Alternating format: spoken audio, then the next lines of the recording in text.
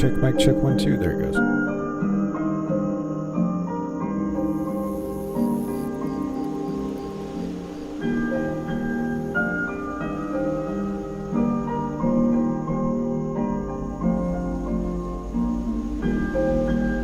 Check, 1, 2.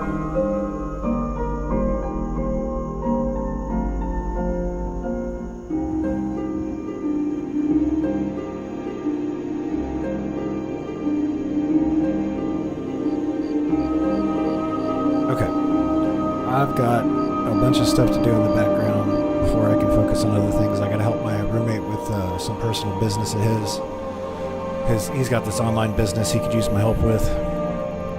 That's really loud. Hold on.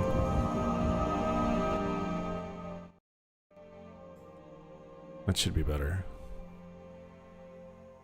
Check, 1, 2. Yeah, that's a lot better. Okay, so like I was saying, I got to help my roommate with his online business, and then I got some personal paperwork that I need to file, and it just can't wait. I just have to spend a couple hours working today. But we're going to kick it and watch some videos. While I do that, I'm going to try to get through it as quickly as possible. So, say hi in the chat. Let me know if you're here. We're checking out Damian Walters' channel. Let me go ahead and post a link to his channel because I just subscribed to this guy. He's got really high production values. And he just released a video called The Most Psycho Idea in Sci-Fi. So I'm happy to check that out. And then looks like we've got this is a little, it's not Highland Hubbard or Andy Weir. The most hated science fiction author? Are there really hated science fiction authors?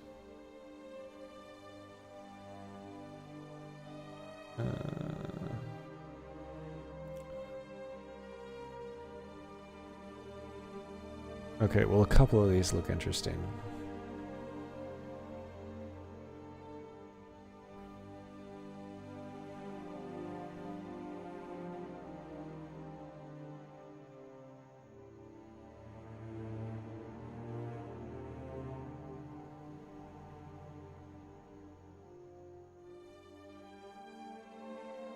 Okay, that could be good. The 3-body propaganda problem. Some of these are for members only, sadly.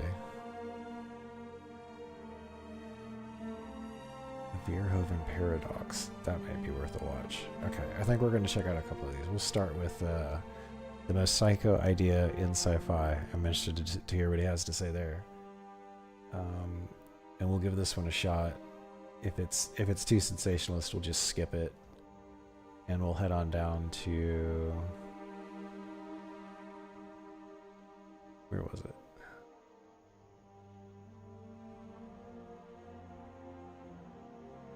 Is that Logan's Run?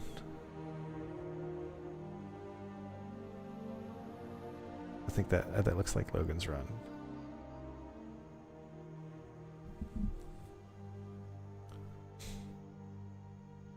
And we could check out the 3-body propaganda problem. Okay, let's check those out.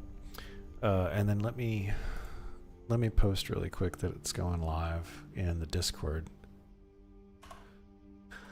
So let's go at here, going live, checking out YouTube videos while I work on stuff in the background. Then we'll get that hotkey tutorial script across the finish line.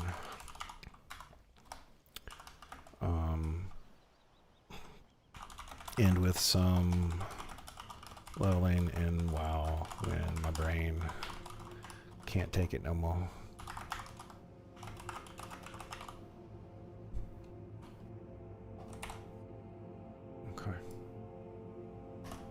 I'll post that in that channel, and then I'll post it in All Things Streaming. There we go. All right, let's hear what he has to say here. That looks like a picture from. That's that actor from.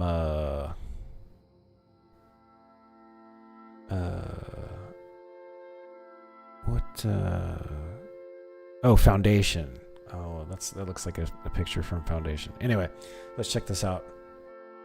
And then I'm going to be over here on the laptop working on some stuff for my roommate's business. And it should take me an hour or two.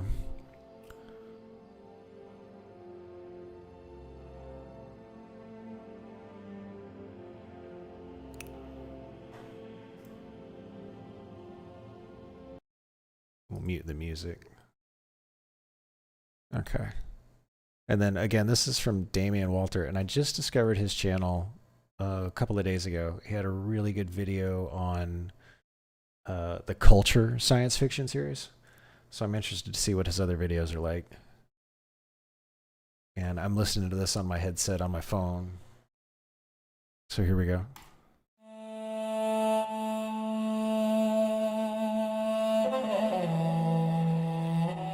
Yep, this is the Foundation. This is the Foundation. I watched this the other day. Completely different from the book. The book and the TV series are two different things. I suggest reading the book first and then watching the TV series. And the TV series has some of its own merits. Not as good as the book, though. We are in a crisis of crises. We're in a crisis of geopolitics as we move from a unipolar world of one global hegemon to a multipolar world of competing powers. We're in a crisis of economics as our elites hoard more and more wealth, immiserating the working and middle classes. We're in a crisis of nationalism as people turn to populists, authoritarians and fascists for simple answers to complex questions. We're in a crisis of ecology as the over-extraction of natural resources destroys the only home we have. The existential threat of nuclear weapons, global pandemic, high-speed population growth and collapse, digital disinformation and propaganda, the emergence of AI. We're in a crisis of complex and interlocking crises. Some call this the polycrisis, others the meta-crisis. But there's a better way to understand our crisis of crises. We're in a Selden crisis. The Foundation saga was born from a personal crisis. A young Isaac Asimov, on his way to a pivotal meeting with the formidable editor of Astounding magazine, John W. Campbell, had no story to pitch. Campbell was reshaping American sci-fi from its roots in pulp adventure stories to a harder-edged art form that took science seriously. Asimov found last-minute inspiration in his reading of Edward Gibbon's The Decline and Fall of the Roman Empire. If the greatest empire in Earth history could collapse, what would the decline and fall of a galactic empire look like? And more importantly, how could civilization rise again? This question became the seed for one of science fiction's most powerful myths. Asimov rewrote the genre of space opera to explore profound ideas of politics and history, and made the galaxy a mirror for the future of humanity. Asimov's answer to the question of civilizational collapse, the novum, or new idea at the heart of his story, remains perhaps the greatest high concept in all science fiction: the science of psychohistory. It was the science of human behavior reduced to mathematical equations.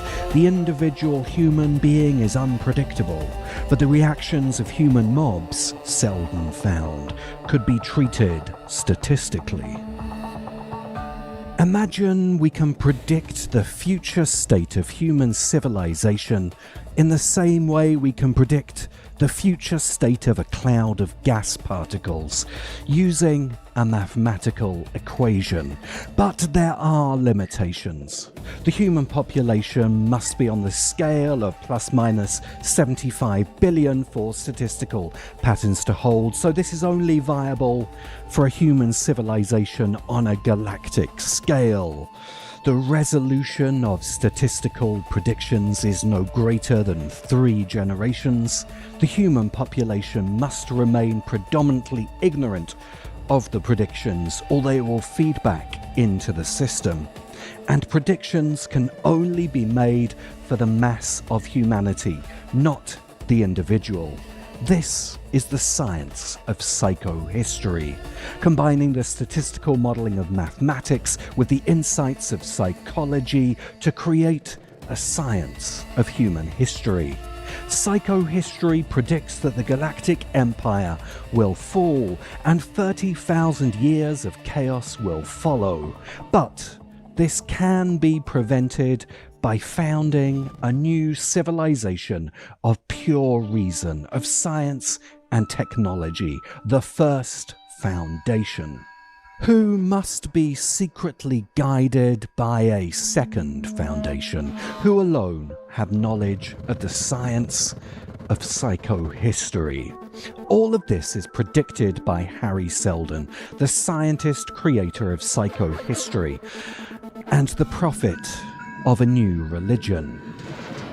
It's one of the most alluring ideas in human history, that we can somehow see the future and avert catastrophe or prevent the fall of a civilization by communing with God, by sacrificing a goat, by reading the entrails or the tea leaves. For thousands of years, these powers were claimed by priesthoods whose arcane abilities to speak to the gods were bullshit. Nothing changes. What might a mathematical model of psychohistory actually look like? With a little helping hand from Gemini and Grok, here is an approximation of a unified model of psychohistory, which you'll also find on. See, this is the guy. He puts up a little bed sheet, and he's got like a projector on him, and he's got a psychohistory shirt on. He didn't have to do any of this. This actually works. It keeps things visually interesting. He's got a bunch of good ideas. On our latest t-shirt in the science fiction merch store. This is a differential equation of the kind used in economics, physics, ecology, and many other disciplines, so we're in the ballpark. It aims to find the rate of historical change for a human population represented in this differential, where h is a state vector describing the total condition of a society, its components including technological level, average economic output, political stability, and cultural values, population health, etc., etc., etc. The axiom of mass action here embodies Asimov's first law of psychohistory. The laws of history can only be applied to very large populations, not individual actions. This part captures Asimov's second law of psychohistory, that the population being studied must remain ignorant of psychohistorical analysis, with omega representing the fraction of societal awareness of the psychohistorical model itself. Did I mention this t-shirt is in the merch store? Also, hoodies. Next, the core behavioral integrand is the product of 3 distinct functions: the cliodynamic function, which models population pressure, elite dynamics, and state authority; the network information function, charting the flow of information across the population; and the stimulus function, a measure of the potential of the population to respond to events; and finally, the stochastic perturbation, or mule. the thing that I'm basically working on is I'm helping my roommate with, he's got this online store, and there's just a bunch of data entry. I'm just uploading a bunch of designs and putting a bunch of things up on his online store. And I just got one done. I need to do 5 more, and I just have to click a bunch of buttons, wait, type some things in, wait, type some things in. So hopefully it shouldn't take me longer than an hour, but we got a bunch of cool stuff to check out. So so far so good on this video. Factor. A concession to the limits of determinism. Now, the problem with all of this isn't just that it's obvious bullshit, the kind of AI-generated vibe physics beautifully mocked by Angela Collier here. It's not just that this AI-generated equation is bullshit, it's that any mathematical model of complex human behavior is equally bullshit. But it sure is pretty looking bullshit, so you can buy it on a t-shirt in, that's right, in the merch store. Stephen Wolfram's principle of computational irreducibility provides one explanation for why psychohistory, or any science of history, is bullshit. Introduced in his 2002 book, A New Kind of Science, Wolfram's idea, greatly simplified, is that only small pockets of reality can be mathematically predicted. Most of reality is complex beyond the power of any equation or model to predict. This contradicts the prevailing orthodoxy of determinism, which states that all reality emerges from the initial conditions of the system. If we knew the initial conditions of the universe, we could model anything and everything. For the determinist, a science of psychohistory is at least theoretically possible. For a complexity scientist like Wolfram, it's an absolute impossibility. The determinist offers the same familiar certainties of all priesthoods, simply trading the whims of a celestial monarch for the cold, unyielding gears of a cosmic machine.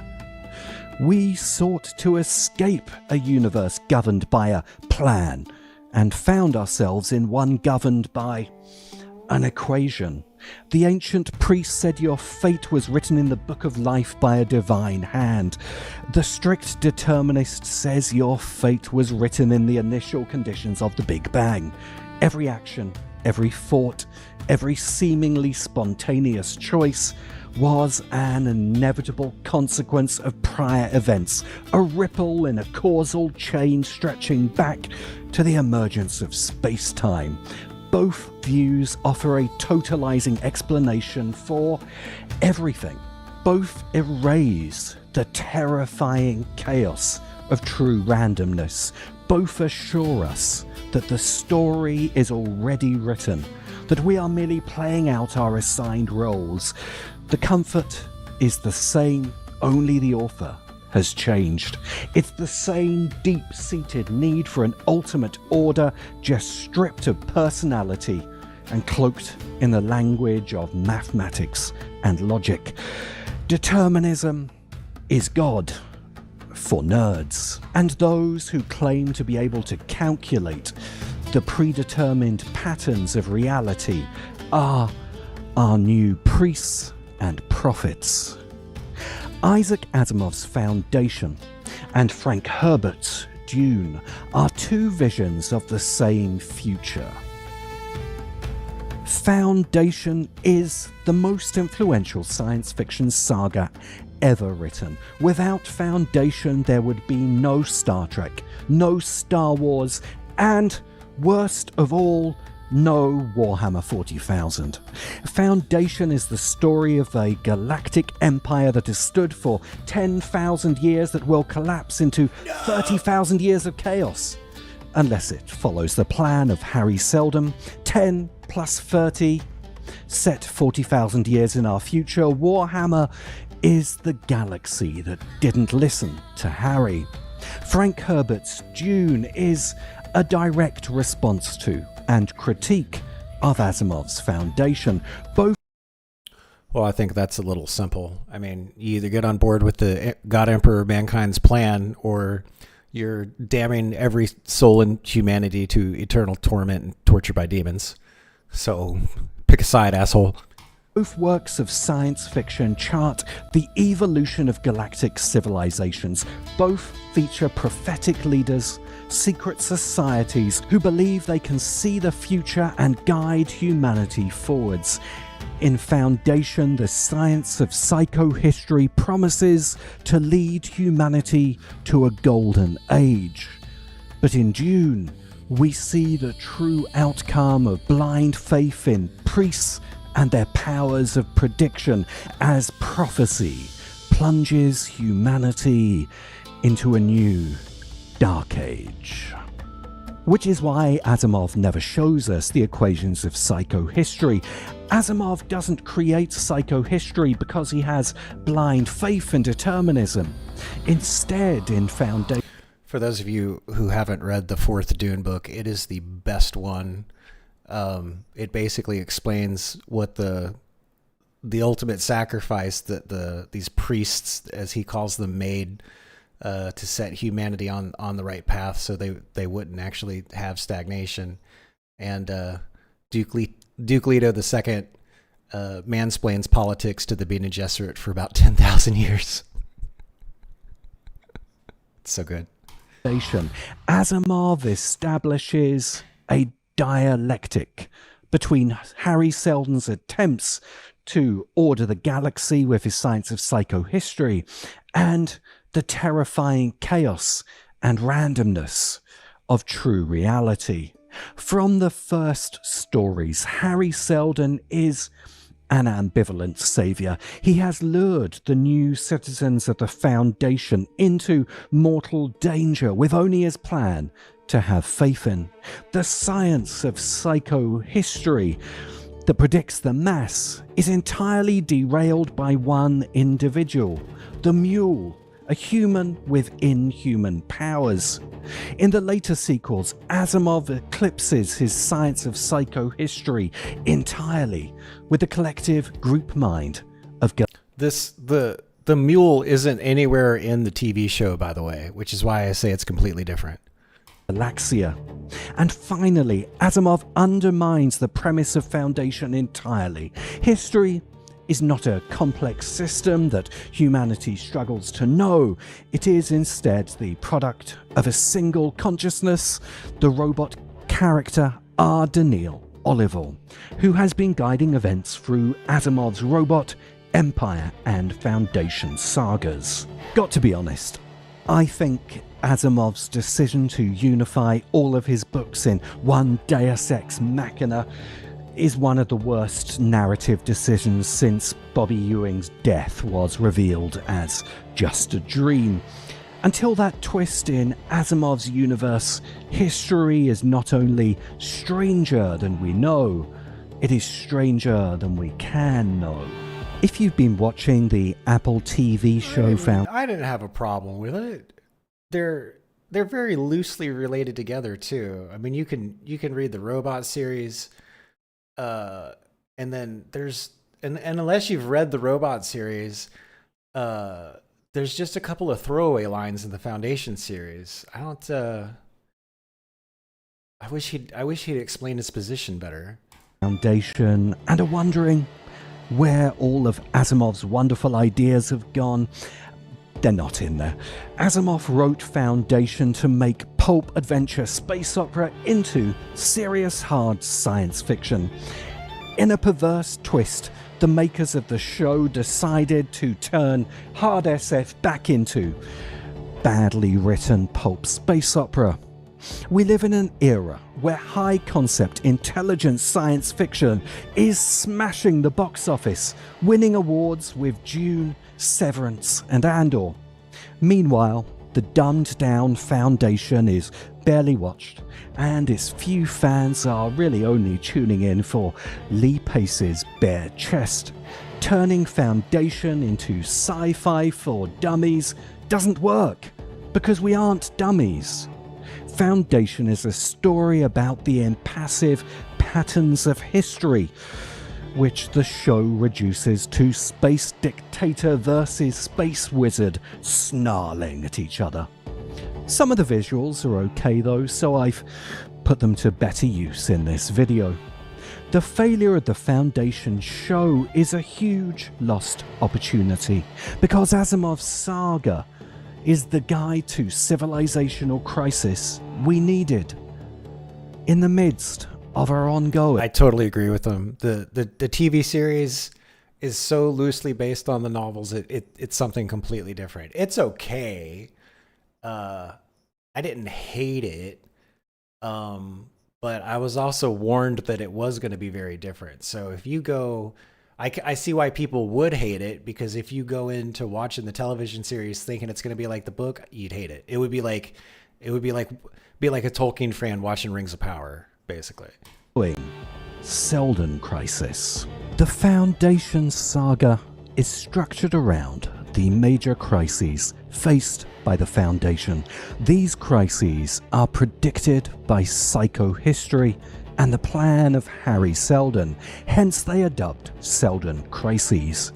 The crisis of anarchy sees the Foundation as an impoverished planetary colony outsmarting its neighbouring warlords. The crisis of religion charts how the militarily underpowered Foundation uses religion as a powerful tool.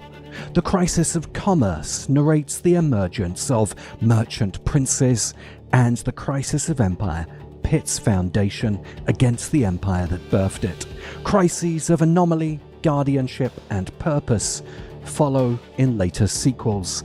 Each major crisis emerges as the Foundation enters a new stage of its development as a civilization, and it's this progress from one stage of civilization to the next that causes each major Selden crisis in a dialectic of history.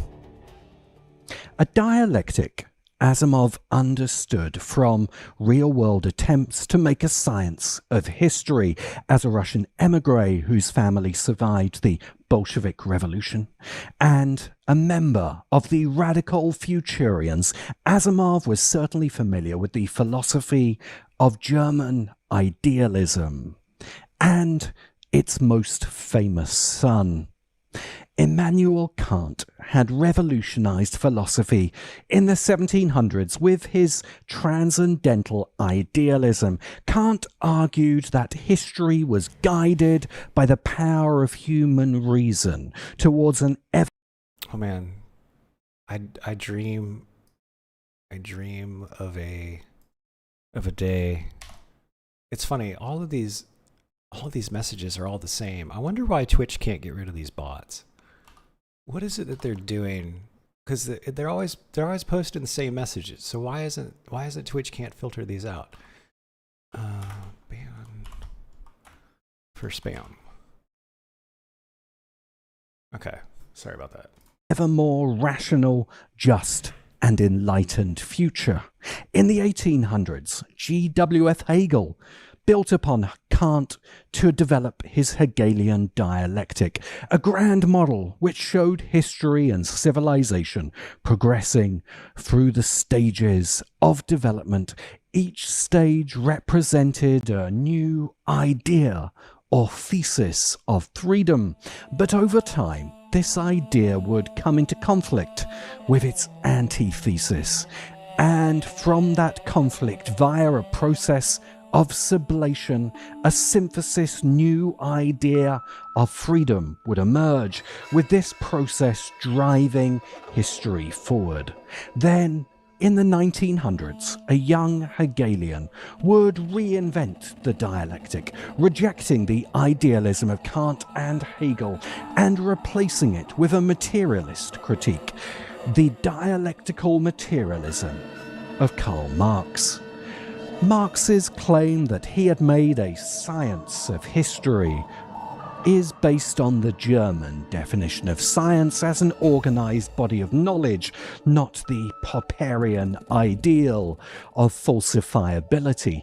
Nonetheless, Few people other than fundamentalist Marxists believe in Marxism as a science today. It is inarguably the most influential philosophy of the modern era. It suffers from the failings common to all ideologies that Marx himself critiqued, which led him in life to declaim that he knew only he was not a Marxist, and it fulfills many of the messianic and Melanistic criteria of a religion, which may be the most interesting way to understand psychohistory, because Harry Seldon is at least in part a reimagined Karl Marx. Psychohistory is a science of history, like Marxism, and the foundation is a civilization in the grip of a charismatic prophet who speaks with the authority of science and whose predictions guide the state to a utopian future and define its exceptional destiny.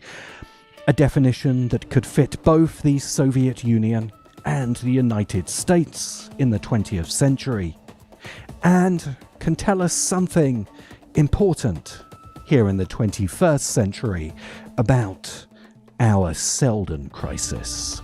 Our Seldon crisis is a crisis of reason. We have armed ourselves with unprecedented analytical power, yet stand paralyzed by the sheer complexity of the systems we have created. The very tools of reason we have honed to master the world now reveal its fundamental unpredictability. We build intricate models to forecast economic trends, climate change, and geopolitical shifts. Yet we are repeatedly blindsided by the equivalent of Asimov's mule, the unforeseen outlier, the black swan event, the eruption of the irrational that defies all reason. This is not a failure of reason, but a failure of our faith in determinism. We pore over the digital entrails of big data, promising salvation through the almighty algorithm, but we ignore the lessons of both history and science fiction. There is no unified equation, no grand theory that can account for the future. Instead, our faith in models blinds us to where the future truly comes from. The future is not a problem to be solved by a grand equation, but a story we are writing ourselves, together. Which is why science fiction matters so much today. You should read Foundation, not because Asimov could see the future, he very much could not, but because it reminds us that there is a future ahead of us, and its potential is limited only by our power to imagine what we want our story to be, and by the shadowy cabal abusing the secret science of history to manipulate us all. Go and buy the t-shirt.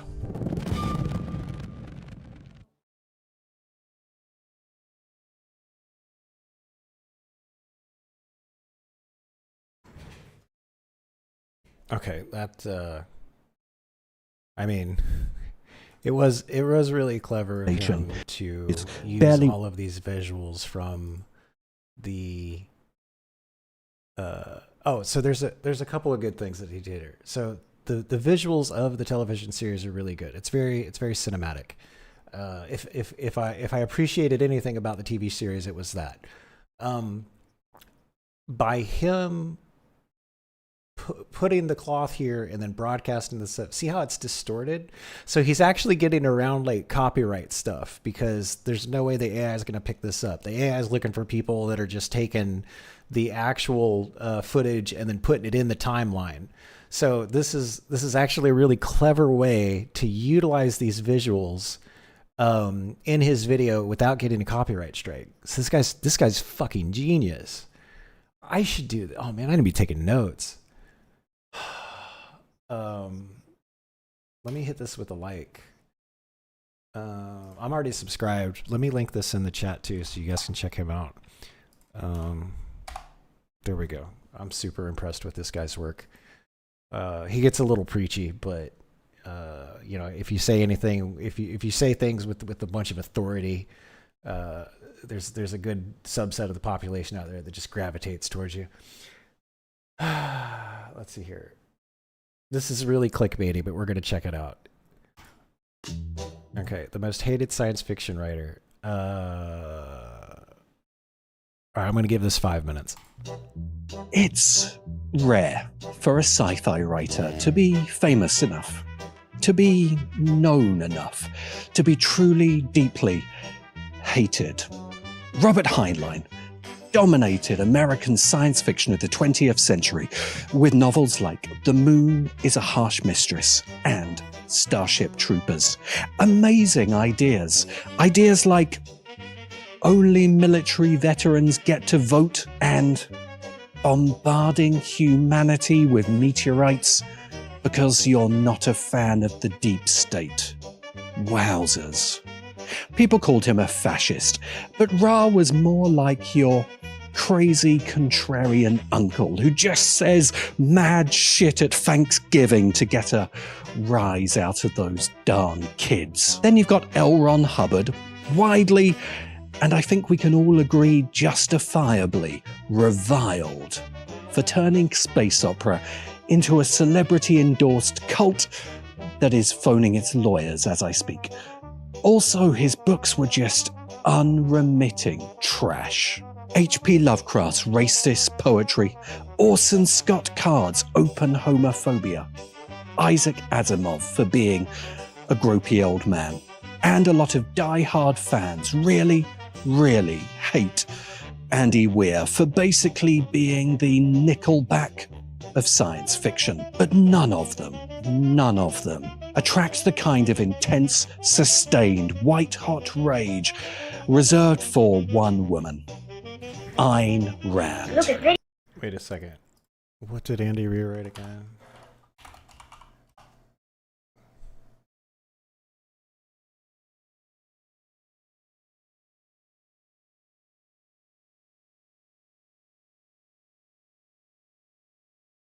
Where is his The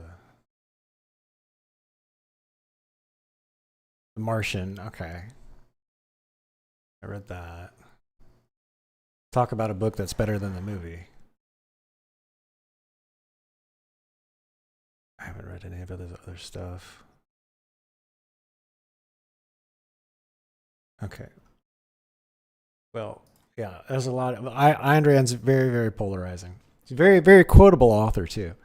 Very hard to explain. It's almost impossible to convey to three people what it's like to live in a totalitarian dictatorship. I can tell you a lot of details. I can never completely convince you because you are free. And yes, Rand is a science fiction writer. Don't even start. With over 10 million copies sold, Atlas Shrugged might be the best-selling adult sci-fi novel by a woman in the last century. Margaret Atwood's The Handmaid's Tale, 8 million.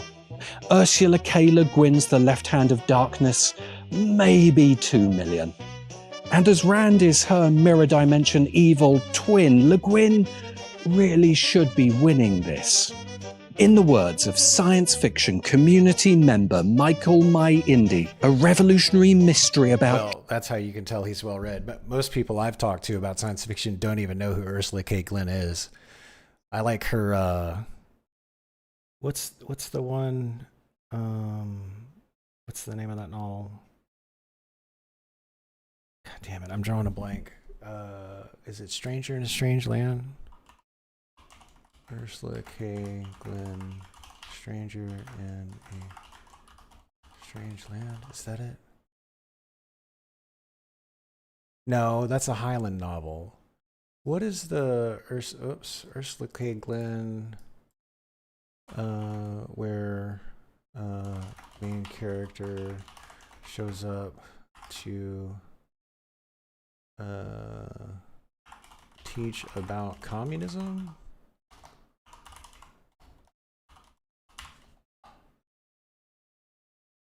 The Dispossessed. Jesus. Okay, that's one of my favorite novels. Trains and unobtainium and 0-point energy and super weapons that culminates with a cloaked city in Colorado. Ayn Rand wrote science fiction. But people deny it. Why? Because it's standard human behavior to deny any credit to those we hate. And we really, really hate Ayn Rand. But I don't think of it. Rand's novels are just poorly written adolescent power fantasies, utterly unreadable. True, but this does also describe every book written by Brandon Sanderson, and he's beloved.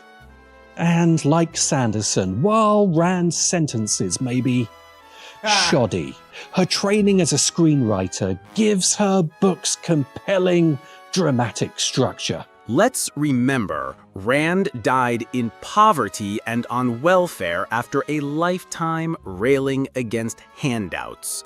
Hypocrites. Half true. Rand died quite wealthy from book sales, with a large Manhattan apartment and an estate worth millions in today's dollars, but nonetheless claimed welfare for medical expenses, so not a regular hypocrite, more of a rich hypocrite. Ayn Rand is the patron saint of selfish sociopaths. Her books are a great way to find out which of your friends lacks basic empathy. Not true. Rand is a minor but important contributor to a philosophical tradition of selfishness. And the questions posed by that tradition are why we hate Ayn Rand. Let's play. Who do you hate more? Is it Jordan Peterson, tearful adoptive dad to Generation Incel, or Judith Butler, rebellious grandma to a generation who changed their gender as often as earlier youth changed their taste in music? How about Michel Foucault, the bald French academic who called everything a prison? Or Roger Scruton, the tweed-clad Brit who thought beauty died in 1780? And for the main event, Friedrich Nietzsche, the mustachioed German who killed God, then went mad. Or Karl Marx, the bearded German who literally wrote the book on capitalism. It's an actual hobby of mine to go to evangelical churches and gun clubs in the American Midwest and drop Karl Marx into conversations. Or to hang out on the lawns of expensive liberal arts colleges while reading 12 Rules for Life and Atlas Shrugged. The true sign of greatness in our polarized online times isn't who loves you, but who hates you, and why. If Ayn Rand had only written one science fiction... Okay, so there's a clue. He's a contrarian. All right, that makes sense. His narrative style makes a lot more sense now. Fiction book, she'd probably be applauded alongside George Orwell as the mother of socialist dystopia. Her first SF novel, Anthem, came out a decade before 1984. If a nightmare future of collectivist conformity where the word I has been lost sounds familiar, it might be because she cribbed it from Yevgeny Zamyatin's novel, We. Whether Rand read Zamyatin before writing Anthem is a matter of some scholarly flame wars and shitposting. But either way, if Ayn Rand had stopped writing after Anthem, she would likely be occasionally lauded as a classic of science fiction. But Rand did not stop writing. Your parents, did they die in Russia or did they come here to the United States? No, I came here alone, and I don't know. I have no way of finding out. Ayn Rand's life was a heroic story of individual self-creation worthy of an Ayn Rand novel.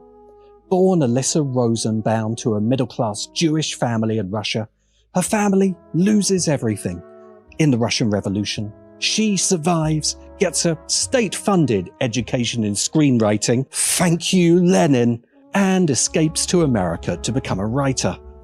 A young woman refugee who becomes a screenwriter, a best-selling novelist, a public intellectual, and the founder of her own philosophy. Oh, that would be the most interesting class in the world to take.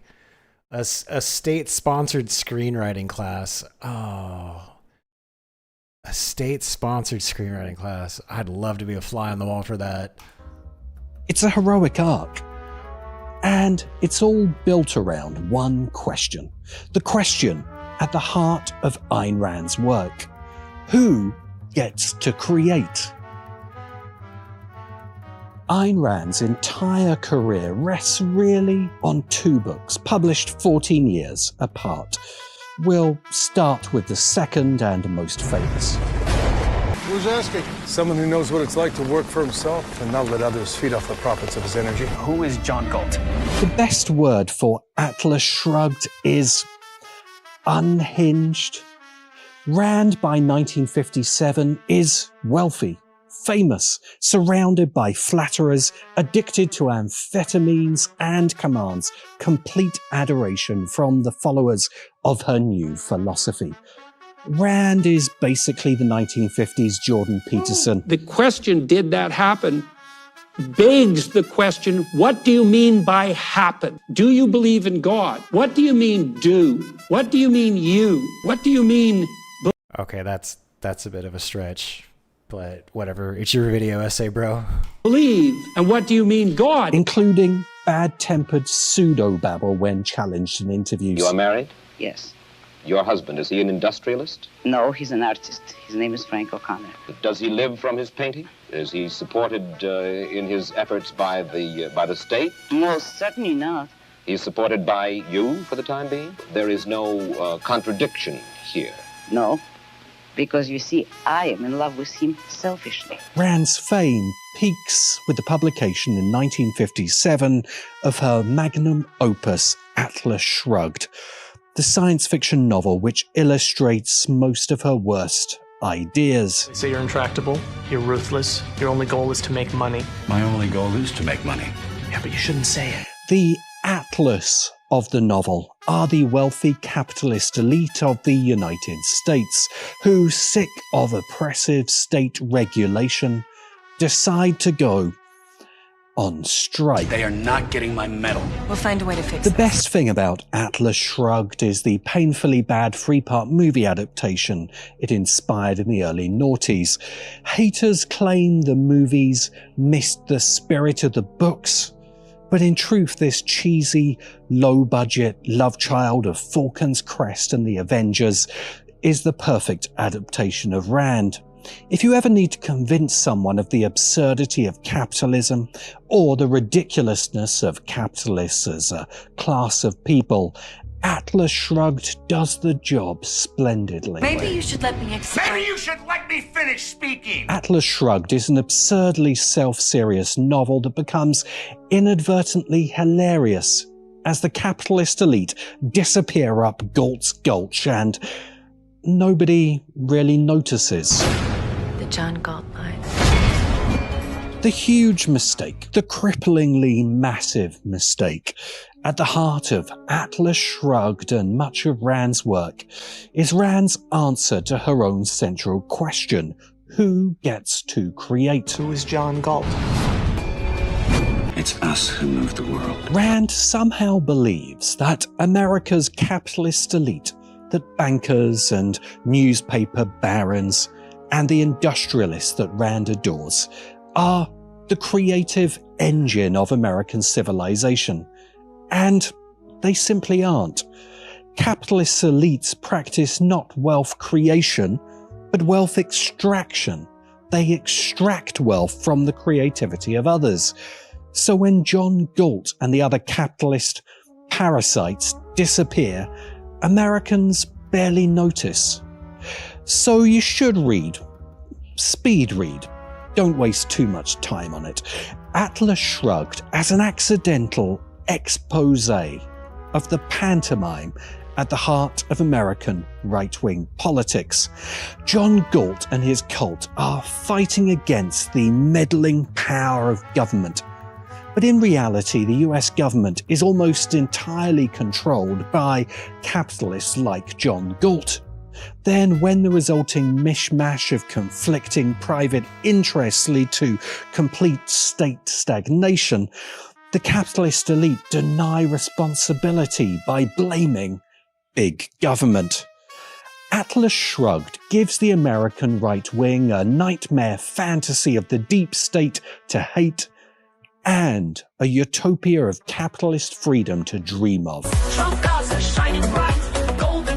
Galt's Gulch is arguably the only true capitalist utopia ever written, the forerunner of Peter Thiel's seasteading fantasies, Balaji Srinivasan's network state, and the emerging plan to make Gaza a tech billionaire Mediterranean retreat. Libertarians hate utopia, unless it's their utopia. The objectivist philosophy that Rand puts into the mouth of John Galt in his famously dull and ridiculously long monologue is fine. Objectivism is just Aristotle's virtue ethics with extra bells and whistles. Of course, humans should aspire to high virtues. But the real philosophical discussion, which Rand never touches, only begins when we get real about our failure to reach those virtues. The American capitalist class have never and will never fulfill even the basic qualities of Rand's objectivism. Elon Musk is never going to be courageous and temperate.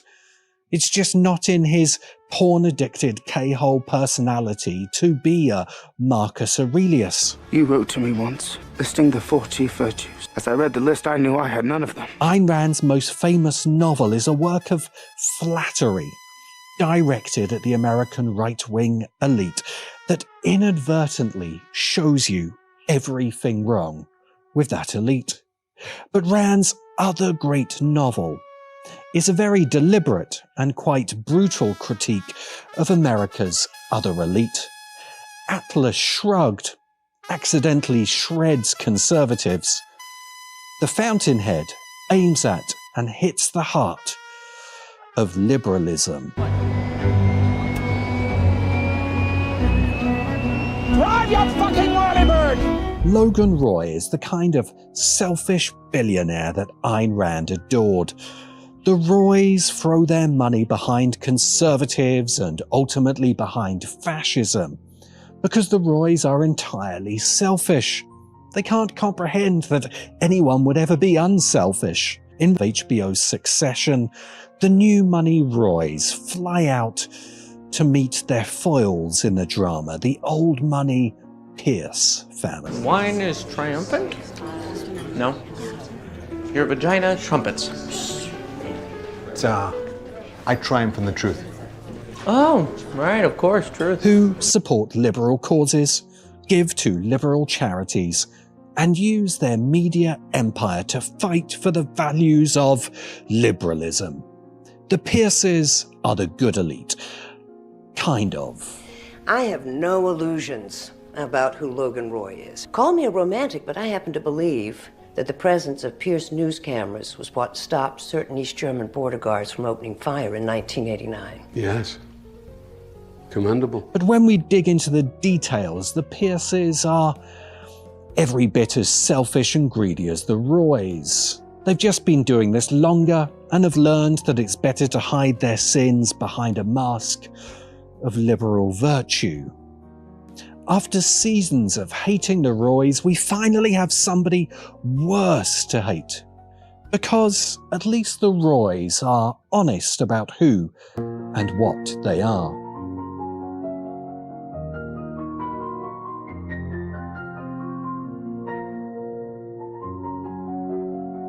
Howard Rourke is a massive cock. My purpose, my life, is the work itself. My work done my way.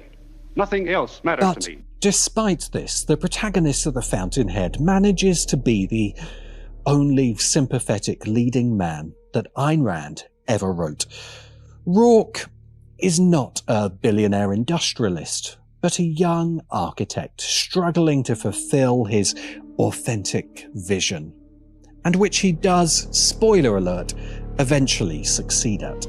This is Howard Rourke, possessed of a great talent, but unwilling to compromise his ideals at any price. And in narrating the heroic arc of Howard Rourke, Ayn Rand delivers a brutally honest answer to her question, who gets to create? Peter Keating, selfish, weak. Peter Keating is the early antagonist of the Fountainhead.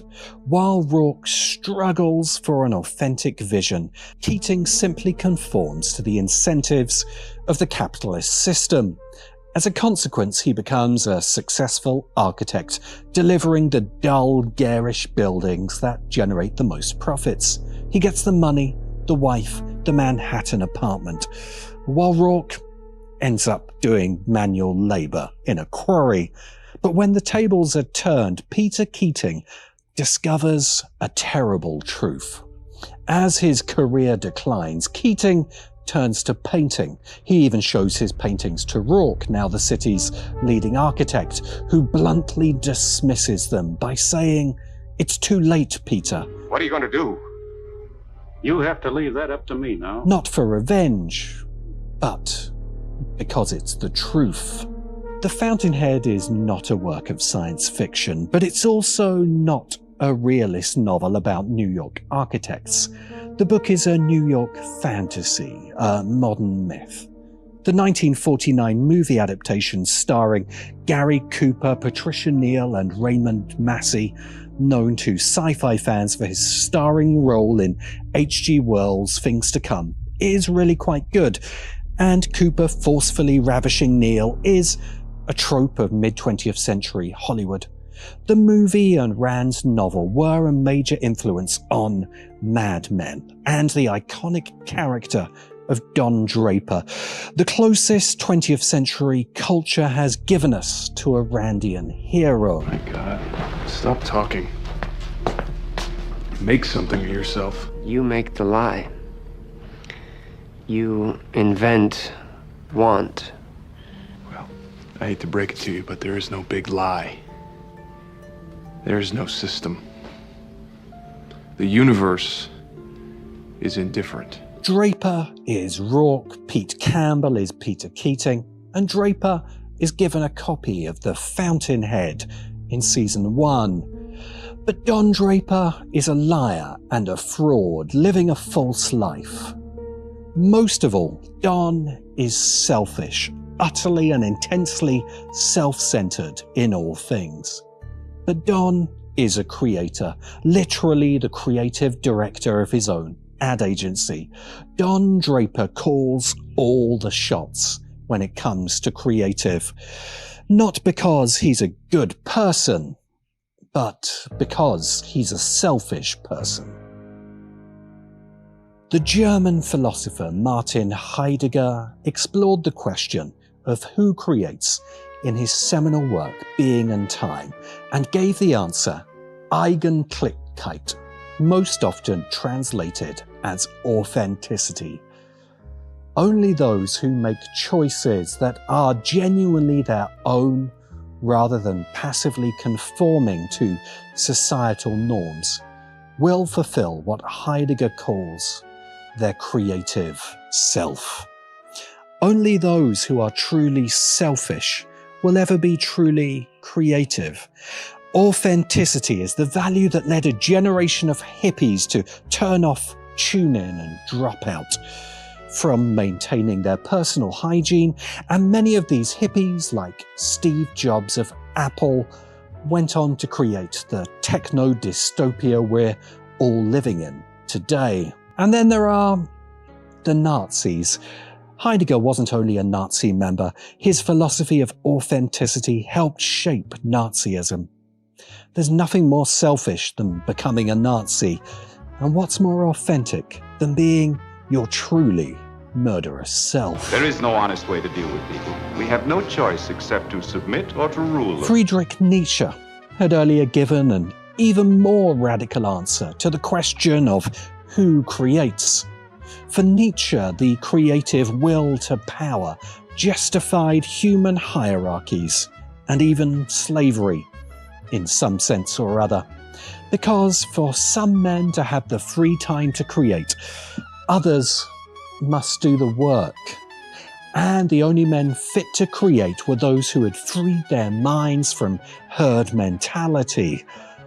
Is there anything more selfish than enslaving other men so that you have time to write a few aphorisms? Out of my own mind, with the sole acknowledgement of a debt to Aristotle, who is the only philosopher that ever influenced me.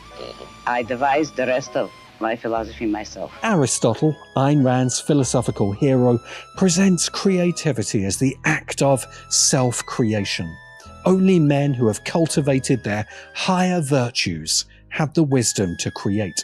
And what those men create in turn defines their self, making creativity, for Aristotle, the exclusive domain of natural aristocracy. The authenticity of Heidegger, the will to power of Nietzsche, the aristocracy of Aristotle, are all illustrated in the heroic. Is he thus in that group because he creates video essays?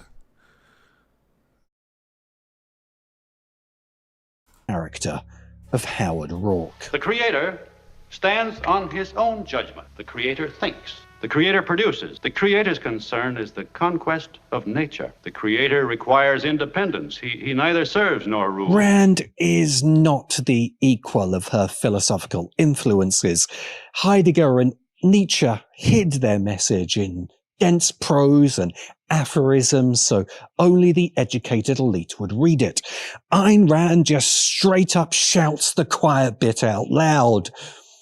Only the most selfish people get to create. Why don't you tell me what you think of me in any words you wish? I feel bad for you. I don't think about you at all. But I don't think of you.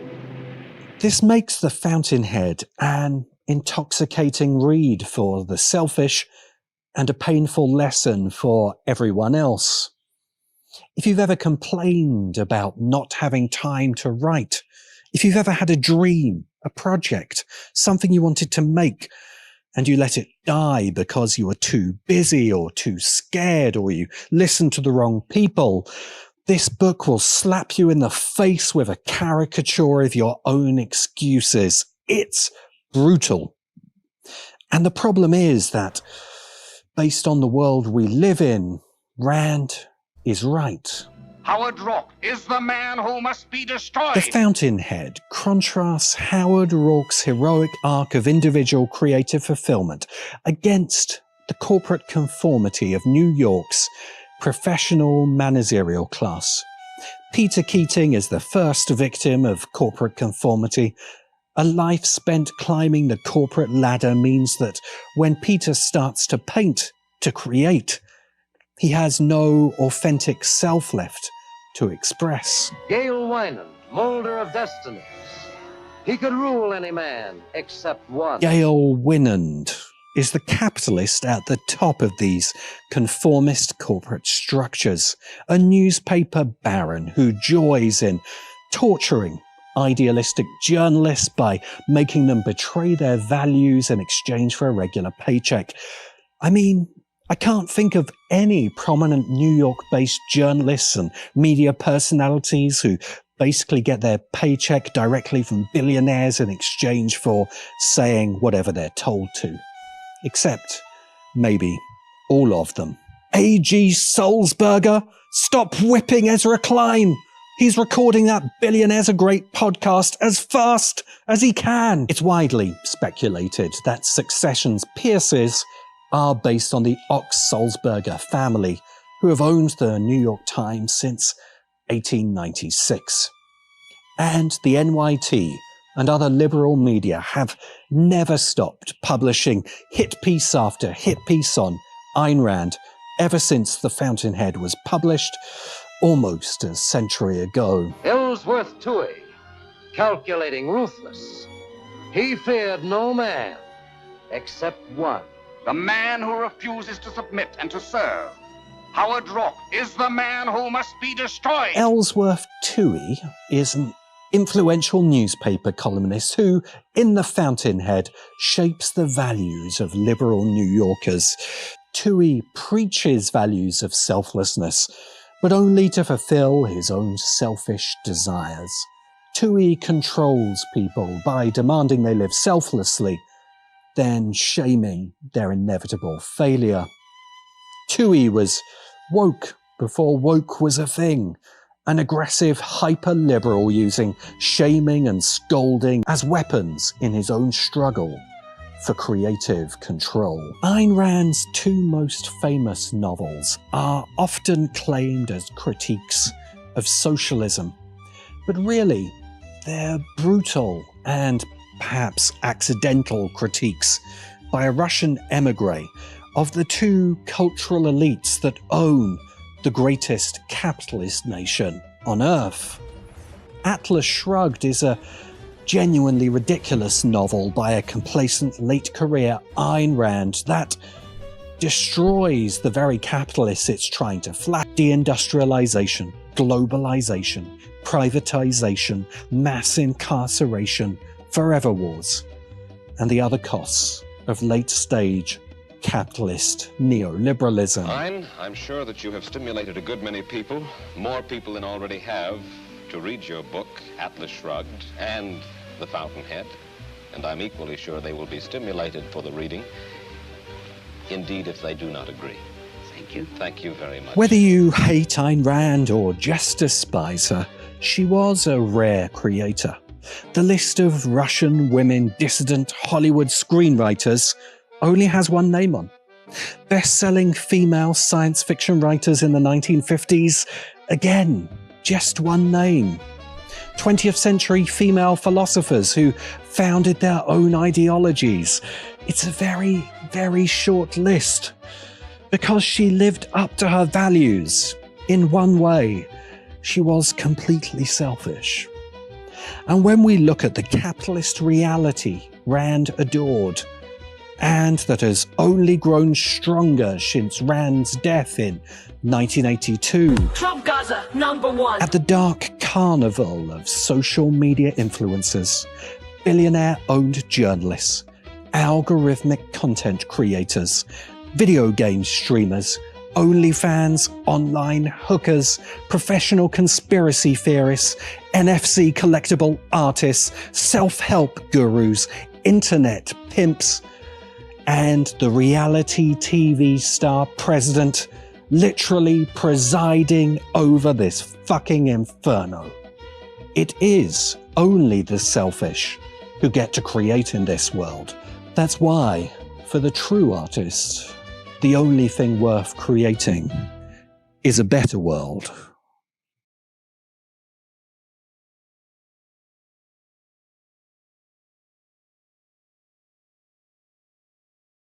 Okay, well, we're gonna watch this one now. I'm interested to see what he has to say about Star Trek being propaganda.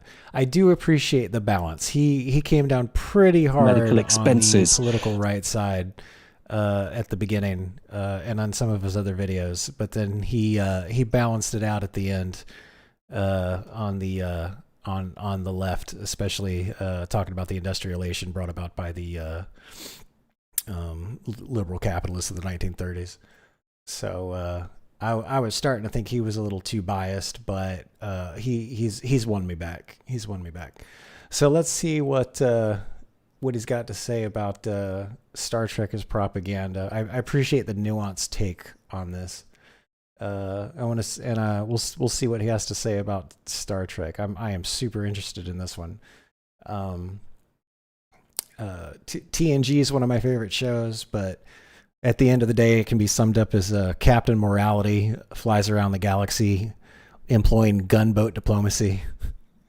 That's why I like Deep Space Nine the best, because they stay in the same place and they have to deal with the shit and the decisions that they make. They don't just fly off to the next solar system and keep moving around.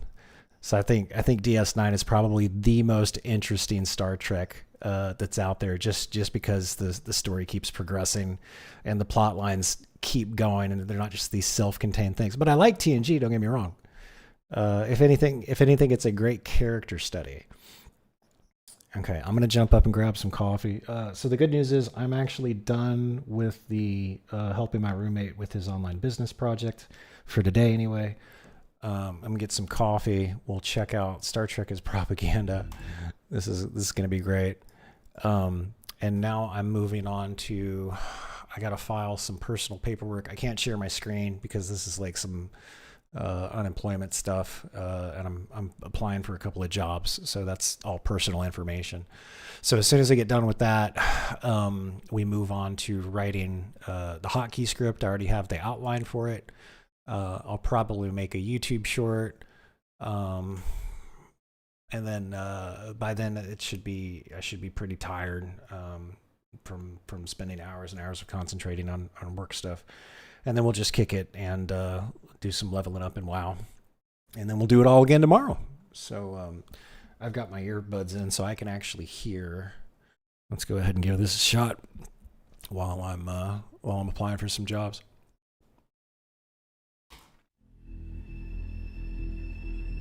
Oh, and let me go ahead and give them a like, and then let me link you guys this video. If you like the video, go ahead and hop in, give him a like, leave a comment on his channel or something like that. I do appreciate this guy's content. There's something wrong with this map, and this map, and these maps.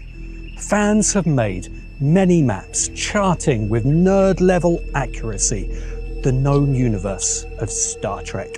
True nerds will point out that space has 3 dimensions, but given that our galaxy is 100 times wider than deep, it's not unreasonable to map its galactic empires on the galactic plane, because these are the territories and borders between the Klingons, Romulans, Cardassians, galactic empires, or worse. We are the Borg. Resistance is futile. The exception is the United Federation of Planets, which, as the name suggests, is not an empire, but a federation. Which is the problem with these maps.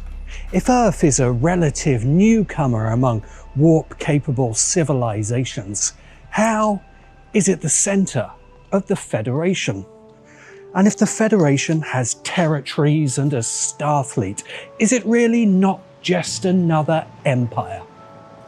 The answer is that Star Trek isn't really about the future, and these maps aren't of the galaxy. Star Trek is about the culture that made it, and these maps are maps of its geopolitics, the United States of America. Because Star Trek is propaganda. We, the people of the United States. Excuse me? Star Trek liberal propaganda? Are we even watching the same show? Can we please stop pretending Star Trek isn't a flawless blueprint for fully automated luxury gay space communism? Okay, sure. Star Trek has a message. You're probably one of those people who thinks the Prime Directive is woke because it tells white guys not to colonize people with forehead ridges. The Federation is literally a post-scarcity socialist collective where healthcare is a right and replicators dismantle cis-heteropatriarchy daily. If you don't see that, you're either a class traitor or a Ferengi apologist. The Ferengi? They're hilarious little space goblins, not a critique of capitalism. Nice try, commies. Just because they have a diverse crew and allegories for racism doesn't mean it's propaganda. It's just basic human decency. Gene Roddenberry was a patriot who loved explosions and space flags. Star Trek is not propaganda. Can you imagine how great it is to sit there and be able to propagandize a whole nation? I propagandize for what I believe in. Propaganda, what I believe art is comment. Whether you work in marble and stone or painting on a canvas or music or what, the whole point of art is you comment on a certain thing. Propaganda has negative tones, so I've seen them shake their head and frown and say, oh God, what an awful thing to have happen. No, it's not an awful thing because I propagandize for what I believe in. Every other writer and every other person has all the rights in the world to come along and say, he is crazy. Here is the way it really is. And another one who say, no, this is the way things are. And it is out of this that our... You know, it's funny. They say that like Star Trek is communist. But there's plenty of like TNG episodes, DS9 episodes. I think even some Voyager episodes where they use certain things as currency. So I don't think they ever actually explore what post-scarcity would be like, because they interact with other cultures and civilizations that still use some form of currency. And there's still plenty of trade, so there's resources going back and forth. It's an idea that's in the background, but they never. It's as wide as the ocean and as deep as a puddle. They just do not explore that idea at all. I've seen a lot of Star Trek, and I am struggling to think of anything they did around actually being post-scarcity. I mean, sure, everybody like on a military ship, which is what the Enterprise is, the military flagship of the Federation fleet. Sure, they can use a replicator. They have plenty of energy and everything like that. Yeah, it's just not something. They hint at it. There's a bunch of throwaway lines, but they never go into any details on it. That our civilization is built, and values and judgment. This is an essay about... He's back. Hold on. He's recorded here before. He recorded here for his the culture video that we watched like 2 or 3 days ago, which won me over. So he's once again set up the tripod. Look how he framed this. I appreciate the production values on his stuff more than anything else. And then he did the little teleport thing. Hold on. Look at it. Oh, it's cute. It's fucking great.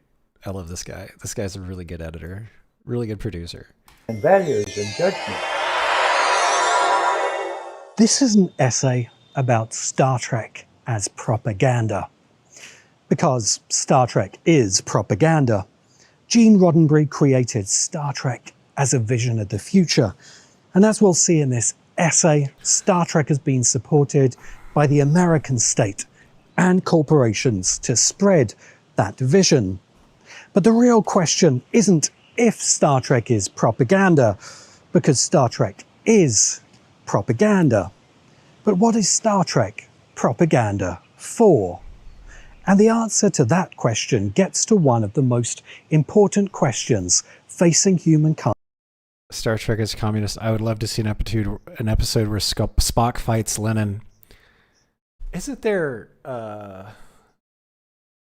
Are you making a joke? Is there actually an episode where Spock fights Lenin? I wouldn't be surprised. I don't remember all of the OG.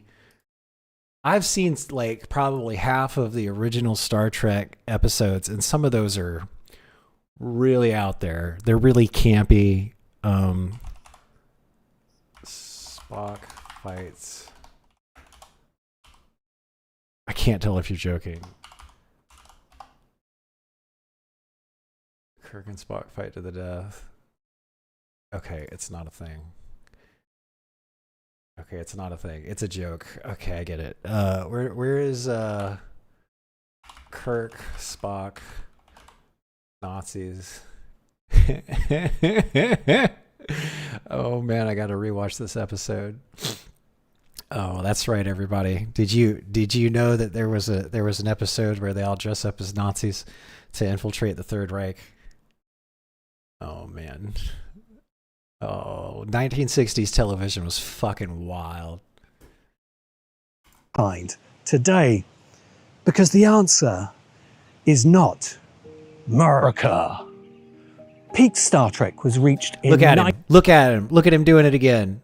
See, look, he doesn't have to do this, but he cuts himself out and he layers the title card back here, and he puts the quote over. This would have taken extra time, and he didn't have to do it, but he took a little extra time, and he just raises the bar. This is just raising the bar a little bit, and I appreciate this stuff from somebody who edits and makes videos. This is great. See, I'm sorry, keep backing up. See, we go from here and he's going to teleport. Let's just watch this again. I love all this stuff.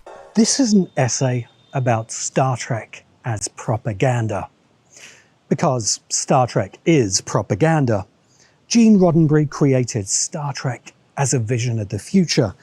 And as we'll see in this essay, Star Trek has been supported by the American state and corporations to spread that vision. Yeah, the funny thing about it is that it sounds plausible. It sounds plausible that there's an episode out there where Spock fights Lennon. That's the funniest part about it.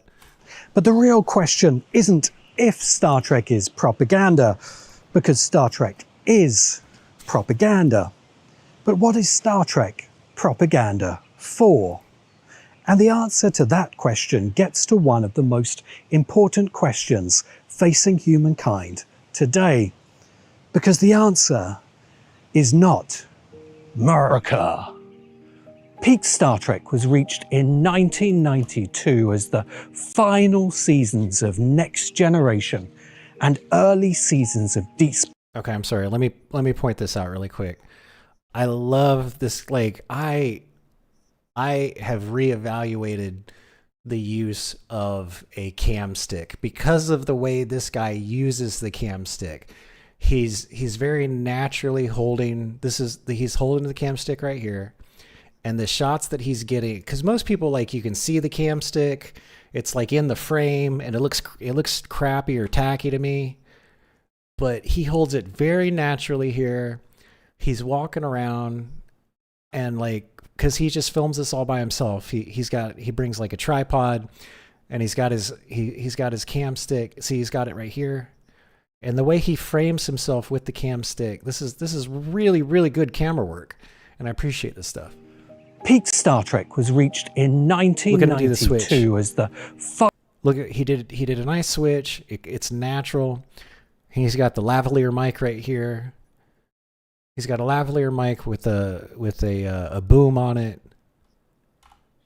Really high production values. And he plays with the lighting too, because he starts out here where the light's coming in, and then he comes in framed through here. It's just technically brilliant. It really is. Because the answer is not America. Peak Star Trek was reached in 1992 as the final seasons of Next Generation and early seasons of Deep Space Nine screened back to back. Series creator Gene Roddenberry had died in 1991, but his influence was still. Wait a minute.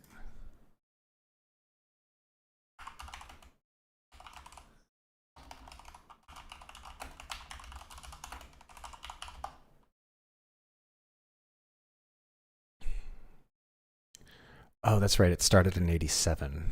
Okay. To 94. Okay. When did DS9 originally aired? From 93 to 1999. Oh man, I'm getting old. I'm really getting old. I didn't know DS9 started back in 93. Why did I think? I know why. It's because back in the day before the internet and binge watching everything, I probably didn't see all of the TNG episodes until like 96 or 97 because you had to wait for the reruns to come back. Back in the day, you used to have to wait for reruns, and you had to like sit down in front of the television at a specific time to catch an episode. So you're spoiled now. Paramount. Roddenberry had enforced strict rules on Star Trek writers. There was to be no internal conflict among the Enterprise crew, and humanity was always to be shown as having... Yeah, you're right. We say here, you're saying, yes, if you don't feel like he's using a camera stick, it feels natural enough that it doesn't look like he's filming himself, but someone else is filming him. That's exactly it. He's using it well enough, it looks like somebody else is filming him. And I really appreciate that. Overcome its baser drives.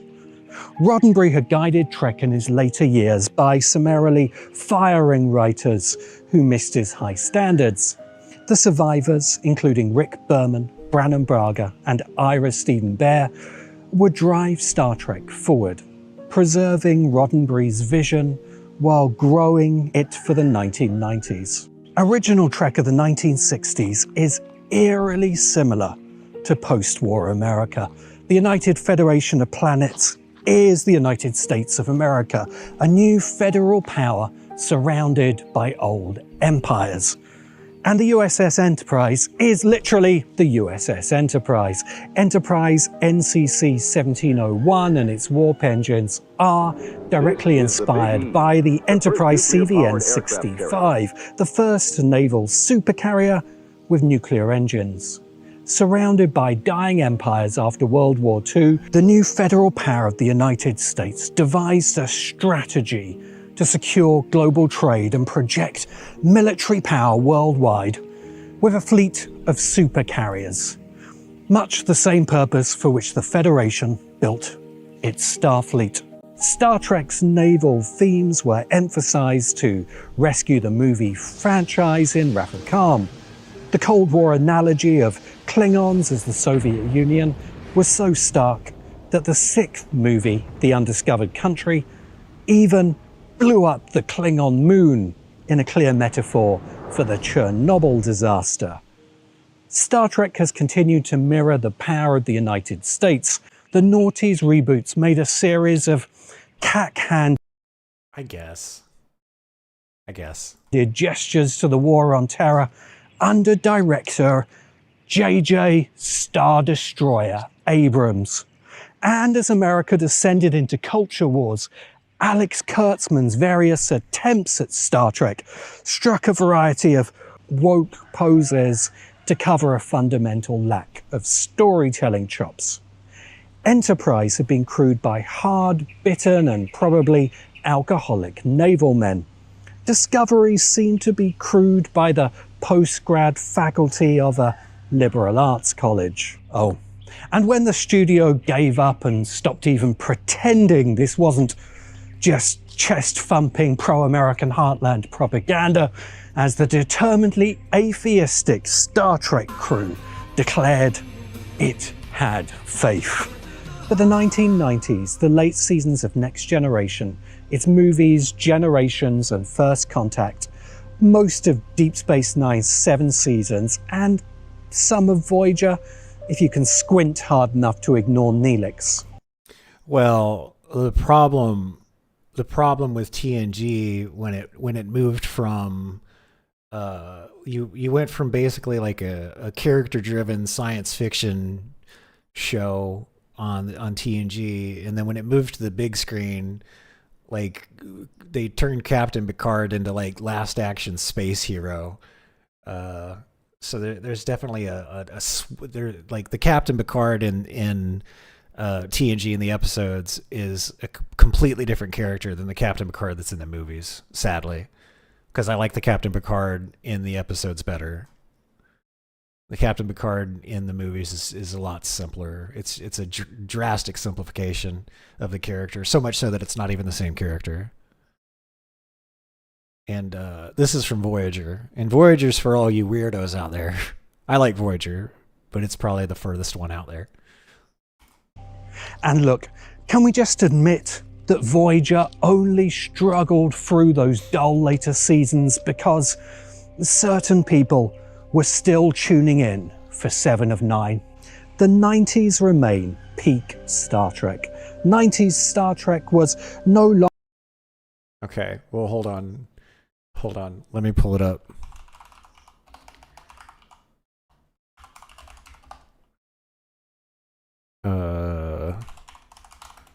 Voyager, The Rock, what is it? Promo. Where is it? Where is it? I don't want the. I just want to show the. Where is it? Come on.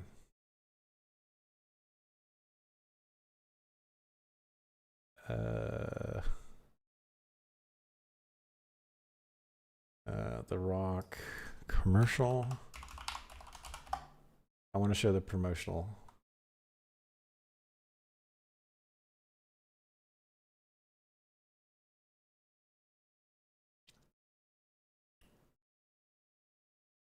Star Trek Voyager commercial 6. Okay, did you guys know? Here, I'm going to mute it because I don't want to get a copyright strike. Did you guys know that there's an episode of Voyager where Dwayne The Rock Johnson fights 7 of 9? Let's see here. Here we go. Here we go. He's got some of the cranial ridges because that's all they could do. And then he fights 7 of 9. And this is great. This is the greatest episode ever. This is when Voyager jumped the shark. It's so good. If you didn't know that this episode existed, I suggest you go find it and watch it. It's fucking great. Longer a mission of exploration. Picard's Enterprise is a dip. Yeah, Janeway was a really good character, and that voice, ooh. Janeway's voice, oh my gosh. Didn't she did so good in the Dragon Age video game as a voice actress. Oh my gosh. She was so good.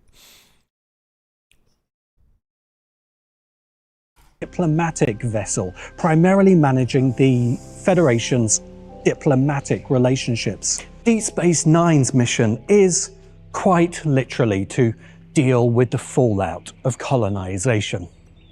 If Bajor, with its peaceful Vedic religion, is the Hindu culture of the Indian subcontinent, then the Cardassian colonization is the British. Okay, you say, I think one of the reasons why a movie is shorter compared to a season of episodes is that it's harder to show a character with a more complex personality because you don't have enough time to show it, all sides of the character's personality. Yeah, you gotta pick one character arc. I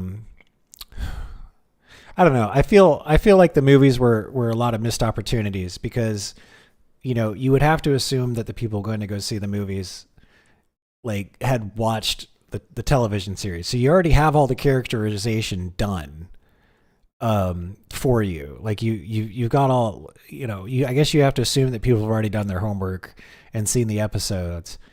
And then that's why I feel like Picard was very one-dimensional in the movies because you've already seen all the different sides of him, and then instead of taking a little bit of time to show multiple sides of him, they just picked one side. It's a simplified plot. I mean, like I said, the episodes went from like a character-driven sci-fi show, and then the movies are basically sci-fi action movies, and that's okay. I really enjoyed First Contact.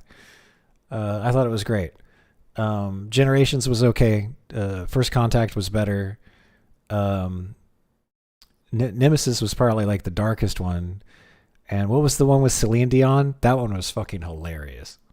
Oh, no, not Nemesis. Hold on. Star Trek. Celine Dion.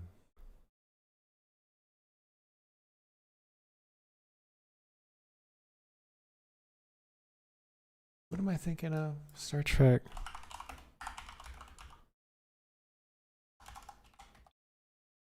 No, Insurrection.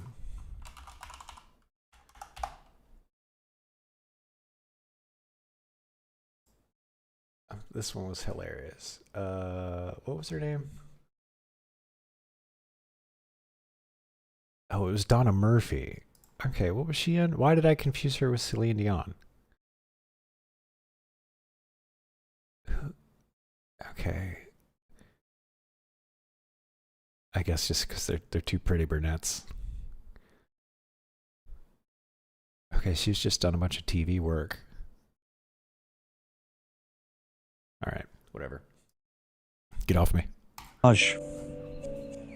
In fact, 90s Star Trek constantly contrasted the Federation with the empires that surrounded it.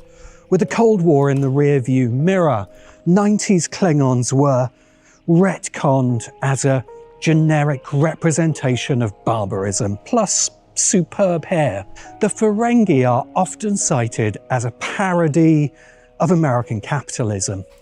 But their mercantilist culture, rules of acquisition, fundamentalist oppression of their females, and face makeup that has been called Jew face are more like a broad parody of how Americans saw this. You say yes, but usually not every person who comes to watch a movie knows the entire plot of the movie. If you base your decision on the lore that everyone who comes to watch knows the series, you will have a potentially smaller audience. Yes. And a perfect example of that is the Ahsoka series. Because I watched the Ahsoka series, and there are times where the characters are just standing in a room looking at each other, and I had no frame of reference for what they're supposed to be thinking or what they're feeling or what I'm supposed to be feeling, because I never watched the Clone Wars cartoon.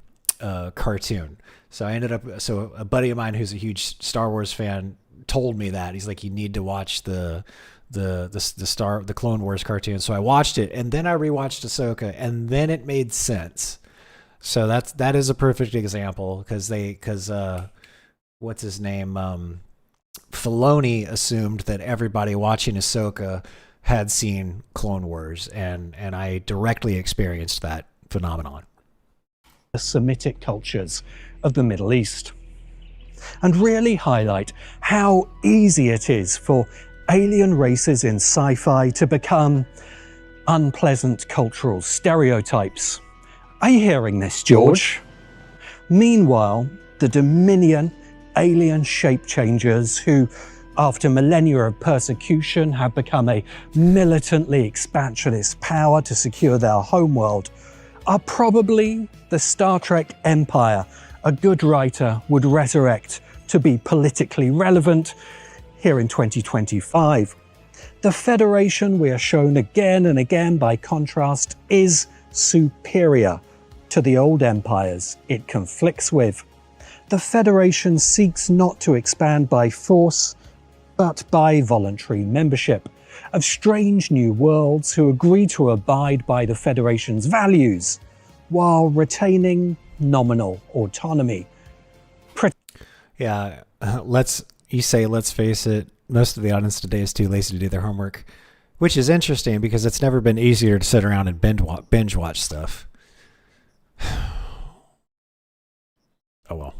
Pretty much exactly the offer of America's post-World War II rules-based order. And those values of the Federation are weirdly American, including one notorious episode that pivots on Kirk reading the United States Constitution.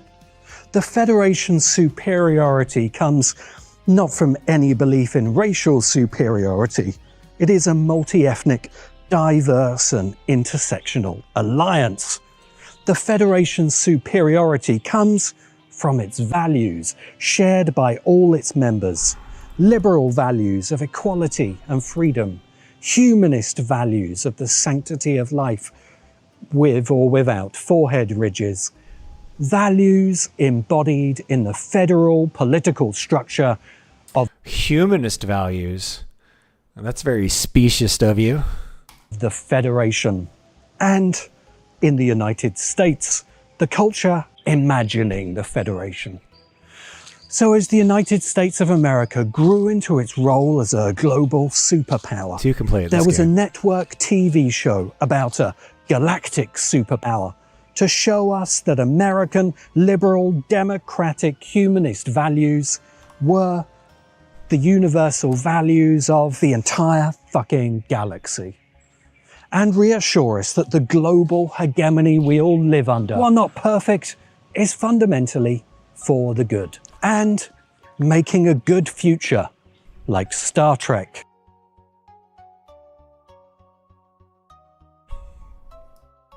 It's a knowing nod to history that we meet the crew of the Enterprise D in their first cinema outing aboard the HMS Enterprise.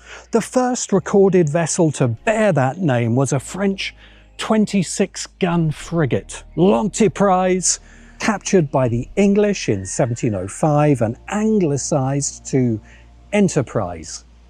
12 HMS Enterprises have served in the Royal Navy in the 3 centuries since, the most recent Echo-class survey vessel being decommissioned in 2023.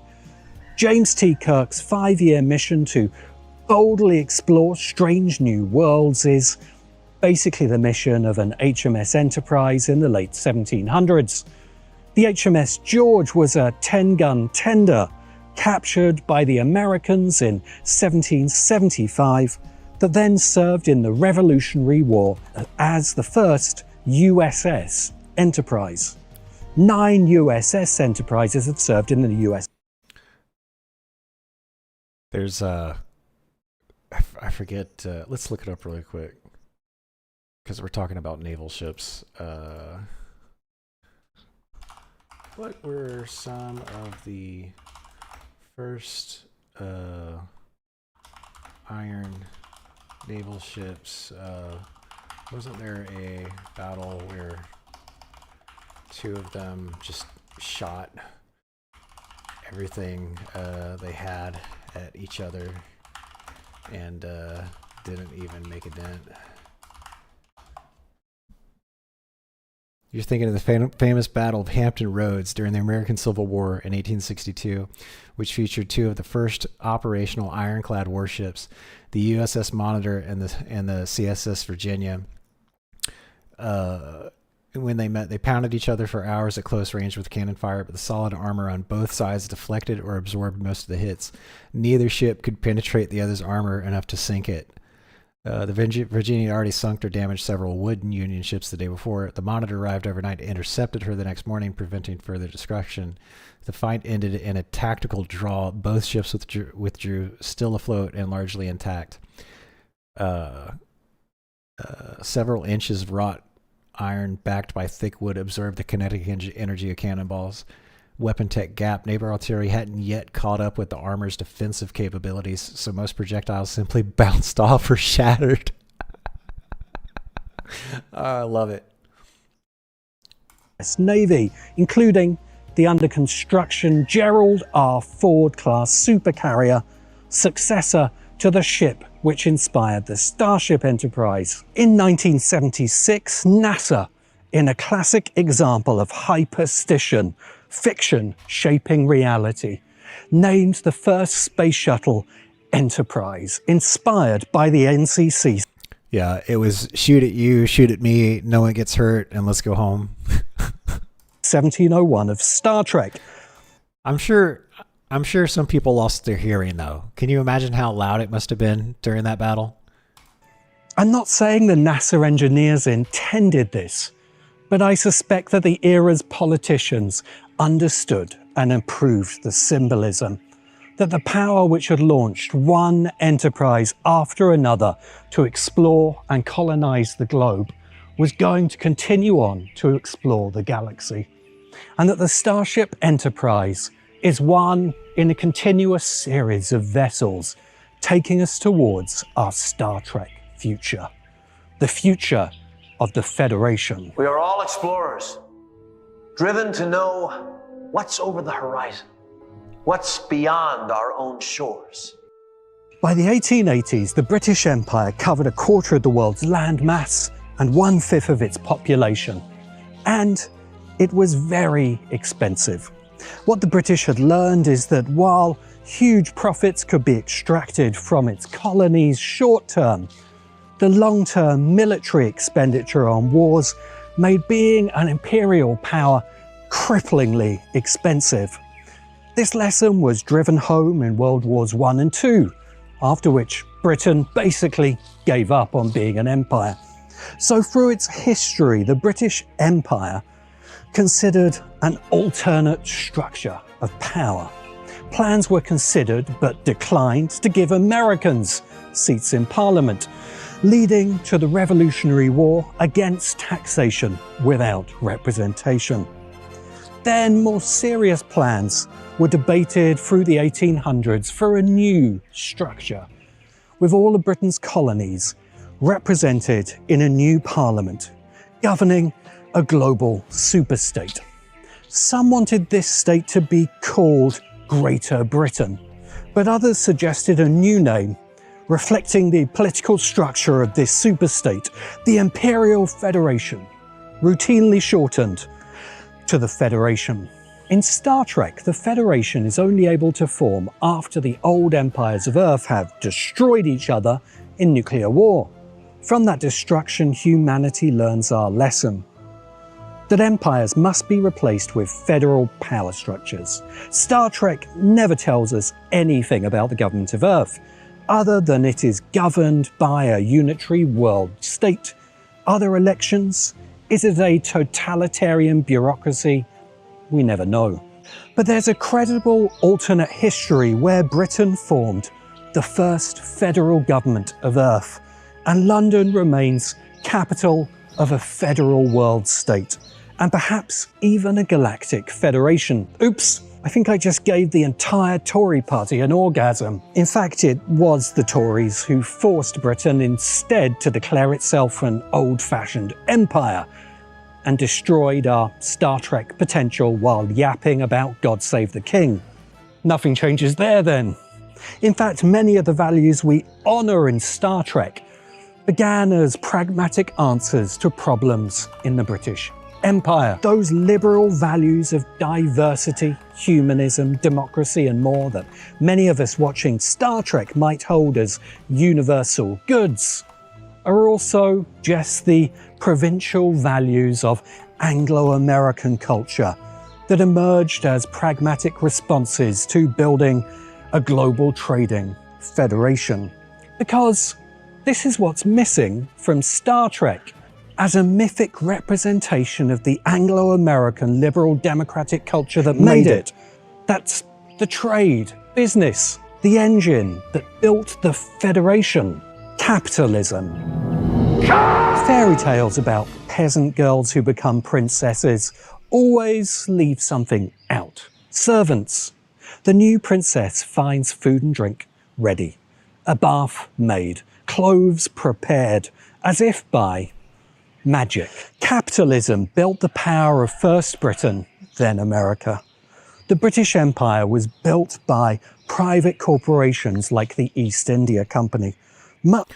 Cinderella had all those wooden critters make her stuff for her. Much of its wealth came from resource extraction and slavery.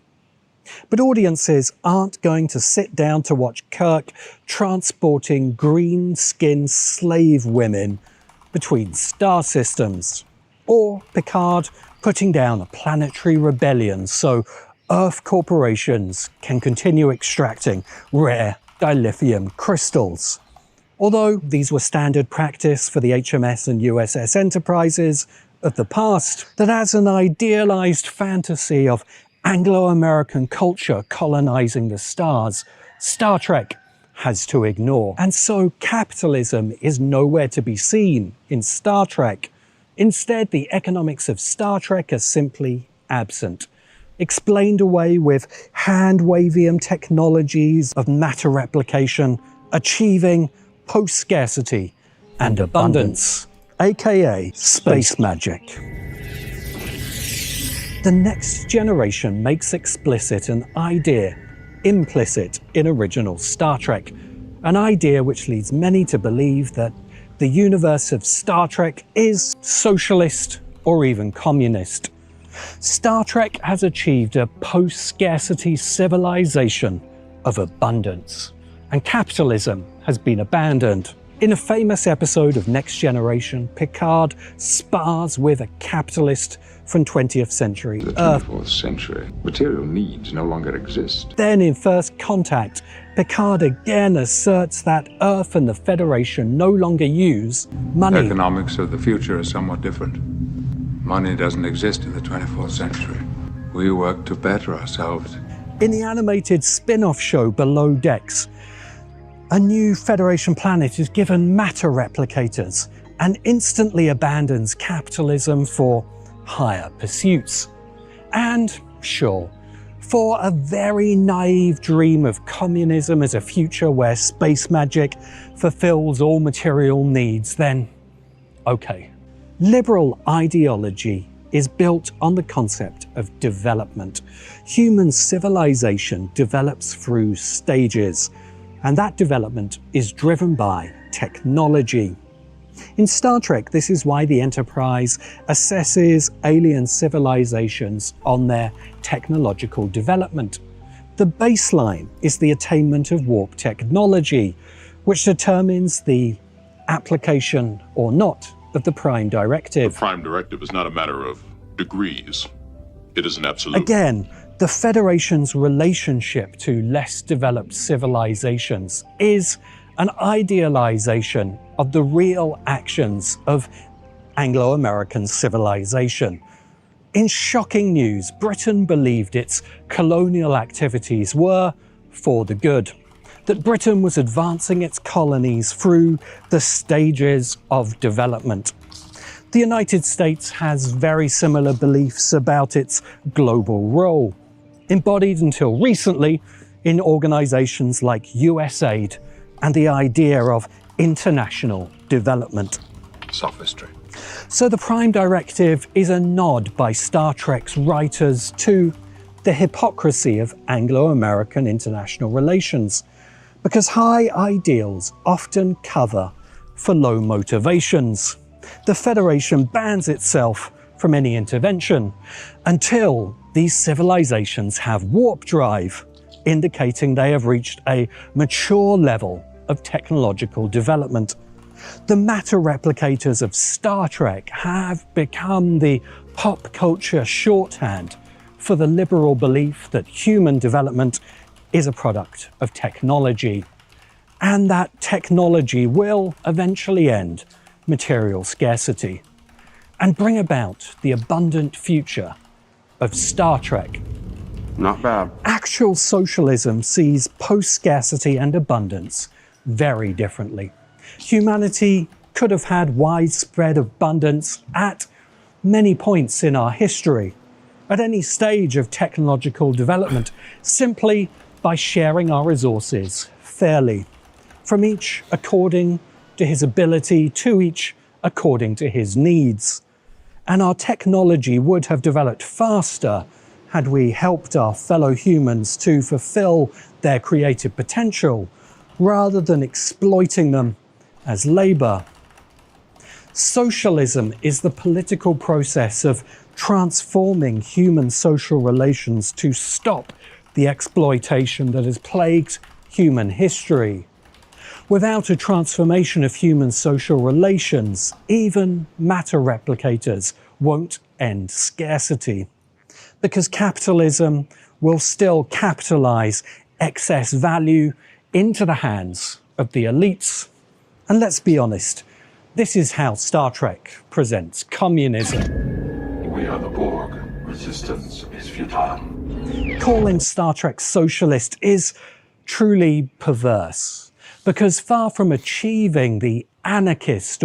Well, okay, so I think he's missing out on... So one of the points of the Borg as a plot device is throughout all of Star Trek, there's a lot of diplomacy and negotiation and stuff going on. The Borg are supposed to be a character where none of that works. It's the one race or species where it's kill or be killed. Like there's no in between, and that's why like First Contact turns into an action movie because there's nothing for Picard to negotiate with. You can't you can't deal with the Borg. They're just going to assimilate you. So I think it's a little reductive to say that they're simply communist. I think that's very, very one-dimensional. But we're only halfway through the video essay, so let's see what else he has to say. Or cooperative power relations of a socialist future. Star Trek is mired in top-down hierarchical relations of our past. Starfleet is not a military organization. Its purpose is exploration. Star Trek itself mocks the dull, repetitive duties of the lower decks crew in a famous Next Generation episode, and calls out Riker's authoritarian managerial style. Jazz. Give me warp in the factor of 5, 6, 7, 8. Starfleet, whatever it might claim about science as its primary mission, is a military organization, and it operates on a corporate structure. Picard, Riker, and Troy are the C-suite execs of a mid-size enterprise, with the crew of Starfleet as the professional managerial class who work in those enterprises. Graduates of Earth's most elite institution, nonetheless stuck operating the same scanning device shift after shift.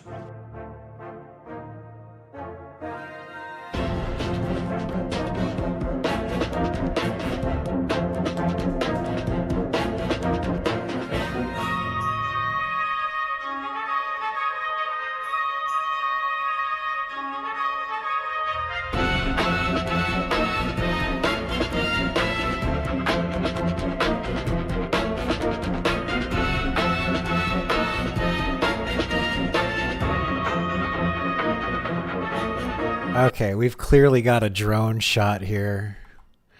I was about to say there's somebody else there helping film, but this is a pre-programmed flight path from a drone.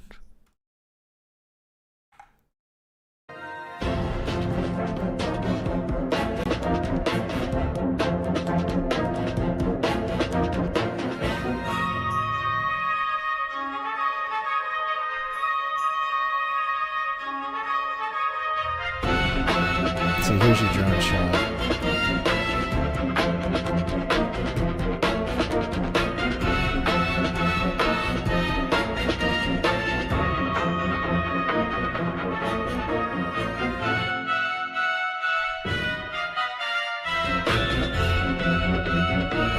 There he is. He's on his drone. Okay. Random dog. The writers of Next Generation often parodied their own creation, and never more harshly than when Wesley Crusher, after years of being hothoused by Picard, To answer. But shut up, Wesley. bailed out of his PMC career path to do yoga and mindfulness meditation. Become a space hippie. Picard's brooding irritation with Wesley never entirely dissipates, because Jean-Luc has dedicated his life to becoming a higher kind of man, a path he believes Wesley has abandoned. And perhaps Picard is a little scared. Well, that's also because the actor wanted to go work on his own projects, and the TNG production got tired of trying and schedule things around that kid's projects, so the writers had to write him out of being a regular character, and it was definitely ham-fisted. But let's not forget why they did it that way. That Wesley's path may actually be higher. You knew what you had to do.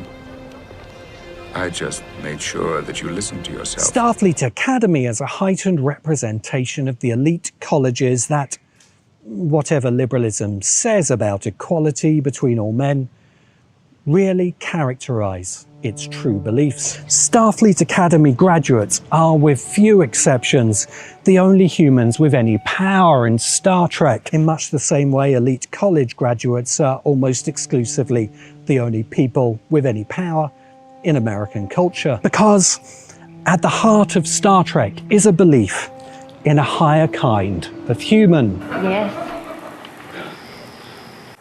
Yes, I recall many episodes of being up on bombing missions and having Zeros belly roll in at it with their guns going. But somehow when you're young, you have no fear of death. I didn't feel that I was on the front line of America's defense. Perhaps I'd read too much. I felt there were some really phony things about the war. I did lose some airplanes, two. I flew 87 missions. Scariest things that ever happened to me came some years later when I was flying for Pan America, and I remember I was wakened by the alarm bell. I opened the curtains of the bunk and it looked like the whole left side of the airplane was on fire. We ultimately crashed in the desert. We were at 21,000 feet and it just seemed to take forever to get down. There was panic in the cabin, and I can understand why. There certainly was in the cockpit, although controlled. And in my heart, there certainly was. And I remember walking down the aisle of the airplane, trying to tell people in as calm as possible a voice that it looks worse than it is. And I was in the third to last row of seats when the airplane hit. And my images of that are looking out a window, seeing the cartwheel for a quarter mile across the desert. I remember a great flaming pool of gasoline, a glimpse of bodies writhing in the fire as they were burning. And 9 of us got out. And something happened to me that had a big influence on my life. I thought, well, maybe you just ought to pray. And I remember thinking that, wait a minute, you don't ordinarily pray, and I wouldn't have much respect for a God that would accept your prayers when you were in dire straits like this. And so I remember making up my mind not to pray. I just said, okay, take me as I am. And I've always been rather proud of that. You might call that dire emergency. And if you believe something in a dire emergency, it's probably what you truly believe. Gene Roddenberry, creator of Star Trek, flew 89 combat missions in World War II, piloting his B-17 bomber Yankee Doodle in missions in a war that almost destroyed humanity. After the war, Roddenberry, interested in becoming a screenwriter, joined the Los Angeles Police Department to gain relevant experience for writing cop shows, which he began to do freelance. Roddenberry was a passionate science fiction reader. In the 1950s, pulp sci-fi had become a serious literature, with Isaac Asimov's Foundation saga a major influence on the Federation, showing that SF could model the rise and fall of civilizations on a galactic scale. By the time Roddenberry had seniority to pitch his show, he had seen much of the darkness of life and experienced the near destruction of human civilization. Hey, wait, Roddenberry, how can you say that it's all just beginning for us when you've gone ahead and wrote shows like Genesis 2 and others, which have said that our technological civilization that we enjoy now is probably going to crumble? And in answer, while writing the original Star Trek format, I never considered for a moment that the USS Enterprise and the Federations and the thing represented by that were necessarily a direct and interrupted outgrowth of our present civilization with its heavy emphasis on material things. And so Star Trek became a vision of a better human civilization set after a global war has destroyed the old world amongst the future mythos of sci-fi, in which the darkness Roddenberry had experienced in humanity is defeated by a higher humanity. That's my name. You want me to tell you the plot of Star Trek 4? That's about it. Events place us in jeopardy. He wouldn't come out now. He's a hero in the classical sense. He is the manifestation of the Greek hero today, I think. The original genesis was Captain Horatio Hornblower, and I think that that's the soldier philosopher, what they taught, is what I've striven for. Matter transporters, phaser beams, and warp engines are the higher technology that fascinate many sci-fi fans. But what makes the higher civilization of Star Trek possible is a higher humanity. Star Trek's captains, starting with Kirk, then Picard, Sisko, and Janeway, are philosopher kings, leaders who dedicate their lives to wisdom, foregoing family and ordinary lives for a higher calling. Plato, in his Republic, the first great work of political philosophy, describes an ideal human society governed by philosopher kings.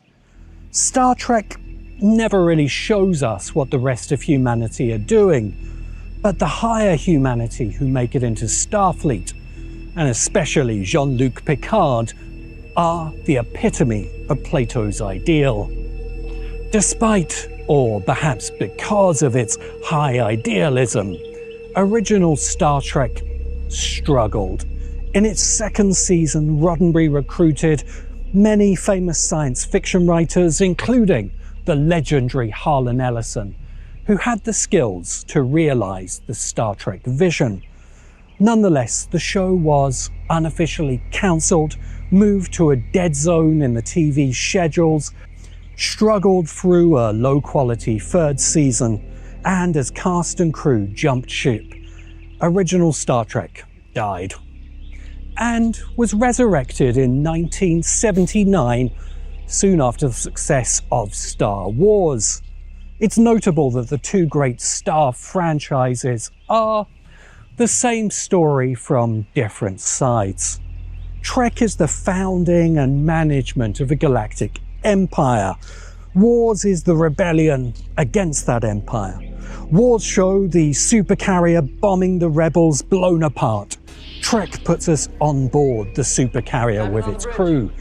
Check out my friend Feral Historian's detailed analysis of the other empires the Federation resembles.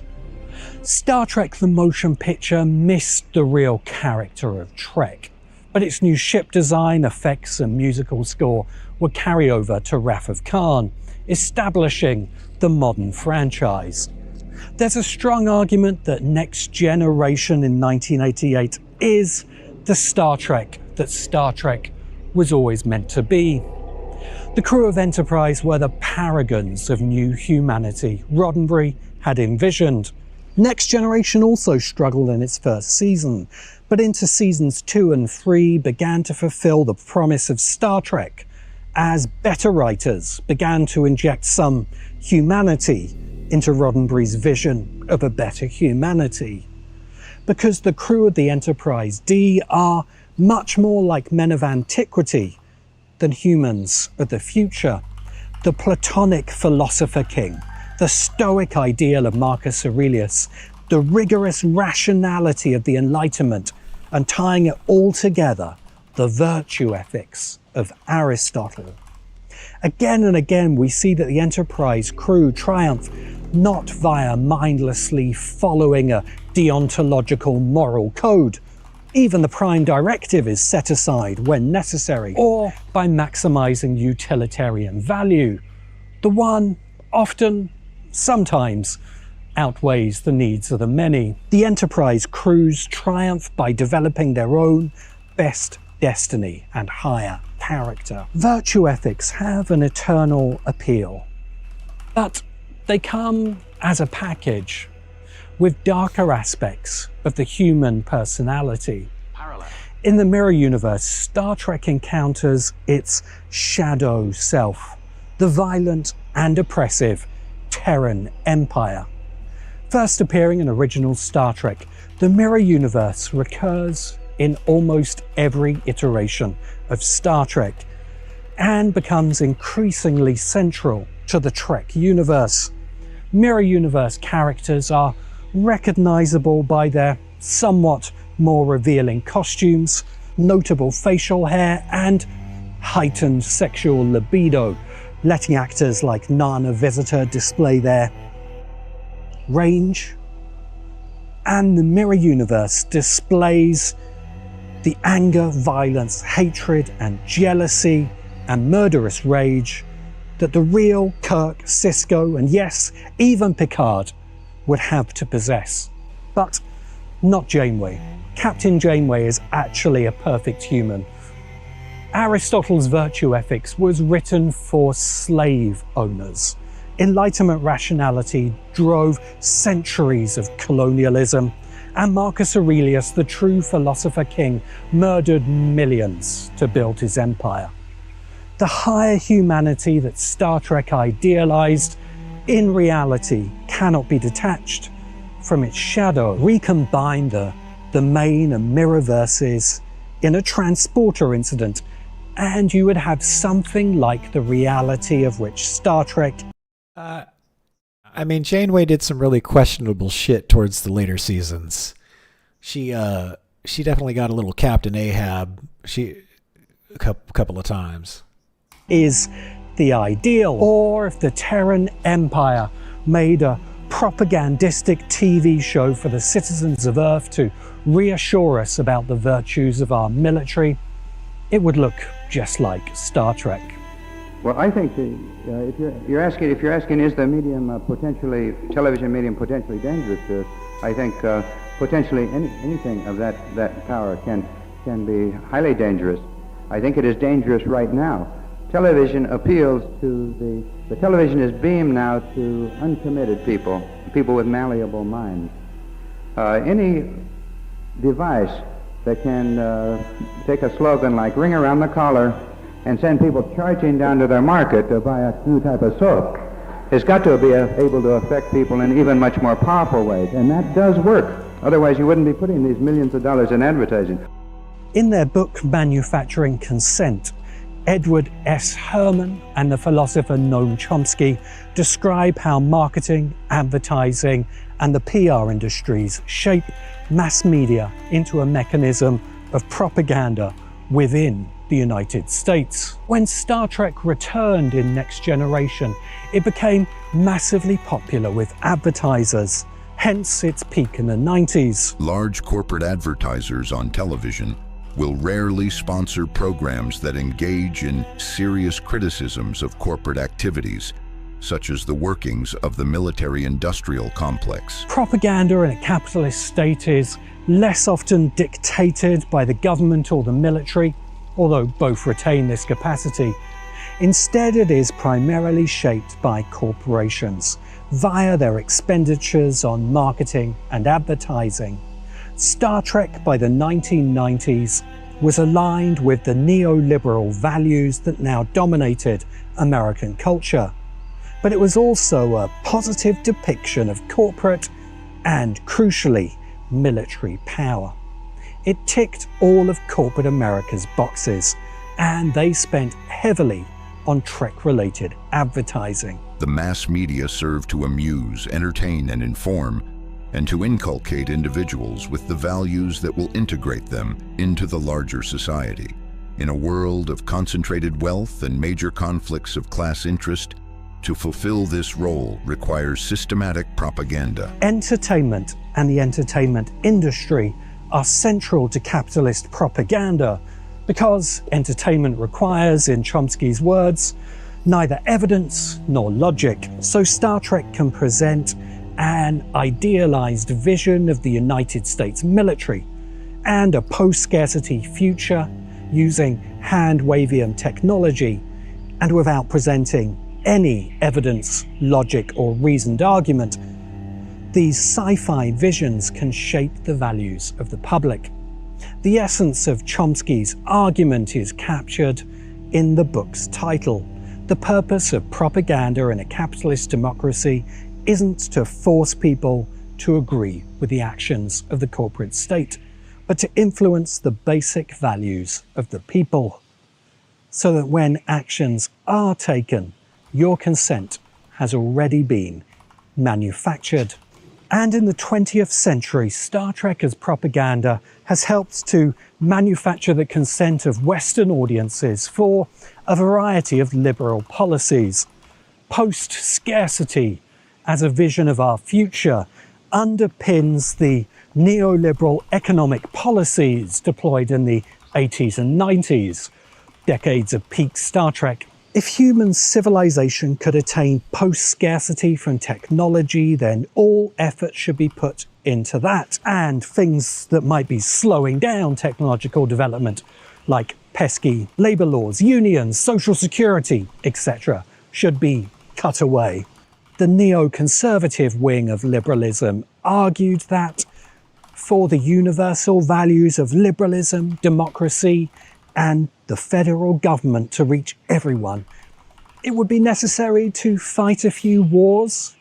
And if those wars happen to align with the capitalist priorities of various major corporations and the military-industrial complex, well, what was the harm, right? The beauty of the system, however, is that such dissent and inconvenient information are kept within bounds and at the margins, while their presence shows that the system is not monolithic. Star Trek can show many dissenting and inconvenient facets of the Federation. It can show the Maquis fighting for freedom and the paradoxes of Federation power. But it would never show a group of red shirts massacring a village of Bajorans they were meant to protect. Because dissent is useful, but only within strict bounds. What about a war? If generations of conflict is killing millions, do we interfere? There is a United States that understands itself as a nation like any other nation, with borders and citizens, and an extensive global empire that it profits from. Call this America, America. But there is another United States that sees itself as a federal superstate, that is a stage on from the brutal empires of the past and towards a federal world state enforcing universal values of liberal democracy. Call this America the Federation. Star Trek has been a very important part of how the Federation has built itself, a mythic narrative that sold an idealized vision of a post-scarcity future among the stars to Americans sick of living in America and longing to be citizens of the Federation. It's not much of an exaggeration to say that Star Trek is propaganda for the Federation. Increasingly, these two Americas are now at war. Donald Trump's America isn't interested in a post-scarcity future. It wants to pillage the American empire and keep the American people in the poverty that makes men like Donald wealthy. And the rest of the world isn't entirely on board with liberal democracy as universal values of the good. Especially when the Anglo-American empire that built the international rules-based order so rarely sticks to the rules. But if not the Federation, then what? The total war of Chancellor Putin's Klingon Empire, the oppressive surveillance state of the People's Communist Party of Romulus. As Admiral James T. Kirk often stated, the Federation is the worst form of galactic governments ever tried, except for all the others. Fire. Fire. William Shatner's stage debut was in Julius Caesar. So to conclude, I will paraphrase Shakespeare's play. I come here not to bury Star Trek, but to praise Roddenberry. I've critiqued every aspect of Star Trek and the Federation I can, ultimately to reinforce this argument. Star Trek is propaganda for the values of an Anglo-American empire that has failed to meet its own values at almost every turn. But Star Trek is also propaganda for a higher vision of a better future embodied in the officers of Starfleet and in the Federation. Gene Roddenberry was an exceptional human and an underestimated storyteller whose vision had a vast impact on the world. His belief in virtue ethics may have been a little one-sided. His vision of a higher human potential, a little naive. But Star Trek remains the most aspirational and attainable vision of a better human future ever articulated. And as we face the chaos of the 21st century ahead of us, a century that will, at the very least, confront us with climate disaster, population collapse, war waged with weapons of incomprehensible power, and the emergence of AI. A century in which humanity will, in my belief, either attain a higher stage of civilization, somewhat like Star Trek, or be destroyed entirely. The future of Star Trek, Starfleet, and the Federation may be the best destiny we can aim for. Federal world government future, or complete destruction in total war between dying empires? If I have to choose from these options, I choose the Federation. But I don't believe in no-win scenarios. For my answer to this civilizational Kobayashi Maru, learn about the culture of Ian M. Banks.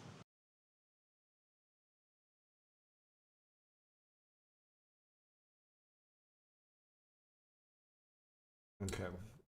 Yeah, the culture of Ian M. Banks. We watched that video earlier. It's a post-scarcity society, which could be brought about with unlimited slave labor from automated intelligent machines. But until that happens, there's no hope.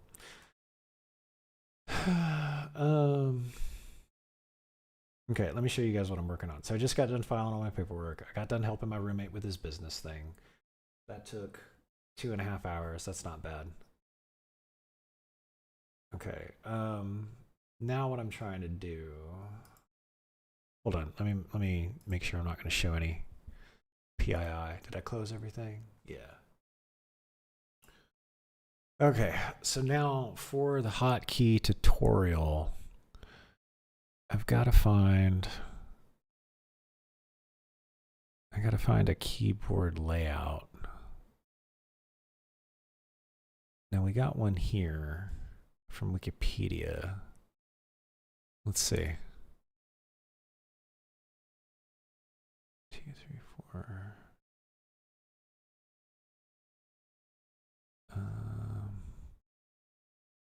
Now here, this is probably going to be the one.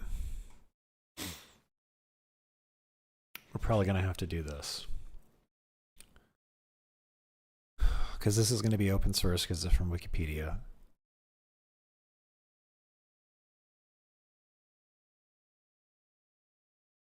And then I'm just going to have to make... Okay. Yep, it's going to... This is the closest one. Okay. Let's take this one. Save as...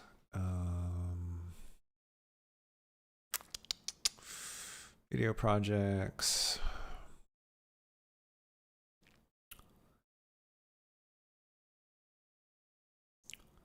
Staying organized, how to caption, TWOW tutorial series, hotkeys. Let's move this over here.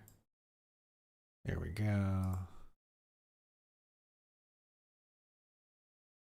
And this will be the keyboard layout. Keyboard layout diagram with form factor. Okay.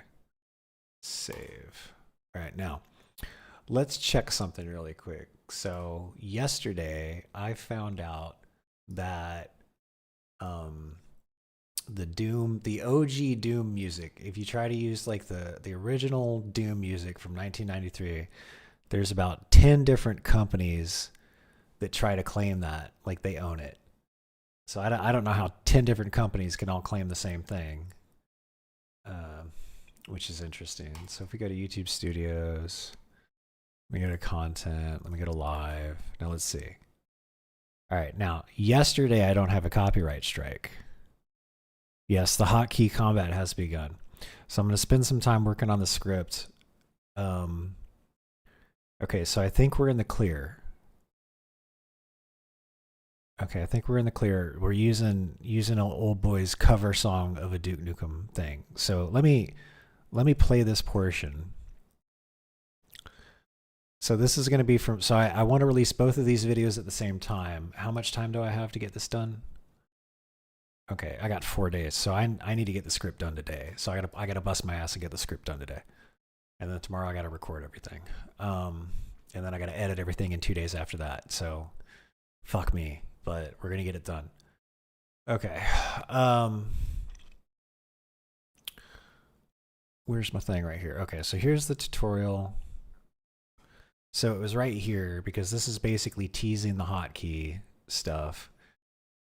And let's just watch it from here. And one of the other reasons I'm doing this is because I want the music to play again, and then I want to double check that I'm not getting a copyright strike. Building muscle memory now will give you an edge in raid content and PvP later, helping you react quickly to critical gameplay moments. The following 2 clips show you what gameplay is like for new players that have yet to enable hotkeys versus what gameplay is like for players who have implemented and mastered hotkeys. Here goes.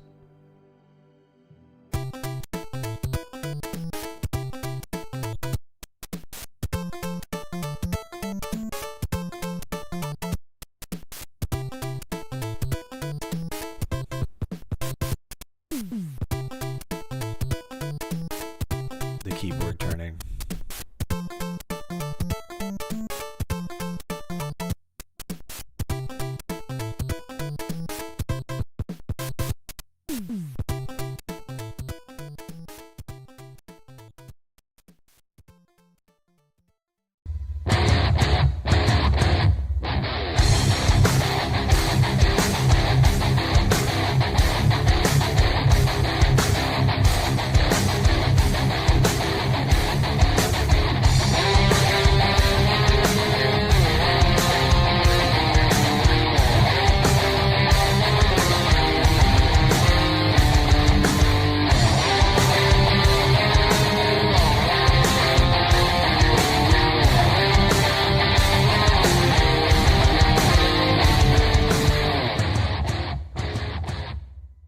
Be sure to hit this video with a like if you found it helpful, and consider subscribing to stay tuned for all of the great TWOW content that's in the works.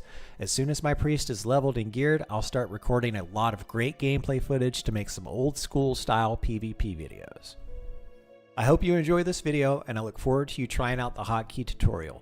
Feel free to stop by the live streams and let me know if you have any questions. Also, feel free to join my Discord community and let us welcome and help you enjoy TWOW. I want to take a minute to thank all of my supporters. You folks have really been helping me out. Let me call out everyone by name. Deathforged, Flame Mage, Phoebus, Borbeer, Next Fan for Life, Dadbro, Joel, Ben, Swanty, Random Late Viewer 54, and above and beyond. If you found this video helpful, consider supporting me over at ko-fi.com/supportnexius. I look forward to seeing you in the Discord or the live streams. Light be with you, friend. Okay. Okay, so that's done. So now, do I have, here, let's close this.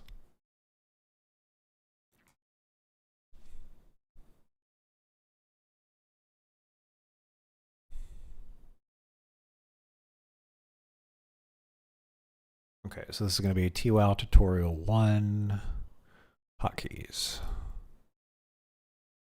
File, save project.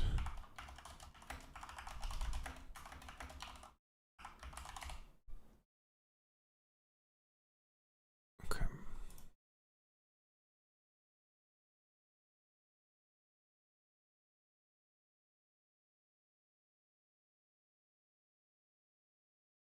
Does it not like that? It doesn't like the S. Oh, son of a bitch.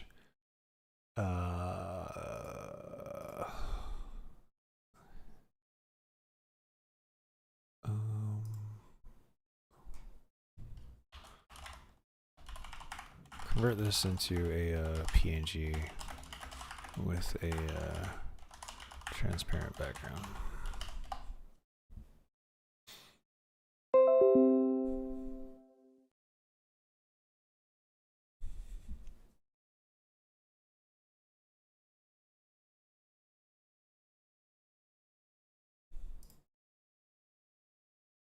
Okay.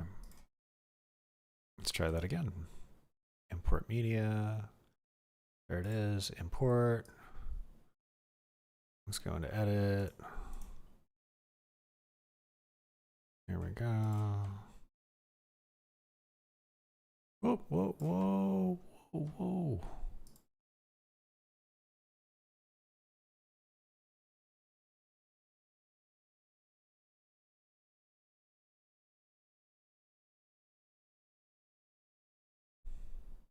Okay, we need to modify this some. We'll get rid of that. All right, paint.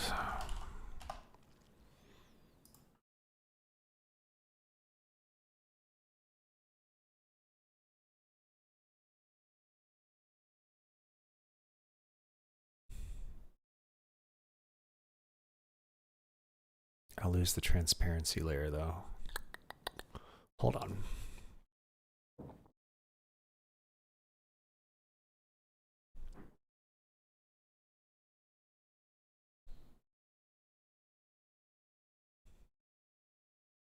Okay, the reason it's black, so let's add another track. Let's put this up here. If we go to effects and generate a solid color.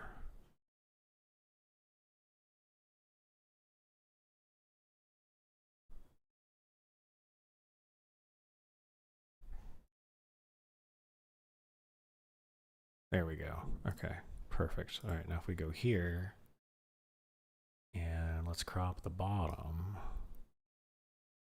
Booyah. Okay, so now if we add another video layer. Okay. So now let's copy.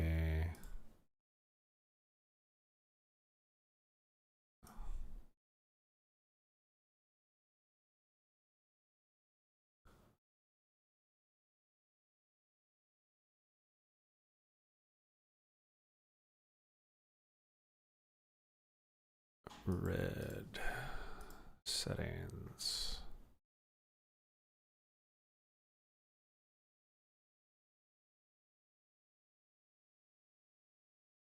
Okay. So what I've got to do is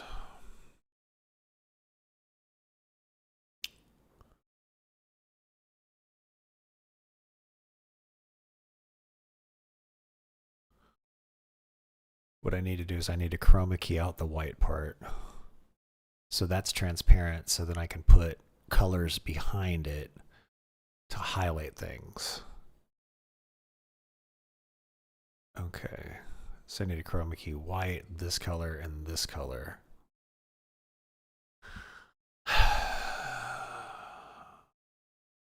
Alright, how do we do that? Tell you what, let me jump up and get a drink really quick. I've been sitting here for 2.5 hours. Let me take a quick break. And then we're gonna figure out how to get this keyboard layout looking nice. So this is really gonna give people a good idea of layout and stuff. And then let's in DaVinci Resolve 19 Studio, I need to chroma key out a color from a picture. Tell me how to do this easily.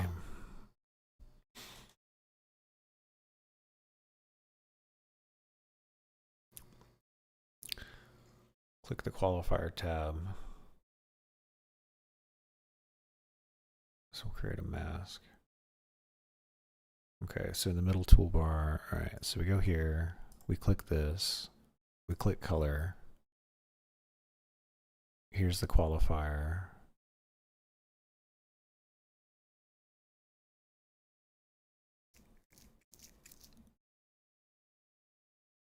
In the middle toolbar, click the qualifier tab. That's where we are, right?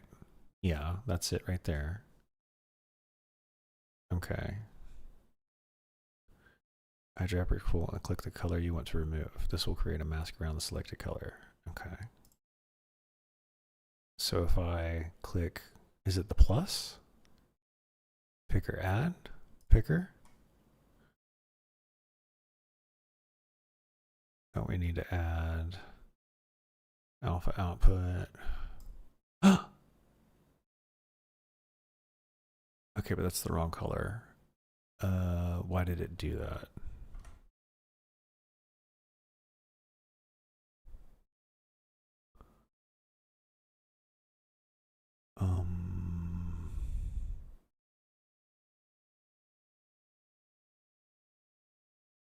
How do we reverse it? Invert. There we go. Booyah.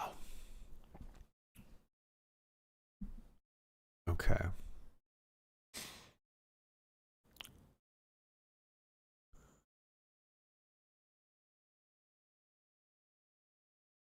All right, now can I do it for more than one color? So if I click here and I add that one, perfect.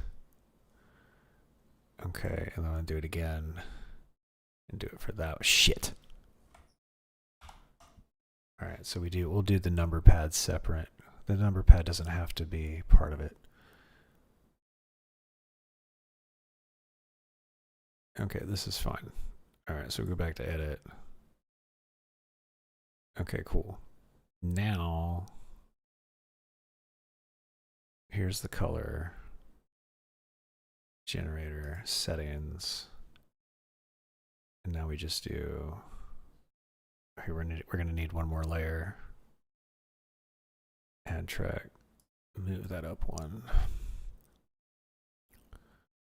All right, so we're gonna copy this, click here, paste that.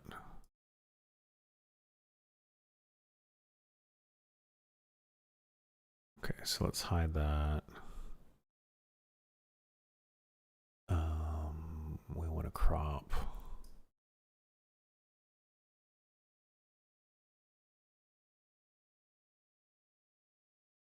White, crop right. Oh, no, let's go there.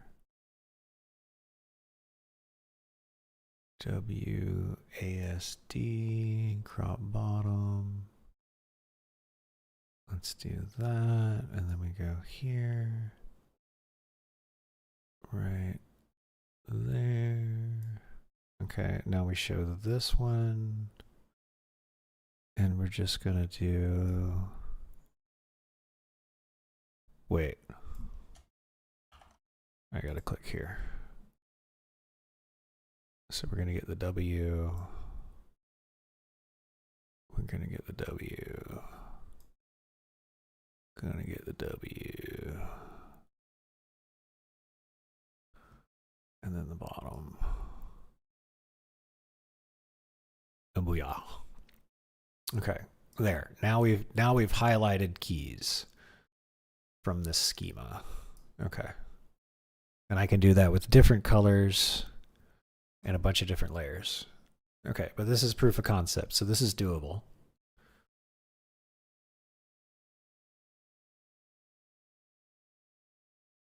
Okay. All right, let me go get something to drink. And then we're going to, here, let's save.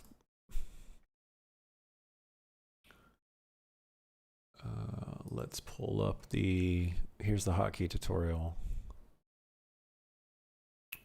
Here's the outline. Let's get some music going. In fact, here we go. All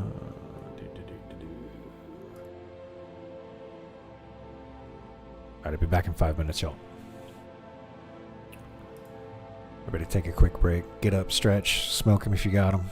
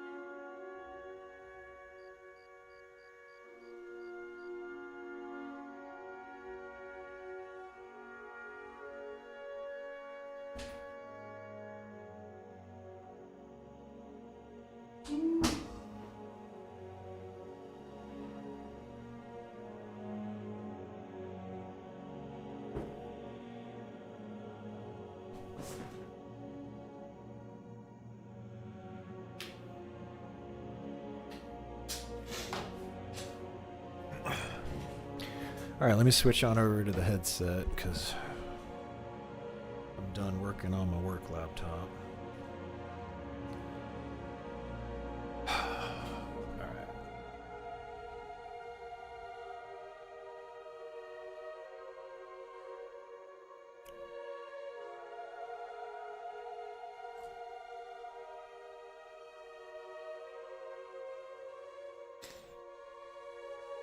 Okay. So let's get this script done.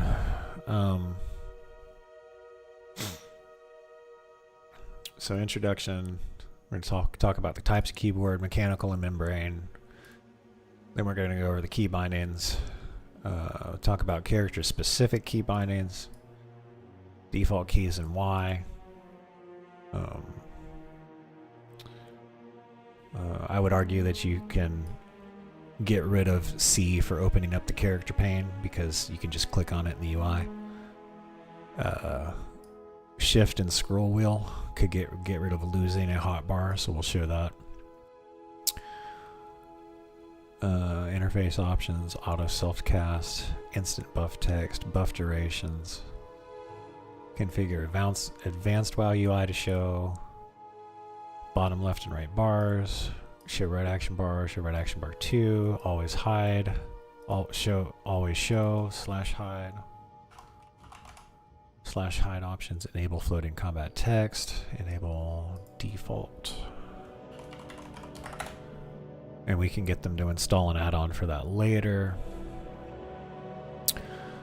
Then we go over proper typing posture and hand position.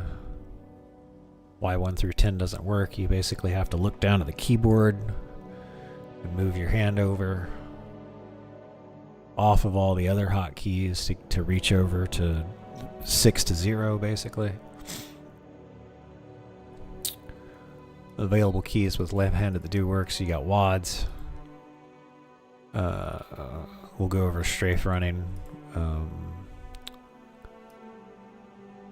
Let's see here, Y. Walking backwards. Walking backwards is slower.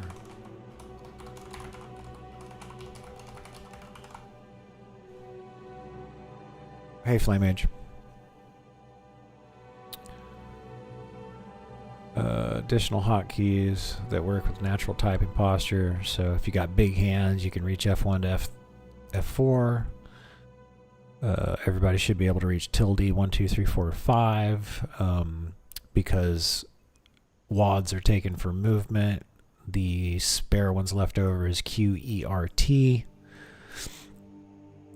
F, G, Z, X, C, V, and B. Then you can double all these with the shift modifier. You can triple all of them with the control modifier. And if your keyboard supports it, you can quadruple them with the alt modifier. My keyboard doesn't work with alt for some reason. And then if you have a numpad, I'll talk about how I use my numpad. Mouse usage with hotkeys, normal mouse usage.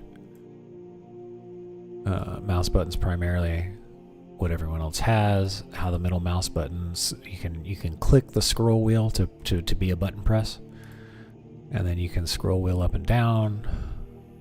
Typically for camera. Mouse button secondary, so I got a couple of mouse buttons on the side, on the left hand side, and then I can further modify those by shifting control. And then mouse buttons auxiliary, this would be talking about, you know, mice that have this stuff on the side. It should be really great for MMOs.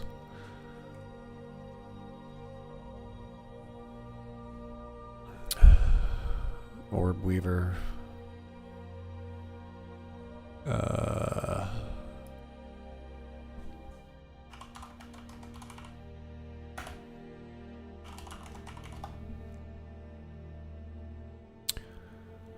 Oh, this? Yeah. Yeah, you could get one of these. See, what did I say? See, look, this is exactly, look. This matches up precisely with what I am suggesting.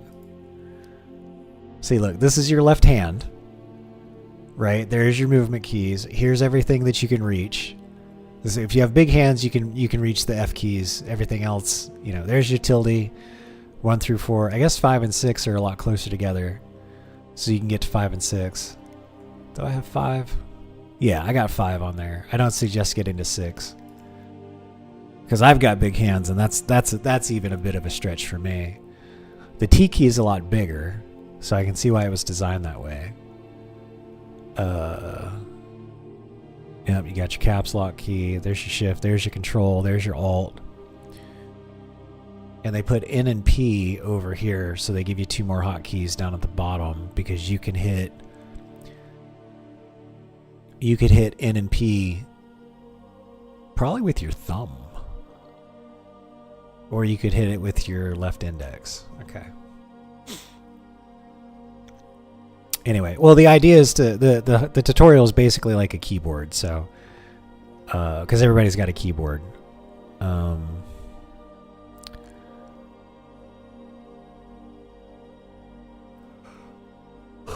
I think I'll mention it. Sorry, I'm tired. I think I'll mention something like the Orb Weaver in another video. I don't want to overload people or get them thinking that they need to have this stuff. I think you got 1, 2, 3, 4, 5, 6, 7, 8, 9, 10, 11, 12, 13, 14, 15, 16, 17, 18, 19, 20, 21. So 21 times, let's do shift, control, and alt. So 3, so it'll be 4. So 20 times 4. So you have 84 hotkeys if you use the control, shift, alt modifier with these default keys that I've listed. And that should be enough to play WoW. At least for starters. I can see advantages to getting something like sorry. I can see advantages to getting one of these, and that's why I'm going to mention it. In fact, I like that's not the model that I like. Actually, I think I like the Scimitar the best because of the texture. I like the fact that you've got the 2 rows are textured and 2 aren't, so you get a good tactile feel. You know what I should also do? I should mention why there's that little bump on the F key. On F and J.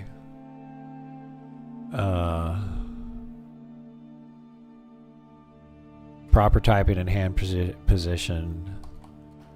And then explain why bumps on F and J keys, which is home row. Okay. Why 1 through 10 doesn't work, because you're basically lifting your hand. Once you get past 5, you have to lift your hand away from all the other hotkeys. And then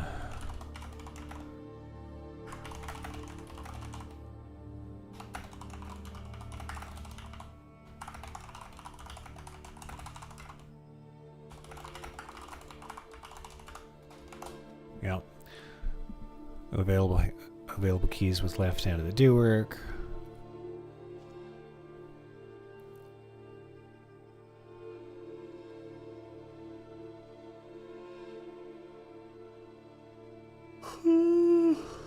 Let me drink my caffeine. Damn, man, I'm getting ready to pass out over here. Okay.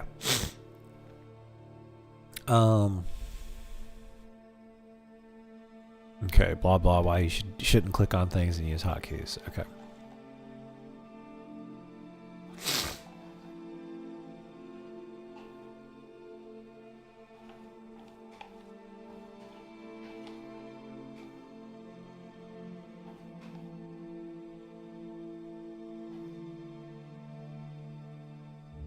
Let me check this green tea really quick.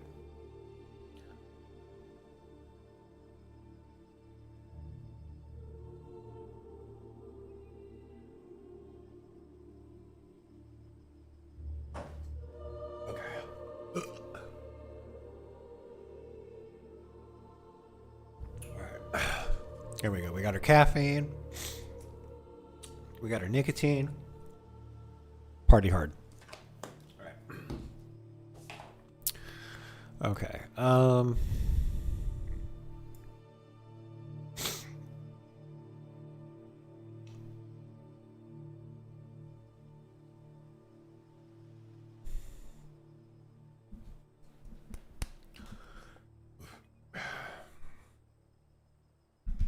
Let me think about where I want to go with this.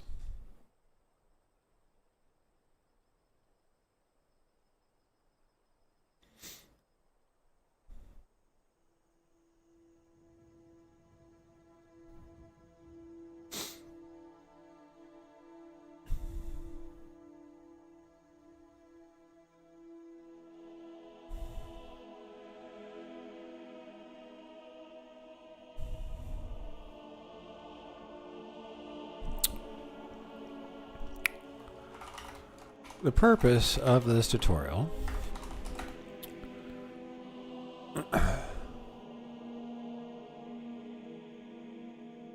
is to introduce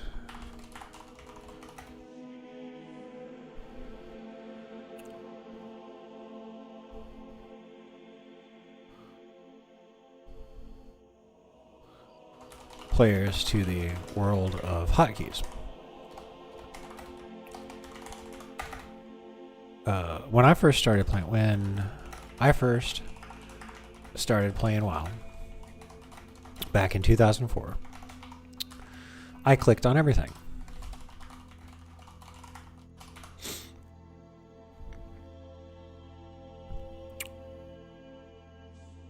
I clicked on spells in my hotbar.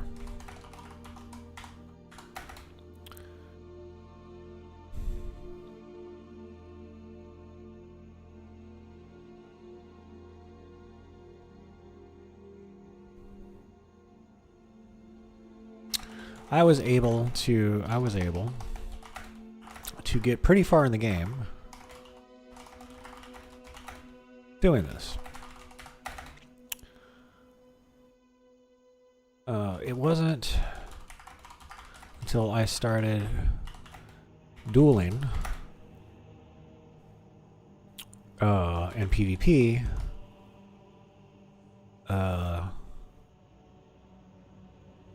that the limitations of clicking abilities in the hotbar became apparent.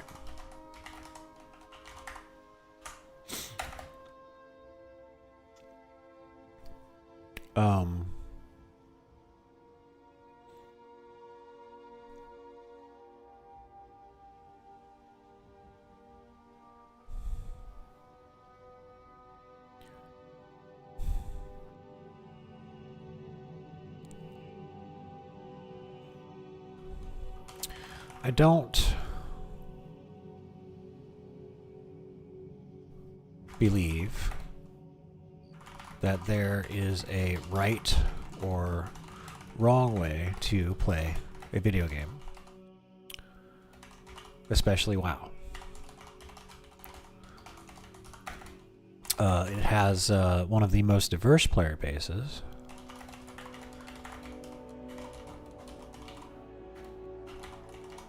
I've ever encountered, I've ever experienced.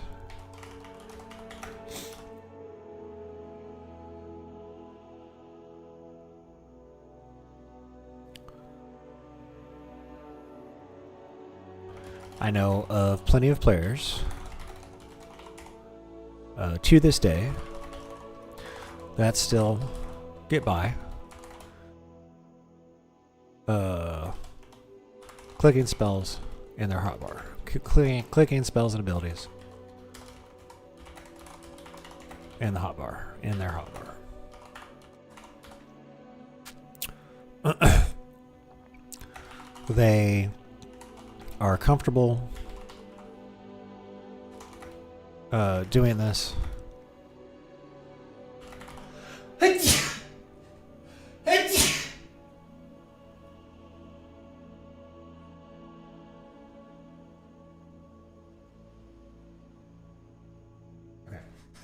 I thought I had one more in me. I guess not.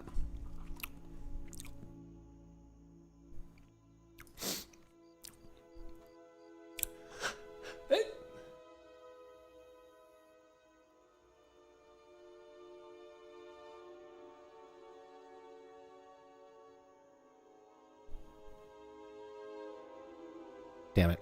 Okay.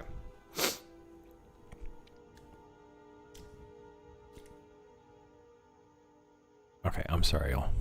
Forgive me. Okay, where was I? Okay, the purpose of this tutorial is to introduce players to the world of hotkeys. When I first started playing WoW back in 2004, I clicked on spells in my hotbar. I was able to get pretty far in the game doing this. It wasn't until I started dueling in PvP that the limitations of clicking abilities in a hotbar became apparent. I don't believe there is a right or wrong way to play a video game, especially WoW. It has one of the most diverse player bases I've experienced. I know plenty of players to this day that still get by clicking spells and abilities in their hotbar. They are comfortable doing this, and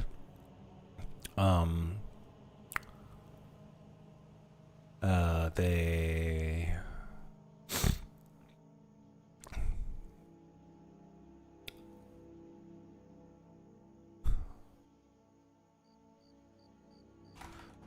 approach the game from a much more relaxed or laid-back manner than I do. I freely admit I'm a hardcore player. I'm a hardcore competitive player.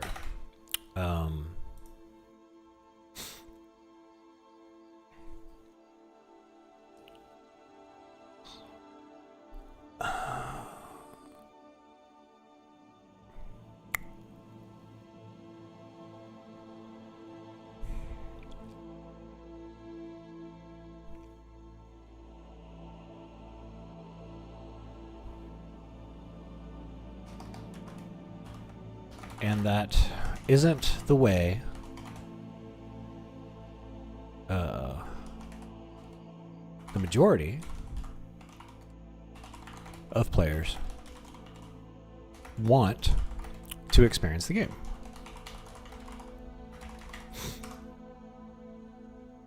However, I have consistently received requests from players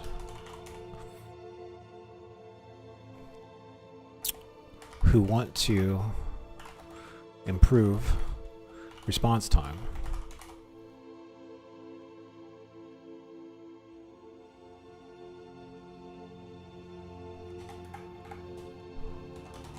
players that want to improve their response time to become more competitive,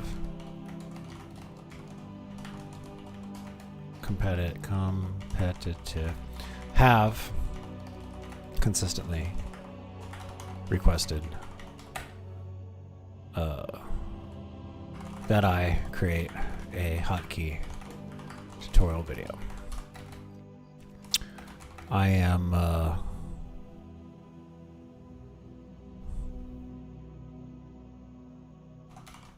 pleased to announce that I am honoring those requests.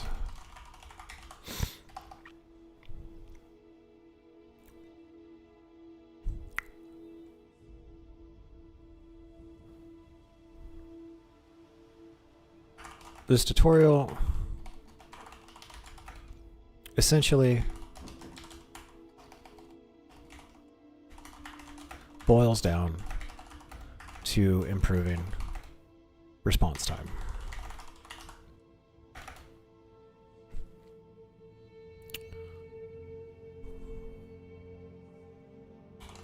One can only move the mouse cursor around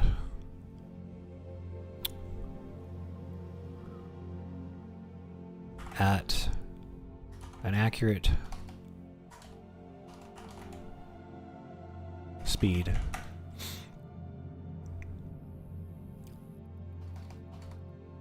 set a maximum speed to maintain accuracy.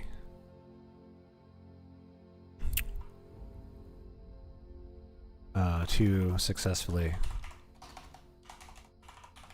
target the desired ability or spell.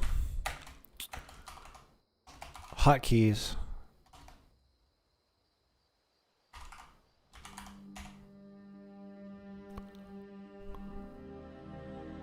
eliminate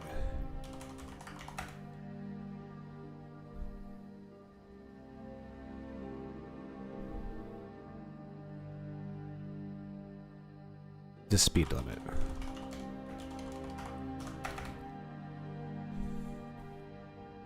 Eliminate the speed limit while increasing accuracy.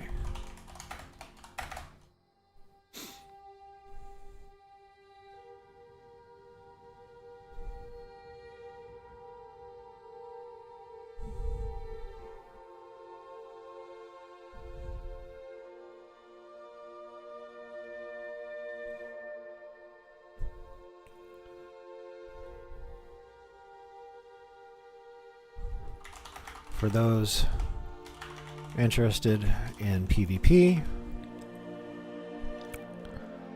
and late in-game content,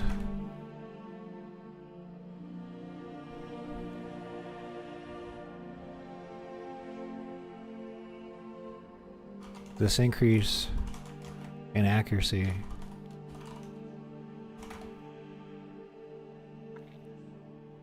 and speed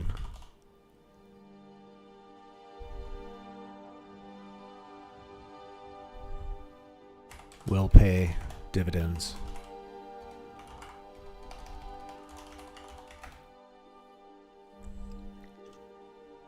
in your next raid or the next raid, battleground, or both.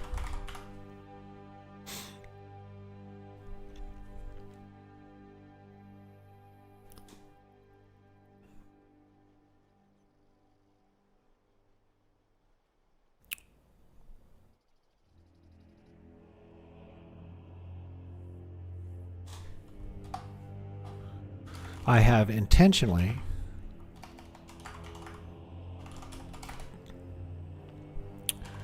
released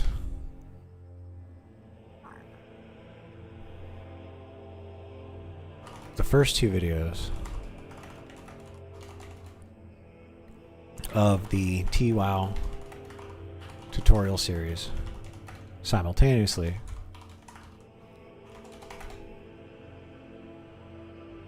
in order for players who wish to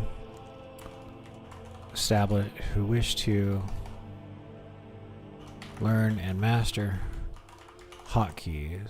I have intentionally released the first two videos of the TWOW tutorial series simultaneously in order for players who wish to learn and master hotkeys.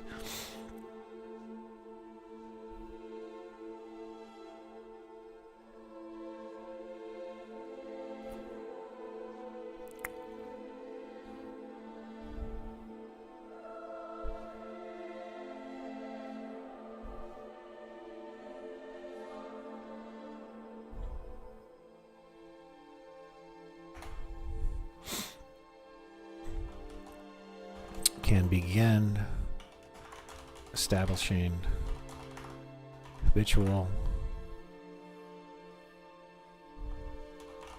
muscle memory immediately upon creating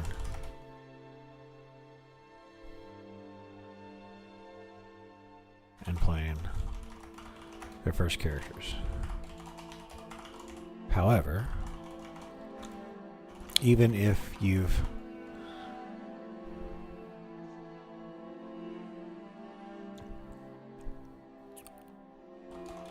played for a long period of time without hotkeys, it's never too late to begin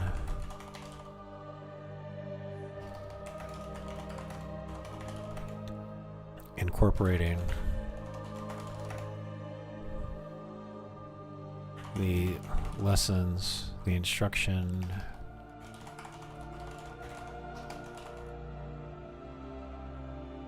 provided here into your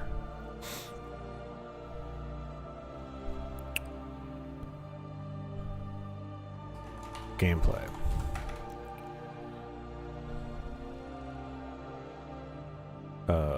It will take some time for muscle memory to establish itself.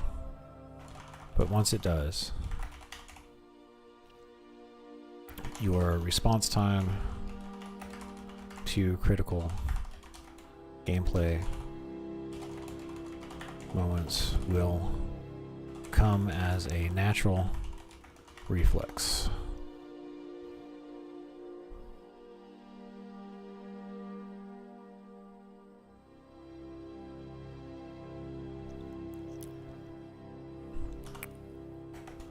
One only needs to put in the time to first configure hotkeys and practice enough with them for this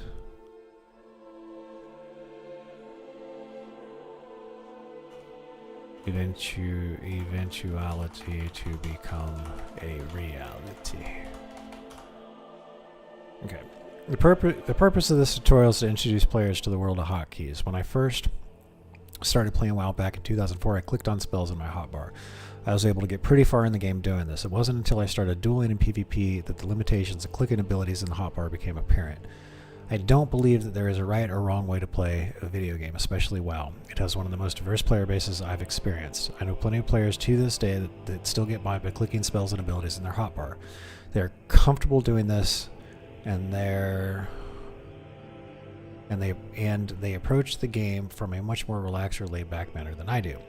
I fully admit I'm a hardcore competitive player, and that isn't the way the majority of players want to experience the game. However, players that want to improve their response time to become more competitive have consistently requested that I create a hotkey tutorial video.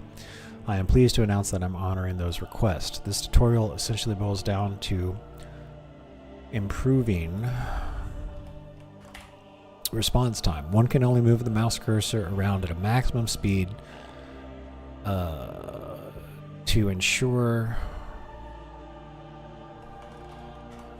accuracy in successfully targeting the desired ability or spell. Hotkeys eliminate the speed limit while increasing accuracy. For those interested in PvP and late game in-game content, this increase in accuracy and speed will pay dividends in your next raid, battleground, or both. I have intentionally released the first two videos of the TWoW tutorial series simultaneously in order for players who wish to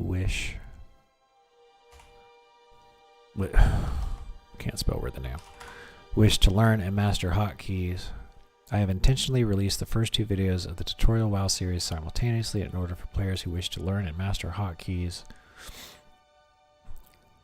In order for those players who wish to learn and master hotkeys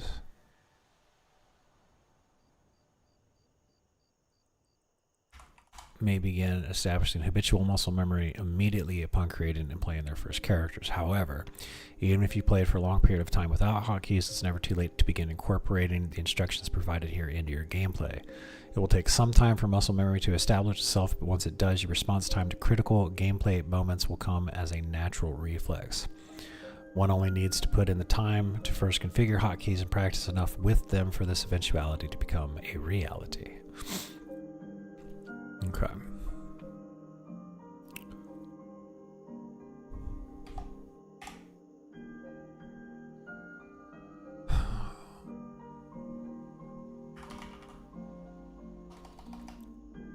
before we can begin, we do need to discuss hardware limitations.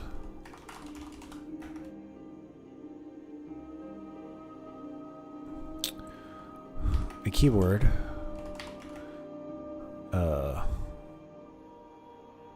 is a piece of hardware.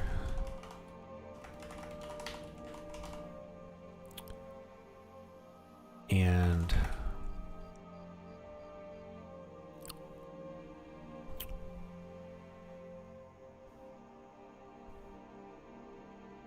the type of keyboard one has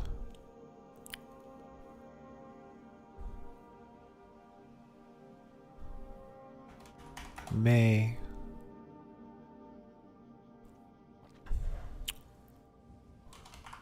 limit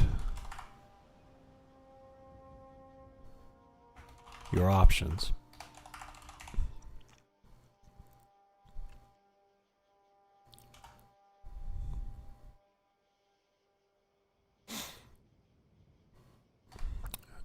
Due to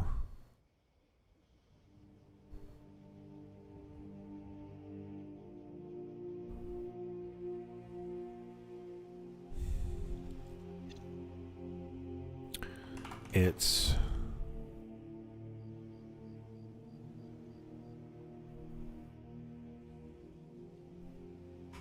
underlying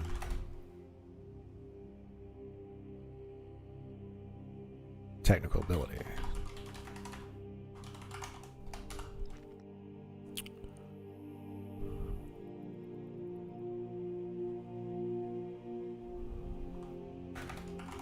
There are countless types of keyboards, but all of them, but most of them,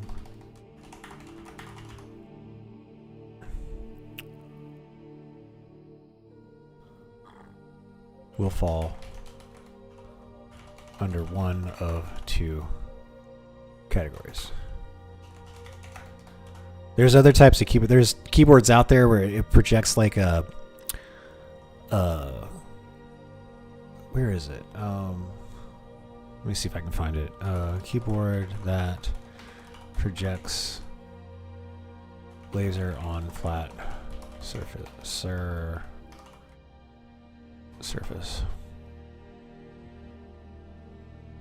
Here we go. So these things exist. So I you know, that's why I'm a little careful with my language, because there's these types of keyboards that will they project the keys right there, and then you can type on them. So this works completely different from a mechanical or a membrane keyboard. Look at that hunt and peck.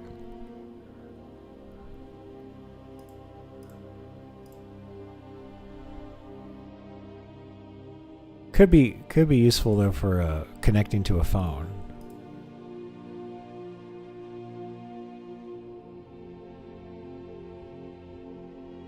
Is this guy unboxing it? Okay, all right, that makes sense. It even holds your phone.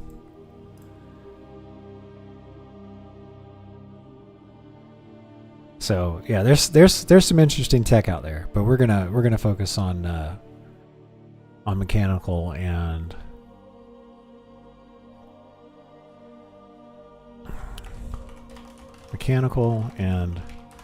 membrane.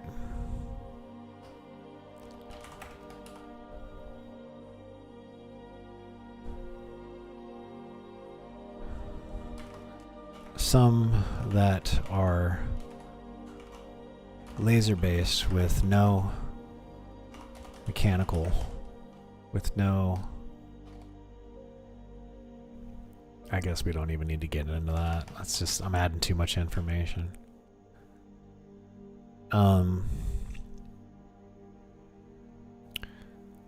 Okay, types of keyboards. Before we can begin,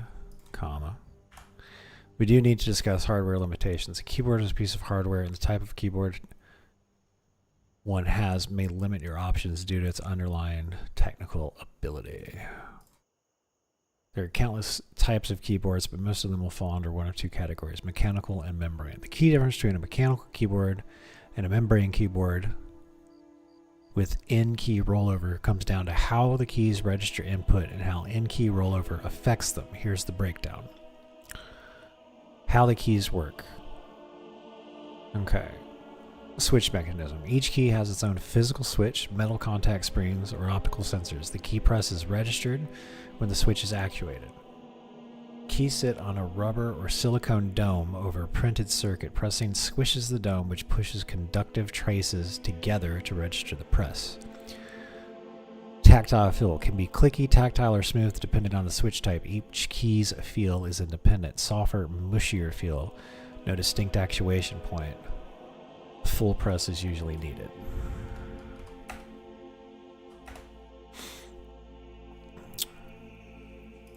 Durability 50 to 100 million plus key presses per switch, usually 5 to 1 million presses per key dome. Switches can often be swapped and keycaps can be replaced, generally non-customizable without replacing the entire keyboard. Get rid of that. What in-key rollover means. In-key rollover, NKRO, describes how many keys can be pressed at the same time without ghosting, which is phantom key presses or blocking ignored presses. Example, 6-key rollover, only 6 simultaneous key presses are guaranteed to register correctly. Full NKRO, every key press you 6-key rollover, typically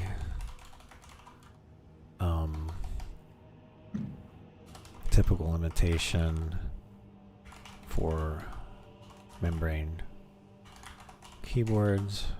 Full NKRO, typical ability for mechanical keyboards.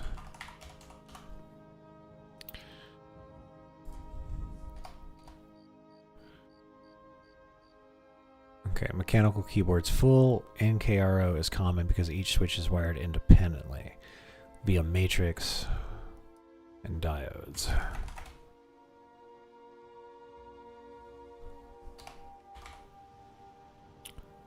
Very accurate for fast typists and gamers pressing many keys at once. Membrane keyboards with NKRO. NKRO can be implemented, but it's harder and more expensive because the rubber dome sheet still uses a shared electrical matrix. Manufacturers add extra circuitry or diodes to avoid ghosting. Even with NKRO, the feel is still mushier and slower to reset compared to mechanical switches. In short, a mechanical keyboard built for precision, durability, and a consistent feel. NKRO is easy to implement. Membrane keyboard with NKRO can match input capacity, number of simultaneous presses, but still has the same rubber dome feel, lower durability, and slower response. Wrist rests for keyboard and mouse for proper typing posture. Okay.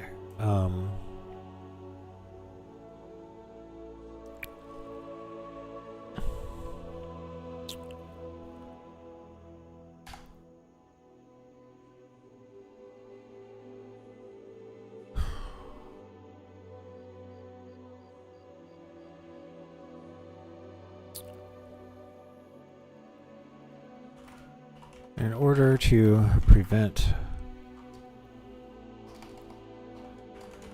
gamers, writers, and IT workers spend an unreal amount of time in front of a keyboard.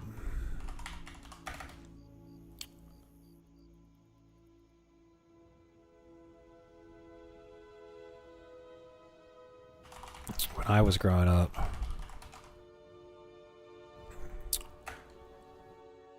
I encountered a lot of adults that wore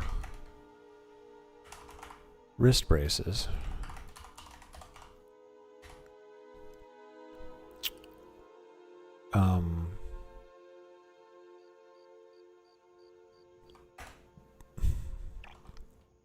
to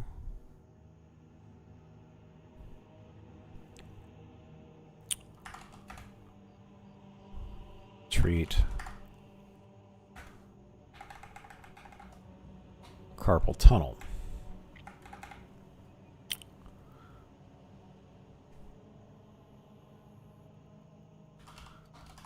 Give me a 1-paragraph explanation as to what carpal tunnel syndrome is.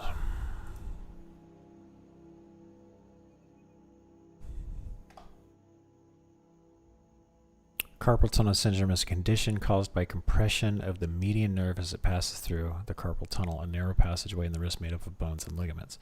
The nerve controls sensation and movements in parts of the hand, particularly the thumb, index, middle, and part of the ring finger. When the tunnel becomes narrowed or tissues around the tendons swell, pressure on the nerve increases, leading to symptoms such as numbness, tingling, weakness, and pain in the hand or wrist, which may worsen at night or during repetitive hand movements, such as typing.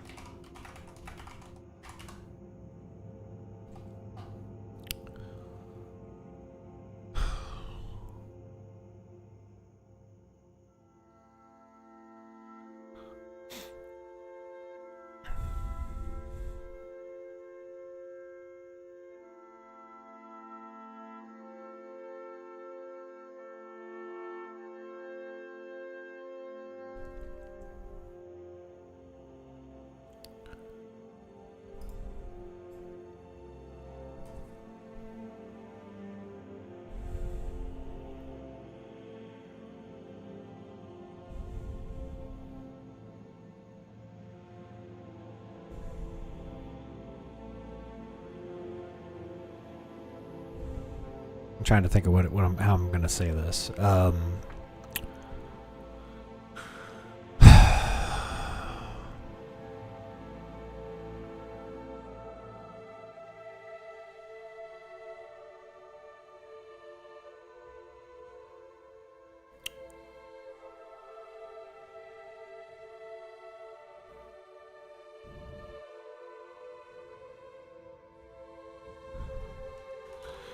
Maintaining the correct typing posture is essential to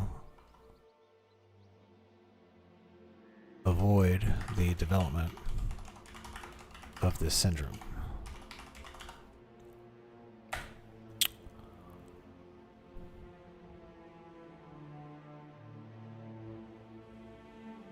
I use both a keyboard, wrist rest, and a mouse wrist rest to ensure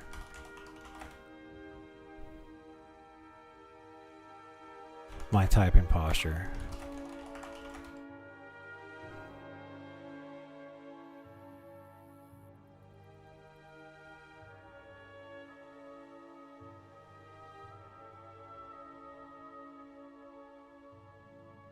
Prevents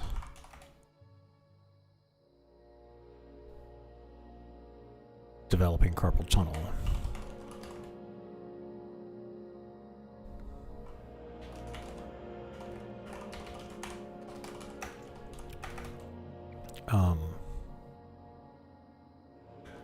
Depending on how you sit at a desk, the type of desk, and your overall natural posture, even your size,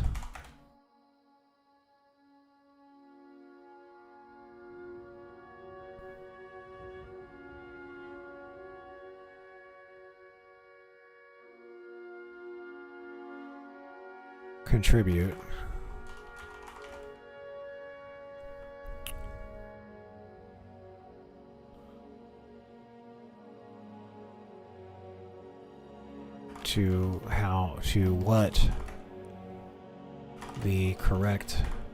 to what the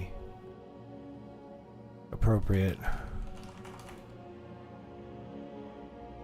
to what equates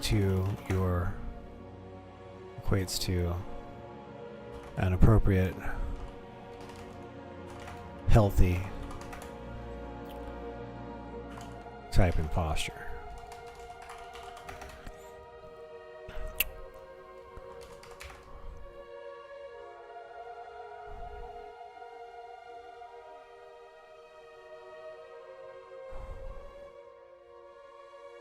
I'm a bigger guy, and using the wrist rests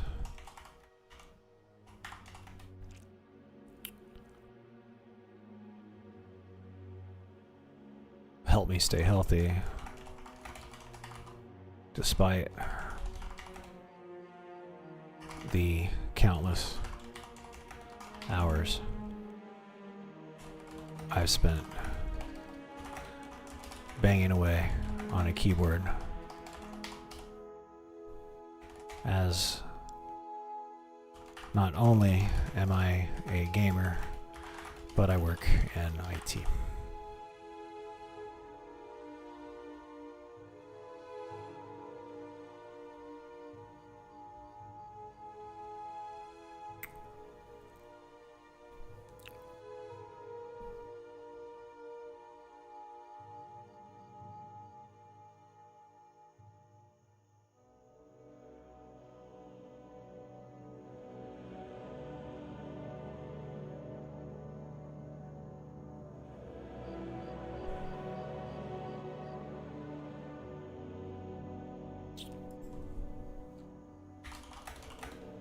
Me a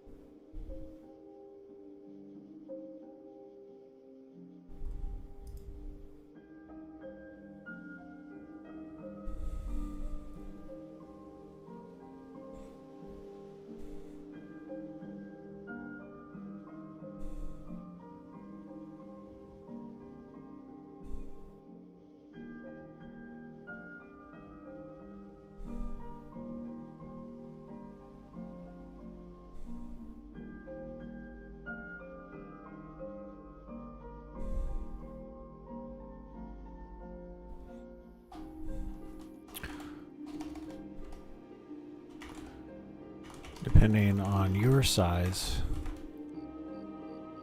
equipment,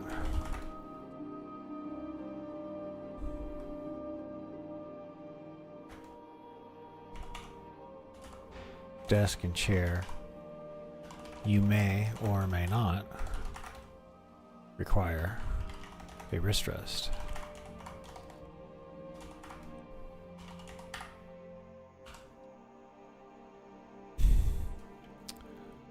Is there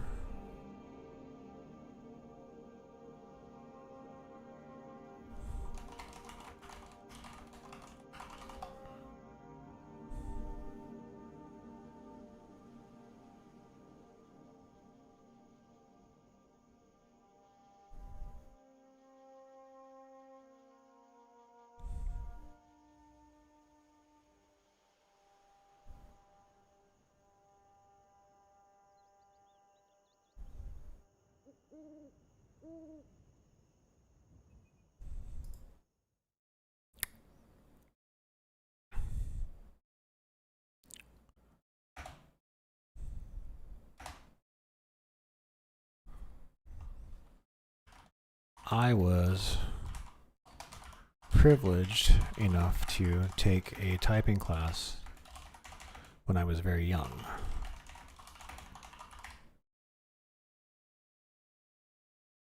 And I was taught in a classroom setting proper posture, proper typing posture.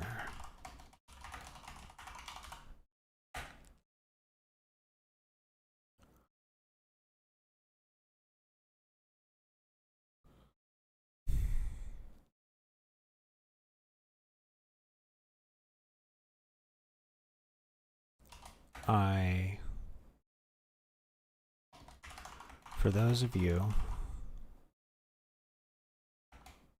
who may not have, it's not who may not have had such an opportunity,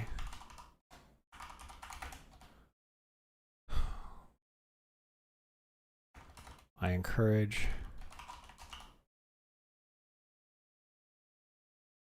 for those who may not have had such an opportunity, I encourage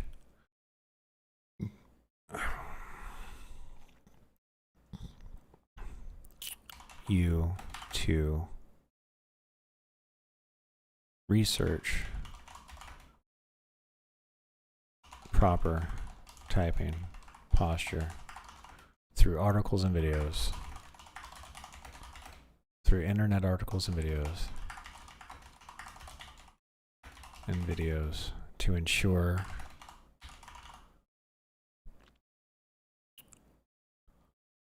your overall health.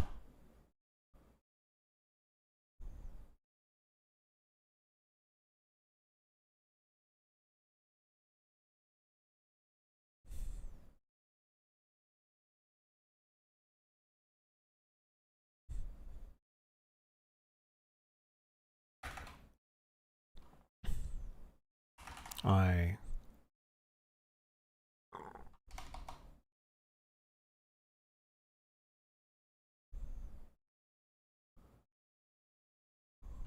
recall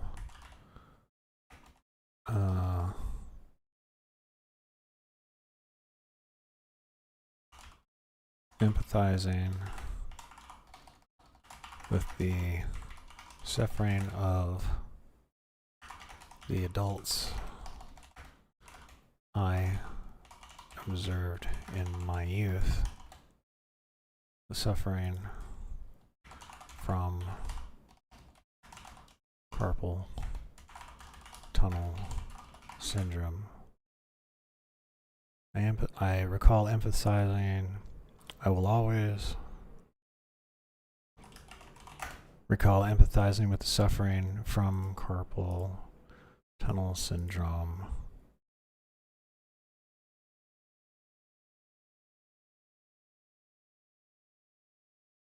experienced by the adults I observed in my youth.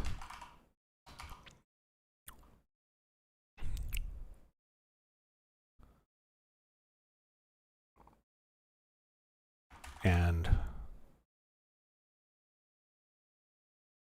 I feel it would be irresponsible of me to not mention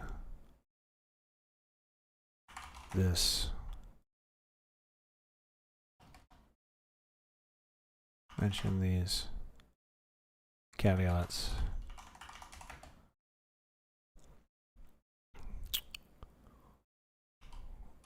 in my tutorial.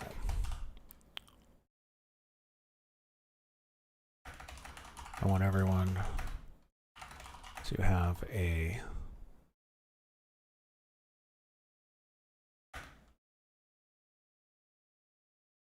great time gaming.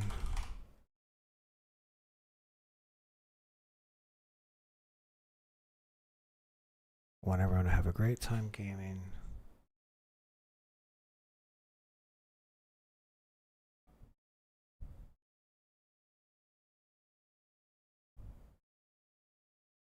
In a healthy way. In a way that ensures long-term health.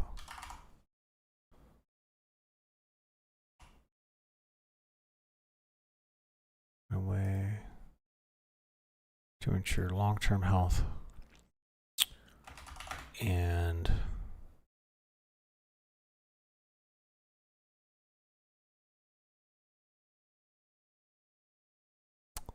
hey, Laxness. In a way that ensures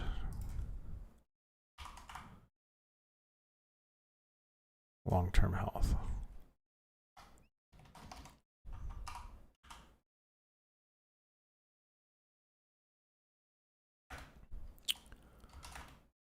I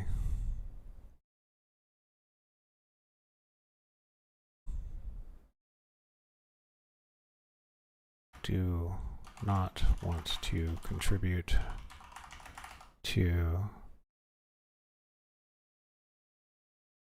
so Laxness asks, are you planning on going into Ambershire once it comes out? Or are you going to stick with your priest on the established server?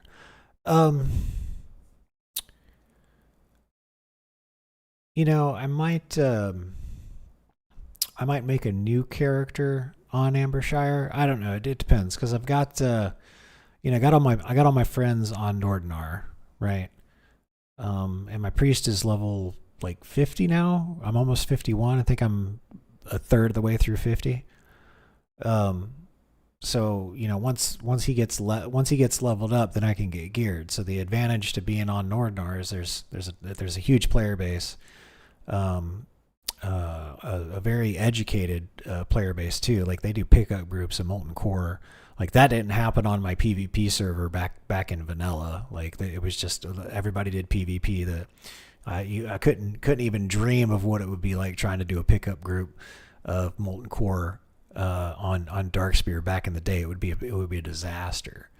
So the easiest way for me to get leveled up and get my priest geared out is to do that on Nordinar. I can see the appeal of rolling another character on Ambershire. Like I want to level a mage, and I also want to level a warlock. Now the warlock I'll probably make on Nordinar, because I'm going to make the warlock a herbalist and an alchemist, because then I can use herbalism and alchemy and combine that with engineering, and I can make a lot of stuff and make a good amount of gold. The mage, the question is, do I want the mage to be on the PvP server, or would I roll the mage on Ambershire? So there'd be a lot of unique opportunities on Ambershire because it's new. There would be brand new economy. We'd see how progression goes, especially around PvE and PvP on a new server. I think that stuff would get concentrated into one or two guilds for each faction. So there'd probably be one or two top guilds for PvE progression and one or two top guilds for PvP progression.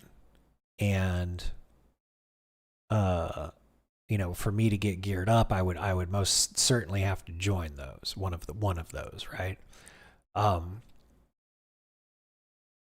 And that could be a really good thing. That could be a group of great players. They could also be a bunch of elitist assholes. But I'm not, I don't know. It's just a thing. So there's just so many unknowns with how Ambershire is going to turn out, right? Ultimately, my goal is to, just like I'm making this content. I want to make some PvP content, some old school PvP videos. To do that, I've got to have max level character, and those max level characters have to be geared. So it could take, if I don't get into like one of the, hardcore PvP guilds on Ambershire, then it could take quite a bit of time to get geared up, whether that's through PvP progression or through PvE progression, either way.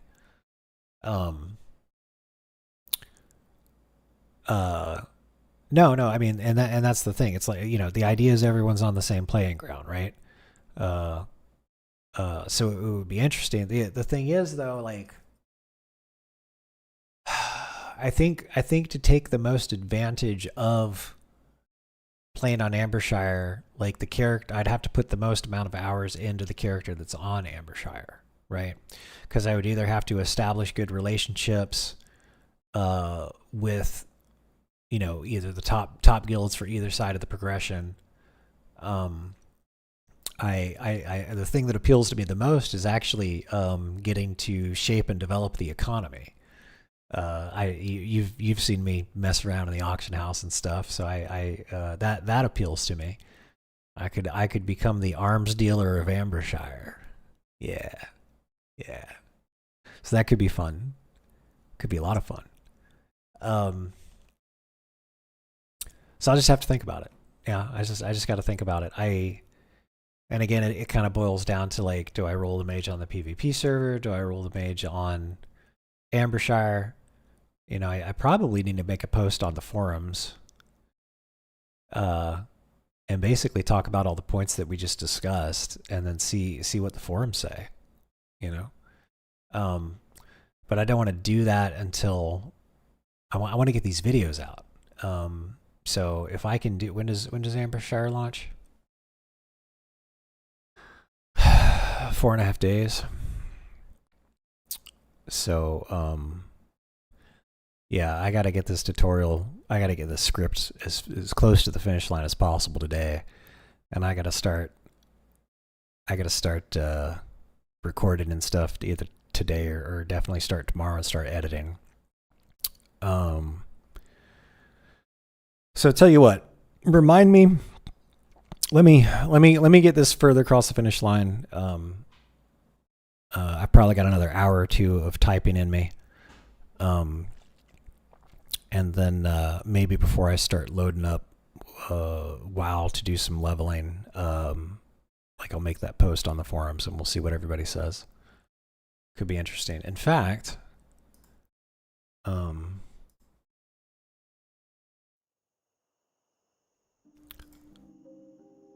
let's go to the forums really quick. General suggestions, guild recruitment, raids, professions, modding, lore, add-ons, player versus player, hardcore, storyteller's corner, creative corner.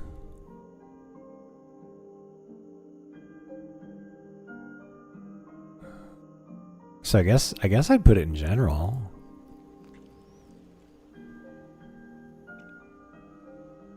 Oh, there's the post. Here's the post I was looking for. Yeah, because this is talking about the new stuff, the new locations. I was looking for this post earlier. Yeah. Now I tell you what would decide me right out of the gate is if Ambershire was a PvP server. Because if it was a brand new PvP server, I'd definitely roll the mage on there. But it's a PvE server, so I feel like I might get better content, PvP content, rolling the mage on the PvP server, just because that's what it's all about, right? If you're on an RP PvE server, not everybody wants to fight. Some people might just stand there while you wail on them. And then you don't get any good footage. And you kind of feel like an asshole. A lot of people like run away, you know.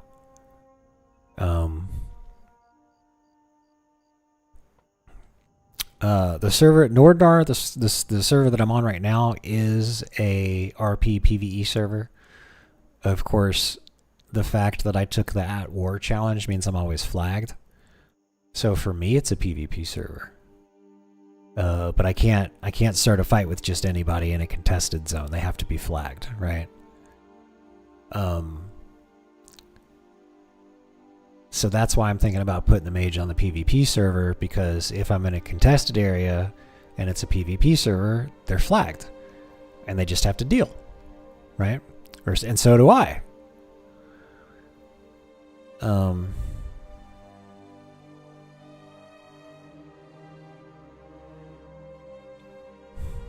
So I also think of putting the cart before the horse. Like, I should, like, it's too bad this is coming out in 4 days, because like if it was coming out in like a month or two, if it was coming out like 2 or 3 months, and that would mean that I'd have time to get the priest to 60, get the priest some gear, and make a PvP video, and see how that went, and then I could decide.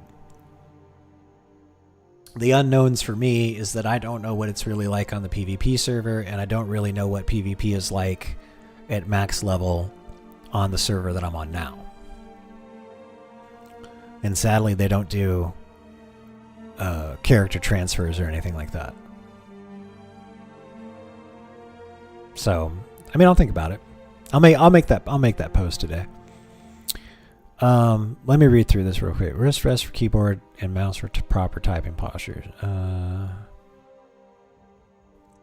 Your size, equipment, desk, and chair, you may or may not require a wrist rest. I was privileged enough to take a typing class when I was very young, and I was taught in a classroom setting proper typing posture. For those of you who may have had such an opportunity, I encourage you to research proper typing posture through internet articles and videos to ensure your overall health.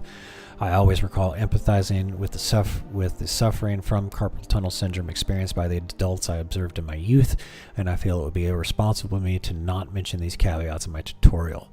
I want everyone to have a great time gaming in a way that ensures long-term health. I don't want to contribute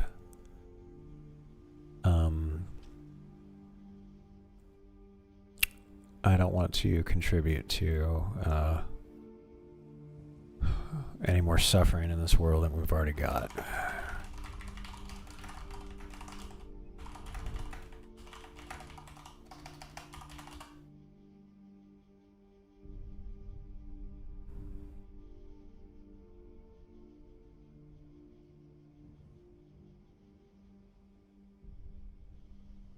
Yeah, I heard that Epic partnered with the Sessions, so they're like another. Are they like established, or is the Sessions like a? They've been around for a while, or are they like a project in the works too? Were there any posts or anything about people talking about, you know, what the issues were, like from an official source? Is there anywhere I can go to like read about that on some official forums or something, or is it all just hearsay?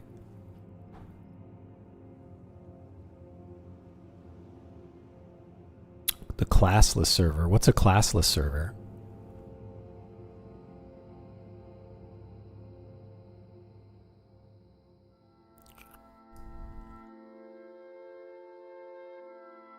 Key bindings. All right.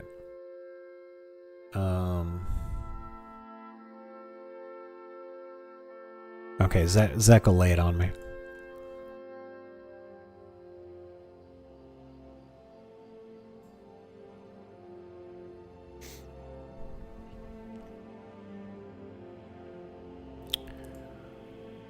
Okay, so they updated everything on the Discord. They just don't know how much of servers saying that there are no professionals that couldn't handle so many players. Yeah, it seems like they you know definitely should have set a limit.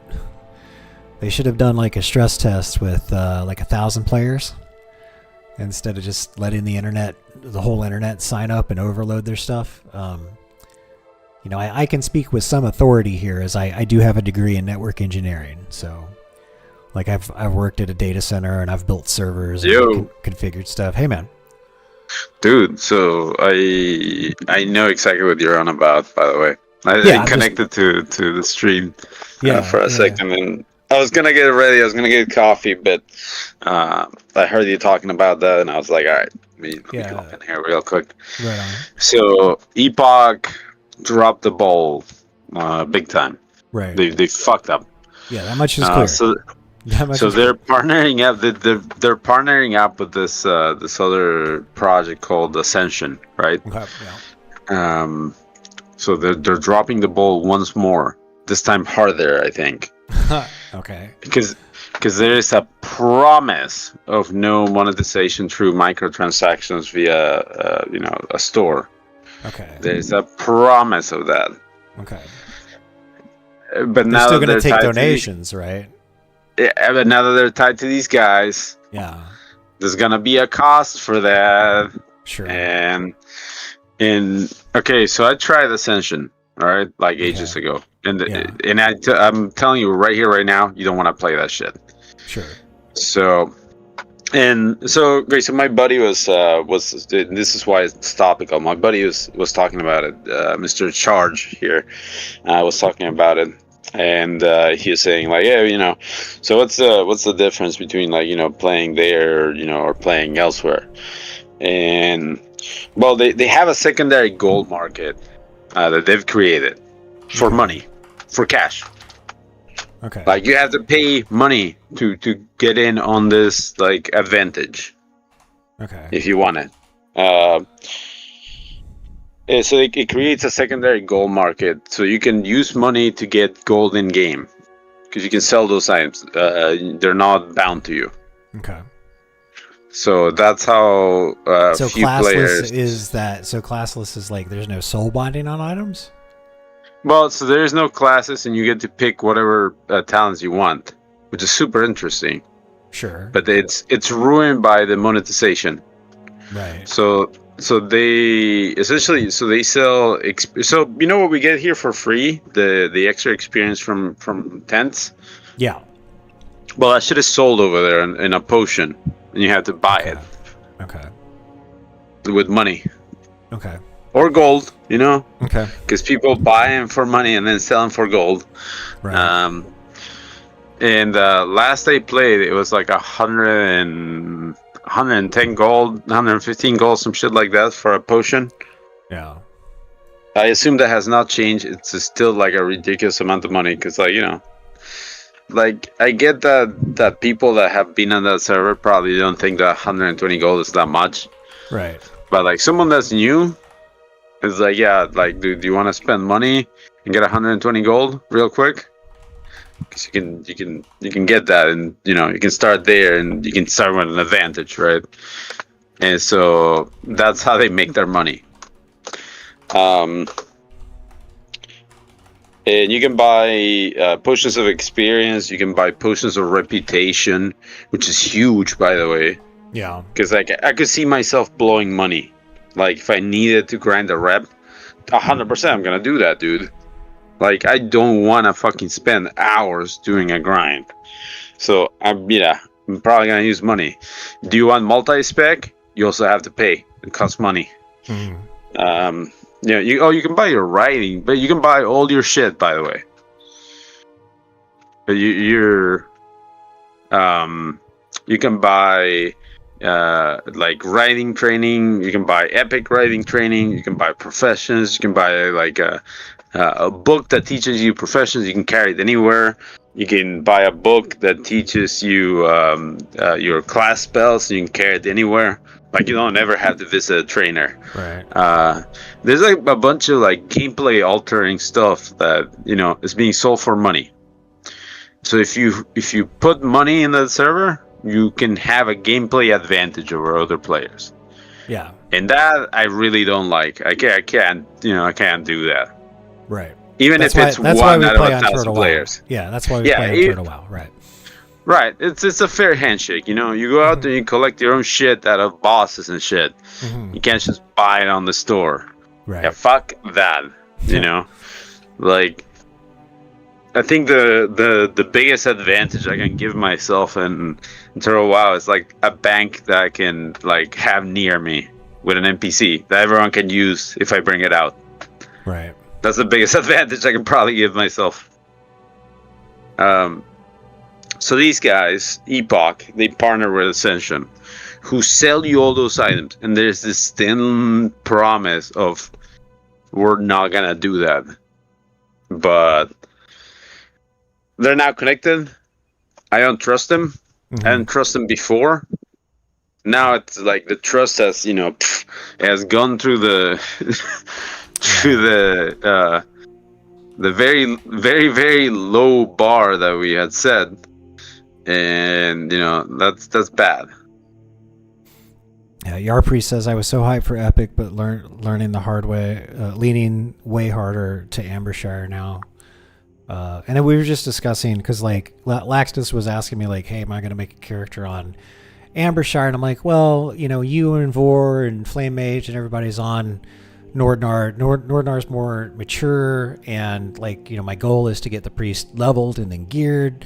So if I join Ambershire, then I've got to join like one or two of like the higher progression guilds for PvE or PvP. If I don't do that, I'm kind of like locked out of things.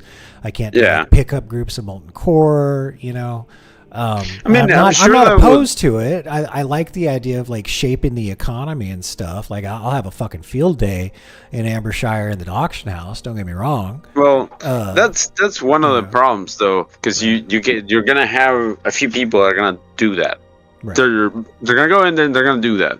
Right. And you're not gonna like that first year of playing there. Right. You're not gonna like the economy. While everyone kind of settles in to be the Baron of X, Y, or Z, you don't want to play there for that, right? You want to let it settle, and once that's settled, you can come in and play afterwards. Give it about I'd say 6 to 9 months, just to check it out, check out how the economy's doing. Right. If it looks stable, if it doesn't look like anyone's like doing any power moves with a couple thousand gold, to like swipe X, Y, or Z. Right. Then it has gotten to the point that it's stable, right? But like, dude, I do not want to deal with that.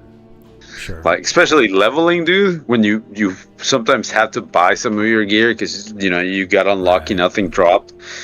It sucks. I don't want to do that, dude.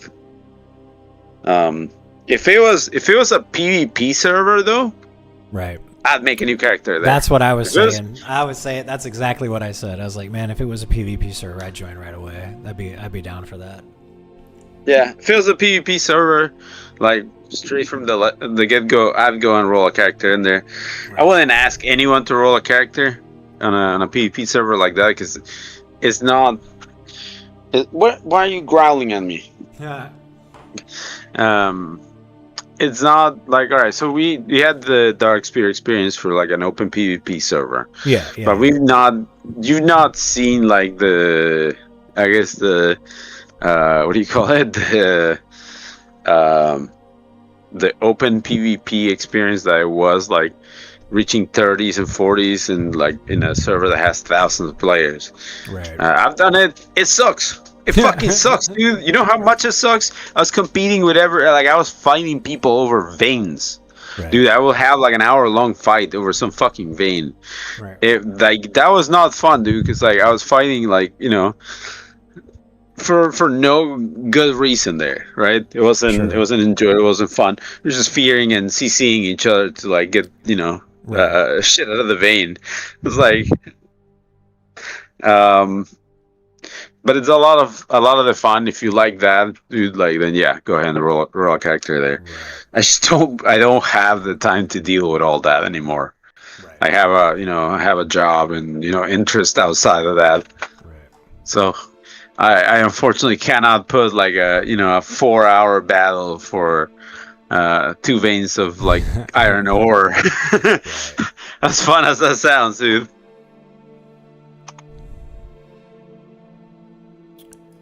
But it can be pretty fun, I don't know.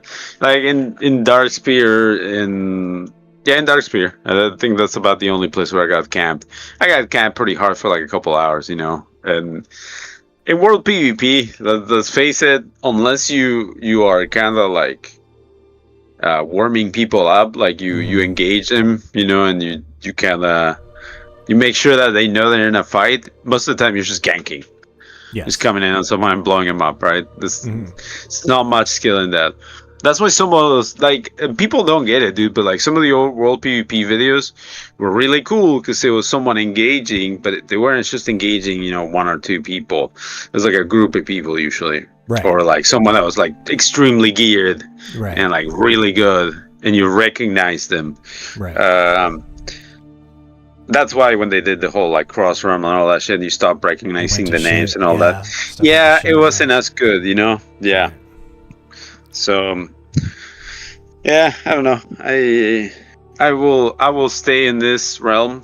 It's just I like the economy. I like the stability. Right.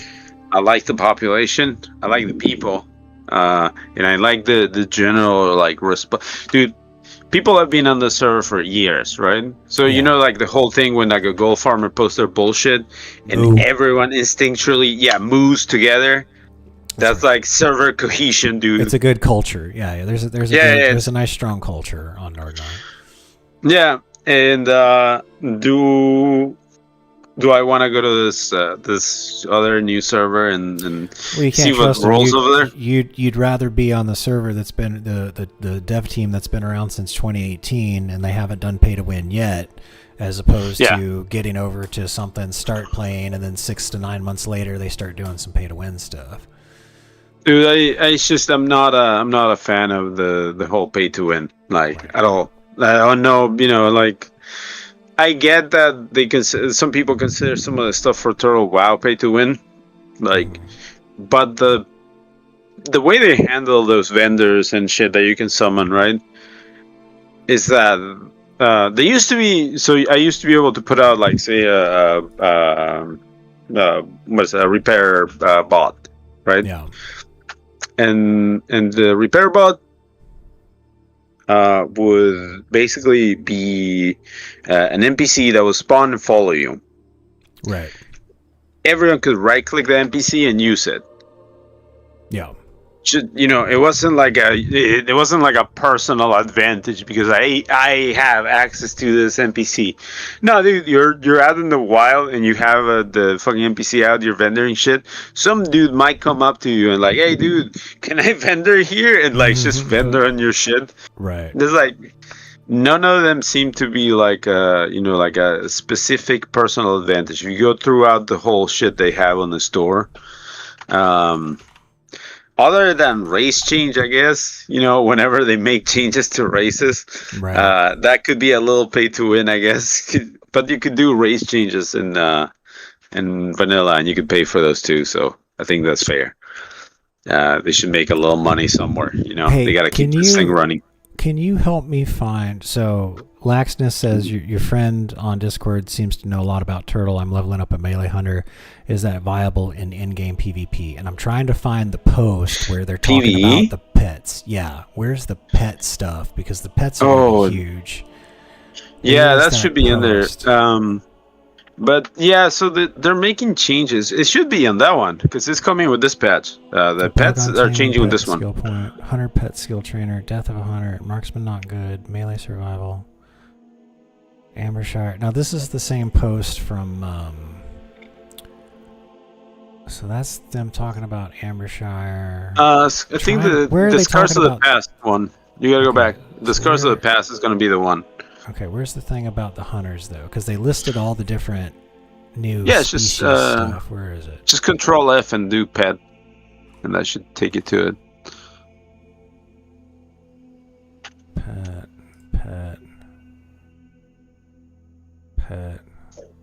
Pet. Somewhere in there. No, it's not that. I know there's a post about it somewhere. Hold on. Huh. Well, but just to answer your question, viable in endgame PvE, yes, they do a lot of damage. Your only problem is that you're really mana hungry, and threat's an issue. Like you can pull threat really quickly because you do a lot of damage. Like it's very, very viable. It's just like you do a lot of damage, and it's kind of a thin line to ride because you only have feign death. And that's your only tool. I think you can get some other things for lower threat and whatnot, but it is a little bit rough. But if you can get it under control, you are viable right now, right? Even before this patch is coming up. Now, there's a patch that's coming up. It's coming up soon, and there's some new abilities that are being added to pets, like new auras, new active abilities. There's quite a few that just didn't have anything before, and now they do. Like the Striders come with an aura, bears come with like a group buff, Crocodiles come with kind of an execute. The crowds get a like basically like a shield bubble, and when it explodes, it does frost damage. The bear family gets something that buffs everybody in the party.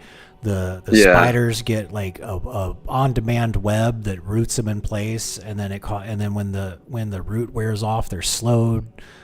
The hyena summons another tiny hyena. So if you wanted to do, more interrupts to a mage, that's how you do it. Right. Hyena and tiny hyena will help you. Dude, this gotta suck, actually. If you get hit by that and you're just trying to cast, it's like, oh, fuck.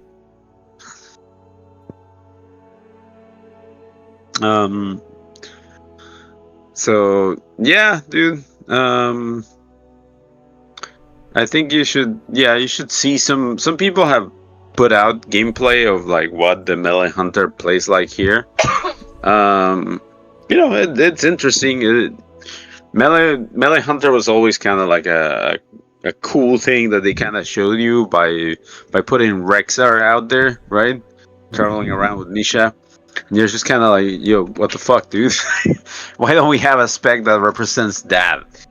And Survivor was supposed to be that spec, and these guys kind of put it together now. It's nice.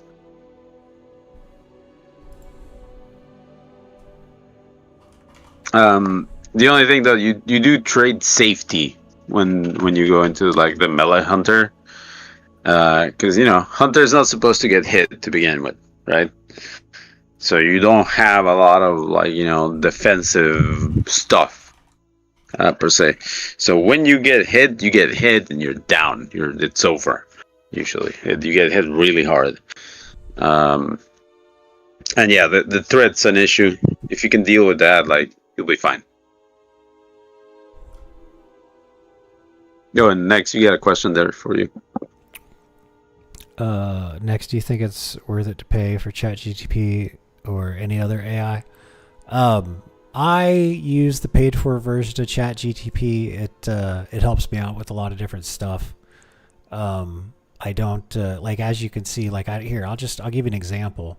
So, I just got done writing my section for talking about because I'm doing the hotkey tutorial. So I want to touch on using wrist rests and proper typing posture because I don't want people getting carpal tunnel, right?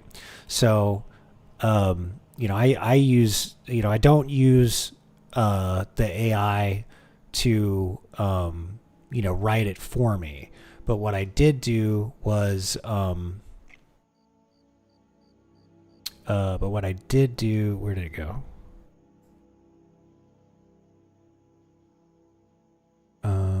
Okay, so what I did do was I wrote stuff in my own words, okay, and this is that section right here. I talked about how like I saw, when I was younger, I saw adults wearing braces because they got carpal tunnel because they had bad typing posture.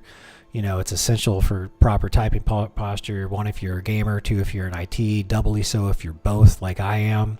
The last thing I want to do is develop a carpal tunnel.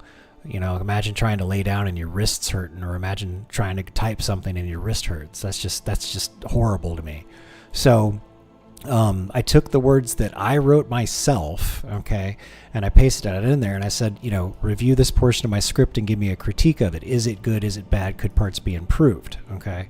So then it basically analyzes what I wrote and broke it down and gave me areas for improvement, right?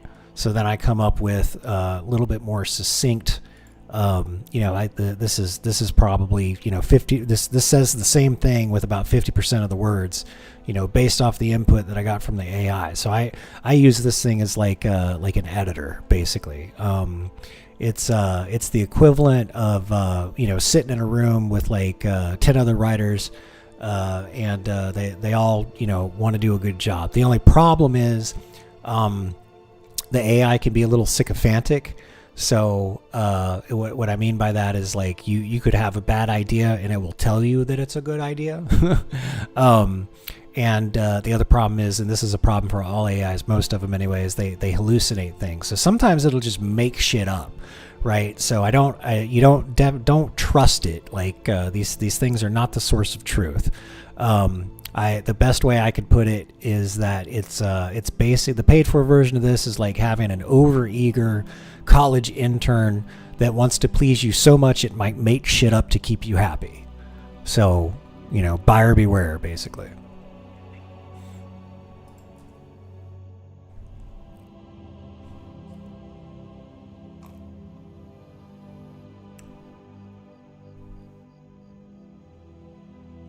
Yeah, I think things are going to change a lot when the new hunter pets come out. I think there's 2 or 3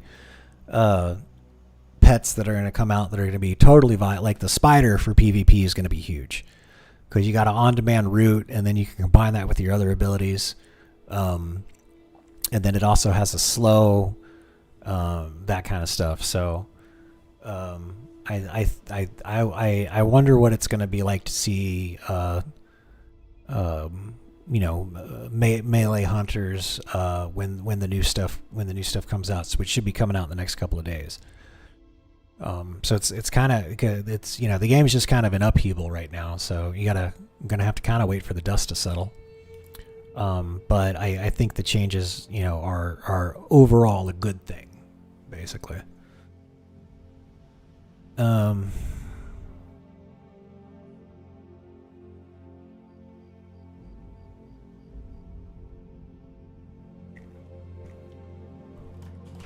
All right, let's get started.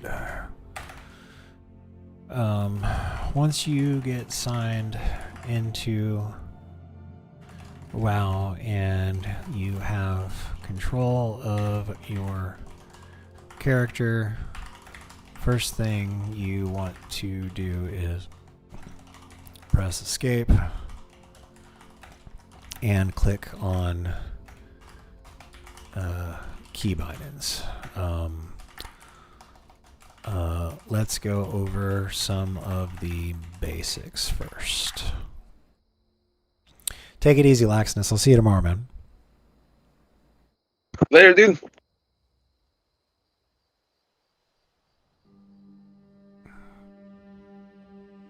Sorry, I'm in the process of making coffee here. Mm-hmm.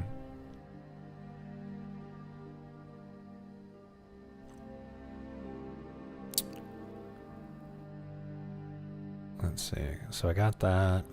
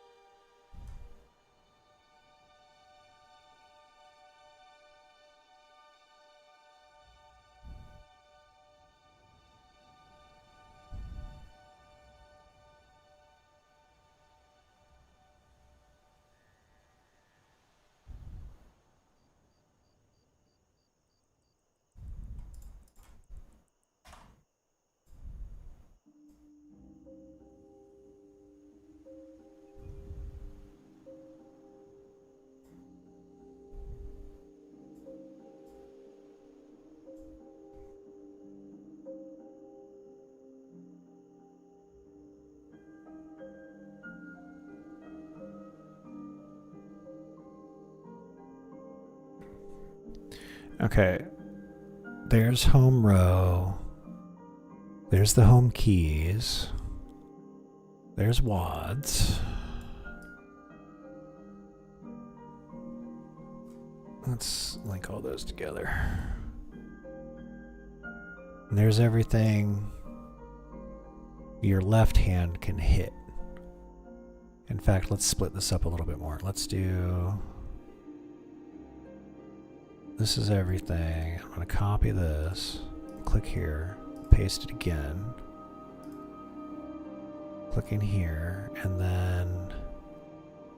If I unlink this, and then if I hide that, yes. So let's do this. Let's get rid of... Let's cut that out. There we go. Because the function keys are a bit much for some people.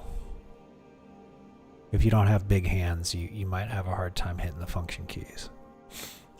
Yeah, I was gonna say like most people won't be able to, but some people will. Some people, yeah, I'm definitely accounting for that. And then let me go ahead and make a graphic that talks about the modifiers. So it'll be Control, Alt, and Shift. So let me do that.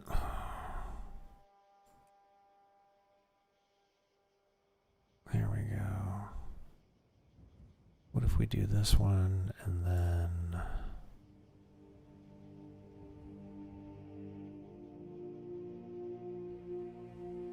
So if I copy this and go here and paste that, click here. Alright, let's unlink all of those.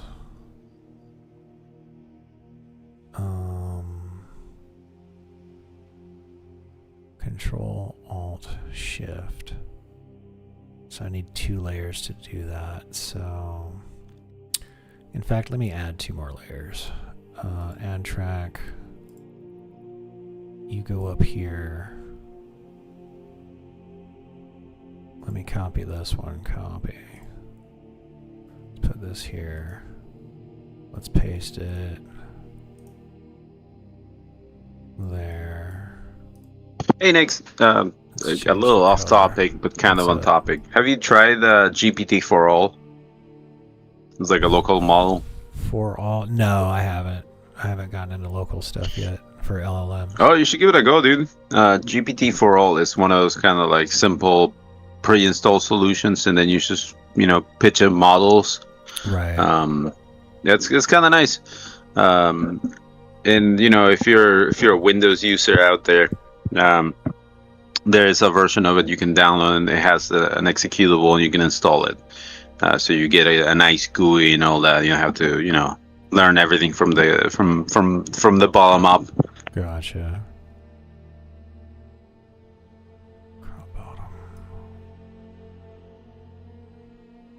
There we go.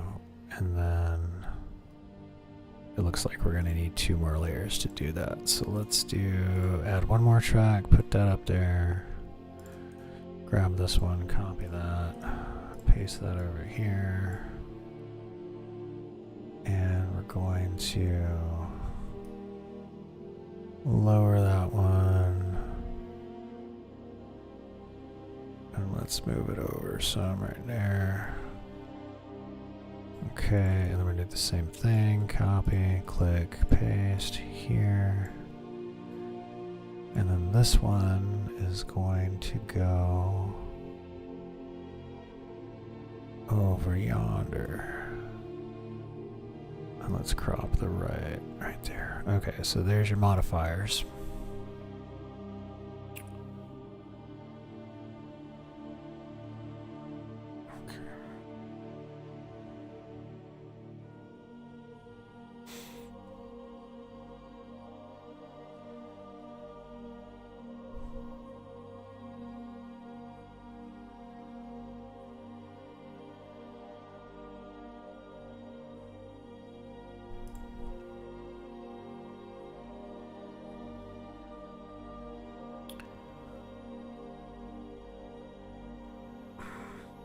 Okay.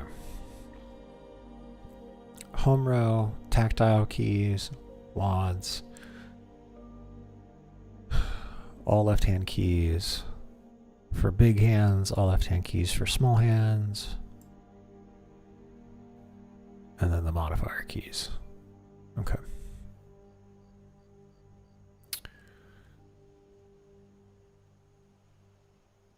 Okay.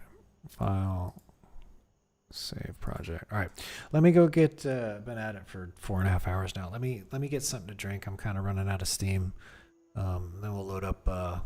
We'll load up WoW and we'll do some leveling. Dude, do some stretching. Do all the other stuff too. Yep. Yep. I'll be back in about 5 or 10 minutes, guys. Let me just put up the message here. Zach, you're in charge. Yes, sir. I'll be back myself, actually. I'll see you when you get over there. All right. Everybody smoke them if you got them. We'll be back.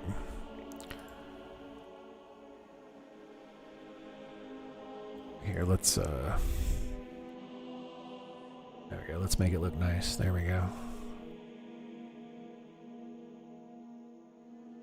Okay, I'll be back in about 5 minutes. We'll take a quick break. See you in 5.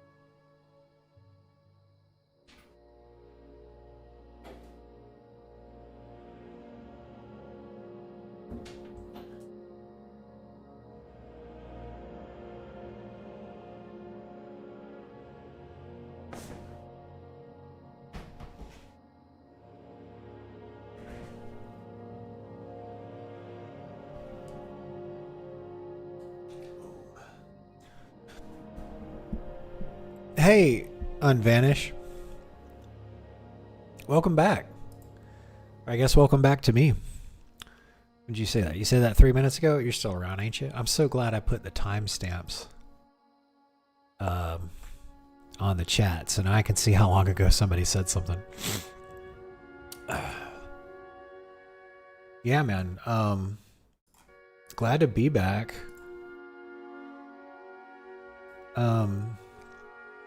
So I'm working on... So here's the script for the hotkey tutorial, because a bunch of people asked me for a hotkey tutorial over the years. So I'm finally getting one done. And I just got done making a bunch of the graphics.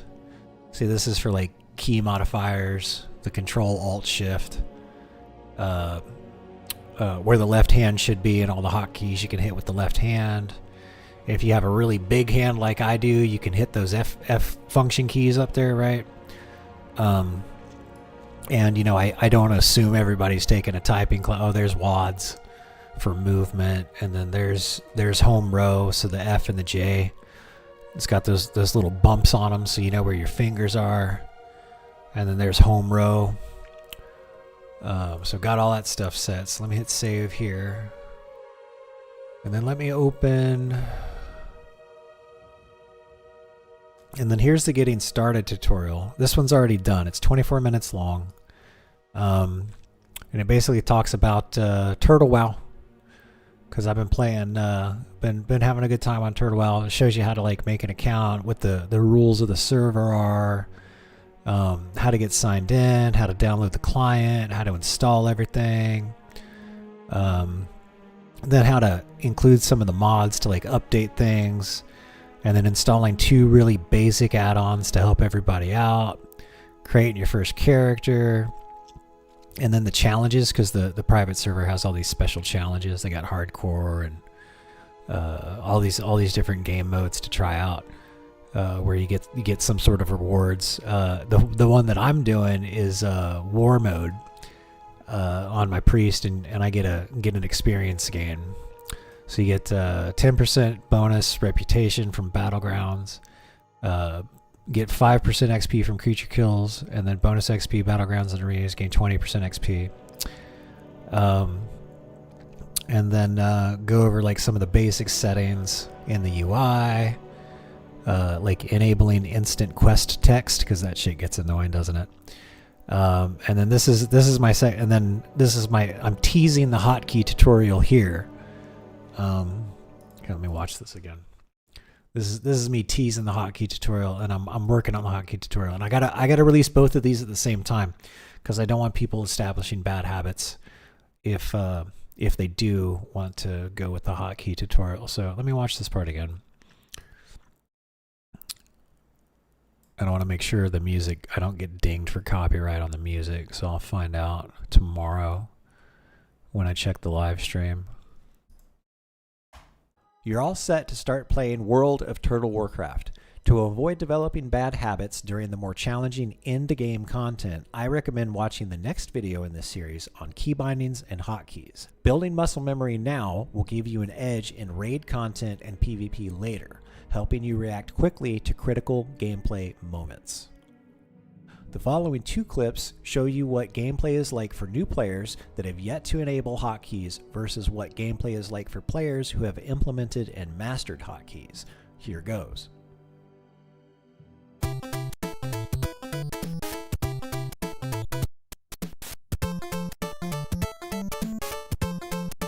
I love it.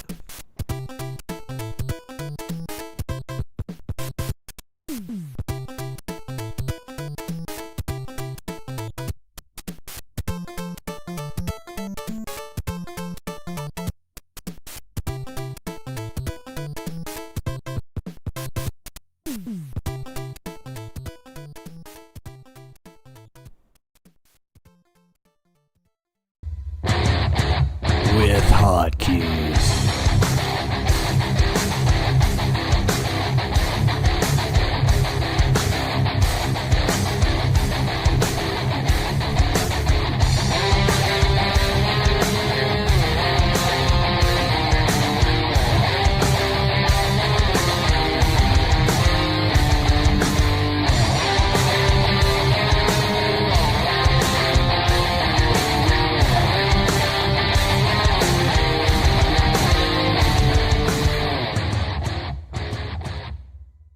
sure to hit this video with a You know, like if you found it helpful. and this is Consider all subscribing. honestly, especially the one that teaches you how to make an account and all that shit.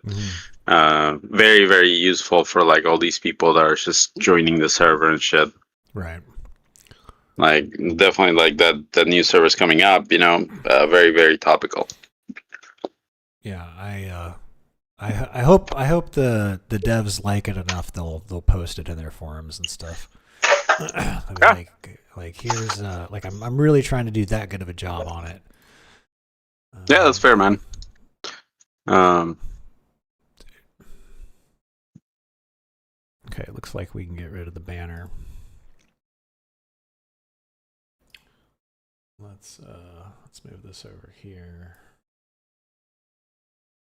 Move that over there. And then let me sign in really quick.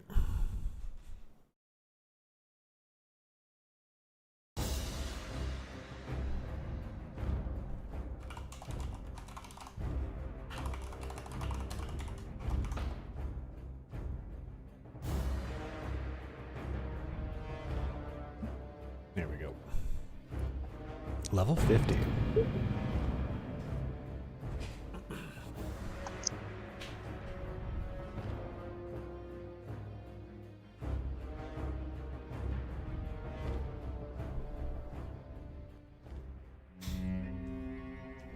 So that tooltip said that there's something in the Gubayarashi arena that lets you swap between 2 talent pools for free.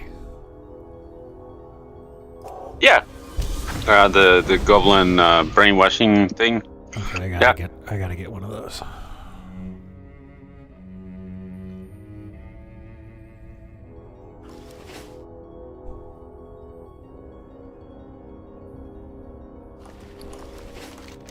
All right, what am I doing here? Head of Pustax.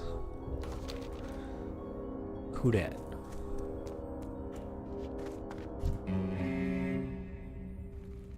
Uh-oh.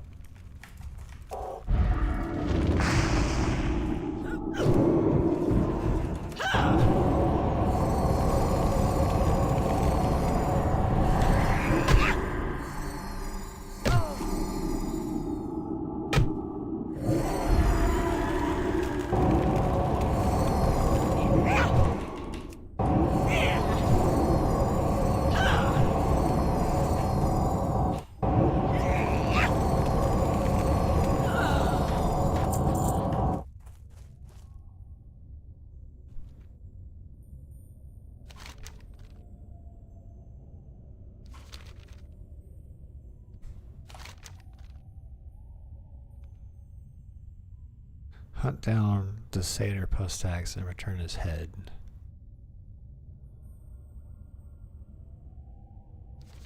Okay. Where's he out though? Screw you.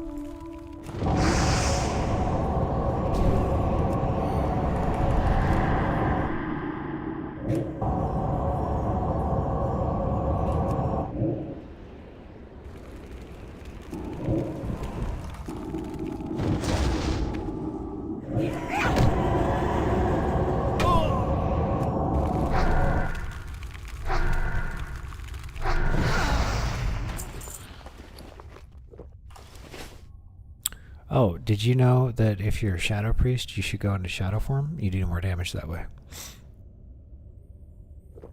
Oops. Small tips. Small tips.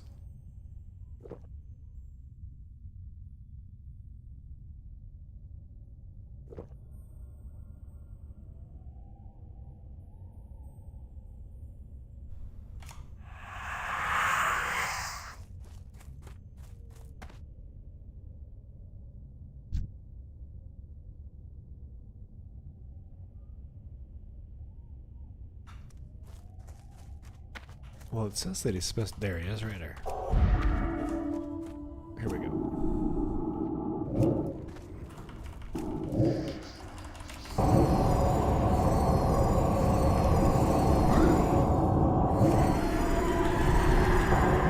There, man. Old Elon is losing it out there. Yeah. Apparently fucking Sam Altman went and made like a tiny post in there after years of not posting, and he just kind of lost it. And like Sam Altman replied with skill issue. Yeah, some shit, dude. Like read the top. this. Oh yeah, it doesn't. Like in the readers out of context, right? Yeah. They all fact checked Elon, telling him like, nah, you're wrong. Like, it's fucking hilarious. It's like you bought this thing, dude. You paid $44 billion, and your own users are like, nah, you're an idiot.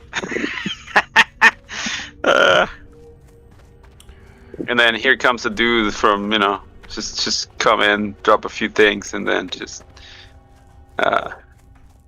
you get this guy that just spent $44 billion on this thing to just lose his shit on his own platform. Yeah, I definitely need to remember to make more posts on Twitter just for the exposure having thing, so many but followers and none of them honestly, care about what he posts. Honestly, dude, Twitter's dead. Like it's all about blue skies now. It's very high school. It's The just fuck is that? a bunch of popular kids dunking on each other. I'm still stuck on Facebook though. That's fair. Yeah, no, like, because like, first it was MySpace, and then everyone went to like Facebook, and then Twitter came around like I think 2008 or something like that. Yeah, and I was like, no, fuck you. Yeah, because I completely missed it somehow, and then when I had a computer, it was there. Yeah, and then all those things. But like, yeah, but for Twitter's pretty dead now. Like you. It doesn't even have the same usefulness of being able to keep up with your family and memories that Facebook does. No, well, the one thing that Twitter was good for was like you could get some quick verified news from some sources, and the minute this asshole started selling the blue check mark, that went out the window. So the only useful thing that I had that from like an ad perspective, right? If I want to sell ads, if I can topically target people, that's when it would make sense. That's when I would keep that advertisement there. But the minute you take it away by selling those blue check marks and anyone can just get one, it's like, yeah, you just killed your only fucking money maker there. What was the guy that was in charge before? What was his name? For what? For Twitter. Twitter? Who was the CEO of Twitter before? The guy that went and made Blue Skies, I think. Okay.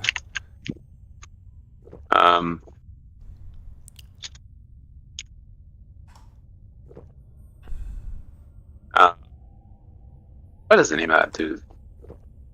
You make me look it up. I'm gonna do it right now. Yeah, I got that. Who What's your face gonna was try to do? in charge of Twitter before Elon and was profitable then and now?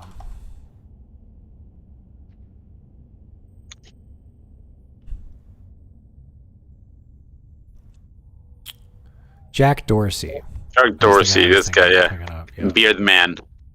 Yeah. Under Jack Dorsey's later tenure, Twitter wasn't profitable. It only turned a profit for the first time in the fourth quarter of 2017. However, even after that, profitability was inconsistent. The company posted positive earnings for only 2 of the 8 years it was publicly traded. For example, financial data show net income 2001, $221 million, a loss.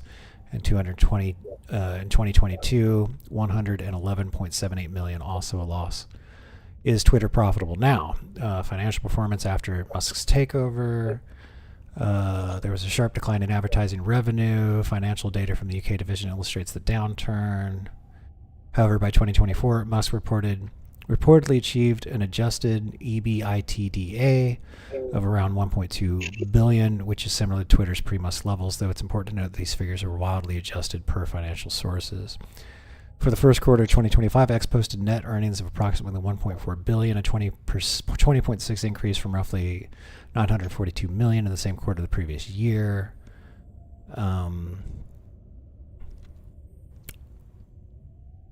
Twitter struggled with profitability, occasionally posting profits, but mostly operating at a loss.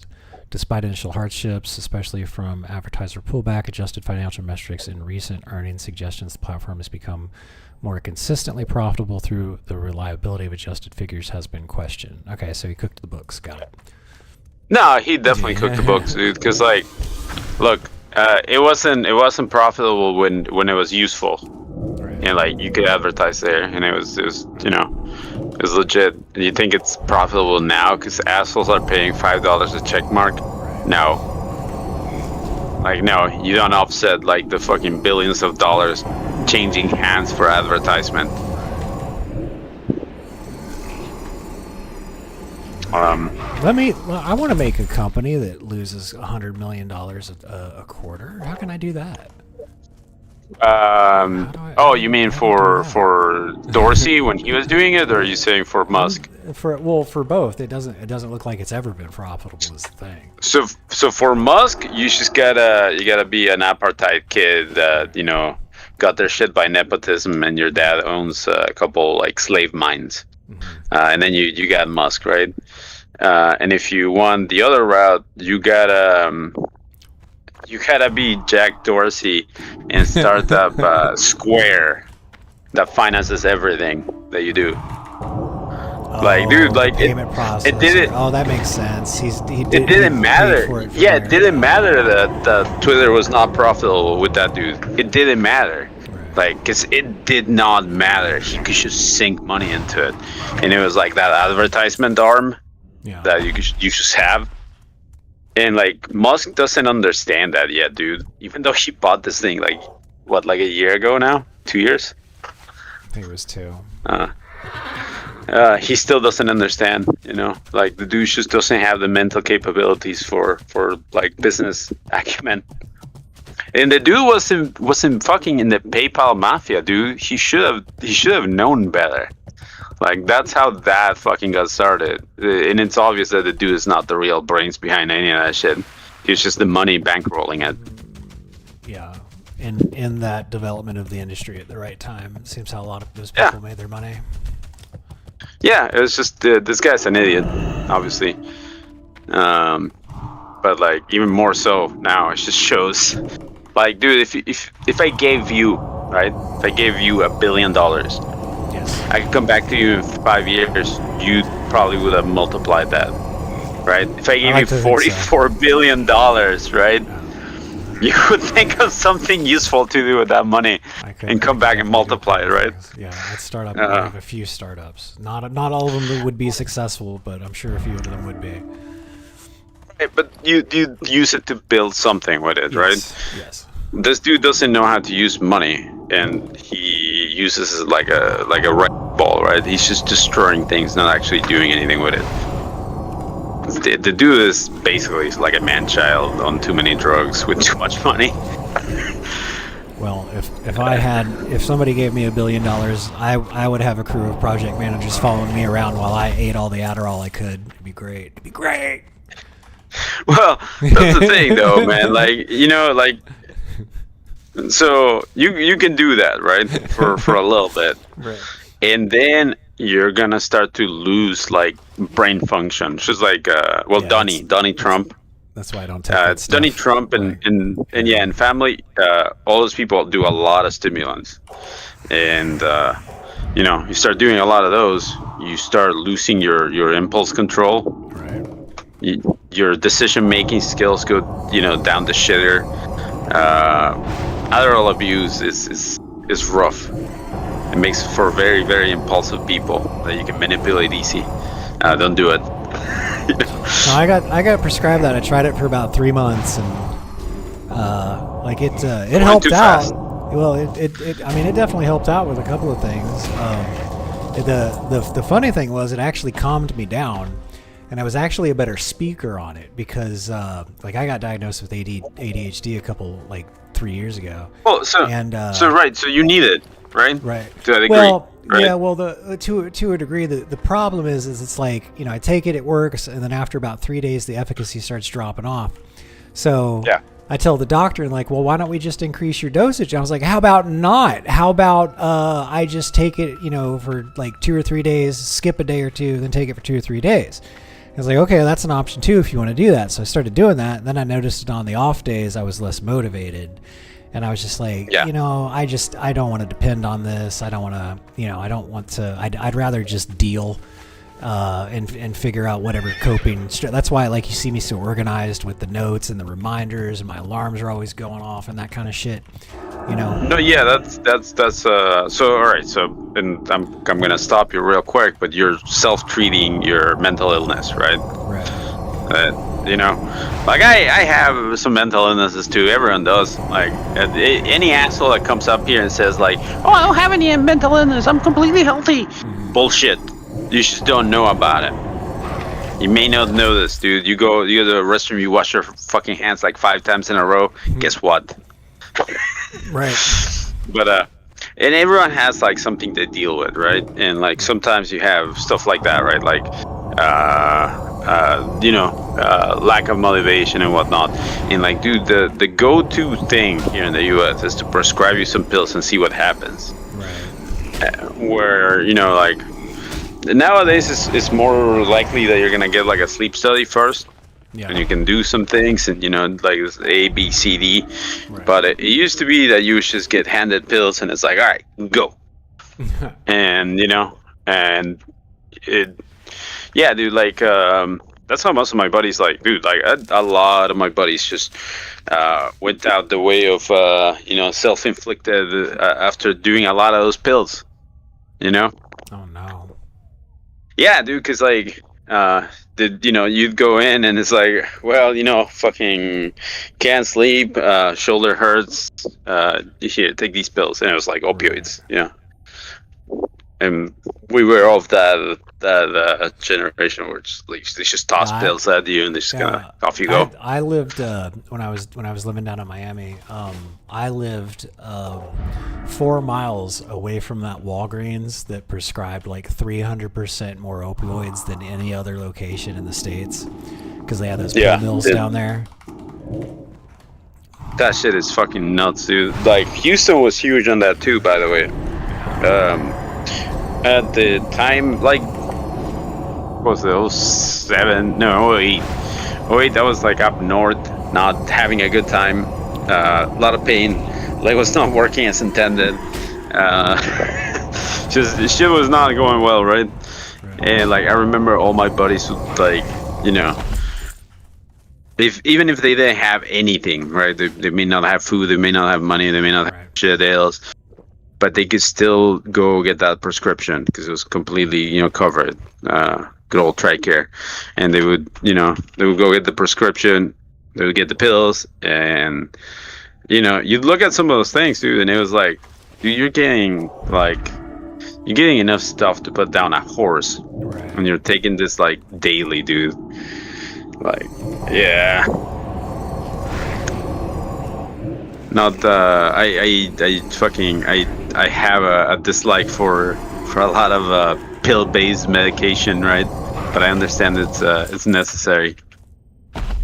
But yeah, dude, like the thing with Adderall was kind of similar to the opioids thing, but it was for kids during like the 90s, or like late 90s, mid-late 90s, right, to like early 2000s, like 2010s, I'd say. Basically, they had a bunch of kids that were just not neurotypical, kids. Right. They were a little less motivated. They were, no one was engaging them in the ways that they need to be engaged. Right. And instead of, trying other ways of teaching these kids, the solution was, it was Ritalin, it was Adderall, and I forget what the other one was big. But those were the brand names. Ritalin, Adderall were the ones that would get prescribed. And like, so you know what Adderall is, right? Yeah. I worked with the guy at my last job, the founder of the company. Like after like 2 or 3 years of working with him, he ended up taking a break from work because he had been prescribed Ritalin back when he was like 8 years old, and he had been taking it for like 30 years, and then it got to where it was like neurotoxic and he had to stop taking it, and then like he had to adjust to not taking a medication he'd been taking for 30 years, and I was just like, holy crap. Dude, that's some harsh shit on your body, dude. Because like, you know, like, so you usually have your motivators, right? Which is like, you know, you get hungry, you want food, you know, you get thirsty, you want like, and those are basic ones, right? But like for higher stuff, for doing stuff that's more cerebral, stuff that you know, like stuff you enjoy, requires your brain. And when you're in a state of stress or like, you know, depressed, or like when you have problems sleeping, there's a lot of shit that looks the same, but it's not quite. You know, it comes from different sources, but the end result is the same. You're exhausted, right? And so you're trying to do the shit you like, and you just can't, and you just, you know, it leads into like more and more of it, dude. Using anything like, you know, that's a motivating drug, like you know, like amphetamines in general, right? Because that's what Adderall is. It really, you know, it's meth light. Right. If we're being, you know, honest, it's not the same stuff. Obviously, it works differently, but it's an amphetamine. It makes you go faster. It's the same class. It's the same class. Yeah. Let's not say amphetamine. Let's say stimulant. It's a stimulant. All right. It's just like coffee. It's just stronger. Right. It has its drawbacks. It has, like, you know, certain effects. Just like, you know, in all stimulants share some properties, right? Like they can stimulate nerves, they can flare them up, which can be an issue. And, you know, like homeboy, right? If you're taking it for 30 years and then you have to stop, all your fucking nerves that got used to having like that substance around are gonna be like, holy fuck, dude, what do I do now? And dude, it does not feel good. And, you know, I can imagine. Yeah, and when you start feeling that, right, just like with any other substance that you become dependent on, because you've used it for years, your body needs it. You're not gonna feel good until you have that substance. Right. And stimulants are really dangerous because they can really get a hold of you. Really, any substance can be dangerous, and if you like it. But stimulants can damage you, you know, even just using them. And man, any sort of let's call it this, is a dopamine deficiency, right? Oh, okay. You're not getting enough motivation from like whatever it is that you're seeking, right? You press the button and the dopamine doesn't come as strong, or it doesn't come. And those dopamine deficiencies were being treated with stimulants most of the time, with Adderall most of the time, or Ritalin. And like, you have all these people that essentially they took their motivational pill, you know, every morning. And then when you don't have that, dude, it's like, yeah, I don't want to do stuff. Yeah. You know? It is very dangerous. So, and you can fall into that pretty quickly too. So, yeah, I 100% understand staying away from pills. Yeah, I'm so glad I didn't get prescribed that stuff when I was younger. I think they wanted to. I was one of those problem kids, but I was just bored all the time. I think it was being bored is good. Criminal to ask a 12-year-old kid to sit 12-year-old boy to sit still for 8 hours a day. That's just that's fucking stupid, dude. Like, I don't know. When, you know, like a lot of like what got me into computers, or got me to get good at computers, or like do anything fun, really, it was because I was bored, and I would, you know, I'll sit around and like start to figure something out. Because like, dude, if you can entertain yourself all day, every day, right, from beginning to end of the day, you're just not gonna get shit done ever, unless you really, push yourself to get it done. Too much Curse of entertainment, Tongues, yeah, Curse of Tongues doesn't affect Mind Flay. Because it's a channeled It probably, spell. yeah, no, because it's a channel. That's right.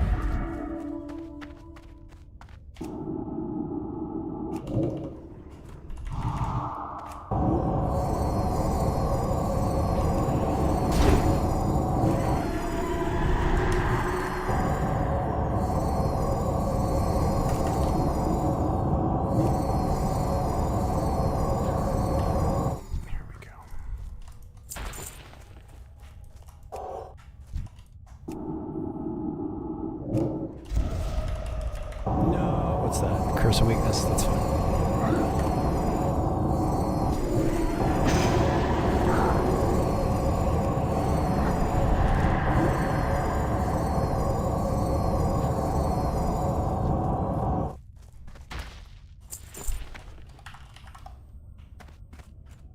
There we go. There's the demon speech.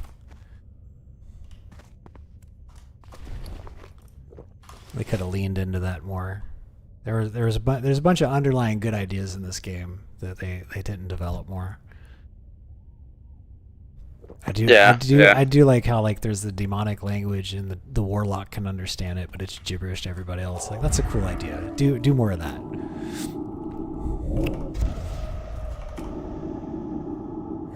Yeah, I honestly, they should have played around more with that, but when did you start playing the game? Do you play any of the betas at all before they took shit out? I played I played like 3 or 4 days after the game launched, because it came out in November 23rd, and I played, I think, because I had ordered a copy of the collector's edition, because it's right around the, like I built a computer right around the time, like I oh, you were one of those all-in guys. Yeah, well, I saved a buttload. So like I was saving up money to buy a car, and then I found a nice car that I liked for like a third of the price that I thought I was going to pay for it. And then I needed to start building my credit, so I only spent $4,000 in the car. I got half of it financed. I had $6,000 left over. So like I had always wanted to build my like a really powerful PC, and like Doom 3 was coming out at the time, so I wanted to build something that I could run Doom 3 on some of the higher settings on. And but I got like a Pentium 4, because this is before Core 2 even. So I got like a Pentium 4, like 4 gigabytes of RAM. I got this really awesome Tenatron monitor that was sold secondhand from some sort of medical imaging place. That thing weighed like 50 fucking pounds. But God, the image on that thing was so good. It was like one of the best monitors I've ever owned.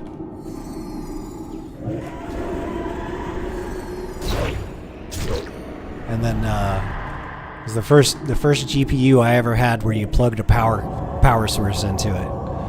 I remember laughing. I was like, it's got its own power source.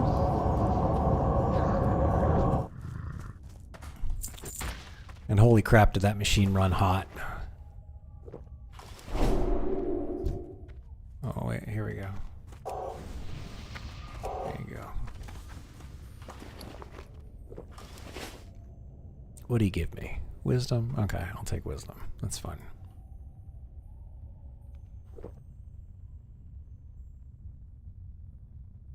What is that? That's an undead mage. Okay.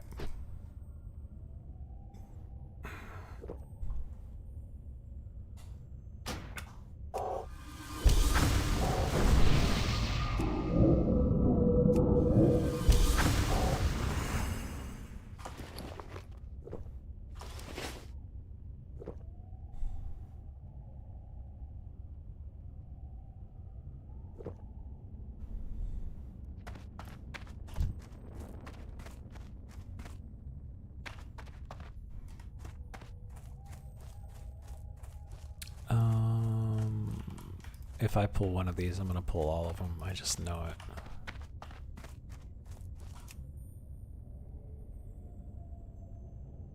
Oh, do I finally have this quest? No.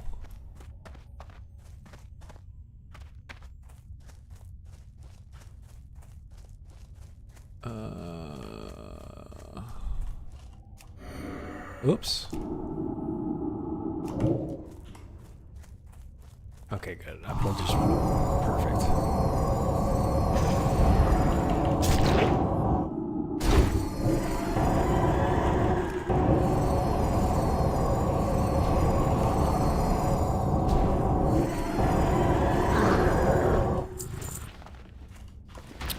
Oh, fell cloth. There we go.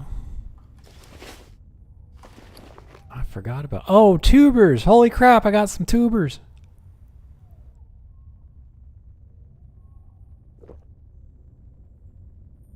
Tubers heal you for 700 to 900 health, and they're on a different cooldown than potions.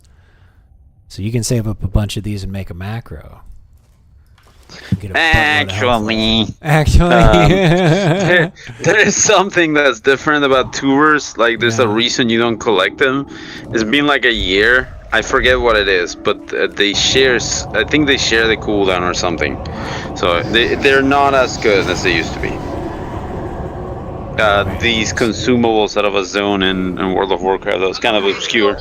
You had to do a quest.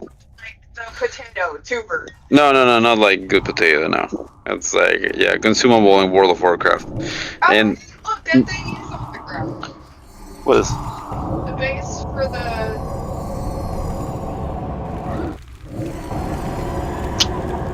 I do not know. Sorry.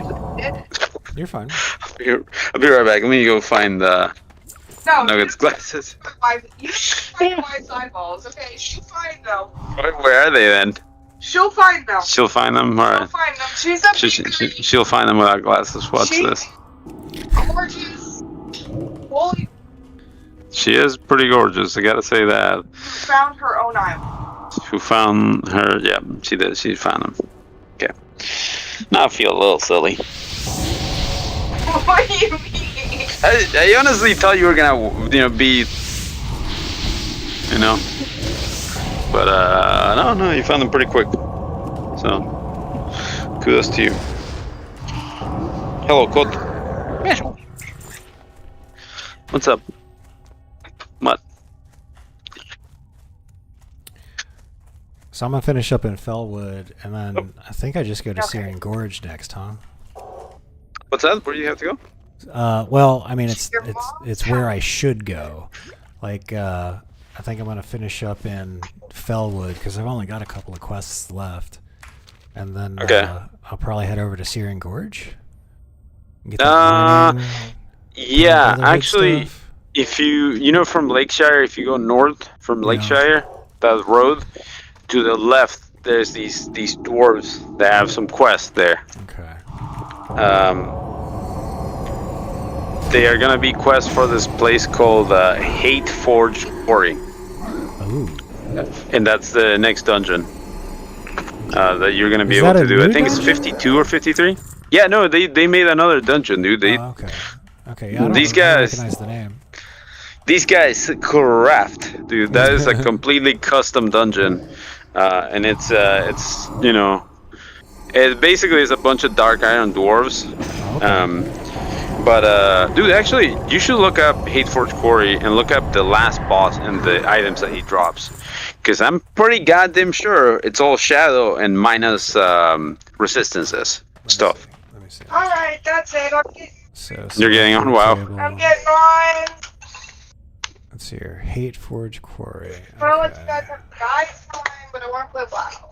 I want to be in a conversation. That's fair. Yeah, screw up to the last guy. Let's see here. Loot table. So high foreman, engineer. Oh, that's not bad. Improve your chance to hit with spells by 1%, 20 and elect. Here's a nice chest. Oh, yeah. Improves your chance to get a critical strike by 1%. Increase damage and healing done by 21. Ooh. Wrench of Creation. It's a mace, so I can use it. Engineering skill increased by 15. Increased bases plus 3. Increased damage done by nature spells up to 7. Okay. So there's an offhand that deploys a dragon lane. That's interesting. Okay, and then there's a green strider. Okay, that's cool. Now what else we got here? Crosis. Okay, we got some green stuff.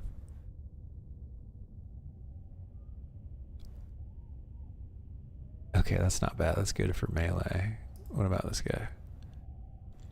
Allows, okay, so neck. Allows 5% of your mana regeneration to continue while casting. And it restores 5 mana per second. That's pretty good.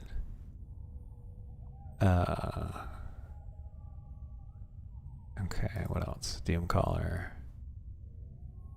Ooh, 10 elect, 10 nature resistance. Increase damage done by nature spells and effects by 16. Oh, that's druid stuff.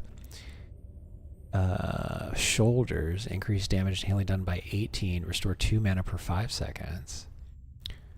Back. Increase damage done by shadow spells up to 19. Increase damage done by fire spells. So that's some warlock and priest stuff. That's a sword. I can't equip the sword. Okay. Shaw of the End Times. Decrease the magical resistance of your spells by 13. Improves your chance to get a crit by 1%. Okay. Yeah, there is some good gear here. Intellect. Okay, so those are some nice cuffs. Doom Caller staff. 31 spirit. Good lord. Pendant of the Faceless. 15 shadow resist. Improve your chance to crit by 2. Improve your chance to hit by 1. That's not a bad trinket at all. And that, oh, and then what do we got for trash mobs? We got some blacksmithing stuff. Lots of blacksmithing stuff.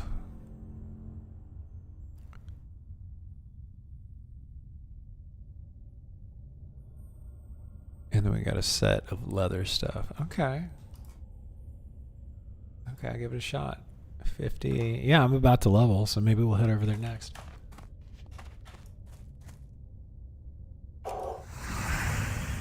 Yeah, no, that place is awesome, dude. That cloak is awesome. The minus resist is not gonna be found in equipment for a very long time. Right. So having that one is huge. Oh.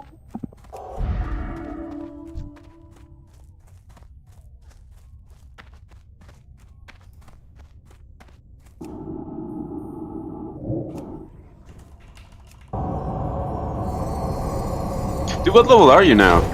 50. About halfway through 50? Yeah. Okay. Do you feel like doing Gilneas one more time? Yeah, sure, let's do it. Because like I need to go back because I just got a new quest for it, basically. Well, we gotta get you leveled up because we need to take you, Vor, and Flame Mage into Olum for the enchant stuff. Oh yeah. So we gotta get you leveled up for that. Well, no, I can tank it now. Like I can do it now, right? Okay. But I completely forgot about it. So yeah. That's fine. Well, the next time Hey, Vor and Flame Mage are on, we'll figure it out. What do you have for Gilneas quest-wise? Oh, I got it all done, I think. Oh, Gilneas. Oh, you got it all done? Turn in Bloody Solution. So I just got to turn that one in, and then Demonic Presence. Slay Fireball Dragon and Dustwallow Marsh. So I need to go to Dustwallow Marsh really quick. Tell you what, let's meet in Stormwind. Let's go do that real quick, and then we'll do Gilneas. The stuff in Dustwallow Marsh? Yeah, because it's an elite quest. It's gonna give you like 5,000 XP. Yeah, I do have to do it. So okay. Another reason to. All right, I'm just gonna take. I'm close to the flight path in Fellwood, so I'll just head on down there via flight path. Okay. Man, this is kind of crazy. So let me invite. I'm gonna fix my audio. Yeah, you're good. So this is one of the new items they added, right? Let me see. From Gilneas. It's like roughly a level 40 male belt, 42, let's say. That's nice. Strength, intellect. Yeah, but the 1% damage. That's so good. Yeah, that. Because you concentrate. And this is. Dude, this is a level 40 plate, 149 armor versus 138 armor. Yeah, like the straight up, like the stuff from Gilneas is straight up better across the board. It's crazy. I want to get some of the plate out of Gilneas. There's the shoulders that are really good, and there's let me see, where is it? Gilneas. Yeah, I got 2 good items out of there so far. I got the shoulders, improved chance to hit with spells by 1, decrease magical resistance of your target by 15. It's got some intellect and some stamina on it. And then I got a ring, 11 stamina, 1% of damage dealt is returned to healing. Not bad at all. Okay. Just another update. I figured out the sound settings on my own this time. What was it? It was the sound mixer again. Ah. I also uninstalled Spotify, which it keeps insisting on leaving at 100, and everything else muted. Awesome, yeah. Ooh, I love that mace. There's oh yeah, no, I really want that mace so bad, dude. Because like there's like for me it's like it's strong as fuck, dude. That ring drops at the same guy that drops that helmet, and that ring is good. Horsemaster guy doesn't really drop anything good.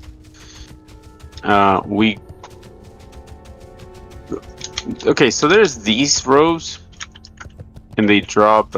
They actually have like a really cool looking pattern to them. But it does have 22 spirit, right? That's why they're good. Yeah. Well, there's a staff in the place that you just told me about. It has 31 spirit. I was like, holy crap. Yeah. And out of the last boss, right? The last boss just drops good stuff all around. So it's just anything we get out of the last boss is like great. Except that mail chest, because we already got it. But yeah, I'm in Stormwind. I'm gonna start getting to Dustwall Marsh. Okay, yeah, I'm turning in one quest, and then I'm taking the flight path, which is right next to me, to Dustwall. So I'll meet you there. I could use my card as keyboard. You can use your what again?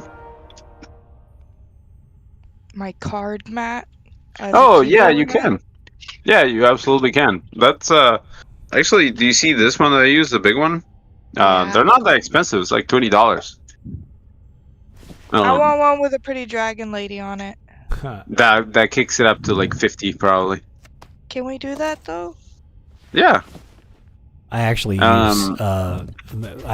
use solid color MTG playmats as my mouse pad. Like I've been doing that. Oh, for a mine's while. a custom MTG. What brings you here? It's. You guys want to see it? You Yeah. posted in oh shit, 13 minutes. Oh my god.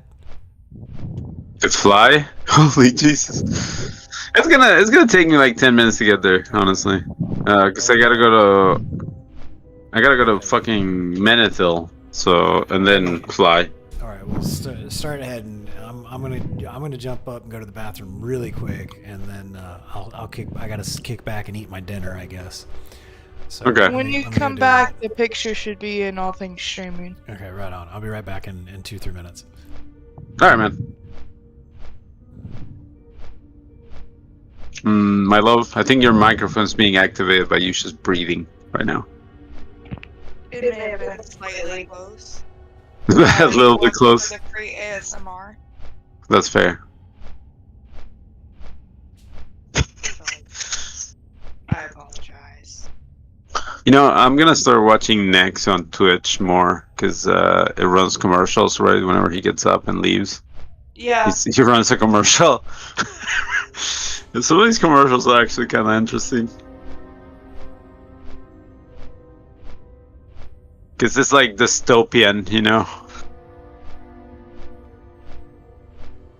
Like, it's just play that fucking DoorDash commercial. It was just sad all around, and they put this uplifting music to it. Christ.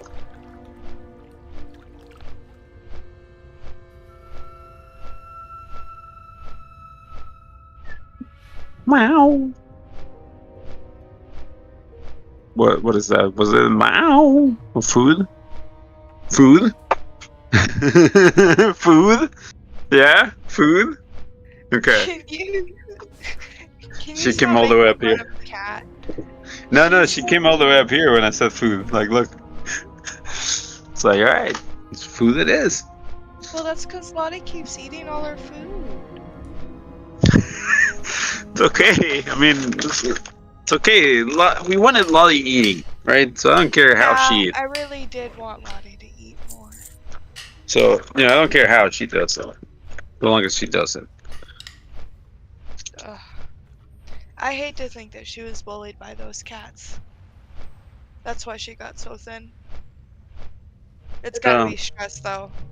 It was stress. Big ass lug of a dog following her around. Yeah, I'd be stressed too. Drool everywhere. His fur reaching further than your own. Oh yeah, that reminds me. I gotta go brush the cat. Invite Flamage. Oh hell yeah! We got a fort. You know. Okay, where's Vor now? I wasn't gonna say anything, but I decided I probably should tell you. I fed them when I got up. Lottie probably. 4 hours ago? It's okay. They can eat. They can double up today. Yeah. Splurge day!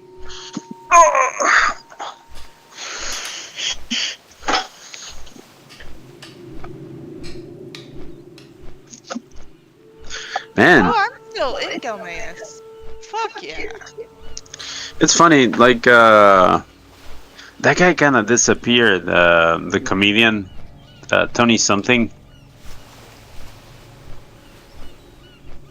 He did some Nazi shit. Or something like that. Yeah, exactly. Basically, this dude was a comedian. He tried to do the whole, like, staying relevant by saying some fucked up shit. He got dropped out of a bunch of deals, immediately. Not exactly doing well financially. And apparently, Mark Maron, which is a dude that's been in comedy for like forever, right? He's just saying like, yeah, these fucking hacks that take aim at minorities and like, these groups. Like, it's fucked up, and it's hacky and it's shitty. And I was like, hey, what's up, guys? I was like, yeah, dude, I forgot this dude's name. I forgot that comedian even existed. He used to be one of those Joe Rogan orbiters, Not exactly good comedians or good at anything, just kind of orbiting the dude.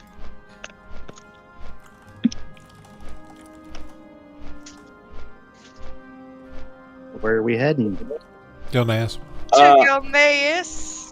Well, I'm going to Doswallow Marsh first, because I gotta do a portion of a quest, and then to Gilneas immediately after. Oh, you know what? Sounds good. Anybody want to help me with fucking Deadmire while you're over there? Deadmire? Yeah. The crocodiles? Yeah. Yeah, they're right next to each other, right? There's two crocodiles? Yeah. Can do. Fuck yeah. I've been meaning to get over there and do that. Let me just fly up to the Oh, man. Flame, do you have Draconic Presence? The quest for Gilneas? Ooh. No. He's Horde. He doesn't get that. Oh, okay. The Horde storyline doesn't have you, killing the leadership because they betrayed you. You just kill them because they're there. You don't have a quest for them. They have a couple different quests though. There's a long chain for Horde that you can go do shit in Badlands and you come back and that does give you some rewards as a caster. That might be worth doing later on. What level are you actually? He's You're 51. Yeah, you might don't need our help. Yeah. Sit down. You can skip that, I think.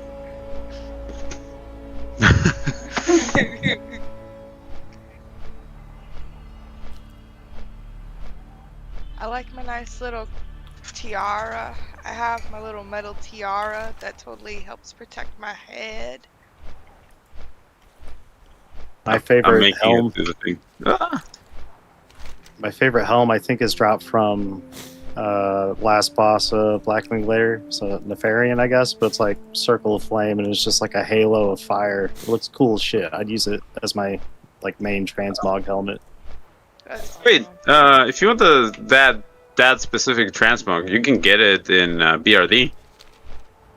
Oh, I think you're right. Cloth. There's like a blue one. Yeah, in no, it's hang on. It is epic. It's an epic. I vaguely remember what you're talking about, but yeah, I It's want out that of this transmog guy, picture. Ambassador. Yeah, that thing. Yeah, buddy. Okay, maybe that's what I was thinking of instead of BWL, or maybe he's got a same model on his loot table. It looks badass. though. BWL. What? No, Ragnaros drops one. Nefarian drops. The fuck does Nefarian drop? The Missing There is what he drops. The Circle of the Mind Flayer. The what do you call it? Hang on, let me find it. That sounds like something You're I so want. hot when you're being a nerd. Yeah, it's this. And yeah, it is 100% like one of those items. Dang, 2% crit. That's huge. Yeah, that is pretty huge, dude. Like from one slot. Yeah, you know what really is huge, and that everyone fucking creams their pants over, and they're right to cream their pants. That 2 hit, 44 damage and healing on a trinket. 2 hit. I want that one. Mind quickening gem. That looks pretty appealing to me. Maybe I can find a link.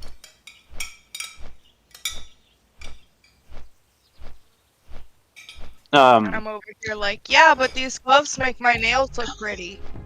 Lower Karrasan drops the Mind's Key. That's 1% and like half the damage. It's like a mini Neltharian's Tear.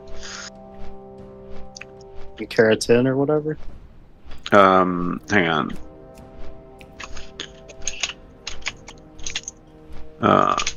That. Oh, it's pretty good too. Yeah, it's basically like I guess like a mini version of it. It's fucking Neltharian's Tear Junior. Yeah, it's pretty solid, dude. So Hey, it's Toby. Hey, Gus. Hey, Gus. Yeah, that's the guy. The guy just kind of disappeared. Just got dropped out of a lot of projects. He was in a couple movies that he's gonna be up in and like removed. For anyone who's curious about the antics of Nugget, I almost died in the elevator to the Ender City, trying to go up. That elevator has claimed so many. I'm doing good, man. I've been doing good. I've been making a lot of content. If you here, let me link this to everybody. If you want to see a bunch of great shorts, I'm really proud of all my shorts. I do. You check that out. That's got all my shorts from leveling, and then got a bunch of live streams on there, and then I'm working on 2 videos right now. One of them's already done, and one is basically an intro to Turtle WoW, and this is the script, and I already got that done. And then in tandem, because the guide is supposed to be for new players, so a lot of people asked me to make a hotkey tutorial, and this is the script for the hotkey tutorial. And I'm getting ready to I'm almost done with this script, and I should have this video done in the next 2 or 3 days. And the idea is to release it in time for when Ambershire launches. So hopefully I can have it done in 3 or 4 days. Yes, yeah, I guess I could call myself a professional video editor. I mean, dude, you got paid to do that. Right. And that's literally the definition. Right. When you get paid to do it, you are a professional. So yes.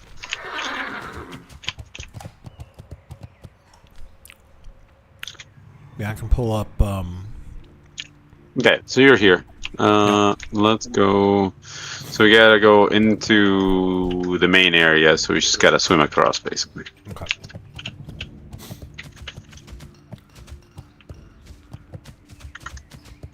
I wish I had a shaman, so we could just get water walking from them, and then we just ride across, like instead of having to swim. Water walking's so nice. Dude, it really is. You can mount across the water, right?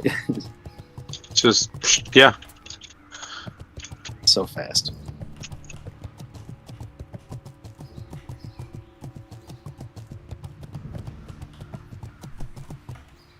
Oh, Zach, do you know what's up with that race in the Shimmering Flats? Because it's like level 60, but you can pick it up. Like, are you able to get that mount speed trinket before 60 off of it? Yeah. I have it on Zach my is warrior. not paying attention. No. I have that on my warrior. Zach, it's a really. get off your mount. I hate you so much. Get off your mount. Wait, you can give that to others? Oh, wait, I don't think you can't can, cast dude. it on you? Oh, I No, can't no, cast it that's on you? still- Oh, I thought I could cast That's it on still you. Damn I was gonna it. say, I'm dude, like- sorry. I thought I could cast it on you. No, it's all good. Make it across, dude. I'm just gonna. Whoop. I thought I could cast that No. on other people. That pisses me off. You're good, dude. Oh, hey. Here's Nat Page, or Pagel, whatever. Yeah. This guy. Nat Pagel. Hate to tell me, this like, I mean, I'll check out tutorials on new video editing. I think I'd say I'm pretty advanced when it comes to video editing. So I'll have to link you some of my work. You can judge for yourself. A lot of my stuff is on somebody else's channel because I got paid to do video editing for somebody else. So I looked up that dude, the comedian, to see what he was doing, right? And yeah, you're right. He is he's gonna do Madison Square Garden, and you can get tickets for it for $9. That's not good, dude. Fuck, that is not good. No, two drink minimum. I don't know, like, dude, I'm looking at the ticket sales, and you can get them for like, less than $10, guaranteed $20, or you can pay Ticketmaster for tickets at $43. Right. Like, oof, yeah, go fuck yourself, Ticketmaster, pieces of shit.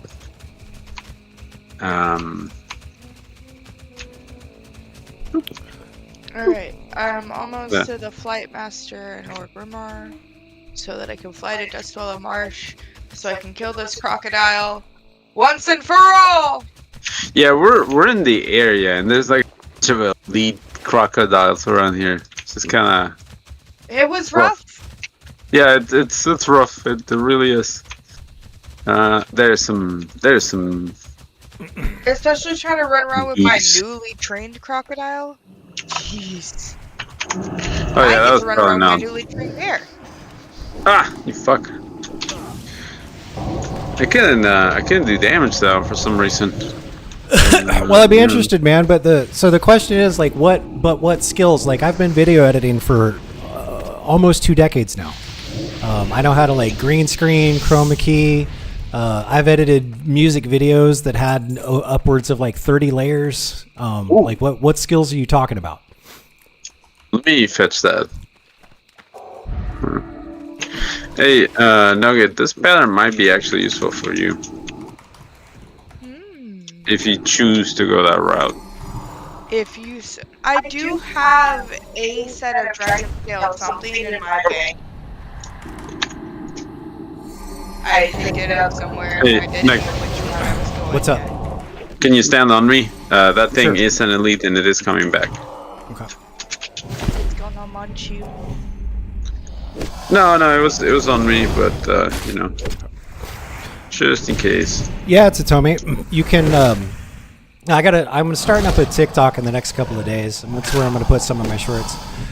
If you scroll down on the Twitch channel there's a link to the Discord server. Just go ahead and hop on the Discord and post whatever you got in mind there.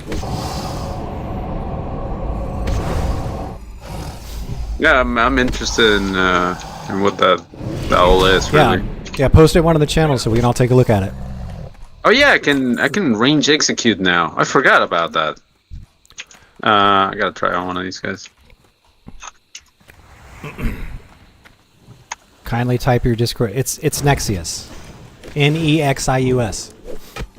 If you like I said, there's a link to join the Discord channel. All you got to do is scroll down. Yeah, it's just, it should say Discord. You just click on it and you join the channel. That's all you got to do. Literally on the Twitch page, if you scroll down, yeah, there's a link there for it. It says join the Discord.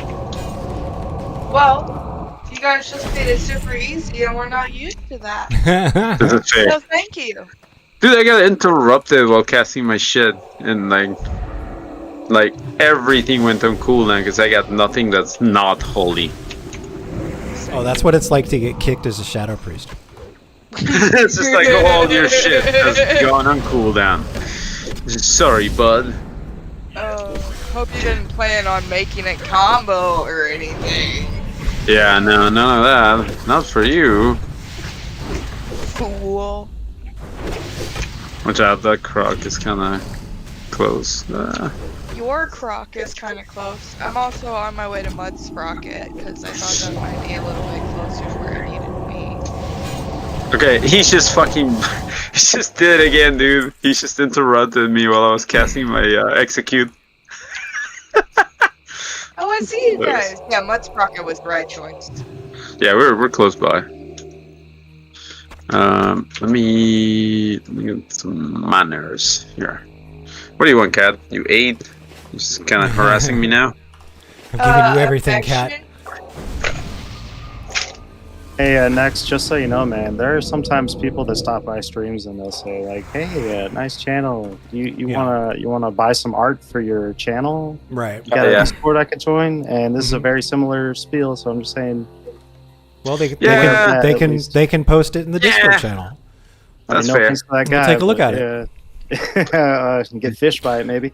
Oh, to tell me, just post whatever it is in a public Discord channel. Zek is interested in it. Flame Mage wants to see it. So, give your whole spiel there in a public channel. Or value, no yeah. If you can't say it in public, should you be saying it at all? No, there's a good point. That's fair. Yeah. If you can't stand behind your words, maybe you shouldn't be spilling them. Let's kill this one first. I'm flying over. I'll be right back. This all depends on how fast we get this, right? Because it could drop right now, or we could be here a while. But I feel like we should kill these things for a little bit. Fair. That pattern, right? The pattern I just nabbed. Yeah. I've never seen it before. Like straight up, It's a new never item. seen it before. It definitely is like a tanking item. It looks like for like shamans. Well, hey, Like to tell a me, I pirate don't just accept friend requests from everybody that like comes in and asks for one. Like my friend list would get really full. Like that's why I created the Discord server, is for people to come in there and post things to me. Like I've been like gaming and doing videos and stuff for 20 years. I got a big long list of people on my friends list, and I try to keep that thing pretty clean. So if you wanna communicate with me, that's what the Discord server's for. You can post it in one of those channels.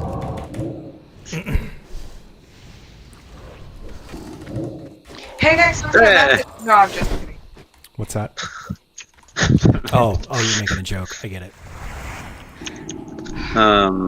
Let's go. Gave me more coffee again today. Alright, should I make my way to you guys? Or... Yes. Because we're killing these guys.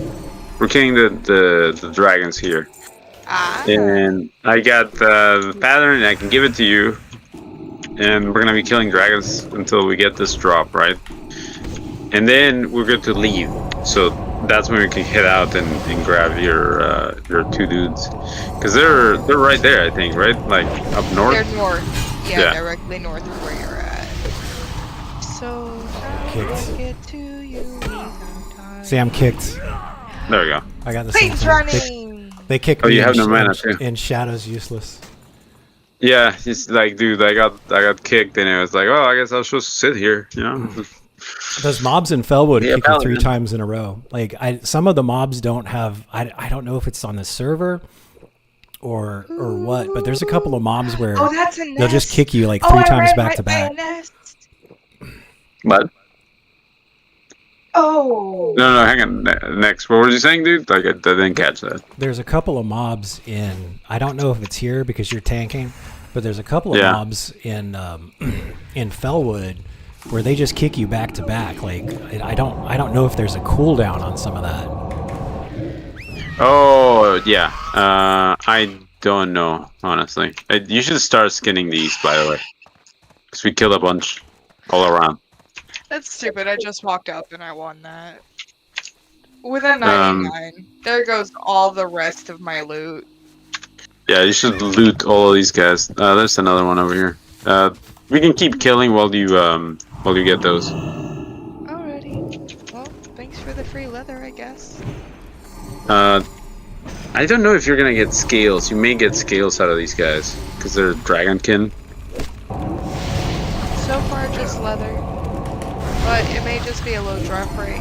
I may also have to learn dragon leather working, maybe. We got our item, so she's good. Let's kill a couple more for the sake of the rolls. How close are you to level? For the loot? No. How close are you to level? Or I got are you... 1, 2, 3, 4, 5, 6, yeah, wow. 8 bubbles. 8 bubbles to go. Oh, okay, so you can use anything we kill. So fair. Let's kill these, and then where do we have to head? Like north of here? Yes, please. Okay. How do I pin it on the map for you? You can link the quest, and then that will give me an idea.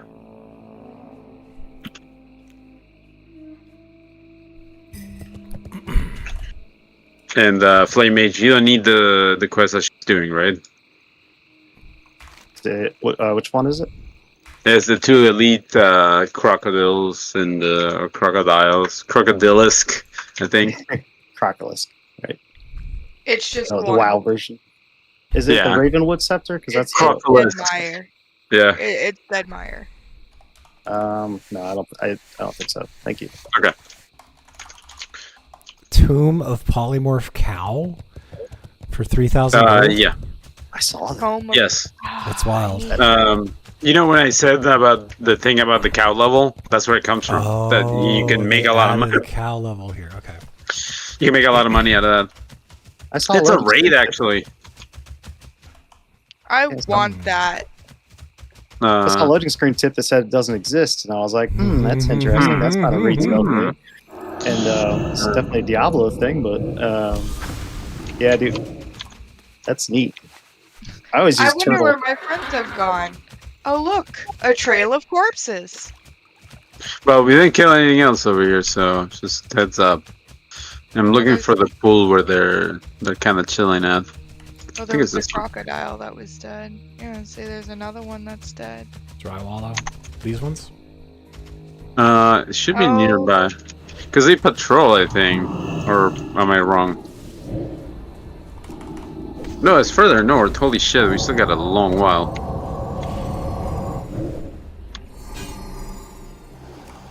Okay, well, I dismounted for no reason here. Alright, well, Well, I'll catch up in a second. I Oh, you gotta. actually. Yep, I see it. So you guys we're doing Gilneas, right? Yes. Yeah. We're just finishing up a quest here, and I'm taking advantage of the fact that they were already here on this continent and in Yeah. this location to finish a quest that's in my quest log for like almost a month now. Aurora Borealis. At this time of year. I thought I could cast levitate on other people. I swear you could cast levitate on other people. It's okay, dude. I can't. Like I tried casting it on Zek, it wouldn't let me. I swear I remember casting levitate on other people. Have you tried clicking it instead of using the keybind? Because that's how my remove curse isn't working. Yeah, well, because because there is slow fall that you can cast on other people as a mage. Yeah. I should have just dismissed my bear. Oh, Nugget, I saw some level 45 bears in Bearless. If you're looking for a new bear, maybe She got bear. from there. Well, I And it's named finally Baloo. got high enough to tame a bear that was not like level 20 something. And I greatly appreciate it. But after such a long wait, I want this bear. I was just getting chased down by two of them, and I was in there. I saw they were level 45, and I was like, maybe Nugget would be interested in these bears. Oh yeah, no, I made so many trips over there. I made one at 39, too low. Made one at 40, too low. Made one at 41. No, I didn't. Forgot to go back at 41. Came back at 42. Tamed a bear finally. I've been doing a lot of backtracking myself today. I know it's inefficient, but I don't care. I like doing my quest in neat little bundles sometimes. Right, I like just sticking around a place until I get like all the quests I want to do done. Ah, there's the bag. There they are. Clampjaw. Where's the other one? I see one of them. It's just. What do you mean, see one of them? The Clampjaw is one of the named crocodiles. He's here. Yeah, but that's not one of the quest one for me. Well, no, yeah, the other guy is nearby. That's what I'm saying to this guy. Oh. I don't know. I've never done this one before. Well, you should have the marker, the actual marker for the specific one. Can you guys do it? It gives me a bag, and it's back here, and I was trying to tell you that the bag is here, but you're like, here's this other named one over here. But that's not it either, right? It's just a regular one. No. Okay.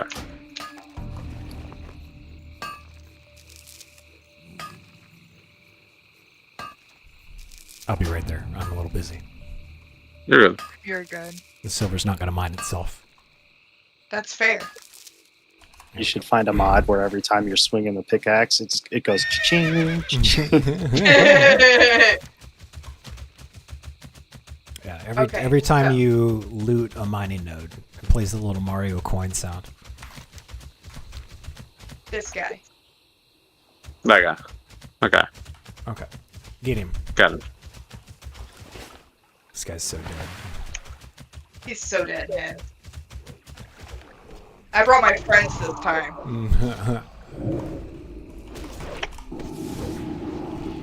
Yeah, I remember this guy doing something nasty in the end, so you just stop it.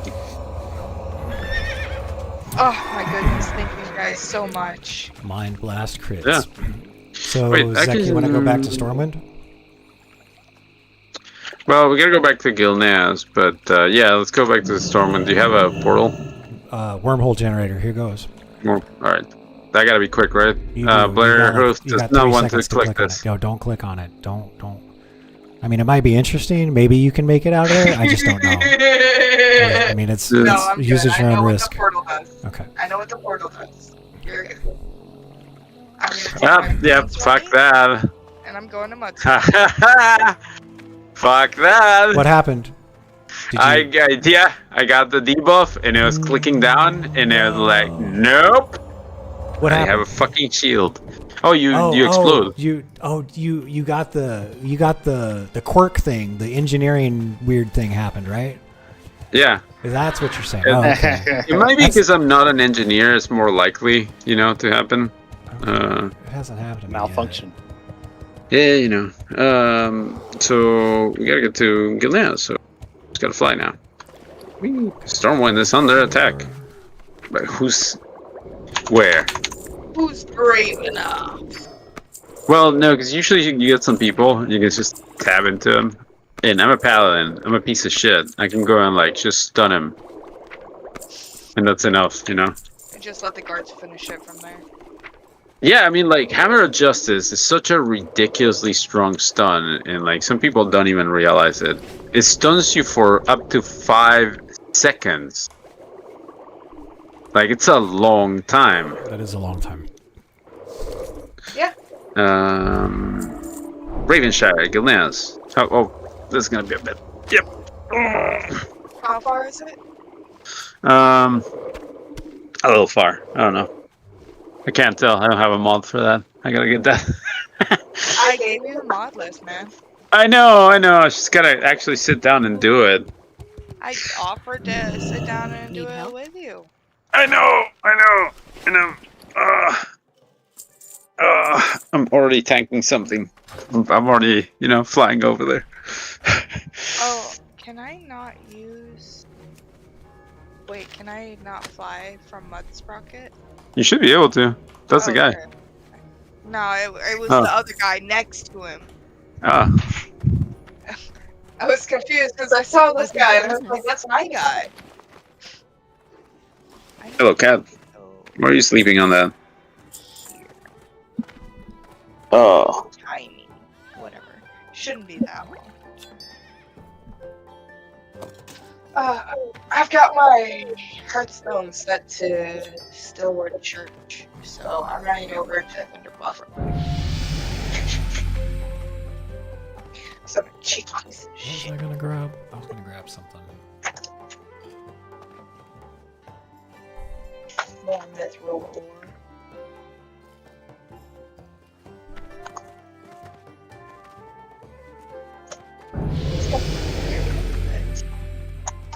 Forgot. Oh yeah, it is.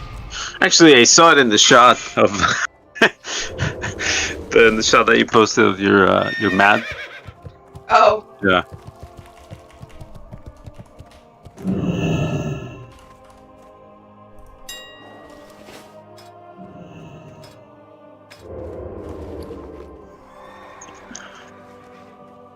Oh Christ! Don't start that. Yeah, I forgot my dagger skill is still increasing.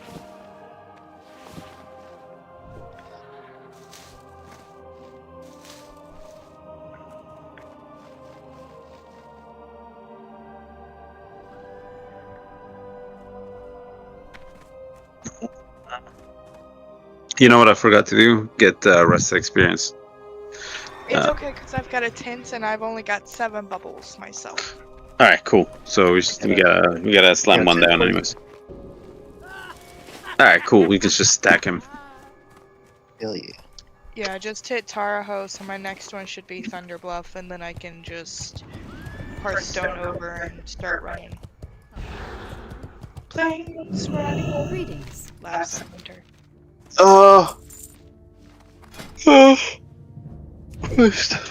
Go get some coffee, Zach. I already pounded some coffee. It was delicious. Right? So nice. Hey, make us one of those water bottles. Oh yeah, that's yeah. Actually, I'll make you one. I'll make myself one. Gotta stay hydrated. Yeah. Go with honor. Oh yeah, dude. So this is an RP heavy server, right?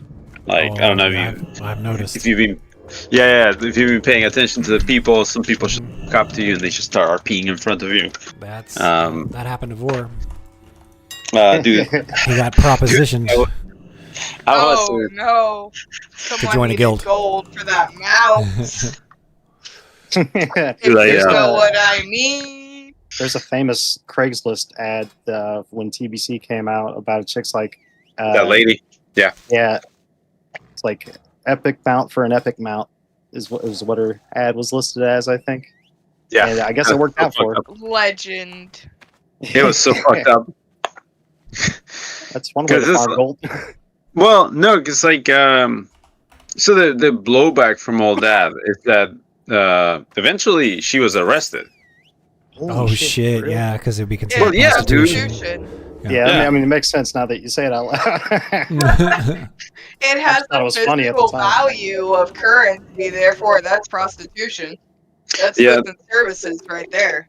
Basically, they argued that on selling the account, even though it was against the terms of service and all that, it was still a thing you could do. So it had a monetary value. So there was an exchange of essentially money that changed hands, or or something in lieu that had value, monetary value. So that was enough. But yeah, that shit was infamous, dude. And unfortunately, she paid the price. Mm-hmm. By the way, that wasn't isolated to that lady.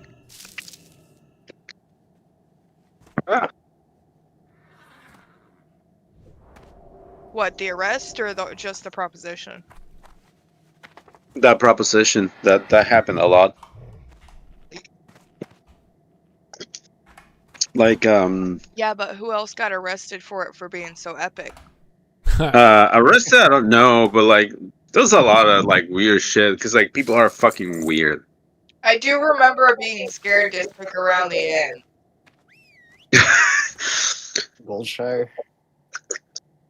Not even Thunderbluff was safe. People are just weird, all right.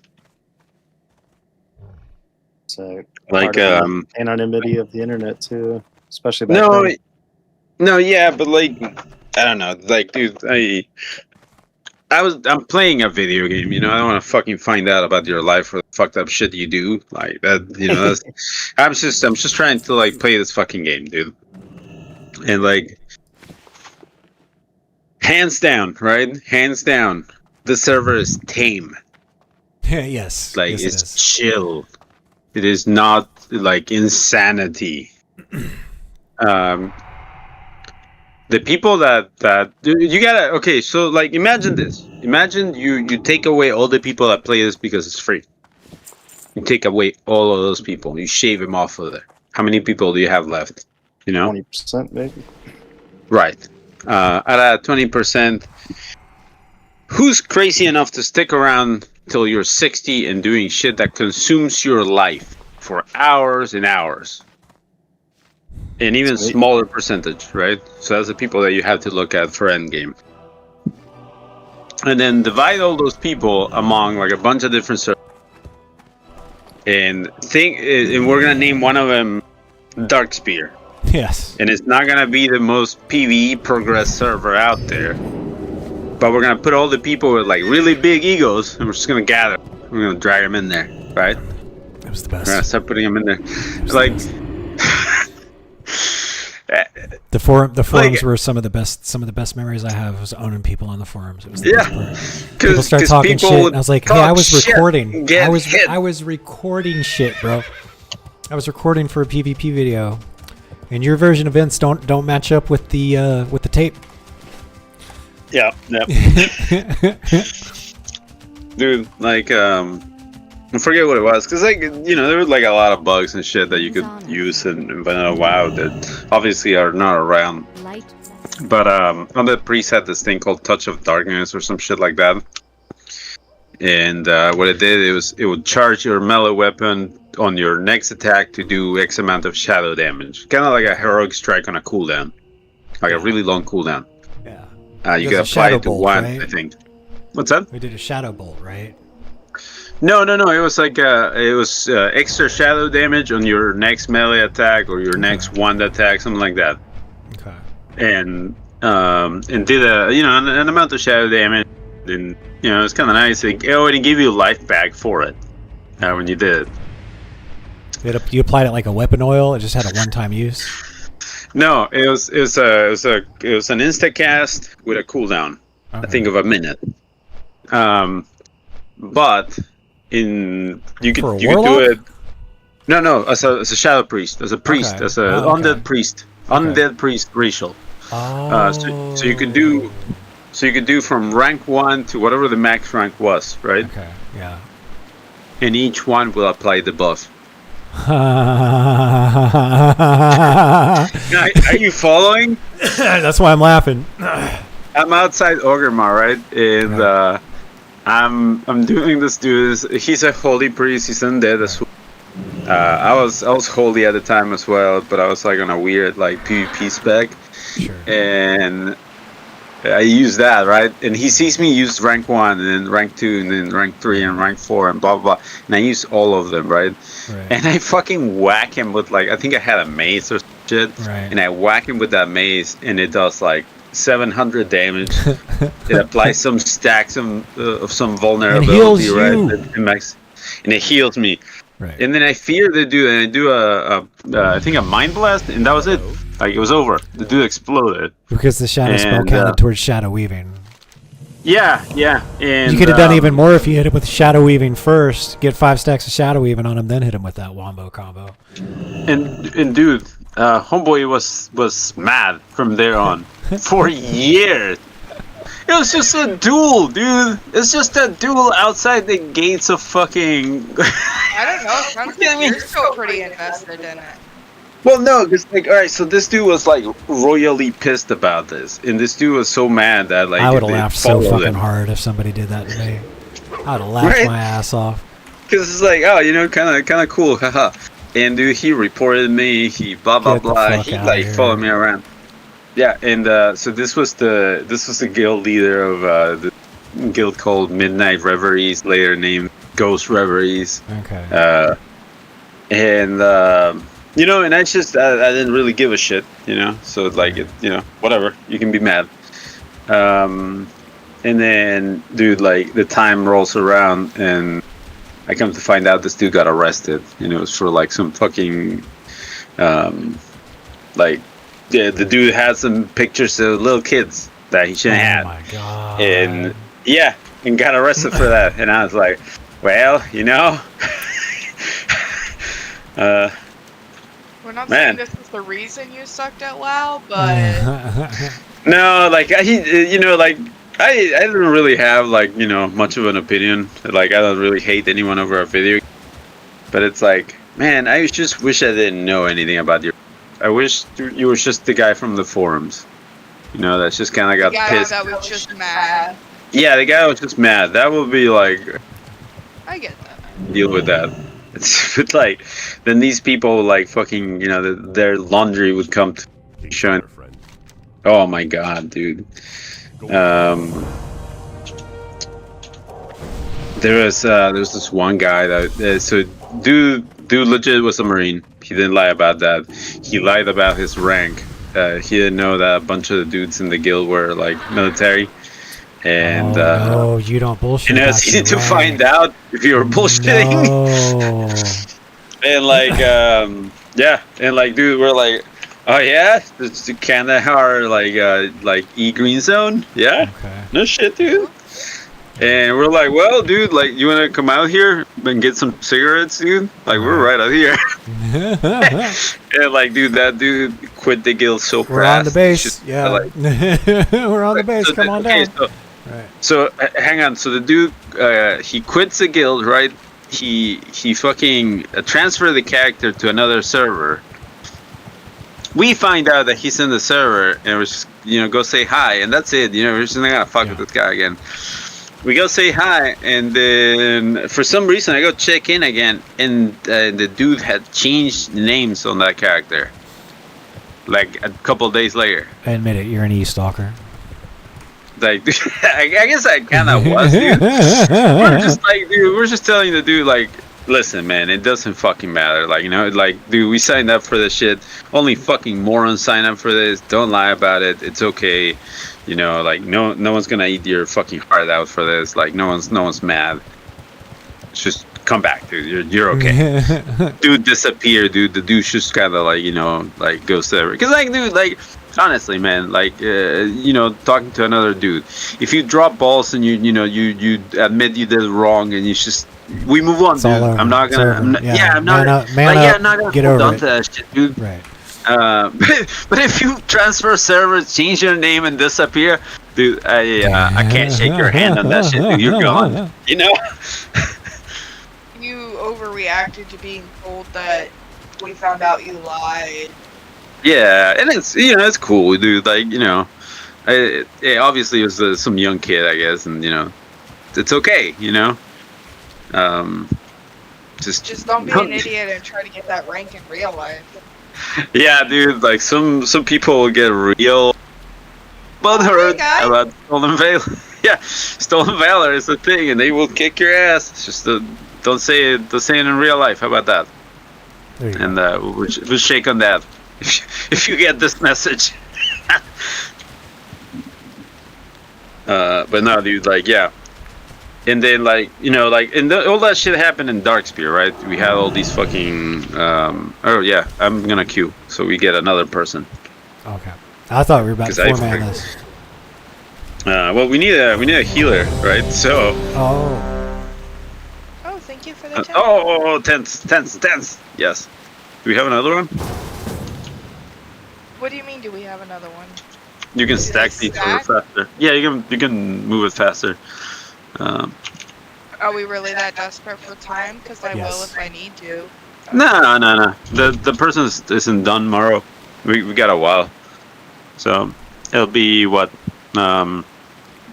like give or take, like 5 minutes for them to get here.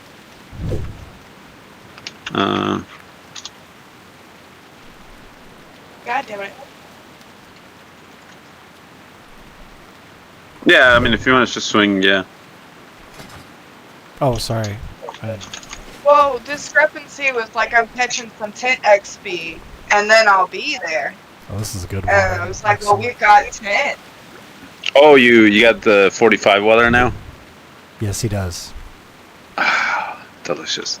Oh, yeah. Oh, I didn't know my mic was muted, but yeah, I made them lovingly 4 at a time. So, but I have plenty. So. Bro, yeah, I forgot about that. You yeah. As you level, you get to make more. But are you sure there's nothing I can do for you in return? 4 at a time's harsh, bro.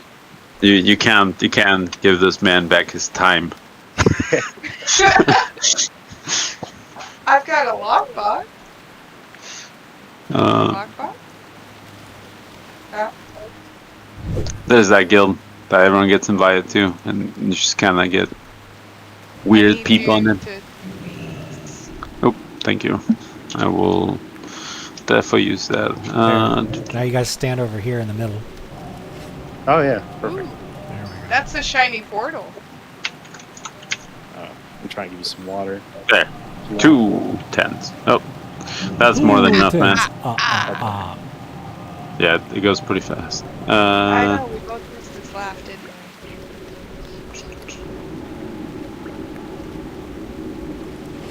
Oh no. Baby, look at Guild Chat. Guild Chat. No,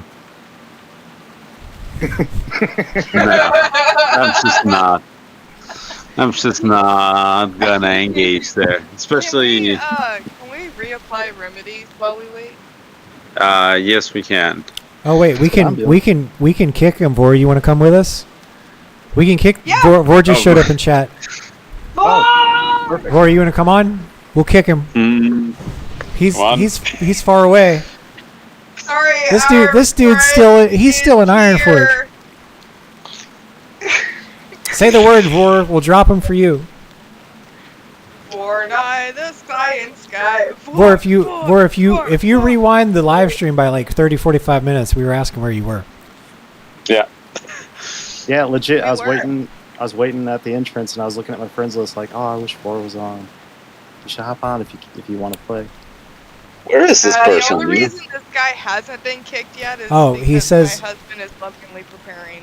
He says it's a new season in retail, so he'll be on a lot less. Lame, but fair. Have fun, dude. But you better hop on still. Can't just disappear.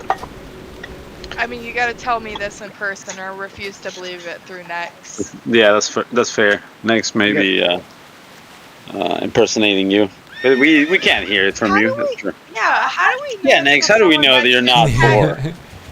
No. My issue is how do we know that someone hasn't taken Vor's username and is trying to throw us off the scent as to why he's not on Turtle WoW with it? So that Vor can be horribly tortured with some boring entertainment faction. It's awful. I don't know what else to say. I lost it. Well, I was gonna say, with like so there's models that can do audio pretty well. If you have enough samples of Vor, it could just be Nex. It's just pretending to be Vor, and Vor is just kidnapped somewhere. I really could have swore I talked to him yesterday. Did you, or did you talk to Nex? You talk to the AI? Yeah, the AI bot. Pretending to be Vor. God, that's a horrifying thought, dude. Well, there's already enough of me out there on the internet. It could happen. So good luck. Good luck, everybody. I'm just glad that that's really so like. So I found out, right, that my voice in particular is very, very fucking AI. It's for what? Yeah, for AI to just. You should start killing this guy. Oh god. Yep. Yeah, about to get destroyed, I think. Yep. No, that's fair. Yeah, there's 4 people here. The wrong button. Did she right click on somebody accidentally? I totally did not mean to though. Oh, no. I was trying to turn my camera.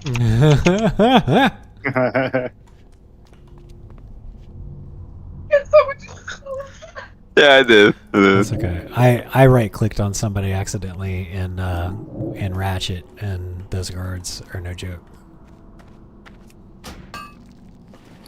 I wanded a paladin in Ungoro crater today on accident. It said resist though. I don't think you noticed. Yeah. Mob had like 11 HP, and I somehow ended up wanding him because he was right next to it, I guess. But he didn't even notice. Dude, like, you know how you run into people and they're flagged for PvP, and they're like much slower than you? Dude, there was like a 30-something that just kind of tried to dismount me, right? It's for the shiggles. It's gotta be for the shiggles. Yeah, well, yeah, but like, alright, so I was 60, right? Like, what are you doing? Like, are you trying to, like, get, like, fucking killed out here in the middle of nowhere? Trying to get that honor kill, bro. I guess, like, it's gonna be real hard to kill a protection fucking warrior, as a, what, like 30-something, 36 maybe? That's like the don't tug on Superman's cape saying. Yeah, like, the fuck, dude? But yeah. This goddamn wall. Happens all the time in this fucking game. Because you can be like a few levels below, right? Like Nex is getting to that point at 52, right? Or 53 roughly. Yeah. He's gonna be able to take on everything. Yeah. Yeah, he's gonna be able to take on 60s and actually beat their ass. It all depends on like what kind of resistances they're gonna have on equipment. I've been really reanalyzing how this game works after having such a long time away from it and stuff, and it's pretty delightful. Like, everything's set up pretty well. It reminds me of how Diablo 2 is, kind of, where it's like the itemization just kind of works and it feels good. Well, a lot of credit to the guys here in Turtle WoW. The item is 9 in vanilla.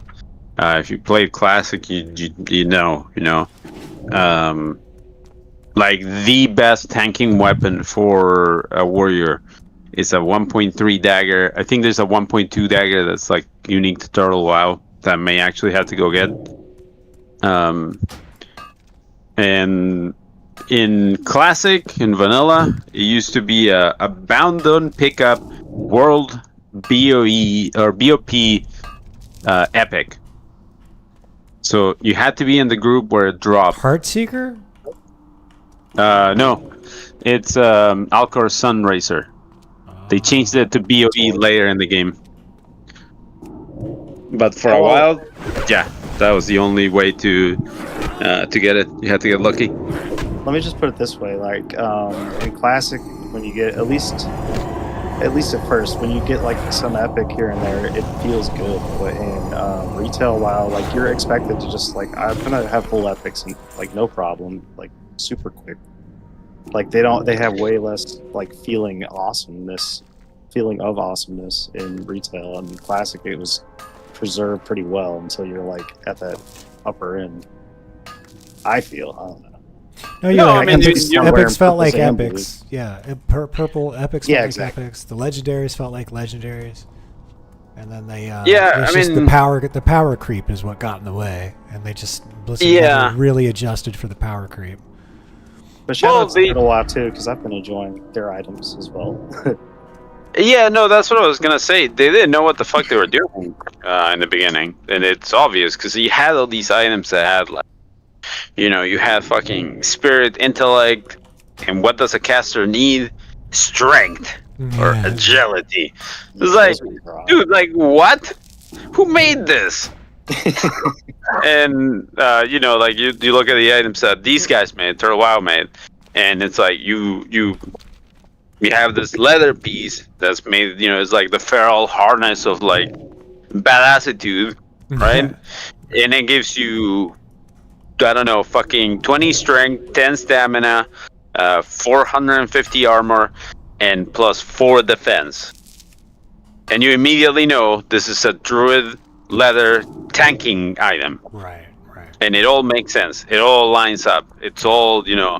Why is there agility on my 6 int 15 spirit staff? Right. It's like, at least, At least in WoW, you actually care about. At least in WoW, you actually care about what the stats are. Because like, if you look at Diablo 4, it's like, yeah, whatever, just throw it on. Like, it's like it doesn't even matter what the stats are. Everything is so weightless in that game, just as a comparison. I agree with you though. Some of the items are real wonky, and it's like, who made this crap?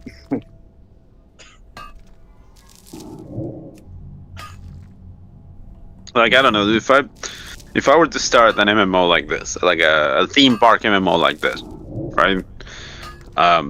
At least I would make sure that, you know, if you pick a class, right, you have a primary and a secondary stat, and that's all you really have to work. Because, like, man, the amount of formulas and shit that you have to do for this, it fucking is a pain in the ass sometimes. If other people had not done the math for me, I'd have to sit here and run a macro to like figure out like what my plus hit is gonna have to be in order to work on the server. By the way, you only need plus 8% hit on the server. It's 1% less. Weapon, yeah, for melee. There's I forget what else that changes for melee, but it's the plus weapon stuff is different. It's slightly different. It goes like above 300 or something, right? Yeah, but at the same time, you don't have to go to like. So if this were like standard run-of-the-mill WoW, you would need, you know, a certain amount of hit, and then you want to get as close as you can to 315 plus weapon, whatever weapon you're using, plus swords, plus maces, whatever. And if you were a warrior, you hands down some of the best gloves you could get. It was the Edge Master gloves. BOE Epic has plus weapons on it, plus 4, I think. there are a couple other items that had plus swords, I think, or plus axes that you could do, and were both valid, but you were kind of locked on what you were doing, right? Right. Not the case here. You get to choose. There's a lot more itemization that allows you to choose different stuff. It's really nice. Like, it's really nice. Like, I'm not locked in on axes because I'm an orc. I'm gonna take a quick bye. I'll be back in like 2 minutes, and then that priest should be there any second now. So I'll see you guys inside. Yeah. All right. Just gonna take. Yeah, they're almost here. Just gonna go AFK for like a quick 2 minutes, and then we'll start the skill nails run. They're almost here. Just gonna go AFK for like a quick 2 minutes, and then we'll.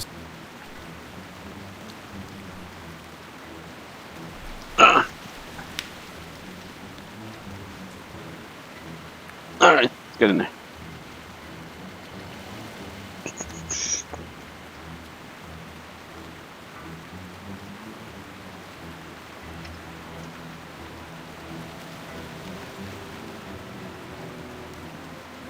Why did you say let's get in there?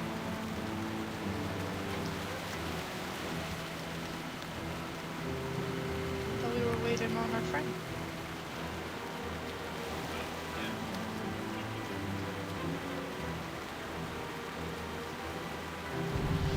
Almost thought I wasn't allowed inside for a second. I was running against the portal for a minute. Oh, sorry, my mic was down. I've stretched my legs. I've stood up. Have you done that? Before we start? I just sat down. I'm gonna stretch my legs, actually.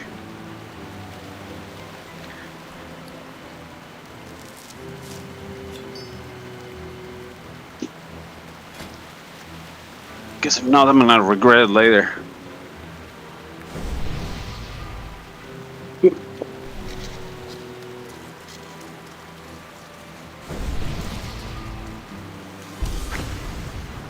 Oh yeah, our healer's here.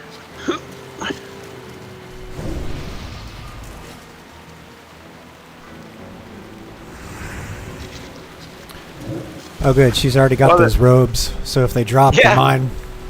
I was just gonna say, they're wearing the robes. Yep. Very, very unique looking. Only 2 other things have them, and one comes out of an extrema, so... And the other one's an epic from Sunken Temple, so... Right, so... This is me... Everyone, the goal... I don't know if the bear has growl on right now, but... Just this... You don't have growl on? The bear can learn. Yeah, I can. I should be able to. It's a good name for the bear. Looking at it right here. Oh, you're muted, Bill. No, the bear cannot learn growl. It can't? Huh. It does not give me a talent point rating beside it. All the other ones, it's like 1 talent point, 5, 10, 15, 25, 50 per rank. Growl has none of that, which means I cannot train it. Unless it's free. It's free. I'm a idiot. What? Cool. Well, growl is off. Okay. I didn't realize I got free things. Oh, I can't get that one. There are some I cannot get. Sorry. You're good.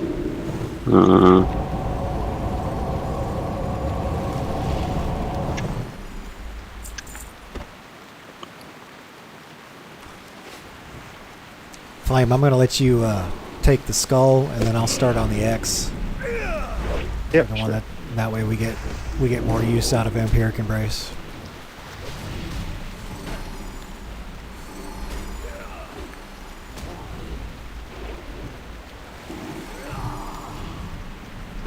Yeah, we should be getting more mana back because of that.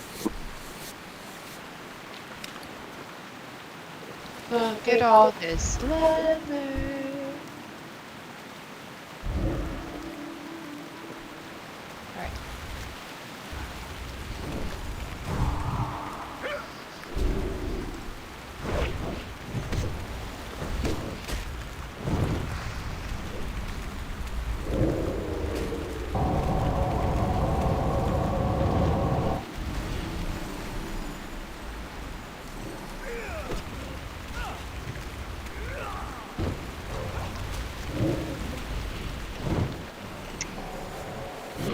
Oh, he's in the stairs. That's where Blue went.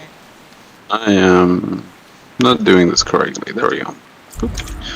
Hang on. A tuft of organ here. Where the fuck is my oil?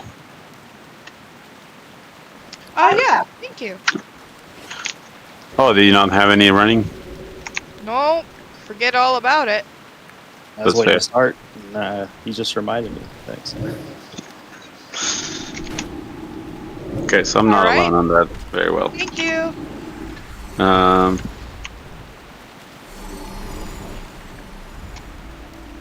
Let me drink a little bit and then.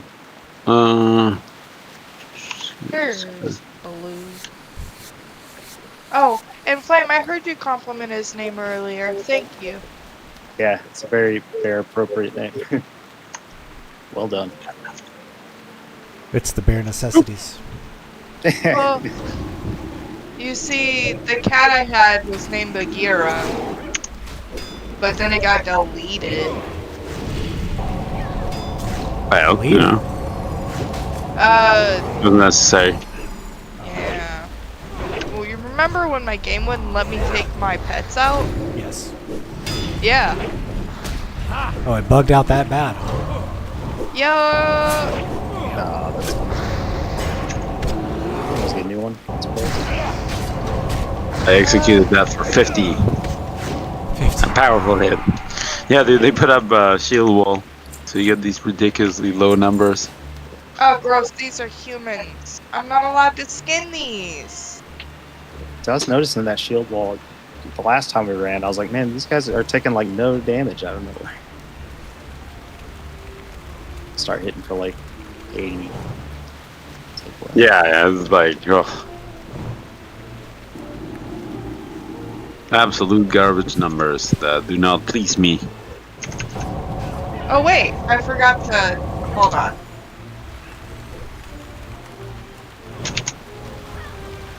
Oh, Cat, you're right in front of me in my personal space. Pay attention to me. It's their favorite. Yeah, dude, she's like literally on my face right now. She's Worship me, human. like, hello. Yeah, well. Let me see if I can pull To here. be fair, if I could fit on that desk to get your attention, I would. Let's see. There we go. Come on. Need the other one to come down. Let's kill this one. That one? Yeah. Doesn't really matter which one we kill first, but yeah. None of these guys heal. I don't think that they make much of a difference in damage.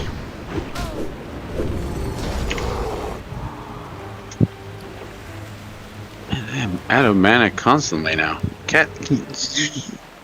Okay. Would I need you? Would that help? No, we already haven't. Like, oh. I'm good. I've got mana now. All right, so whoop, you.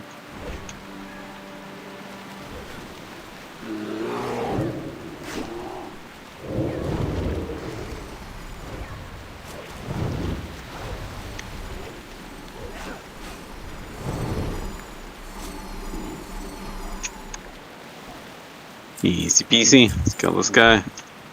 This district is currently on lockdown. Cat, can you just not fucking move my whole fucking setup?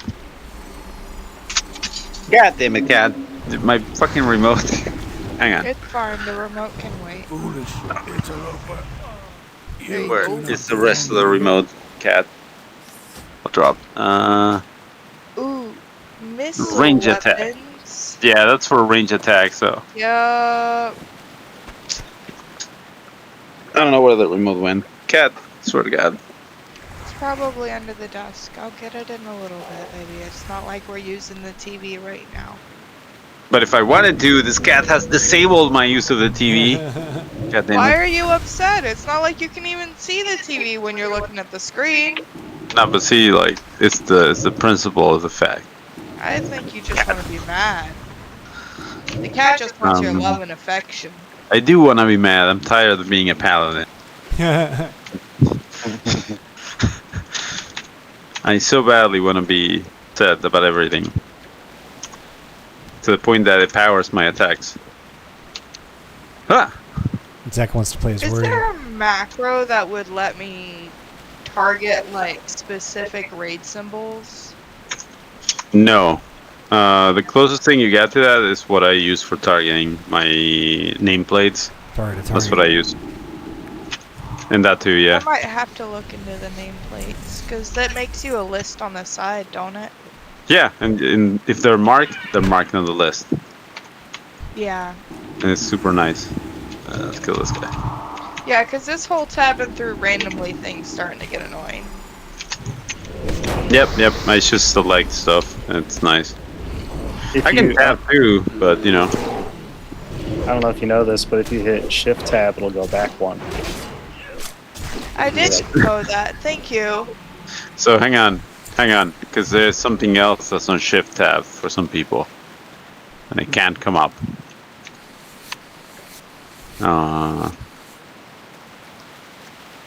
Oh yeah, we gotta go through the war game first. Oh no, we gotta go through the war game, but we don't have to do it first. What's here? 1, 2, 3. Okay. Oh yeah, kill your Steam overlay. I've already killed that. Yeah, but that's what he's talking about. Shift tab would bring that up for some people. I'm taking notes for the hotkey tutorial. Yeah, that's smart. Because remember, I was having that issue in Helldivers because my keys were sticking. There we go. Hello. I like that. I like pulled him back some. I was like, hey, you, and then I ran away. That's the My cleric. boss Yeah. wants to talk to you. I'm trying to get to it. Yes. Hang on. That's some additional friends. I want to kill the cleric, I think. Oh man. Yes, we want to kill the cleric. I'm so low already too, though. I'll get the first silence if she starts casting a heal. There it is. I got it. Got it. Nice. And now we swap. And this guy already uses. Oh no, he did not. What an asshole. We countered a cleric with a father. There we go. Cool. Boop. I And see now. a cleric and raise you. What are you? Priest. Okay. I don't remember this move in chess. Alphas. Oh yeah, alphas have to go first. And then we can do Rager. No, Caster can just wait. Alright. Yay, things I can skin! Bring me your corpses.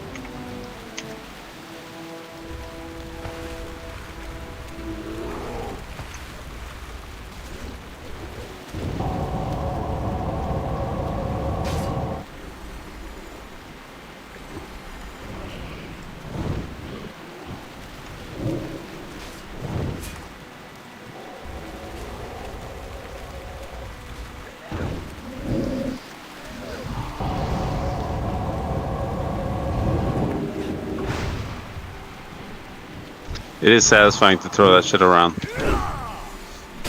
Oh! Hiya!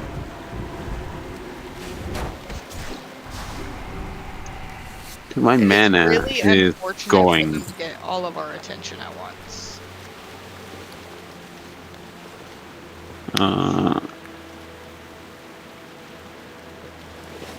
One more skinnable. Okay, run.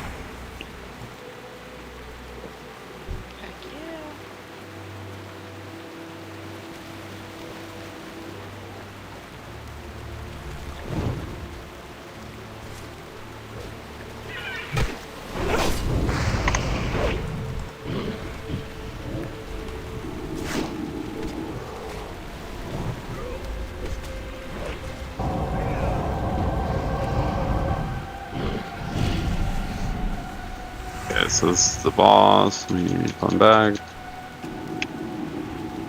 Don't fear, don't fear. Come on, get up here. Thank you, sir. There we go. Christ.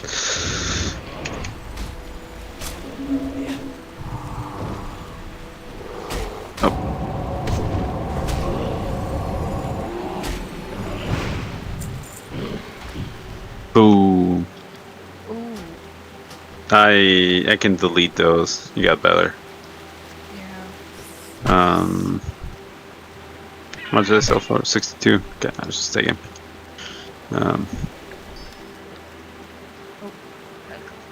Where are they?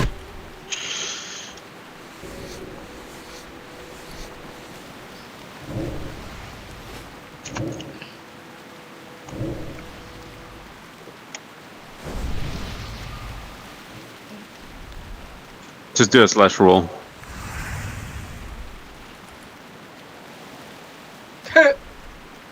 $68. Okay. I guess I keep it. Oh, poor Flame. Oh, hey. I have to do that. Okay, so that's the last of these war again.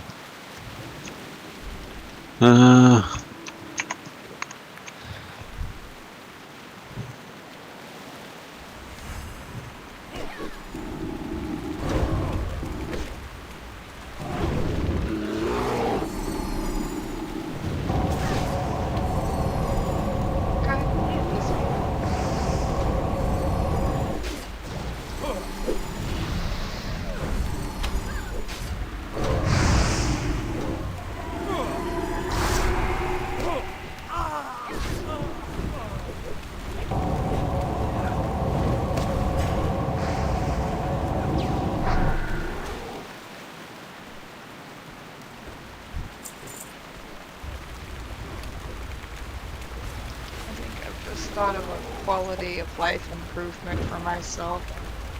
So, with my current chair position, having to pull my mouse down to the bottom of my screen and having to reach my hand all the way to like rest on the number keys comfortably, not quite doable from current position.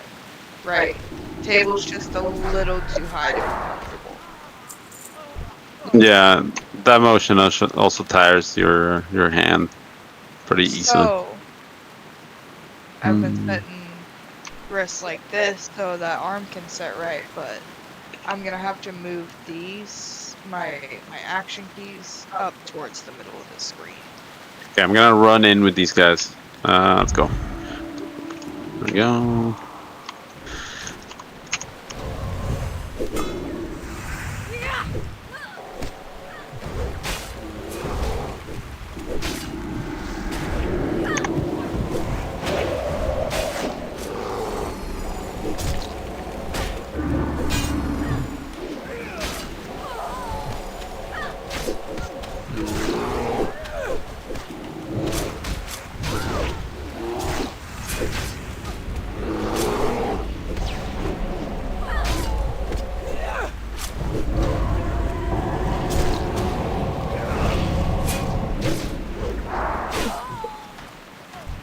Yep.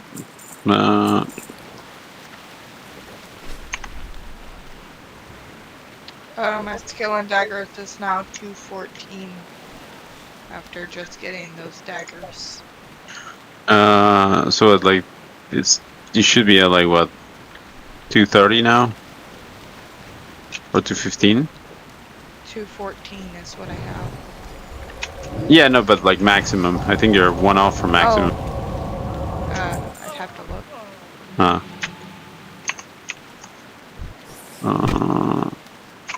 Oh. Yeah.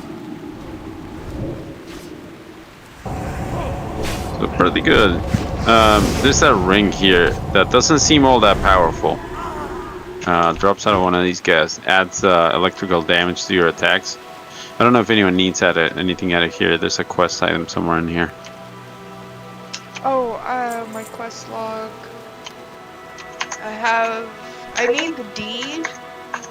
Yeah, the deed is at the end, almost. I need the painting. The painting is coming up. We get new fortitude? Or immunities? Yeah. Can you line the side? Yeah, there you go. Perfect. That works better.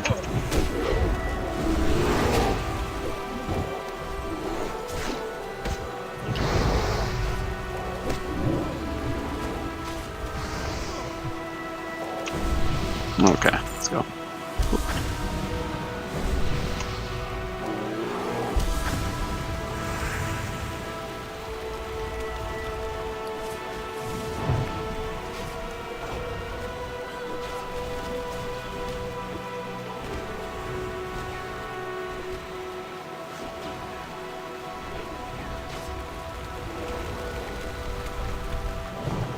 For the amount of mana you have to spend on rebuffing everybody, I don't think it makes sense. What's that? Your blessings. It doesn't. Like, you spend more time sitting around drinking.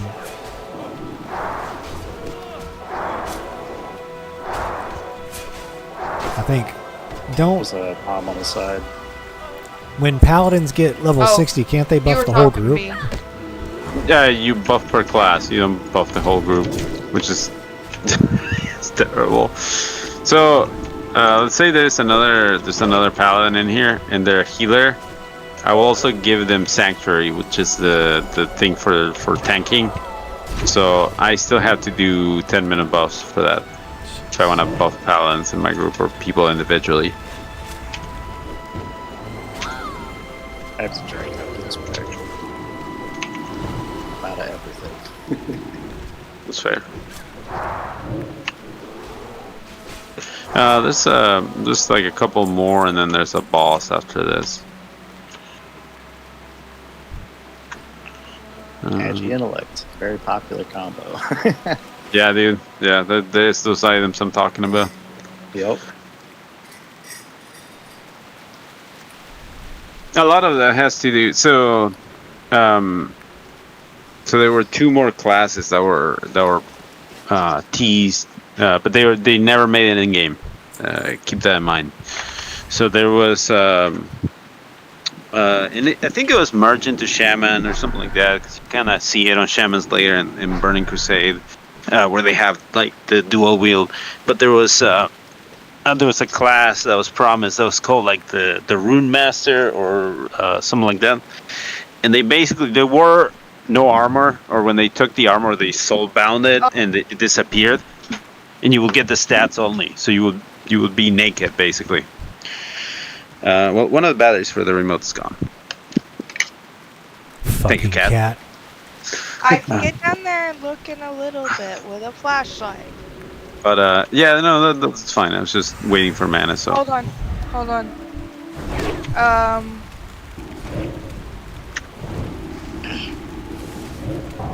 sent something in the Turtle WoW chat. Oh, what do we got? Did you just take a picture of me? Oh. Oh, you took a picture of me in game without my authorization. I'm talking shit and that thing is walking away. That's alright, that's what Fade's for. Yeah, dude, you can't show the back of my helmet. That's offensive to my people. Nor my ankles. That's pornographic. That's just I keep getting reminded that there's people that are into feet. I don't understand. I have to be aware of it, and I hate it every single day.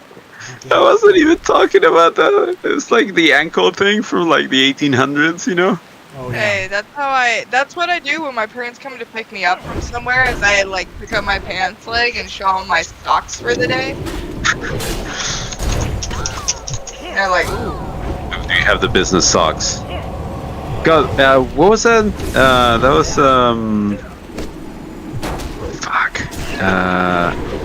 New Zealand, Flight of the Conchords, the business socks song. I'll take your word for it. Yeah, very obscure. Alright, so I think we just engage this guy. Order must be maintained.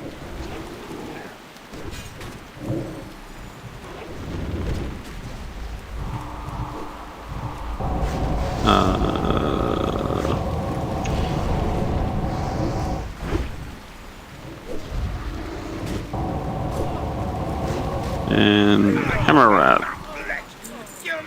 Hey, the spell Already got resistance those. thing. I already got those. Well, do both of you have them?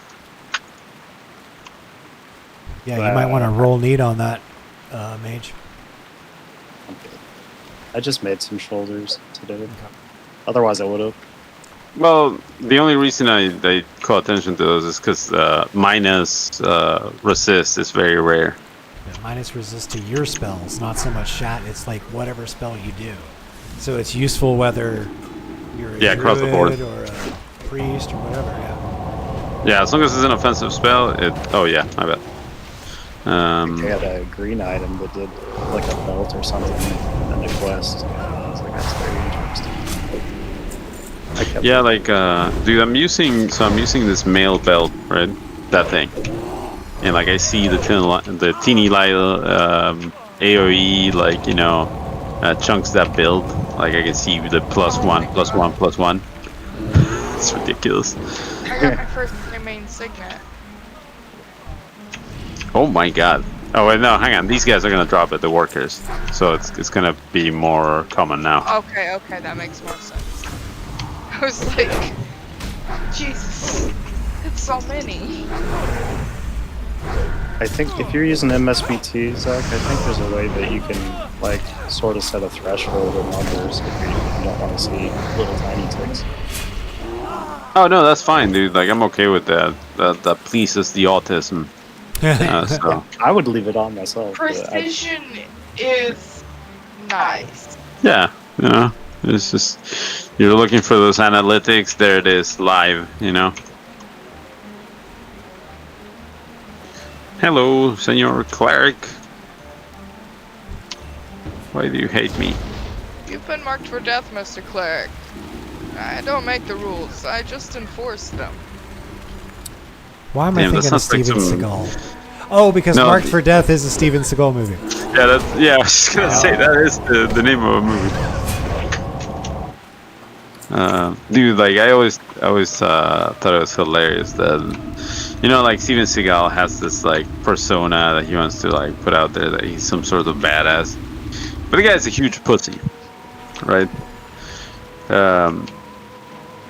He got in some trouble with the fucking with the Italian mob, and he had to make movies for them for a while, dude. I remember that. Yeah. Those movies are so bizarre, dude. Holy fuck.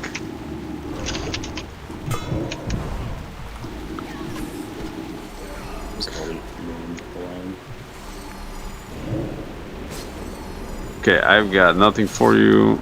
It's fine. I got this cleric. I got the cleric. I could solo the cleric. There's two of them. Oh. It's fine. Yeah, I was we're like, I'm working on one. there we go. And we pull this guy. You're not laughing without your healing friends, are you? There we go. Much easier, yeah, when that's missing. Just stay here, I'll pull into this as well. Where's that guy? I guess. Yeah. Actually, I should still be using my immolation instead of my explosive, I think.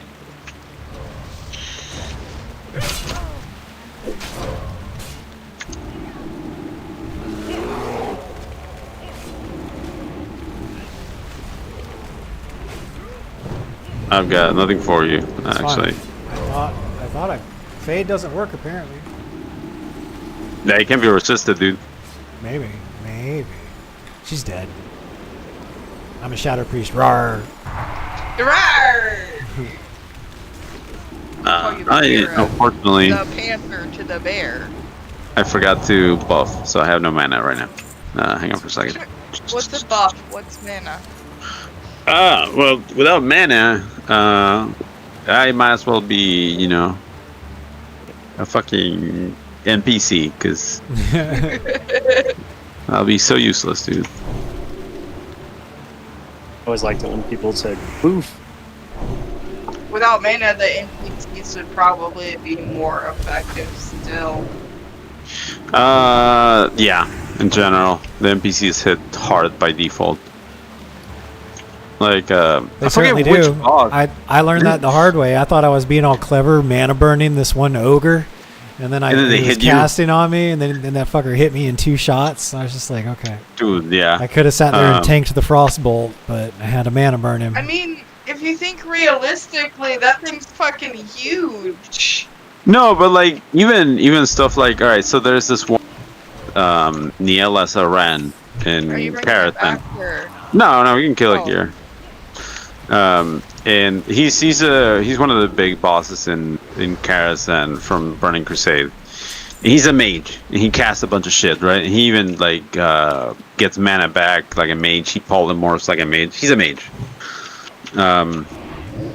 But when you we thought we were being clever, like, oh, we're gonna just mute this guy and then we're gonna counter all this shit.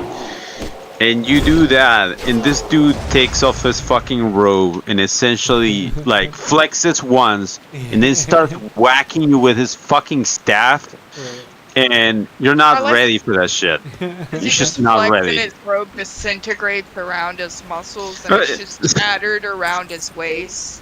So like some old muscled sage. It feels like he's just. Like, you're gonna let me fucking cast, or I will beat you down. And then when he when he can cast again, magic or the staff. Yeah, when he can cast again, it's a lot more tame. The damage is kind of lower, and you can tell if the like if you're a healer or a tank, you can tell immediately because like it like you see spikes of damage fast. Oh yeah, and this one's just kill the skull as fast as possible. Let's go.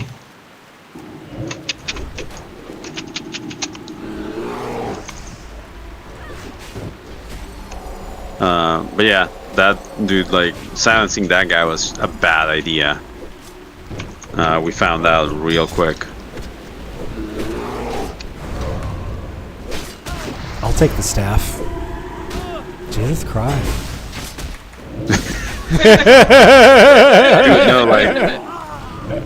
I forget what. So he does a couple moves, right? He has like Blizzard and then some other shit. Can you do flares ahead of us? This is the invisible boss. Oh yeah! Hold on. Let me get the one closest to us. You got him. Oh, there he goes. You got him. All right, cool. We just gotta wait for this guy to come back then. Can you get him? So good at that flare. Oh, kill this guy first. I gave him a gift. So that it's a trick, just for him.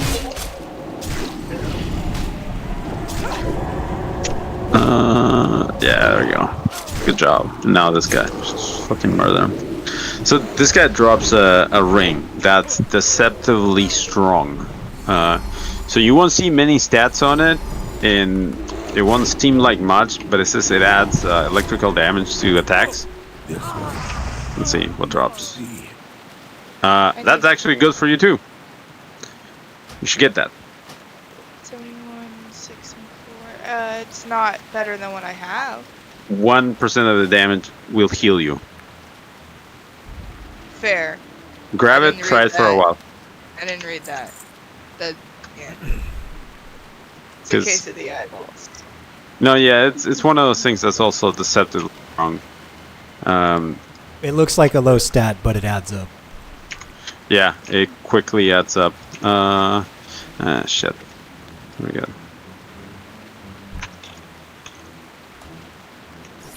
It's like if you get Is even that not one. one of those things where you can take the enchantment off and put it on something else? No. Is that not what enchanting does? No. Enchanting destroys an item, gives you raw materials, and then there's a set list of enchants that you have that you can apply on items. But there's an enchant called vampirism that is that. It's 1% life leech. I could just. Do you guys know that? I'll let you get the first counter on the cleric. Flame. Okay. I do have that enchant, but I don't have the materials for it right now. Oh, he died too fast. We're fine. Yeah. I think we're stunned maybe by some. Yeah, I had a blackout proc on him. Love the elite, please. There we go. Thank you. You put a skull on it, I'll splatter it. To the best of my ability. Let me get mana and then we'll start pulling again. Cheeky humans go squish. Indeed. Oh, good call. Ah, I ran out of fucking oil. God damn it. I have 2 more charges on the ones on in my bag. Would you like to use one charge? Next, hook me up. I only need one. Sweet. Where is it? Okay. Onto my dwarven blood. By the way, this thing, right? Procs way too much. Like, there's something about it. Knocks them down. Yeah, you'll see these guys just drop. Let's kill this guy. Actually, Arbalest. Okay, cool. I don't know why that was so hard for me. I'm in the game. Tabbed out. No. I was just trying to figure out how to apply the oil because when I was trying to click on it, it was not doing the click that I wanted it to do because I had accidentally clicked on it. Anyways, I'm here. It doesn't matter. Fair. You got it. So noble and then cleric, please. Let me get these guys. Can I get them separate? Nope. Nope. They don't want. Alright, there's the noble. I got the cleric targeted. I'll counter it when she starts healing. Okay, thanks. Working on the noble.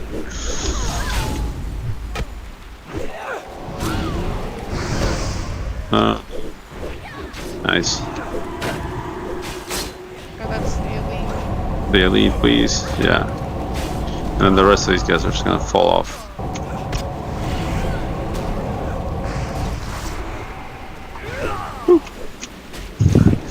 It's for near nothing, dude. Alright. I now have 4.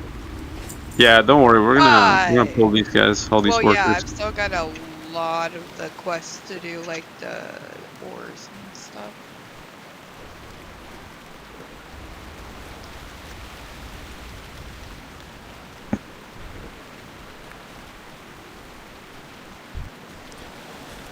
Okay, I'm gonna rebuff protection shadow on everybody.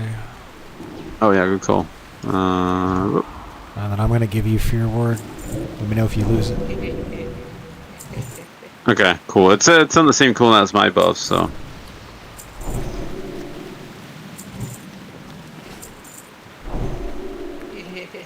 You should redo when you do fear ward inner fire, so you have a timer as well.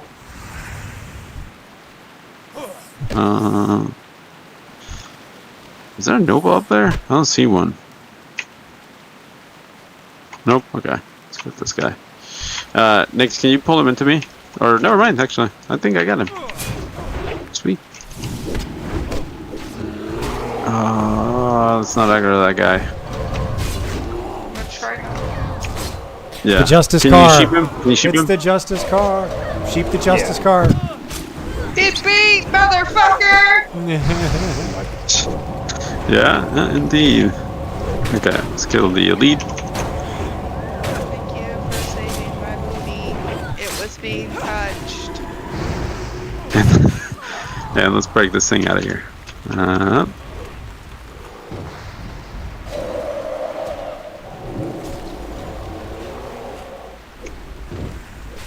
on, Baloo. Give it It's crazy.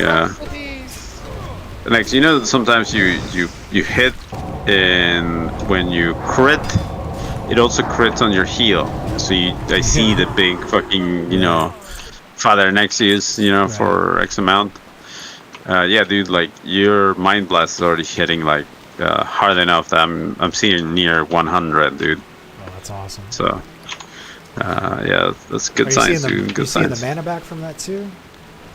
Yeah, dude, mana is very nice. You said that like a high elf. Dude, yeah, it's so nice. It's like, dude, you guys said you got some mana? yeah, like, okay, so there's there are things that they didn't quite, you know, it's not that they didn't get right. It's just like you can't do anything about it. You're just mana hungry as a paladin. Right. As most of the new specs are very mana hungry, right? Melee hunters are also mana hungry. Dude, having ways to get your mana back in a fight are huge.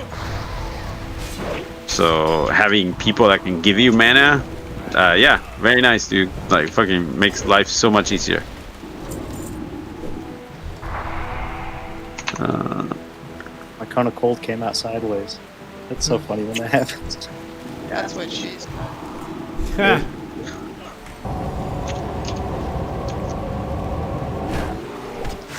I was gonna say though, next, yeah, you had a couple of crits on your heals. It's very satisfying to see the battle That's text. good. Well, I can't wait till they actually get geared. I mean, I'll probably be able to do some utility. Now the question is, like, is it everybody in party, or if I'm in a raid, Party. does everybody? Okay, it's just party. Okay. Yeah, you have to be in the tank group for that to affect the tank. But you know, if it's a paladin, I'm sure they'll love to have you in there. Warrior can probably do without, because you know they'll prefer a shaman in the group than you. Someone who can just make them invincible. Well, like, so you have more utility for a warrior or a druid, right? Than you do for a paladin tank. Because like most of the shit I do is all based on holy damage. Like none of it really is based on strength or anything like that. So if you give me spell damage, I like you. If you don't, you know, might as well not be in the party. Doesn't matter. But for a warrior, you want shamans in your group because you want Wind Fury. You're gonna want a melee hunt as a buff next patch. Doubly so if they carry one of the new pets with the area buff, right? Right. Because they could replace the Shadow Priest for that group. Not completely, but it would be like to a degree, you know, Fox utility, like close levels. Or you can give, you know, more endurance, or you can give like all this other utility bring with your pet. I think that they're kind of expanding the utility classes, or the utility of classes. Can you pull me this guy? If you don't mind? Thanks, sir. And at the same time, kind of further specializing, which is good. Because like you can't treat all the classes the same. You know, they all kind of little things that make them work different. Like, for example, right? Like if I give, I don't know, what's a very specific thing. The champion thing that holy priests have, right? You kind of want that on a tank. Like that's gonna be a thing already. Oh shit. Yep. Hang on.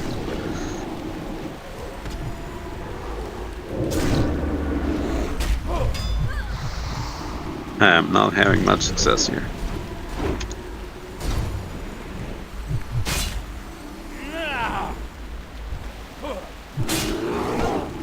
No. Where is the bear going? No. Well. Okay, hey, we got. Hang on. We got that. Get this one, that one, and then this one. Alright, maybe bone here. Oh, yep. Shit. I should have used the. Yeah, you tried to do it. You forgot Vor wasn't with us. No, I forgot to use divine intervention. Right.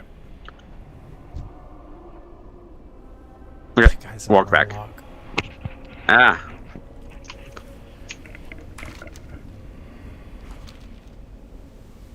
Dude, I want to grab a knife and stab myself in the eye.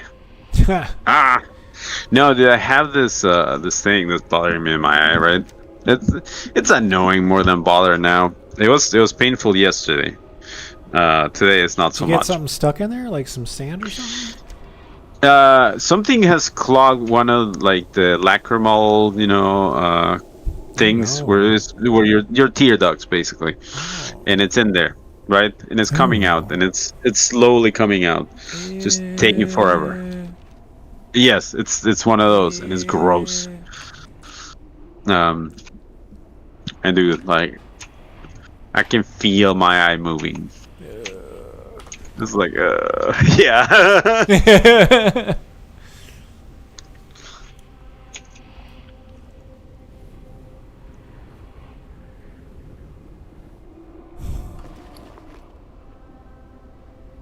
If I should have had the big one bombs on me, because that would have bought us 2 more seconds.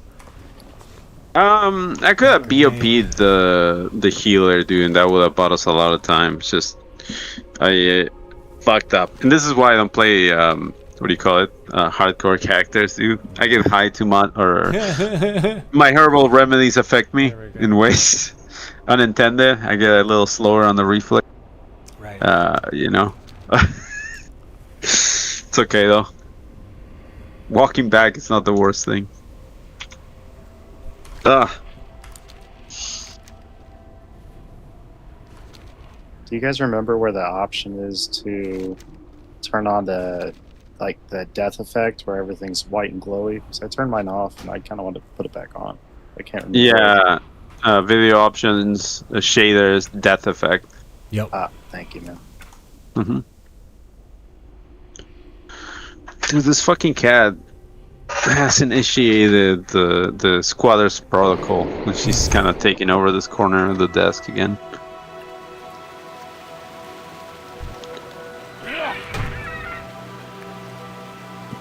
Oh. Ah, God damn it, there. I hate that the entrance is so the entrance to Guildnails, by the way, when you come back, sometimes it bugs. If it doesn't zone you, move left to right a little bit, then it will eventually. Fucking hate that, dude.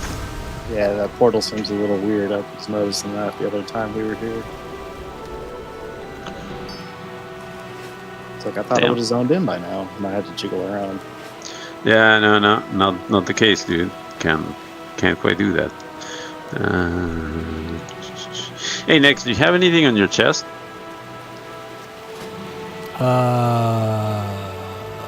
Yeah, reinforced armor. Do you want 2 stats or greater mana? 50 mana or 2 stats? Which one do you prefer? I could do 50 HP as well. I'm fine. I'll stick with what I got. I got to replace these robes anyway. These robes are okay. Fair. Let's level push on 40. then. Like I got to get like some. I need to get some level 50 robes. Okay, let me put my shit back up. There we go. Oh, you get that. There's Prot. Prot Shadow. Prot Shadow. Prot Shadow.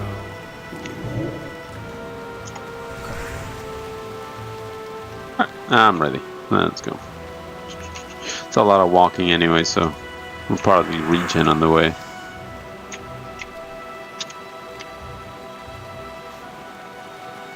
I'm glad we all went as a group because we didn't kill everything. Yeah, I don't think we fully cleared. Yeah. Man, I could have sworn there were some dudes in here that are like in stealth. Well, there's the boss. No. Aside from the boss, I thought there were stealth in here, and they just kind of kick your ass, you know. And cutting through the park, is it worth it? No, it's not. We'd have to clear it. Yeah, we'd have to clear so much more. It's a pain in the ass. Now, what would have been cool is if they put a chest in there in the park, and then you could fight your way to the chest if you wanted to. It could have like an event, or like some shit, you know, like you alert some things, and you get some waves, then a chest. That kind of reminds me of Hellfire Ramparts when that came out, and then you get in a group and some guy be like, clear to the chest, and you'd say it the whole run. Yeah, it's like, God damn it. I hated that shit, dude. That's so annoying. I like the incentive of a chest, but some people get annoying about it. Yeah. Like, all right. Do you do any of the attunements you had to do in there for Burning Crusade? What? Yeah, the attunements where they'd send you to the elite or the what was it, heroic version of the dungeons. Oh, okay. Are you talking about like Yeah. you have to mess with a Fell Reaver, maybe? Something like that. I think there was a key to like shattered balls or something. I don't know. I played at launch though. Yeah. So you had to do a couple. Yeah, we pulled 3 groups. Holy fuck! It's all good. Shit happens. Let me remark. Hang on, because I lost the marks I had put up.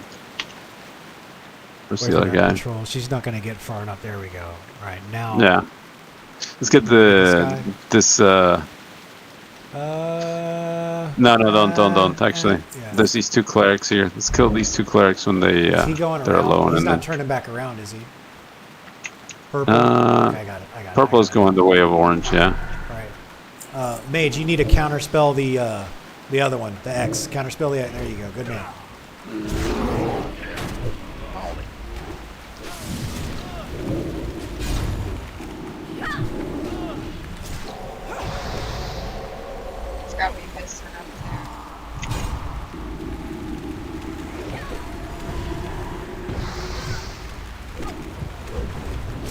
Yeah, these patrols kind of link the packs together sometimes, it looks like. Just by being near 2 at once.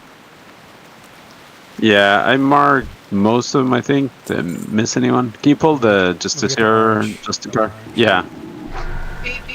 For the night, yeah. Here comes the night. Sheep it, yeah, sheep it. And then see the star over there that I marked? That's the next. We don't have to pull it until we move up, but yeah. Oh. I missed on that one. It fell for my trap. Ah, there we go. So there's these 2 guys. Yep. Come on, dude. Oh, it's... Oh, wait, bear, no. Wait, bear, yes. 2 blackout procs. There we go. Justice is here. Can you mute that guy? Yeah. Oh, wait. Thank you.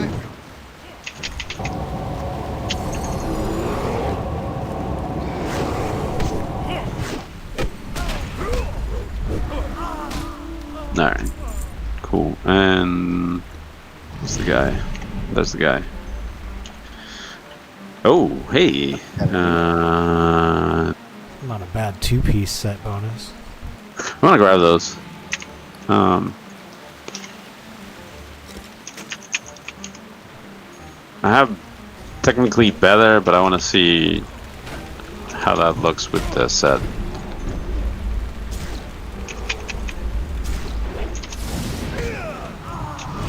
Okay, cool. Let's get these guys. Oh, senior worker.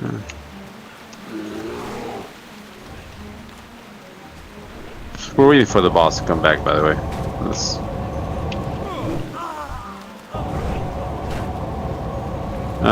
He's almost here. Go ahead and get mana.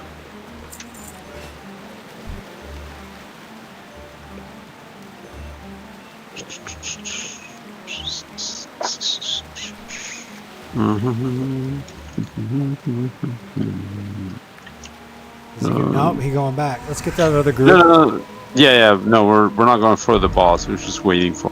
Go get these guys.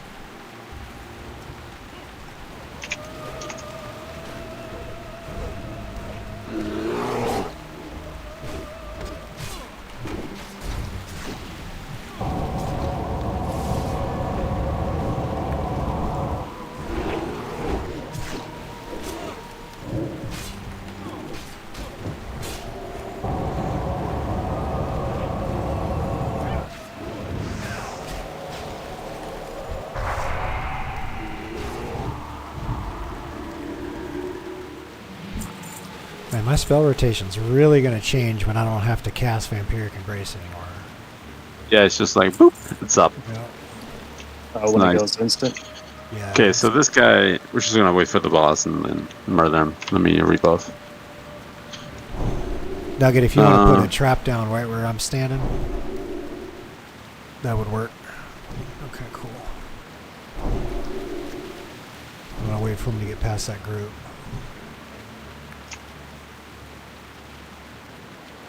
A little bit more safety on there. A little more safety. Okay. Yeah, there we go. Whoops.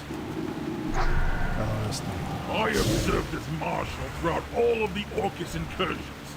You will not put an end to Gilneas. Nugget, I had every intention of dragging him into the trap, but Zek said, "Fuck that." Yeah. Worst case, right? No, you know what's funny? Something bad happens. It's a stun him for a second. Like, soon enough, that's not going to be a problem anymore, because Nugget's going to be able to plant traps while in combat. There you go. It dropped. There you go. Finally. There you go. Congrats. Some good loot, finally. Dropped Ooh, a where's hundo my on it. hunter gear? Ooh. Dude, yeah. 100% it dropped. And you just got the other piece, so now you got the 2-piece right away. That's awesome.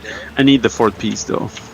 Yeah, you know what's And then really I funny throw is you pulled that guy right onto the trap and it put him exactly to block my line of sight from this lamppost. Jesus. That's where I counter was spell. I'm hoping gonna to put silence him, the man. cleric. Yeah, can you sheep that guy? Yeah. Yep. And I CS X. Sounds like a convention.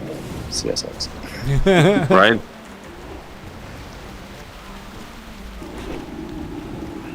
I just can't stand having any other good magic users in the guild, in the party.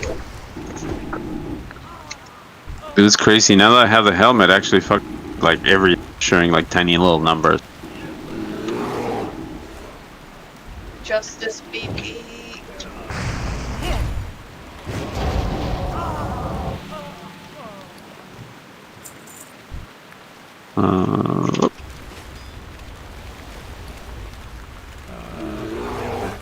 I couldn't see you in the bushes here, buddy.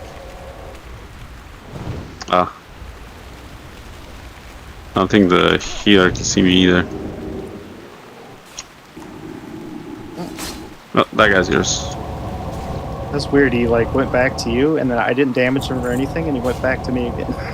Yeah, I was trying to let him go so that he could build up aggro on him again. No, so like once you pass that threshold and I get it back with a taunt and I don't do anything else, it's just that. It's just a taunt. So when it runs out, it just switches back. So I didn't have anything else to use. And you got it back. There we go. Yeah, it's like just the time.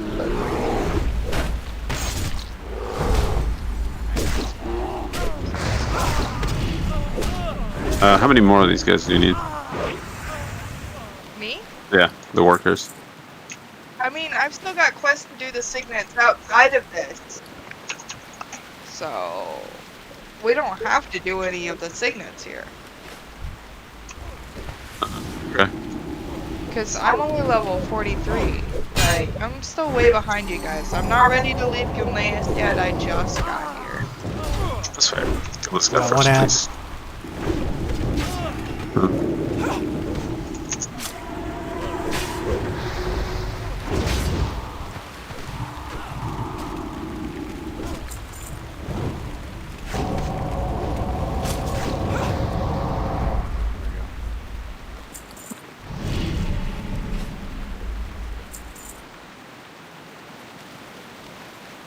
Oh, yeah, you can't mount in here. Bullshit. Even though these guys have stables. Yeah. Yeah, they have stables here. Get the fuck out of here. You can mount in Zul'Farrak. Exactly. What a downgrade, dude. Oh yeah, we gotta do Zul'Farrak too for the trinket. For the Carolina stick. I'm pretty close to that mallet, actually. I think. Oh, dude. I don't even know how to get those quests for Alliance. I don't know if I have to do Sunken Temple or if I'm close. It's one of the two. I know after this I need to go get me a bowl of cereal or something. I'm freaking hungry. I gotta eat something too, yeah. Agility, intellect, get the fuck out of here. Yeah, dude, a whole lot of that shit. There we go. There's that thing. But do they look cool?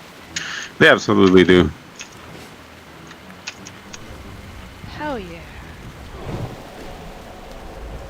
Troll shoe fashion is where it's at.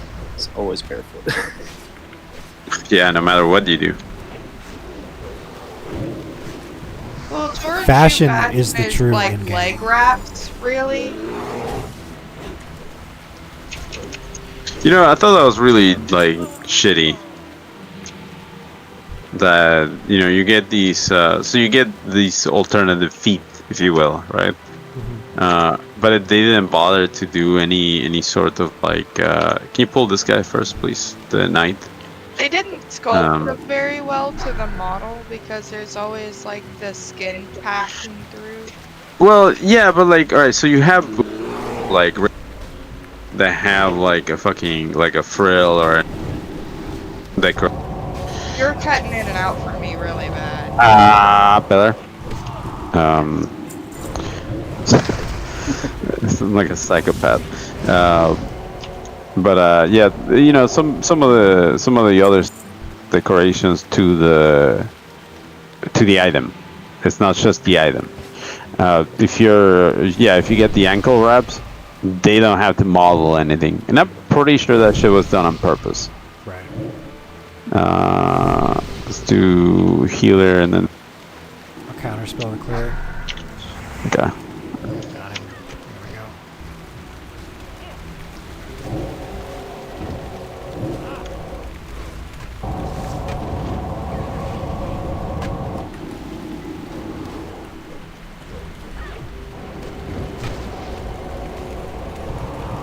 So do you see how you're seeing simultaneous cast bars on the enemy nameplates? That's something super WoW will fix. It'll give you accurate cast bars, stuff like that. I mean, Like honestly, I've been tempted to reinstall Super. I had so many issues with a lot of crashing in like raids. That was my problem. That's why I got rid of it. Let me wait for this guy to pass. Well, I think it Did goes you ever try out for section. Hellbreath? What is Hellbreath?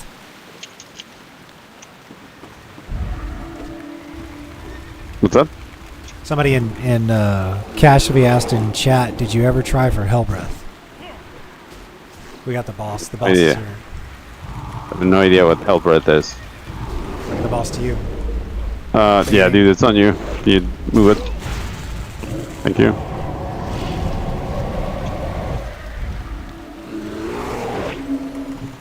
I don't know what Hellbreath is.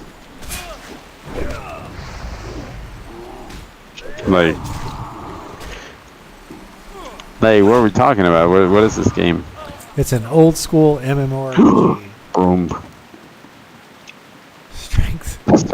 Sorry. I'm gonna skin the horses. I'm gonna totally sell that thing because it's 2 gold. Oh my god, the knight! No, come here, fuck! Ah, yeah, gotcha. Jesus Christ. There's a knight here that was getting away, and I managed to pull only 1 noble with it. This is a successful pull.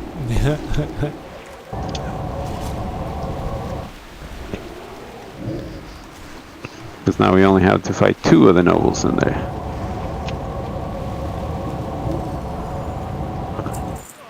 I was gonna say though, I think that super WoW shows up in the mod section of the launcher, so you could always like just kind of uncheck it. Yeah, yeah.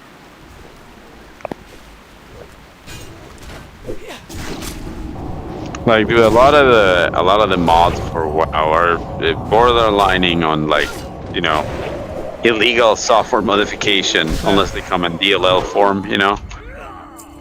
Thankfully.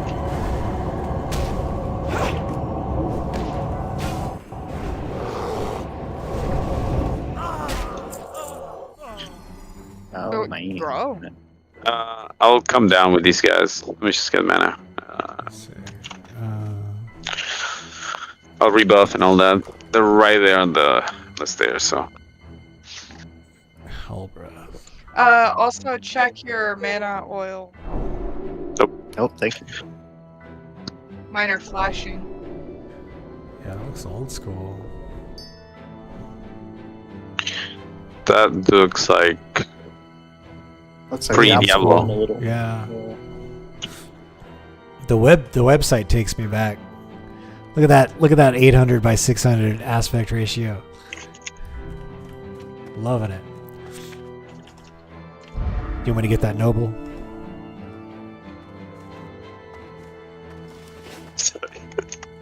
I got it.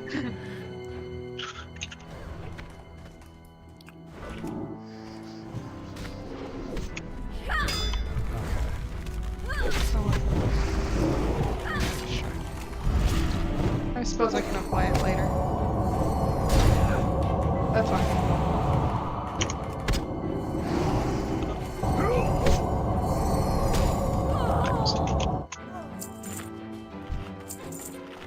I just drank my last water. Bringing some more down. So with this one.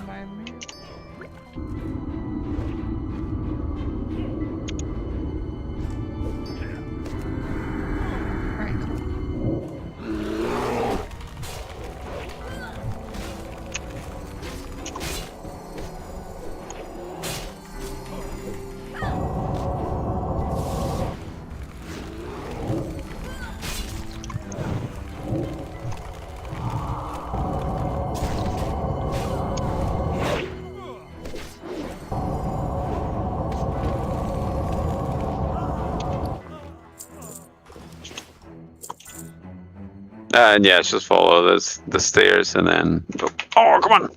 No! Over here. Get over here. Don't. Yes. Okay, if one of you can mute this guy so he can move down. Yes, I will mute him. DJ Shadow in the mix. Thank you, sir. Hell yeah. I say mute because, like, you know, I know. It's great. So many silences. I get it. It's funny. And some of them don't mute, dude. It's fucking annoying. It's mute in Final Fantasy, so it's fine. I know what you mean. Yeah. Alright. Where is it? Sheep to moon. Yep. Ready, go on. Alright. God damn it. Going down. I'm gonna silence the noble. The moment he starts casting again. There we go, I got it. Got him. Fuck that noble.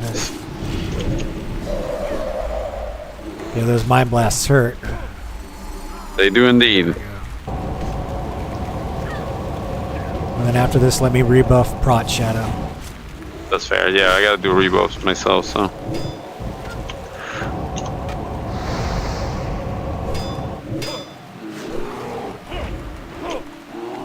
This guy's dead. Yeah. Popping sheep. Oh, motherfucker, really? I'm gonna justice immediately, dude. Get the fuck out of here. Zach's like, oh my god, is that what I've been doing to people this whole time? Right. Oh yeah, the bosses. Alright, so. Oh yeah, shit, did I ever fucking turn in the quest? Yeah, I did. Thank Jeebus. I mindlessly turn in the quest for these guys. Right. I am glad I did. Okay, so. Yeah, I got the quest thing. Let me redo Prot. Protection. Yeah. There we go. Oh. There's protection. There's protection. There's protection. There's protection. And me. And some fire. Do we want any... I mean, do we want the campfire for like that little bit of extra spirit? No, we'll be fine here. If we were struggling with this place, I would say yeah, for sure. It does help. Fair. You guys are all... Yeah. You know what? Me and Baloo are just gonna sit in a corner and eat some bread. Okay, pulling in.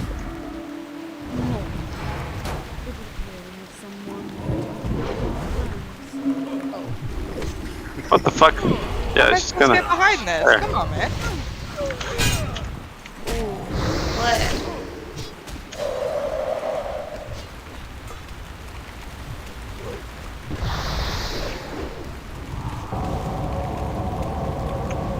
So this cat is leaning on my shoulder for me to pet her.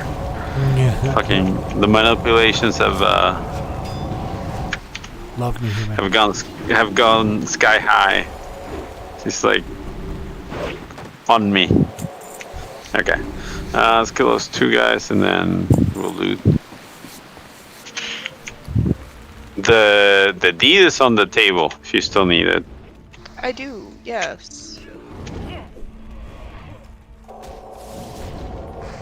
What? Oh, this one. I was like, what table though? Yeah, this one right here. Fuck. Okay, we'll drop it. Oh wait, no, I have the deed. I need the picture. The picture? Oh, we passed the picture. It's the male leggings again. You have him, right? Hold on. Ashen Leggings is the name. Baby, I was looking at the quests. What do you mean? The This drop. leggings.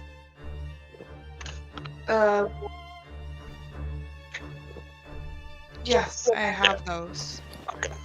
Yeah, no, I need the picture. We may have passed the picture then. It might be in the library back. It I is in reckon- the library. Oh, nice. Roll for that thing, the shard.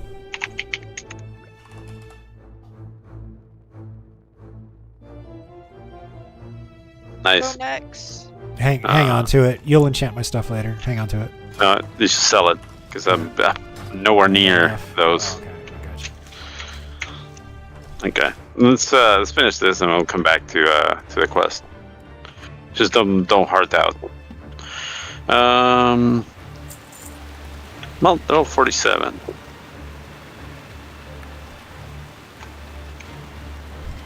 Sheep moon. Yeah, if you can. There we go. There it goes. Can't believe that.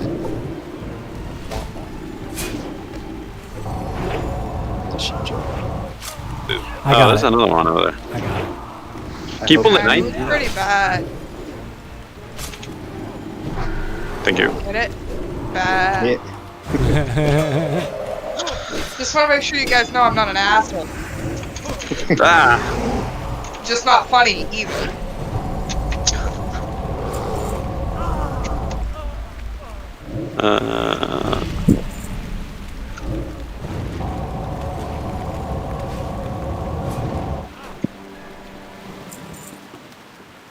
I don't know, that looks like hunter gear to me. Pull down to us. Let me see. 1, 2. It could have been really funny if I won that. He's pulling to us. Yeah. The priest is all the way up there. He's not Discord with us, right? No. That's fine though. It's all gonna come down here. Soon. The noble's on fire.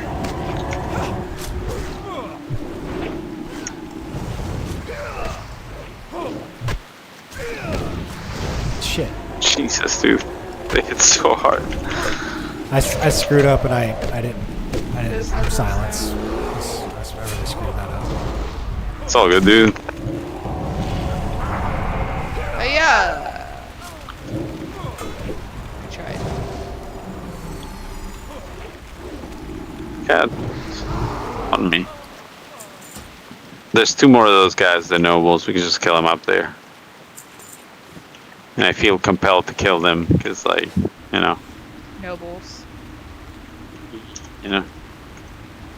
I get it. Feel the same.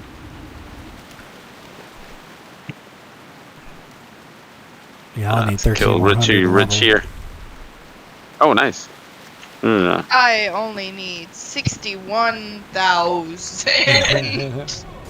It's it's not bad when you look at the kills for these guys, like the amount that you get per kill. It is pretty bad when you're out there questing, though. You know, because like right, you kill that guy. Yeah, and it's 300, and we're killing him pretty fast.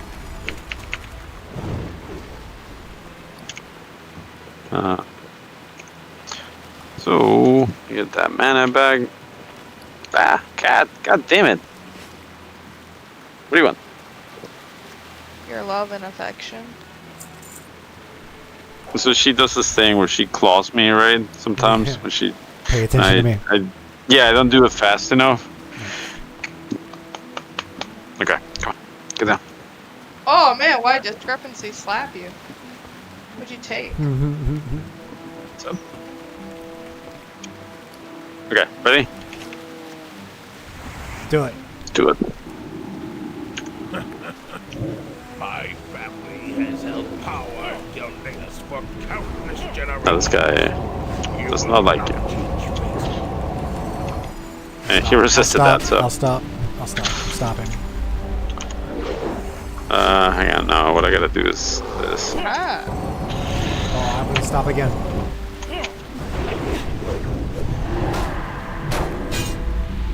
Bye! Run away! Run away! I've decided that this is not the place for me at this time. Oh, the offhand. That's a pretty nice offhand, too. Yeah, that's fine. So I will breathe. So. Damn it! I'm gonna take that as like my 99. I'm gonna keep that.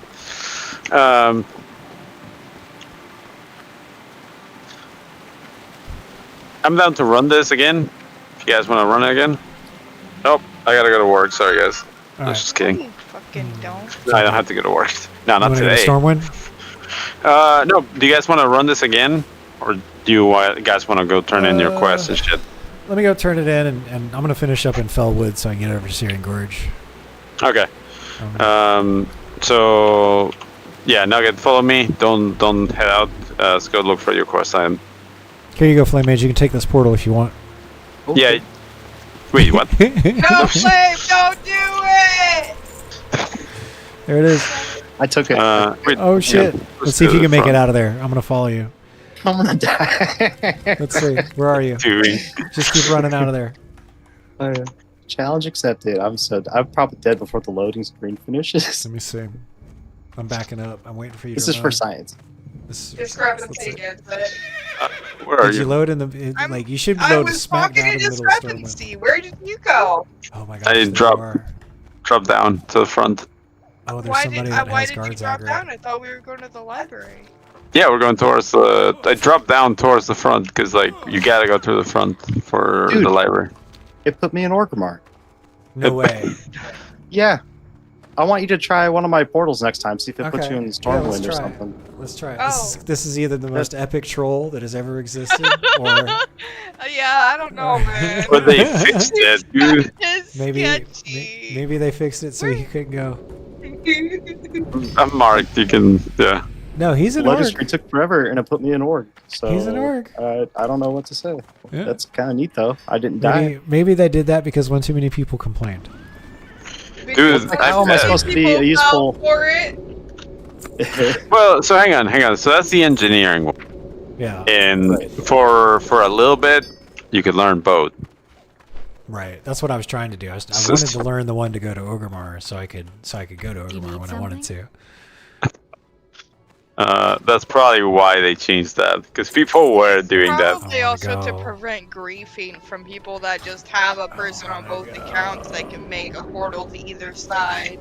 Someone drops that engineering portal like right in front of a mage portal, something like that. It'd be cool though if I could put like an org port and it put you in Ironforge or Stormwind or whatever the equivalent would be, because then I could be useful. So I've taken all right. Basically, there was this fucking raid. They were getting together, like they put it all together, and then some asshole opened up a port to Stormwind. Half of the group goes to Stormwind. I'm an orc. I end up in fucking Stormwind, dude.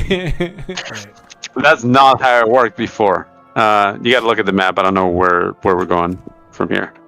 I thought you knew. Well, the library is gonna be somewhere around here. Oh, I don't. It doesn't tell me on the library. Oh, it does. It's Let's back up and go left. I've got you on follow. Go.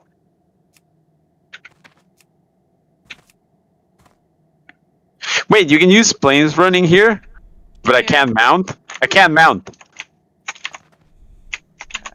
I literally cannot mount here, but you can.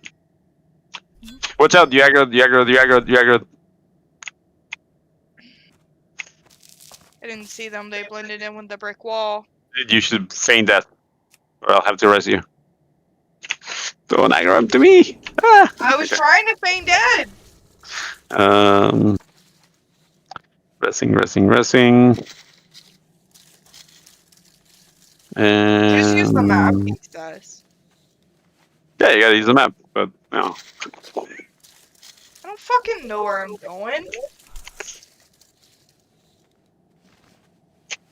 Okay, there we go.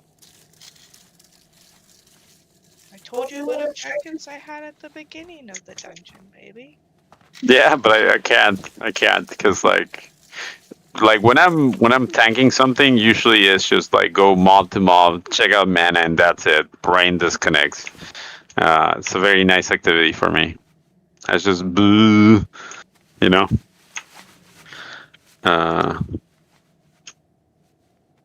So I think it's around here, the library. One of these. We want to get a different channel so that Nex can continue his stream while we figure out where the freaking library is. Is it here somewhere? You guys It can is? stay. This is it? It doesn't bother me. I'm just doing I'm doing Engineering auctions? Capitalism. Capitalism, yeah. Capitalism, yep. I'll be right back since you got this. Ah. Yeah, that's an interesting game, dude. Like, it's too bad I never saw it on its time, dude. Oh, There's some games that Hellbreath. yeah, they kind of escaped me because like they were from an era that it's just too gone. Can't do it, dude. I'm sorry.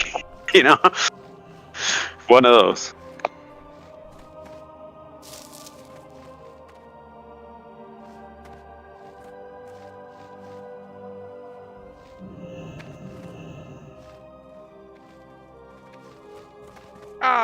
It wants me to steal a kid's portrait?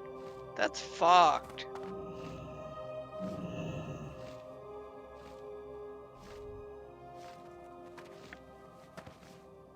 Alright, well, got it.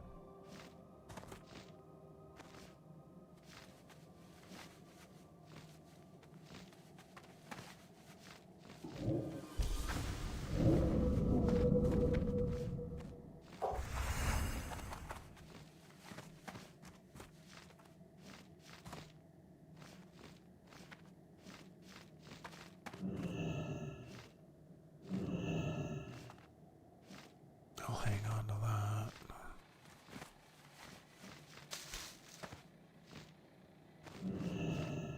Trade chat's so good.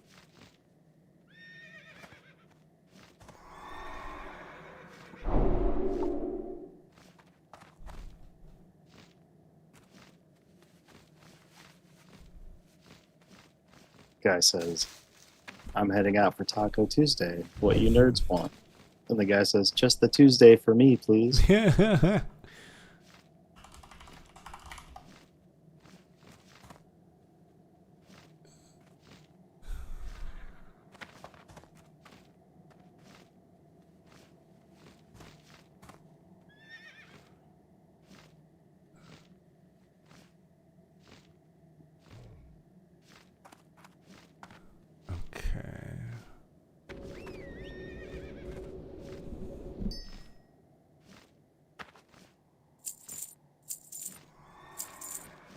I didn't realize, but like this whole time I could have click and dragged my aux window around. I was like kept it in the default spot and it would be overlapping my trade skill window and stuff.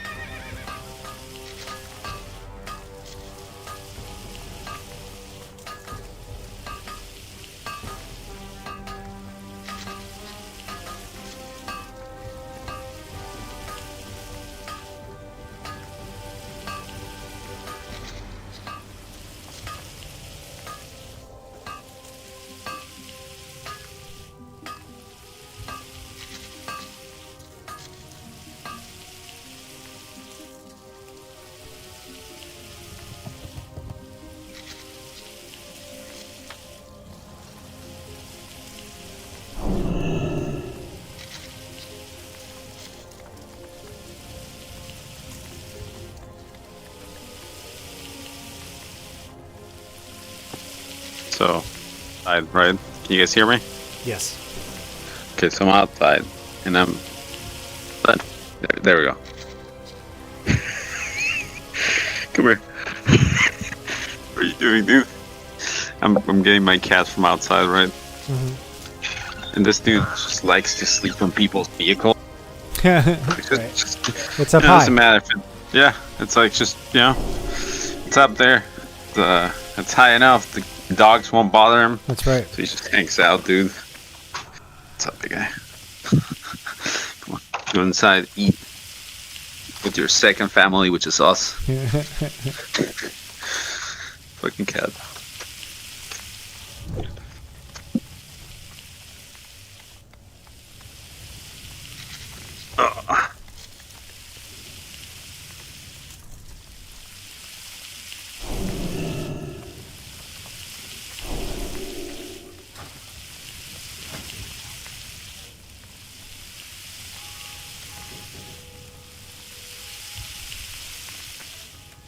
So I am about to make myself use my tear ducts by eating a spicy burrito.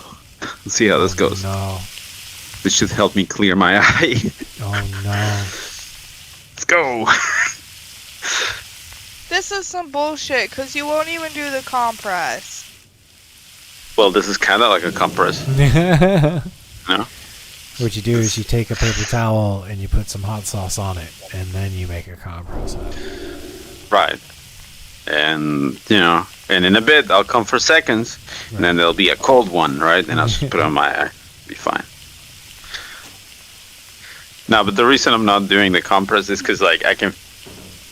And it has to break down and all that. And the only way to break it down in there is you got to hydrate a bunch and just run it through. So I got to make myself cry. So I'll find a good rom-com later. It's going to be awesome. No, if I want to cry, I'll put on like a Don't bitch. get my hopes up like that. What, do you want to watch a rom-com? What do you want to watch? Listen, I thought we were gonna go get ice cream and watch a rom-com. I thought you had a plan for us. I got excited. No, I'm going to eat the spicy burrito, and this is going to make me cry, The greatest rom-com ever made is Hackers. Dude, yeah. Hackers is a great movie. I love that movie. I love it to the point that... So, alright, so they have this legendary hack... It's like spray painting his keyboard. It's like, what the f***? What is this? Who wrote this? Battle camo. That's what it is. Doesn't the villain come by in like a skateboard and yes, and the killer software is in a fucking on a 144 floppy. Yes, and the big bad evil guy demands to be called by his gamer tag, which is that's right. Yeah, demands. Yeah, that's true. He does demand it. Here you go, my love. So that you may cry with me in a few minutes when it cools down. I really like that Hackers movie too. I watched a YouTube video where a dude kind of recreated one of their laptops. Very interesting. I thought it was cool because some of it was kind of it's a little cyberpunk of a movie. It is, and had some very experimental. At the first 2/3 of the movie, had some really experimental, really cool editing, and then they just forgot about it.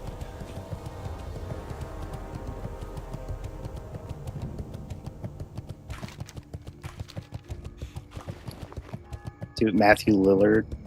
That had to be one of his first roles. It was. Where he's like, hack the planet. Yeah. Yeah. And then what was the guy that played the main character? He was in a lot of English period pieces for a while. I think his name was Johnny something. Johnny something. Then he kind of fell off. Wait, what? The guy who's the main character. Hold on, I'm gonna look it up. The guy that was married to Angelina Jolie. Oh, that dude. Yeah. Okay. Johnny Lee Miller. Yeah, it's no. Is that? Johnny Hold Lee on. Miller. That's not is it? Yeah, Johnny Lee Miller. Yeah. Yeah, John Lee Miller. Let's see, what was the name of the couple of pieces he was in? Let's see here. Oh shit! I almost fucking went the wrong way. Yeah, he was in Train Spotting. Hackers. Oh yeah, he was. Yeah.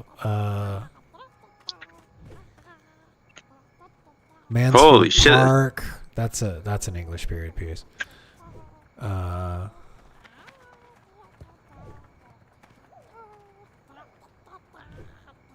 I forgot he was in fucking Train Spotting with the fucking he had like a blonde like a bleach blonde thing, right? You see my? Oh man, this is definitely working. I can feel it on my sinuses, man. Ugh. Nice. Did you see my whisper I sent you, Zach? Let me see. Oh what?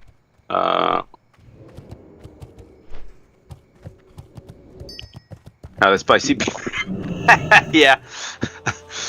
Like the second Zach was saying that he's gonna eat a spicy burrito, a question Ward gave me spicy beef burrito at the same time. It was too funny. Dude, I am. There he goes. Come on, let me out.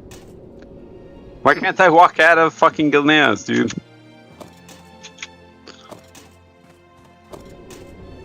Is the server? Am I lagging? No, it is not I. Alright, shit was fucked.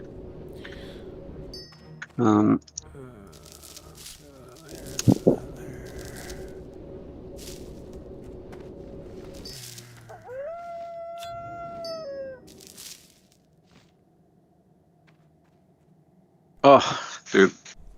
I needed to eat so bad.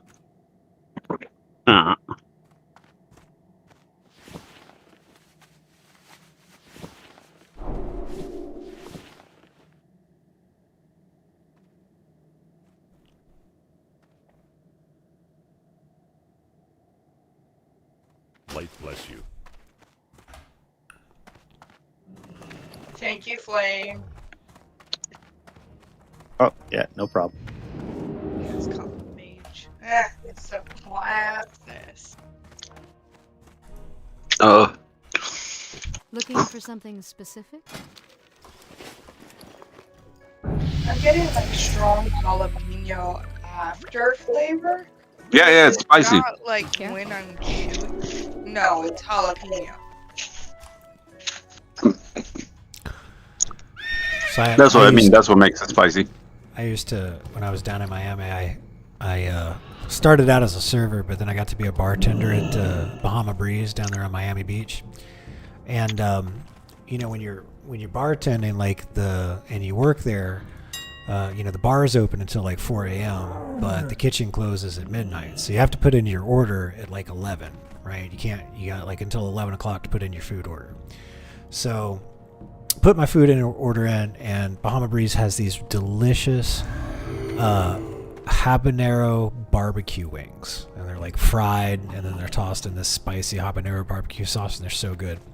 So you know, I get done with work, and I got my wings they've been sitting in the bar cooler for a couple hours, because you know I'm getting home at like 5 o'clock, and like I ordered these things at 11, so I heat them back up, microwave. I'm sitting there fucking around on the computer eating my habanero barbecue sauce wings and stuff, and then you know, I get done eating them, so I'm like, okay, it's time to go to bed. The sun's starting to come up, and you know, I rinsed my hands off and all that stuff, and then I went to take my contacts out. I took my contacts out, and I didn't use soap to wash my hands.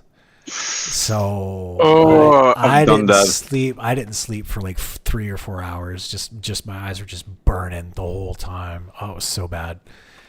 I had to throw the contacts away and everything. I felt so stupid. I was just, oh my god. No. I think every dude has done it, right? But, Right. but you did it the smart way. You did it with your eyes, Right. You know. Oh no! Yeah, Oh, exactly. Exactly what you think it was. Other eye. The Cyclops was enraged, was damaged. Dude, like that was like I learned that lesson so fast. Dude, now every time I eat something spicy, it's like go wash my hands, you know. Oh my god. Yeah. I'm still turning in these quests. I just saw you passing and I poked you.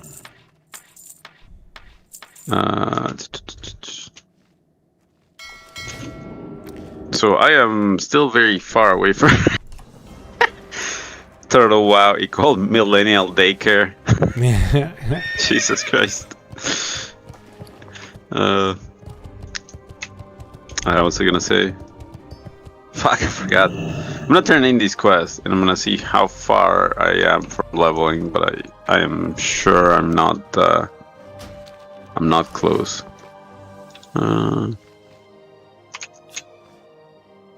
Yeah, I am not close at all.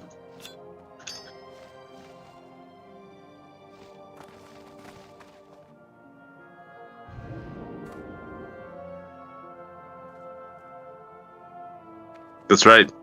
You hear that? They're yelling out my name. Let me put this up on the auctions. I'm not going to use those.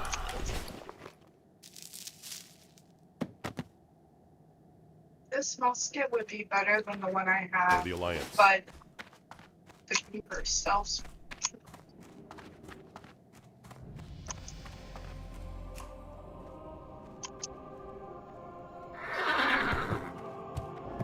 Actually, this is pretty significant when they get Liam to be the new king, Gilneas.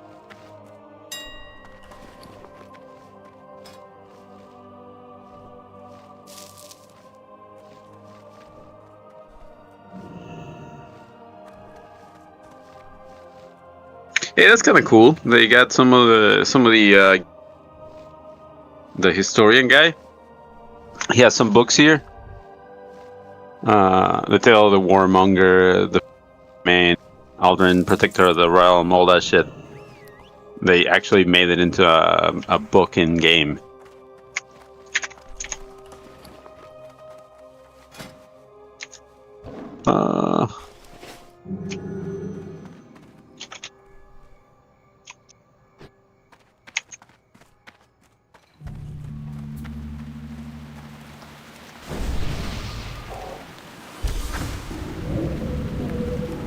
I always like that when a game has like an arcade within the game that you can play like an arcade game on or something. Warframe's got something like that. Ludoplex, I think it's called, but yeah, I play it. I haven't bought it. I didn't buy it yet, but I don't think you have I to like that. buy it. It's like a. It's from Cephalon Seminars. It's like a side scroller shoot 'em game, like those old school NES games or something. I remember playing it. Wait, isn't that the one that you have to get the backpack for? You do have to do like a couple of things before you can unlock it, and then you just access it from your ship, I think. Yeah. I just needed Cephalon Solaris rep to buy the Ludoplex, but I think there's special, like when you go to log in, if you type a special thing, it'll instantly put you in any of those games. I don't know if you have to own the Ludoplex to access them at all. Warframe is probably gaming's best kept secret.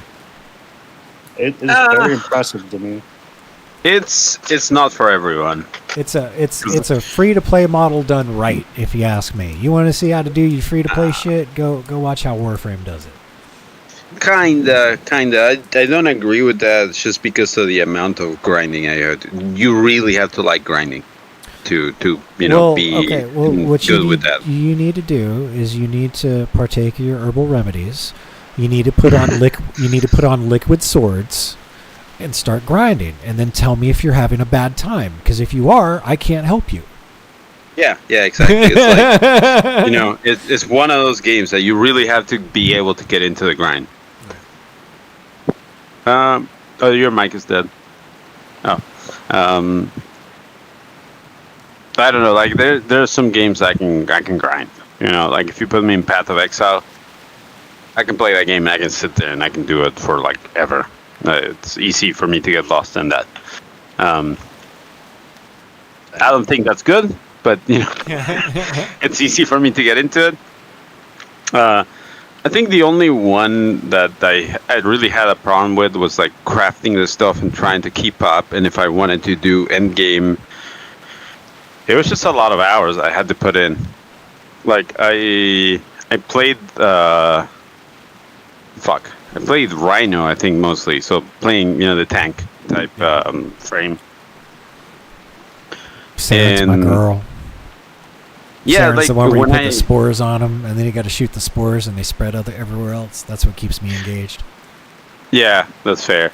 The gameplay for the tank was pretty much you just, hit a button, become invincible, and that was that's how you tanked. And it was not the greatest thing. How much playtime you got on Warframe? Not that much, I don't think. Let me see. How much playtime you got, Flame Mage? I'm gonna check, so I don't lie. Here he goes, 81 hours. Okay. So a little bit. How much time you got, Flame Mage?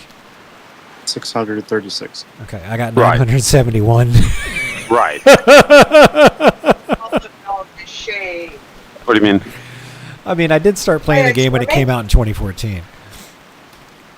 Oh, no, hang on. Nugget's still muted. What do you mean? Oh, I know someone that can put all of y'all to shame. I wouldn't be surprised. There's On people that go. Warframe hours? Yeah, it probably goes to TennoCon and everything. No. He just doesn't like people. Yeah, I mean, there's people out there that have played the shit out of this game, right? Not me. It's just you can't incite me to a grind with like a fraction of a power level gain, that's not for me.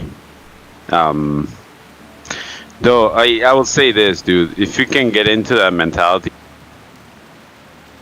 do something over and over, and go fast, and you understand what that all is, you can get into the game. But like that game has a community of assholes that play the game, and they don't talk, and they're very antisocial, and they don't invite new players. Like you have to learn all these systems by yourself, because no one's gonna like kind of friendly tell you that's what the wiki's for. No, fuck the wiki, dude. What you gotta do is get in chat. I use a wiki if I want to try to get into a video game. Yeah, no, you gotta. Well, like the way you get your questions answered in that game is you gotta get in, bitch. Because everyone has their favorites, right? If you find something that you don't understand, you say, in the globe, you say this thing sucks because of this, and you make sure you can be. And then someone will break down whatever the fuck you're talking about and explain it to you, just to spite you. Nugget, look at guild chat. Do you need that? I don't know what that is.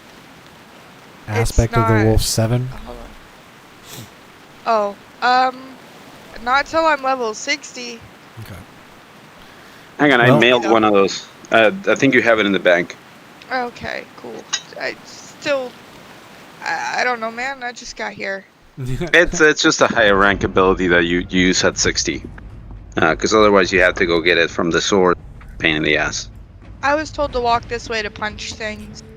Well, I am preparing another dose of my remedy. Of course. I'm feeling the... Yes. Yeah. I'm invited. Indeed. I invite myself.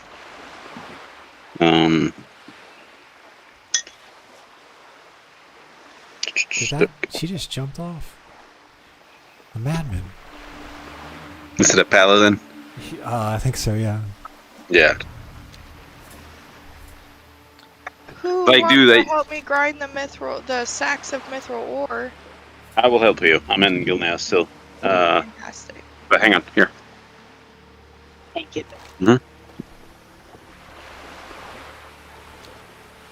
Oh, I should have jumped off there too.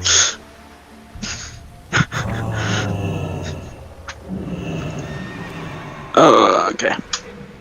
Oh, I really should have jumped off there. Okay. I know why she jumped off too. It's where you to get off faster. Yeah. No, it's you. You pass this island, and it's where one of the Cenarian Circle druids are, and you turn the quest in from Felwood over there. That's why she jumped off, to go turn the quest in. Oh. Yeah, because she's a little. There's an island a little far off the coast from Ratchet Bay. And I was like, why did she do that? And then as we're passing, I see a NPC over there with a big question mark above her head. I'm like, oh, what is that? Oh, that's the thing I'm supposed to. Oh, that is why. Right. I was wait looking a minute. on. I need that thing. I was looking on the boat, and then I was like, why did she jump off? That doesn't make any sense. Oh shit. Okay, that's what the turtle is for, though. Oh, I need to get some more light feathers. Because I wasted 3 of them trying to cast fucking levitate on Zach. Damn it. Yeah, dude. Hey, Nex, thank you for the scroll. Yeah, anytime.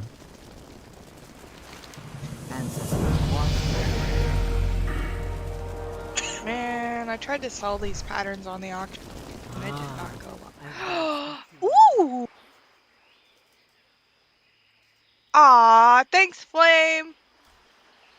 Hee. Oh yeah, no problem. My bank just got an upgrade. Sorry, I was still dying over there. I think I'm better now. I'm heading towards the dry dock pit in a second. Babe, what is this money for that you sent me? From the auctions of the stuff? Yeah. That's your half. Oh, the auction house. Yeah, that's your half. When you disenchant stuff, it actually sells for quite a bit more. Running across the water, be like, your own personal Jesus. I've been giving you the Someone lockboxes. to You said hear you your can prayer. use them, right? I broke those down too. That's part of that. Christ. Dude, what is that song? Personal Jesus? Who's saying? Well, Yeah. Depeche Mode, and then Manson covered it. Depeche Mode. Yeah. Okay, yeah. The Manson cover's better. Dude, Manson covered a lot of songs. The Depeche Mode music video is better, but the Marilyn Manson covers actually sounds better, in my opinion. That's fair. I mean, Marilyn Manson does have some pretty good covers. He does. Piece of shit person, but good. You know? Oh, he caught a lot of unnecessary flack from a bunch of people in the middle of a moral panic. He has my sympathy. That's fair. That's fair, but like, I don't know, man. You just don't beat women, you know? Like, that's not a thing you do. Fair. Don't be an asshole. It's not hard to not be a piece of shit. Like I can understand, you know, like someone's gonna give you reasons to kick their ass. What'd she do? Anyone can. But if you have the physical upper hand, you don't fucking do it. Well, you know? I mean, he's what, 120 soaking wet? He might not. Marilyn Manson, he might not. He doesn't. Nah, dude, Manson's a big dude. He's like 240 pounds, I think. Really? What is he? 7 feet tall? That No, man dude looks, is tall, that man's too. skinnier than I am.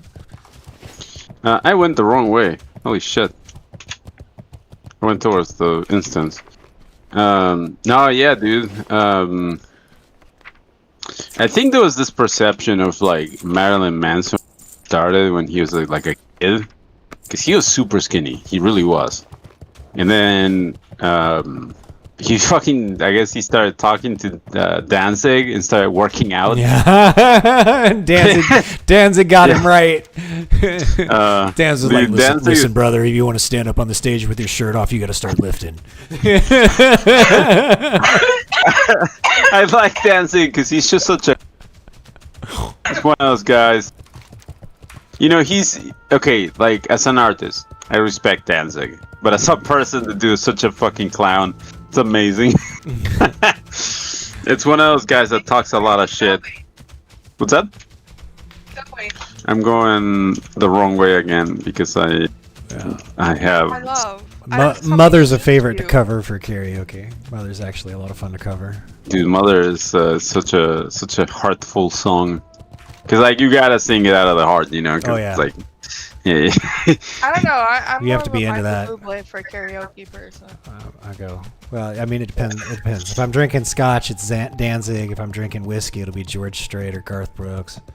There you go. Yeah. You know, it just depends. It's whiskey every time, all the time, and then You know- I'm feeling good by Michael Bublé. Well, it depends on whether they have a good single or a single malt or not. If they don't have any good single malt, then fuck it, I'm going to whiskey.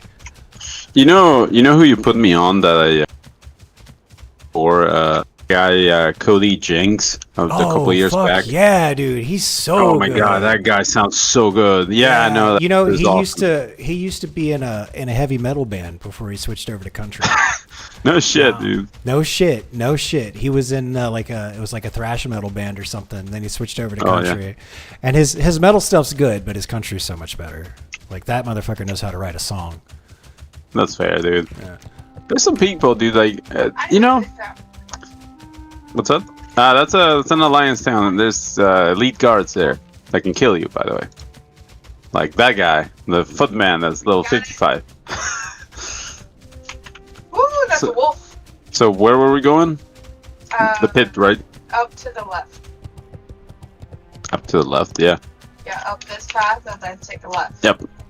Yep. The fuck were you doing in the Barrens, dude? Oh, I'm taking my route up north through Ashtanar to get to Fellwood because I'm gonna mine some silver along the way. Oh, gotcha. I'm grinding for that epic riding mount. Oh, dude, yeah. No, you tell you the truth. You know what you should start doing? Start getting some of the quest items, or not the quest items, the stuff that you need for the fight for the staff. Yeah. Because like I'll be honest with you. This is an old server. Yeah. It drops a lot, and because it drops a lot, sometimes it rots, and that means it gets left behind. Oh. Yeah. So you're gonna get the staff pretty quickly. For those of you watching that are wondering what the fuck we're talking about, where there's it's in my opinion the coolest staff that you could get in Vanilla WoW. It's a staff for a priest, and it's called Benevolence, I think. And then if you write the use on it, the benediction, and then the use on it is it transforms into anathema, which is so it's a holy /discipline staff, and then it actually transforms into a shadow priest staff. I always thought it was the coolest fucking thing. I've always wanted one, but I never had a 60 priest, so I will soon.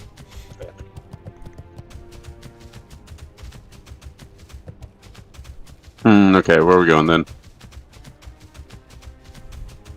That's also how I didn't. It's like, oh shit, that's an undead shadow mage with anathema. It's fucking Taku. God damn it! I hope all my cools are up. Yeah. You know what's funny? That was a thing in Darkspear. Well, the PvE progression was so bad. Like the few guilds that actually had some progression, like the dude that had, or the first dude that had Hand to Rag, what was it, Yunky? Got Hand to Rag, I think. I think he. Shang was one of the first rogues to get Wind Fury. Like it was which was so stupid. Right. It was so stupid that Shang got that. Like across the board. So like, all right. So let me put it in perspective. Sure. There was a warrior in the guild that had choice on that, and he passed on it for whatever fucking reason. He was like, "No, I don't want it." And he was our main tank, dude. And he was this same dude that had fucked up. I'm ready. I'm just following. I was waiting on you. Okay. He's the dude that passed on that. And the dude was just that terrible tank. Just I shouldn't have kept him for like main tank for the guild. I should have just... But he had the best gear, so you were stuck. But yeah, so you were locked. You were stuck. And this guy was a fucking clown. And he gets that weapon. He would have gotten it. He would have 100%. Like, if you got that weapon as a warrior tank, It was the best possible upgrade you could get, aside from that dagger. Mobs on the group pulls and shit. Yeah. Yeah, and you will swap in between weapons if you had to, but it wouldn't be too often. Once you got Thunder Fury, that was kind of like your weapon. It's, you know, very, very useful. When you put that on a rogue in vanilla, it's a waste. 100% a waste. Unless you're on a PvP server. Right, not for the rogue Yeah, on a PvP server. not for the rogue, unless you're on a PvP server, and then you're gonna fucking kick ass. But for the most part, it's wasted. It's you know, you should trash the Thunder Fury. I mean, compared to the utility that brings in PvE, I agree with you. Yeah, well, not just that, but like, all right. So if you give that to a rogue with the vanilla talents, right, from back then, you will get some, you know, some utility out of it. Yeah, you know, your guild will get some damage for like, oh, how expensive. You would give it to a warrior, and a warrior would use it for the rest of vanilla. Vanilla, right? Yeah. If you stop tanking, I jumped down, by the way, into the thing. If you play a tank, and at some point you're tired of being a tank, you want it to be DPS, you literally had the best offhand in the game, period. Right. And you would use that. And you could be trash at the game and still top the DPS charts. Right, just because the gear was so good. Yeah. Just because it was what it was, yeah. Right. And on a rogue, right? Unless the rogue was top tier, and you know, Shang's a good dude, but he wasn't top tier. There were very few rogues that were top tier in They were like Darksphere. warlocks. They were either really fucking good or they were okay. No, like Shang was good at so Shang was good at PvP, which is not the same as being good in general. You know, predicting humans is one thing. You know, being good at doing damage is another. Right. And a lot of it takes a lot of preparation that's outside of the actual gameplay. You know, right. Yeah, of the actual gameplay, right? Yeah, I remember you made me do my homework, and then I was like, "Oh, there is something to this stuff." you guys hear that noise? Zach is remembering when he had to have the talk with me. Dude, like that talk has to be had with everyone, because like it's just like if you don't know what, you know, that there's all this bullshit that you have to be aware of, right? And you're unaware of it.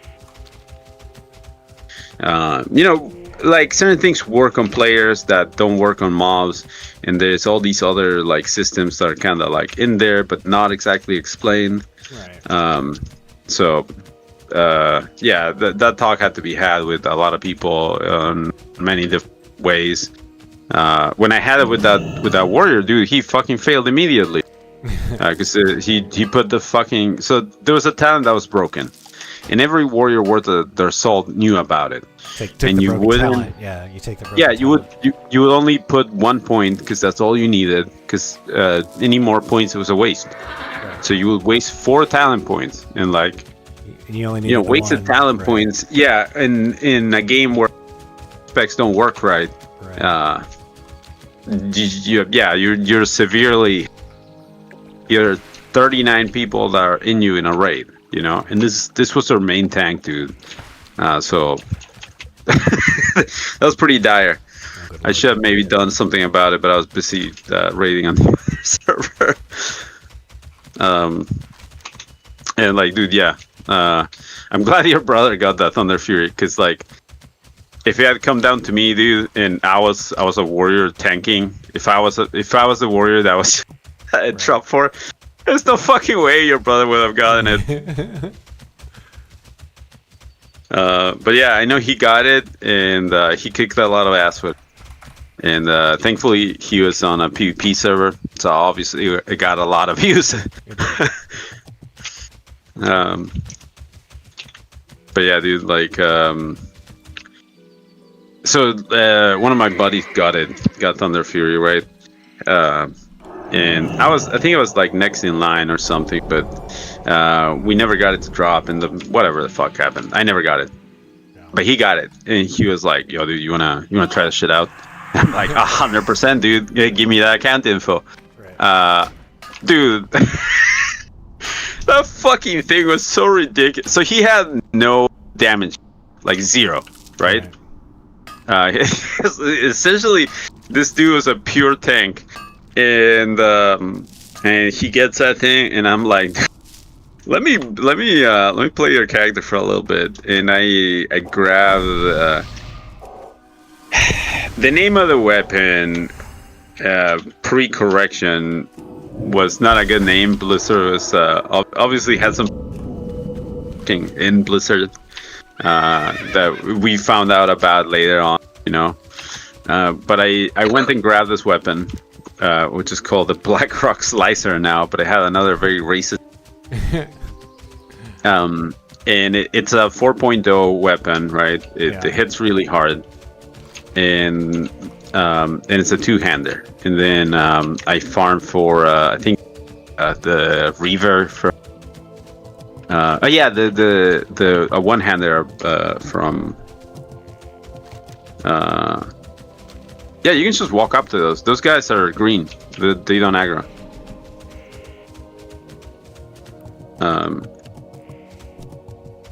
What do you call it? So I had I had a 1-hander that will pair with Thunder Fury, and a 2-hander to switch for for the big hits of MS, right? For the minus healing, right? Yeah. And so I did this hybrid spec, like a 2-hand Fury, and I would have Thunder Fury. You did a hybrid spec because you had the gear to support it. Yeah. Yeah, but I had no gear as far as like weapon, and dude, it didn't matter. It just did not matter. Once Thunder Fury came out and you were slowing the person down with the effect, like it was over. No matter what they did, you were going to kill them. They could kill you maybe, but you were going to kill them. If you caught him, you were gonna kill him. That weapon felt like ridiculously powerful, more so than anything I've ever tried in any other game. And yeah, a lot of fun. It's just very, very expensive. It really did take like the funds of an entire guild to actually complete one of those back in the days. Right. What are the rest of these things? Hey, next, you know the dry dog pit where like the workers are kind of mining mithril and in Gilneas? Yes. Okay, we're in there, and the sacks are not spawning where they're supposed to. The axe? The sacks of something that you gotta loot here.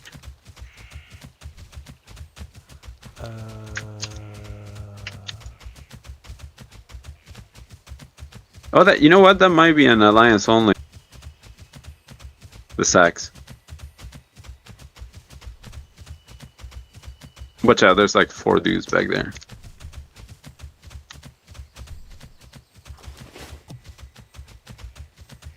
Nice.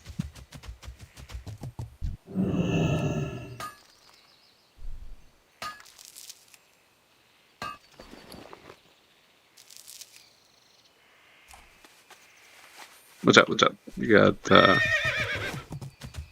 it. Oh. Oh. Oh no. Okay, I need help.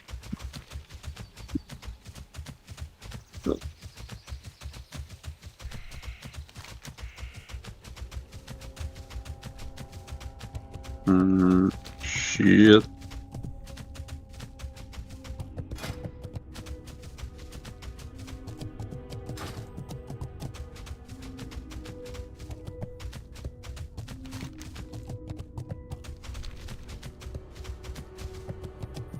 Okay. I have a potion if I need it, but I think it will be okay. Happy. Okay. You're my opposite, right? I'll be alright, I think. There you go. Okay, let's loot all these guys. And now...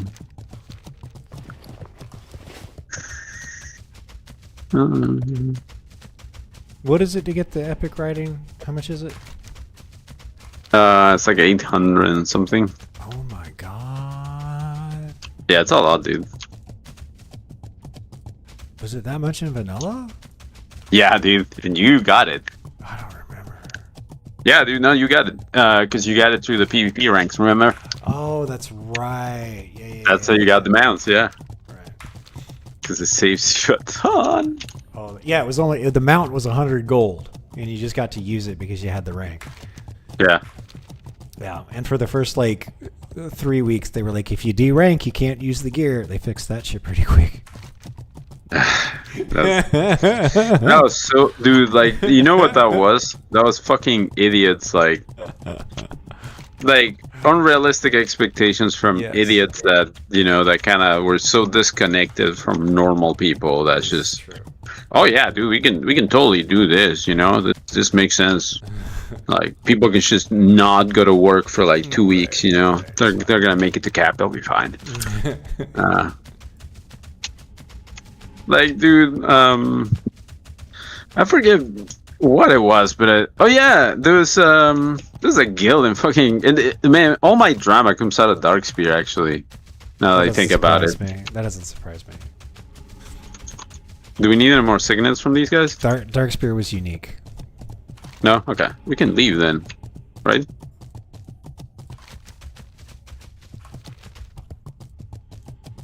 There's one more up ahead.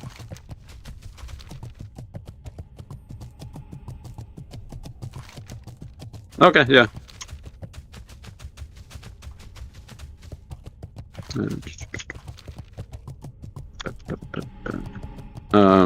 But yeah, like,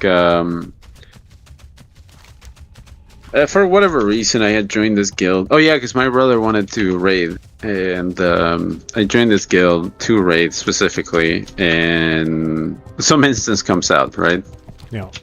And we're in it, and like the guild leaders, no, the wife. Oh, the miners also dropping. Cool. Oh, let's just kill all these miners that are around here. There's another stack here. The wife of the guild leader was like telling me like, hey, you need... I'm like, why? The reset's tomorrow and we're not doing it. Yeah, it doesn't matter, you gotta get a... I was like,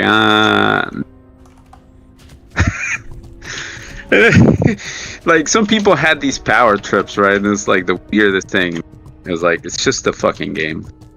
But there were some people that were very, very serious because the game was all they had, unfortunately.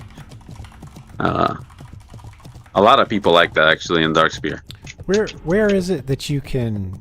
Look at guild chat real quick. Somebody's like, so all the shaman gear is healing and damage? And I'm like, well, you could probably trade it for the third one. Yeah, you can. Wherever that is. Where are the fucking sets? Collection sets, tier 1. Shaman. There we go. It's like... Can you do that? Talk in guild chat. Yeah, show him. You can swap. Yeah. Peace be with you. Okay, that's not a miner. That's a worker. Do the workers drop it too? Okay. Good luck. Taskmaster. Yeah, I don't think these guys are miners. Gotta go away. Maybe it'll let me get this sack again. Yeah, you should be able to. This guy's not doing it. Oh, alright, cool. And now we can leave, right? Okay. Kinda mount up. But yeah, dude, like, Darkspear was very unique on that sense. A lot of big egos there. A lot of mental illness concentrated. Yeah, where does he, I have no idea where to tell him where to go. I'm not even high enough level yet. Alright, and then I gotta go back up to that campo.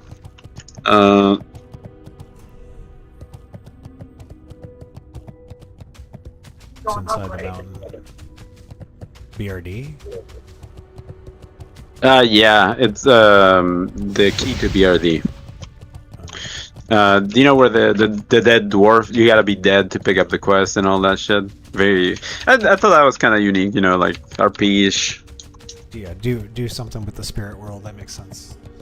Yeah, should have done more, but yeah.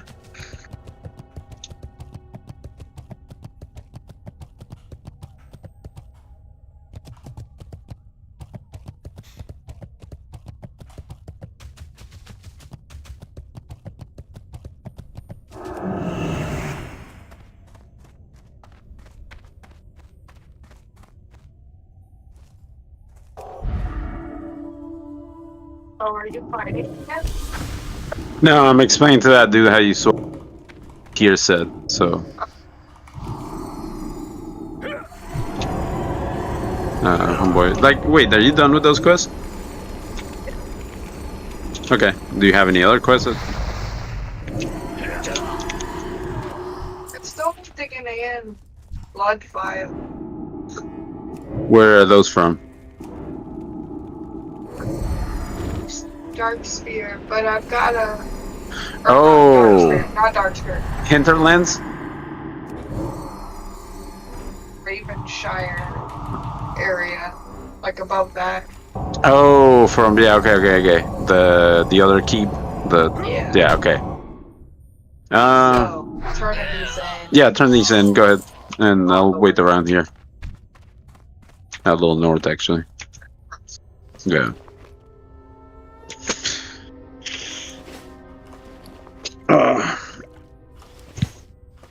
You know what I was disappointed about? The game that I was looking forward to kind of sucked. Fucking what was the name of it? Hellraid or something like that, or not Hellraid. The Hellraid's another Hellgate game. London. Hellgate London, yeah.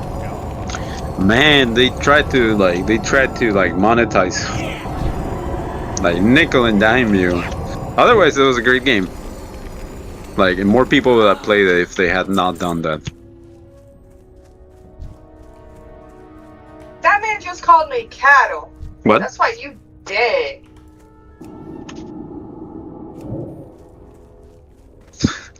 Oh, Jesus. Remain what? That's a little racist. Where I'm going, but I did discover something. So. Oh, the mine. Ow! Yeah.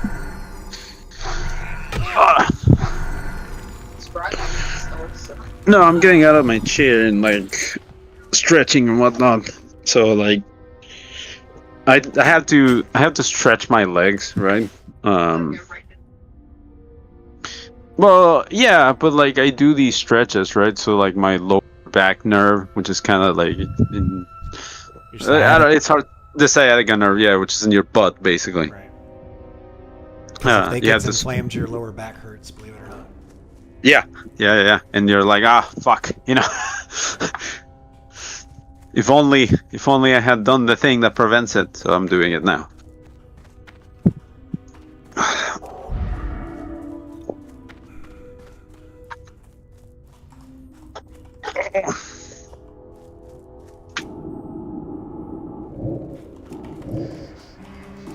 I wonder what level do we get to do that? Let's see. Syrian.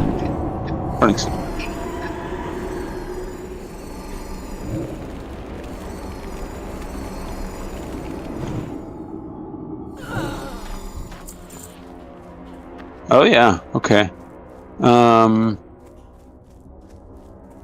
But that's probably okay.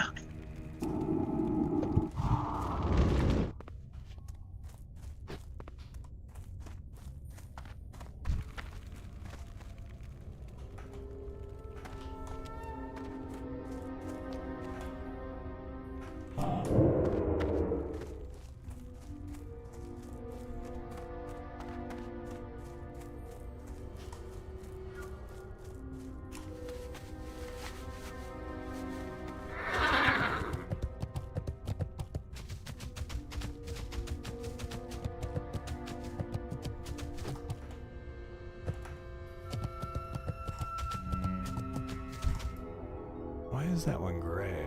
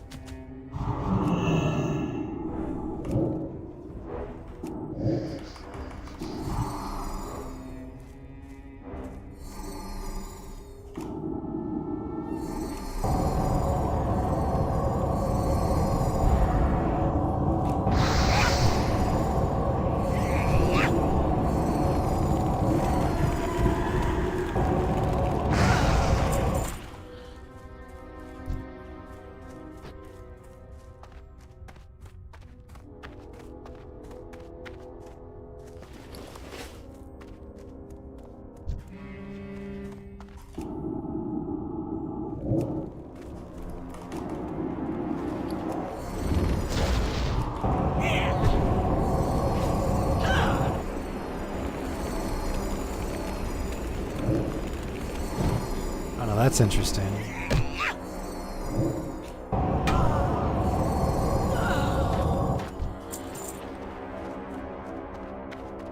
If I'm casting Mind Flay and I use mouse 4, which is one of the mouse buttons on the side of my mouse, it doesn't switch to grenades, it just recasts Mind Flay. Wait, what direction? Let me see. Alright, here, let me do it again. So I'm gonna pull this guy and I'm gonna start casting Mind Flay, and then like, see, look, if I click that button, see here, there's the template for the skill shot for the grenade, right? So I just click it, there it is. Okay, so I'm doing that. It's right there on the mouse. Okay, but if I'm casting Mind Flay, it just recasts Mind Flay. So here we go. So I'm gonna silence. Here's Mind Flay. All right, I'm gonna try to grenade. Well, there's the blackout proc. All right, so here we go. I'm gonna try to hit the. See, it just does it. See, look, you can even see me hitting the tooltip, and it's recasting Mind Flay. Look at that. Look, see, I'm spamming the key. No, it just keeps recasting Mind Flay. I'm gonna have to change that. I'm gonna have to. Why is that? Is that a bug? Why is that? Why does that happen? I don't know. That could be a bug. I might have to open up a GM ticket for that. Maybe it's hardware specific, but we can clearly see that it's hitting. Like you can clearly see me pressing the hotkey for the grenade, but it's clearly recasting Mind Flay. Huh. So I like have to stop casting Mind Flay. And do you hang on? And do you have any macros or anything like that? No, I don't have any macros. So if I stop for like a second or two, then it's fine. But I can't spam it, and if I try, like it triggers. If I try to cast Iron Grenade within the time period of the global cooldown, it recasts Mind Flay if Mind Flay is currently channeling. That's the best way to describe it. That's really weird. Yeah, that makes sense, but man, that's super fucking weird.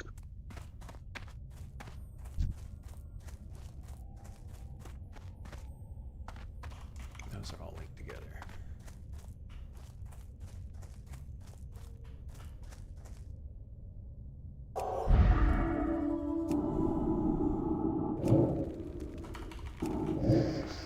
Okay. got voice while I'm going, but yeah, I'm gonna go AFK for a few minutes here.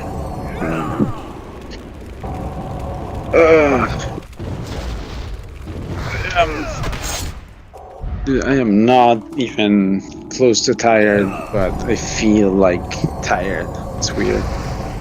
Like I'm physical, like I'm awake, but not out. There you are.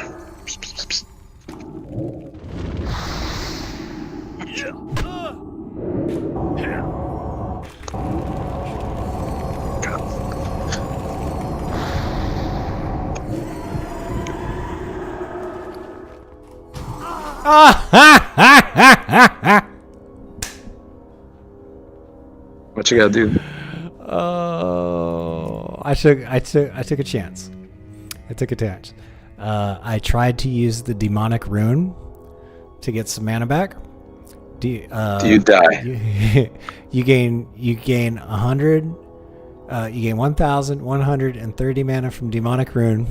Demonic rune hits you for 1,082 shadow damage. You die. Ooh, yeah. Oh, wait, do you know that those can crit? Well, that was a hit, so holy crap, I hope not. Yeah, they can crit. It is rough. Oh man, at least the run back ain't that far. Okay. Do you at least have shadow protection? The funny thing is, I did have shadow protection up, and it still hit me for over 1,000. Well, that's what I get for trying to do clever usage game mechanics. Oh well. I mean, in a few levels, you'll be free to use those. You know, like because you'll have the HP to back it up. Be fine. All right, I'll be back in a few minutes. Good luck.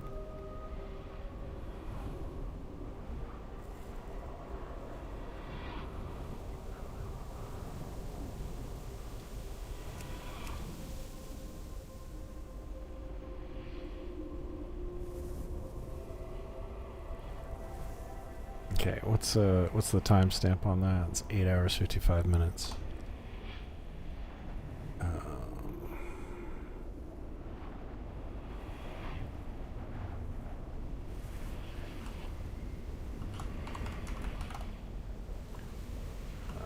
8/12/2025.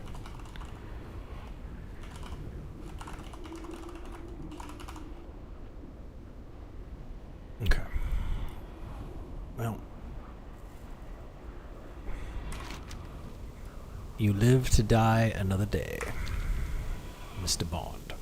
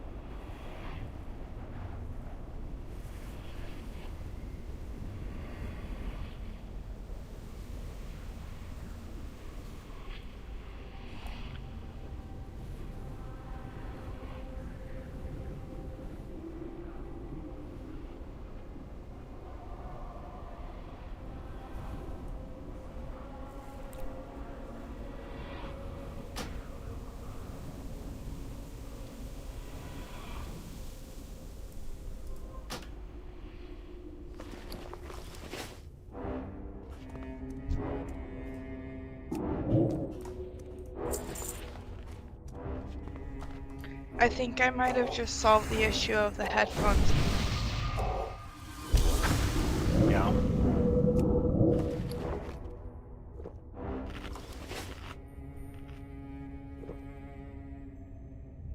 They had these memory foam ear covers, and then I remembered that they came with a secondary set. And it's just like a regular light foam. And it's way more comfortable. When I can afford it, I'll get some new ear covers for my headset. I think they grip my head a little too tight, and it rubs this part in my ear raw. Like not the foam part, but like the inside where the speaker part's covered with cloth. Yeah. It's just So I got these Not little quite cotton wide pads in enough. there. Yeah, I got these little cotton pads in there that do fine, but it's a little annoying to constantly reposition those. So mine was covering all the way around my ear, but pushing pressure like right underneath my ear. And that starts to hurt after a while. Sounds like it.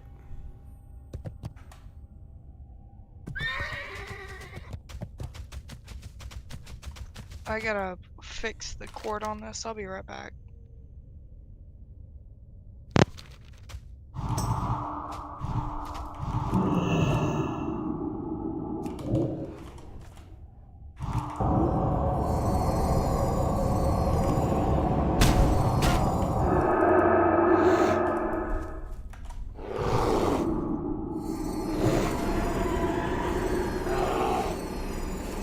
Testing. Good luck. Yay.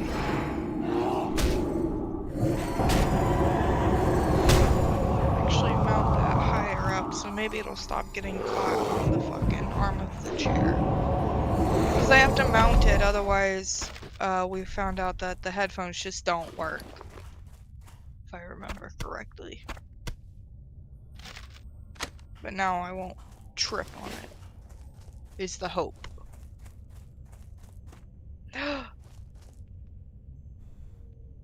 I am on follow. Oh, okay, cool.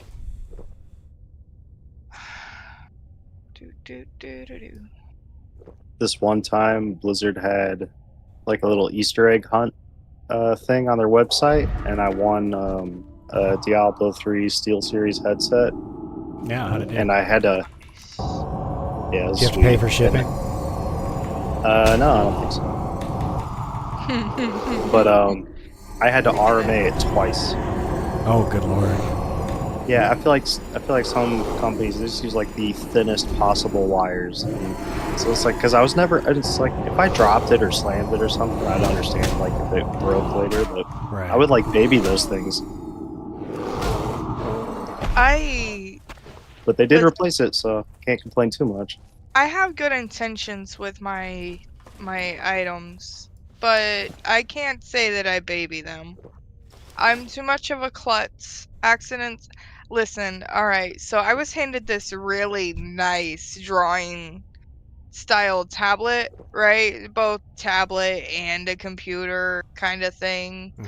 Had this really nice cover that was also the keyboard, and then it had the pin attached. It was handed to me, and within 5 seconds I broke the corner of it and proceeded to almost break down completely, because there's no way I could replace it. My things have to be durable.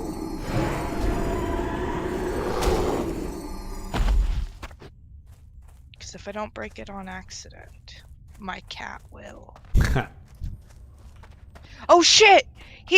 Oh god damn it! Baby! Fuck. He's gonna come back and he's gonna be dead because I forgot he can't come into the same places I do. Oh no, you dragged him into the guards. No, thank goodness it was just this one in Grayshire. But I've got to go do a quest where I look for like a spy, right? So obviously it's gonna be like, you know, board friendly. I can't go do that with him attached. Nope. Guess I'm gonna run us in circles. It's gonna be fun, baby.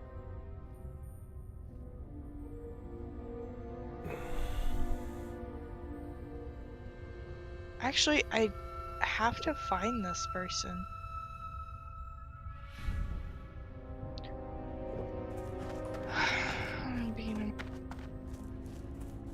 It's a rich thorium vein. Greta Longpike. I don't know if I'd want to date a girl named Greta Longpike. Why do you assume it's a girl?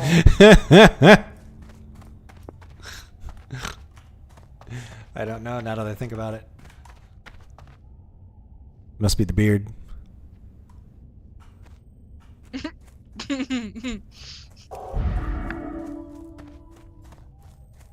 we go. Okay, Arcanite Crystal, here we go. Not that. I believe. Nope. Ruins of Greyshire.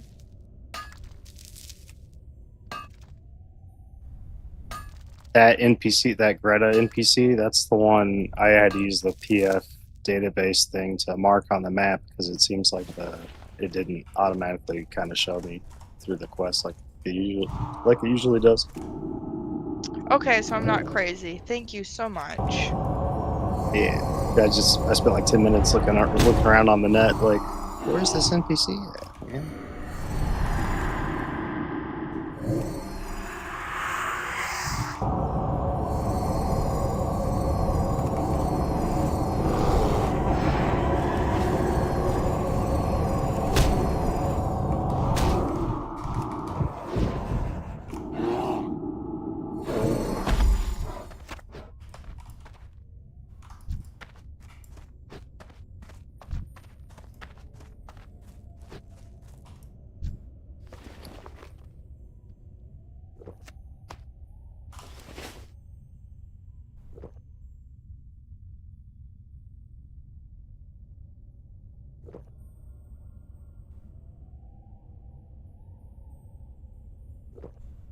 Is it in it?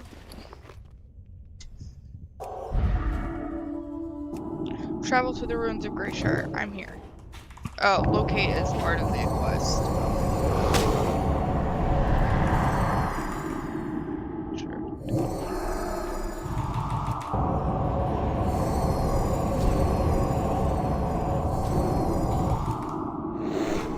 I was doing I main. You can do, if you get to the place, you can do /target and then the name, and that works. I'll be there in a second.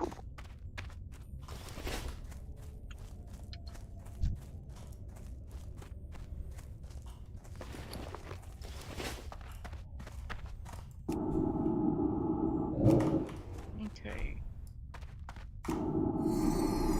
Targeted. How does this assist? It doesn't seem to that much on Turtle WoW.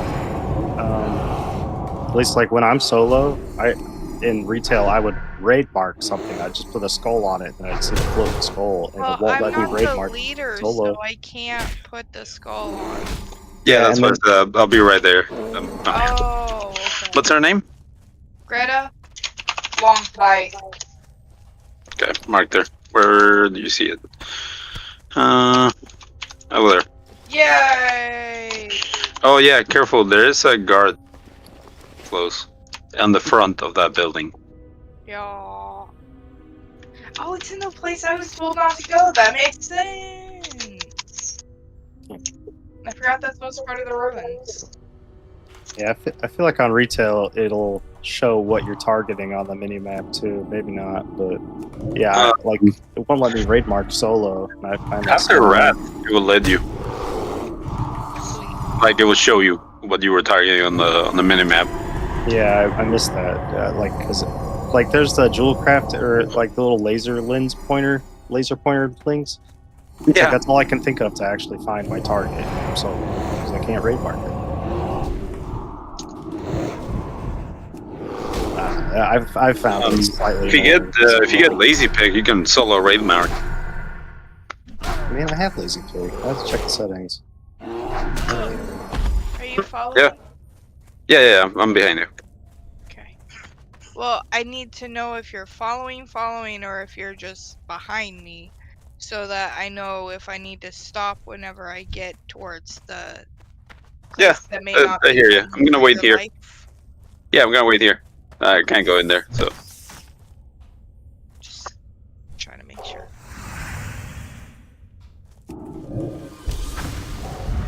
Planes running's nice.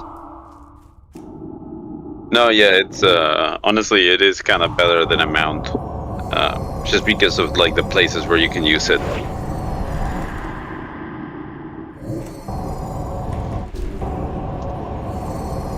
As long as it's not classified as inside.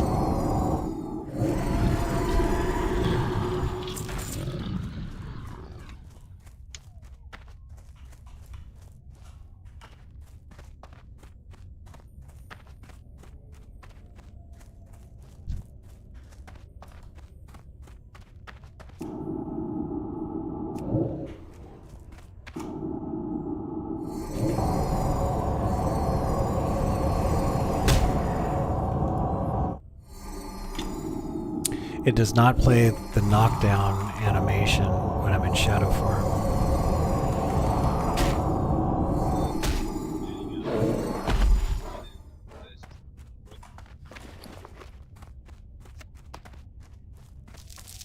Okay, cool. Yeah, now I was able to get that one that I couldn't find earlier. And it's Sorry. Let me see. Yeah, I just saw. Yeah, like they do the little like rock thingy on you. I see it.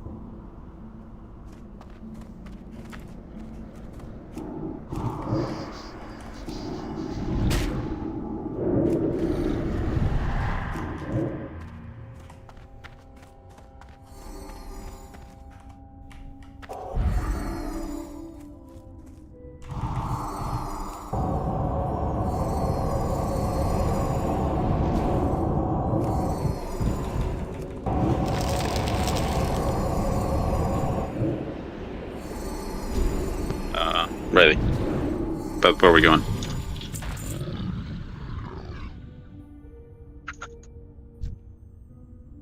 Right here. I'm gonna put you on follow.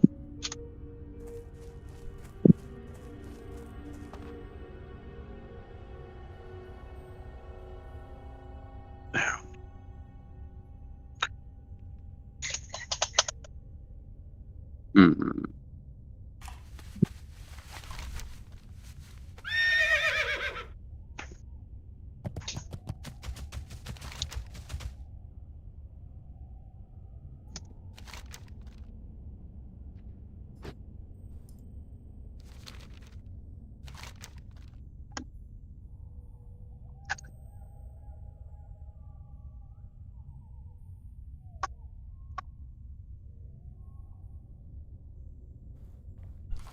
Did I get all of those?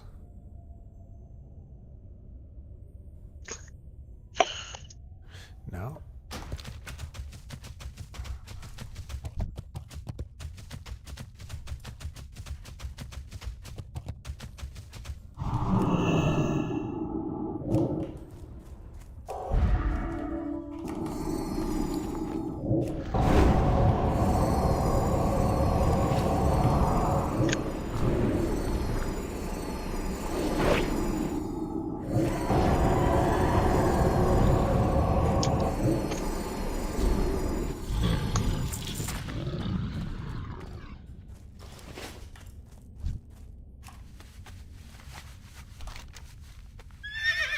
Hanger Claw Grizzly. Well, that's them. Must have bugged out.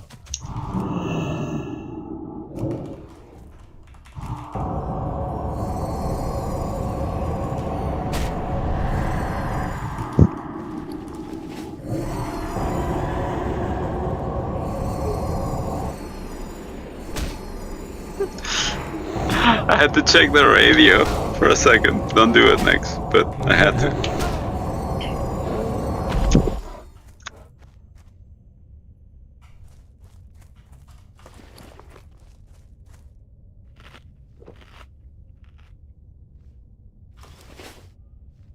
Now towards Ravenshire, right?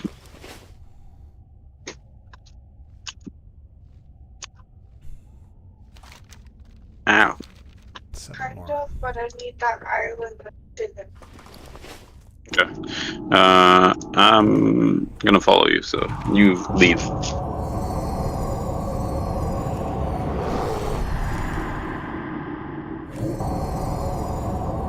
Cat.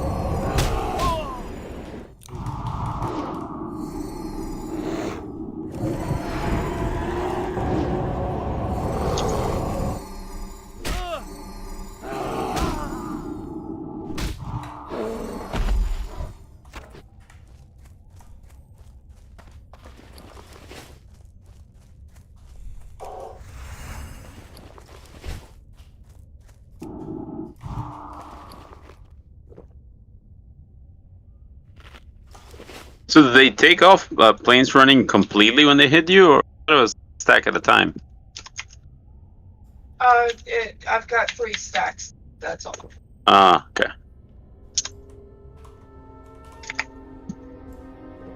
So if they're fast enough to keep up, yeah. Fair. Honestly, I just need to put Baloo back away. I think you're fine. You can keep him out.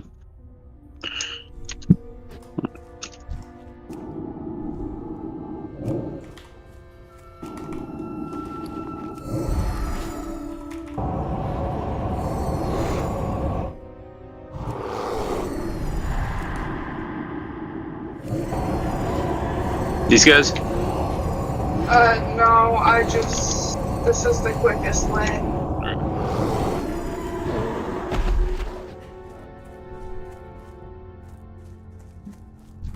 You know, a little bit of extra XP doesn't hurt me.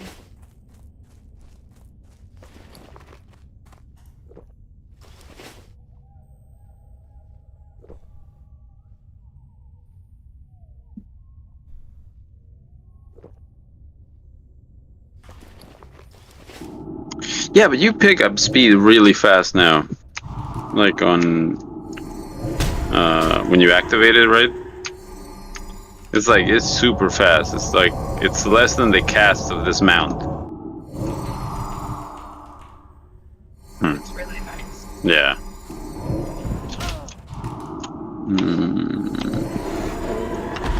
Thinking about it for my warrior. Yeah. Dude, no, yeah. So you've seen her use the buff, right? Since the cast. Yeah, I've seen Torrens use it. Yeah, it's just, dude, like, in a lot of ways, this is way better than a regular old mount, where you just sit there casting it. The fact that you can just get moving immediately is, it's a huge plus. So.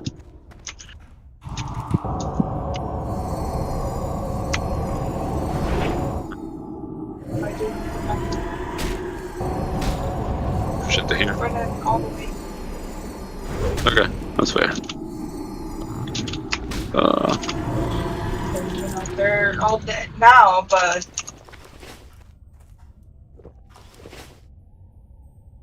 that's, yeah.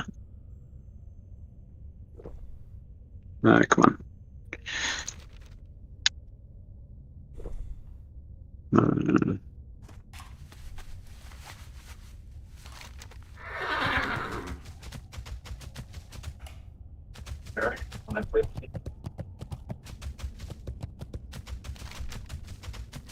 There's this guy that gives a quest. I don't know do you get a quest out of this guy, or it's just Alliance only?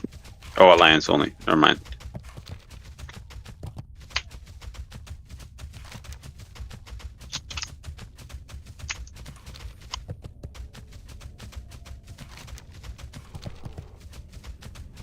let's go get There's more below.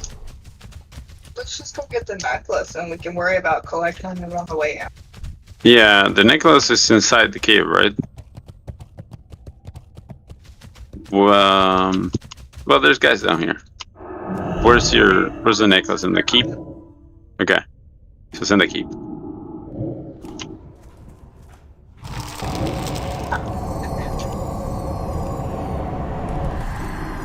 Let's go backwards. Not yet. There we go.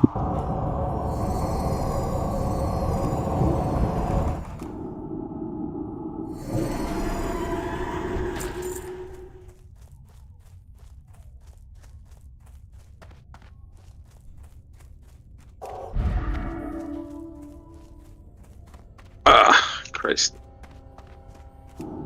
There you go. 9, 8. Oh no, you're straight up stunned. How the hell do you eat that stun from there?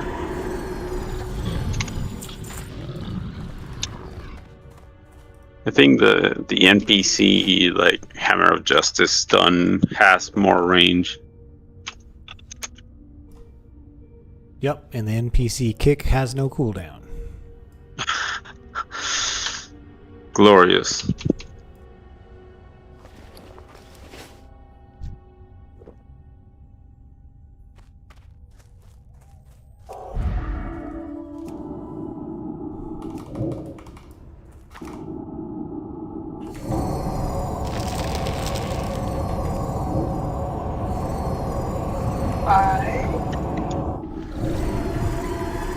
Six.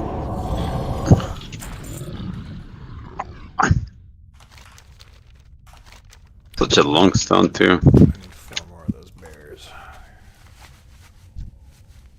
Ow.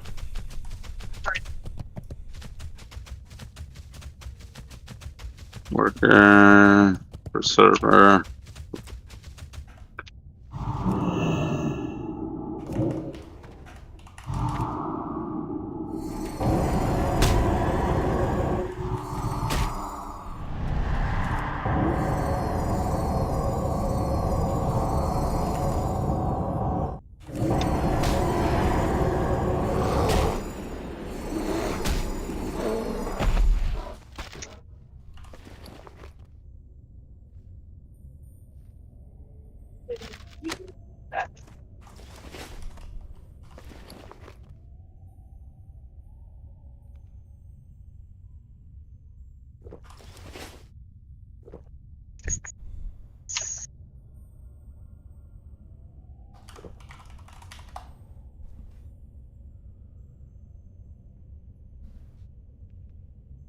Come on. It's done.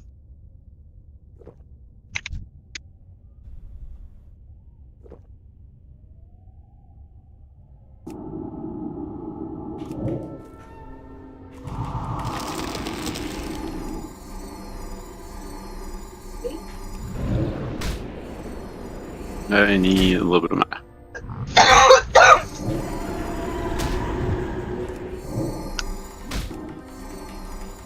There's someone coming up behind. Oh, let's invite this dude.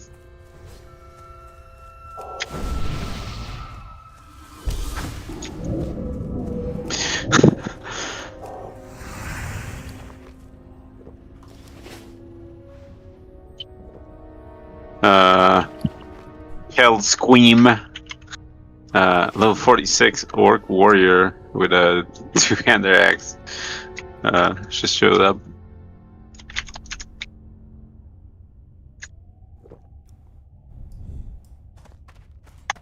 My druid's name is Nexius Rar. Okay, so we've aggroed most of the place.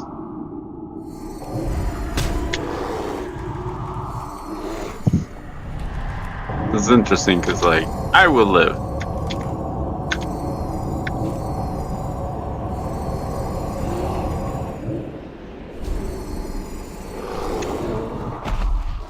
There we go. Okay, so 2 more bears. Huh? And like 3 more of those guys. Oh, wow. More like 7. I got the necklace. And Yep. I've got all vitals. Cool. So, I think this guy's doing something here. Okay. So, we should kill as many as possible.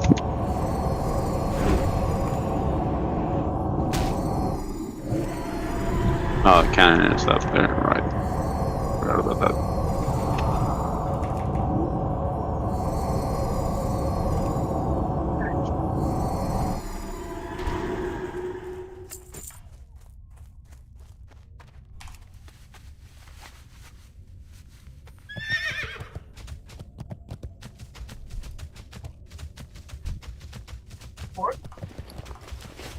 Whoop. I'm down. Yeah, we're coming down anyways. Oh, there's a worker back here.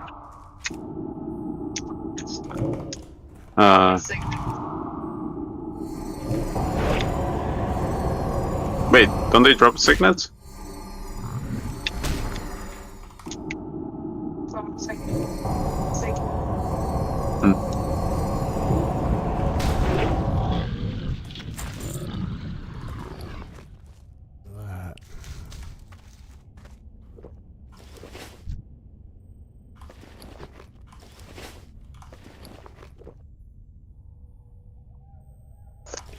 really did kind of drop on top of him. You know what? While you guys do that, I'm gonna just drink. I'll do buffs. So this guy leaves with, what's he have? Yeah, I can toss him might. You get might. You get might. And I get sanctuary.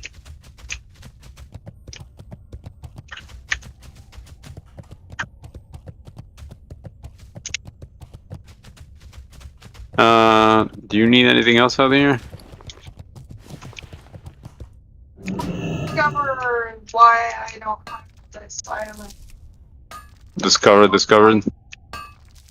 Oh, this guy is attacking stuff down here. Well, yeah, it's possible. Because I've been to the bottom of the island, I think. Here, let me just... Before homeboy aggroes these people. There's this cave here. Ah, fuck.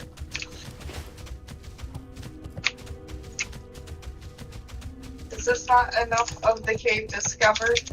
Do I have to step into it? Is it really giving you shit?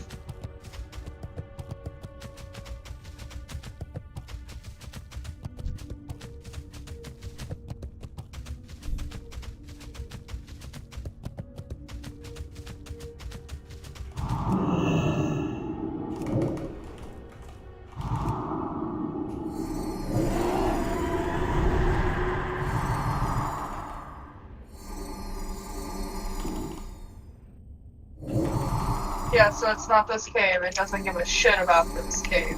Really? Okay, let's kill this guy. Let's be aggro that. Well, I was trying to bring it to you. You're fine. Just... We need to move, like, we should move to it. Meaning the warrior and I.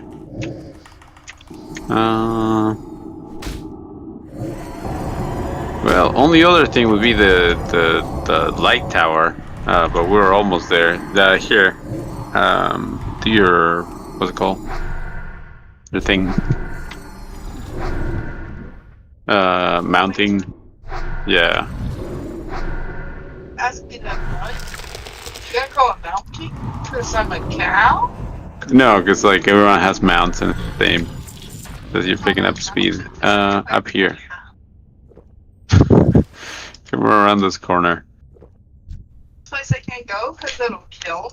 No, like this guy is not hostile, but like I don't think he'll attack unless you attack him. Like you gotta get here. Red? What's that? Yeah, but red doesn't exactly mean like always, you know, like aggressive. Nothing? Here.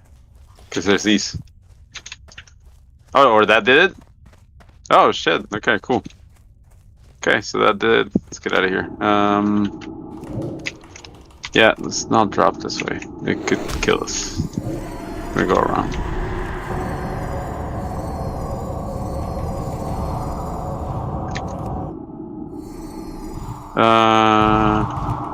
For that we gotta go all the way down.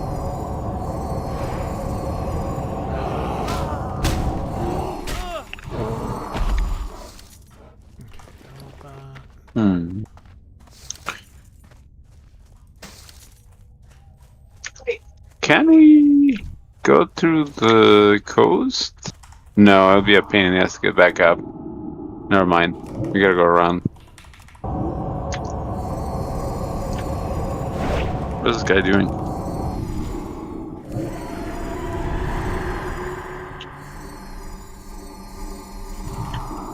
Oh, it's just kind of... That's fair. Well, let's do that.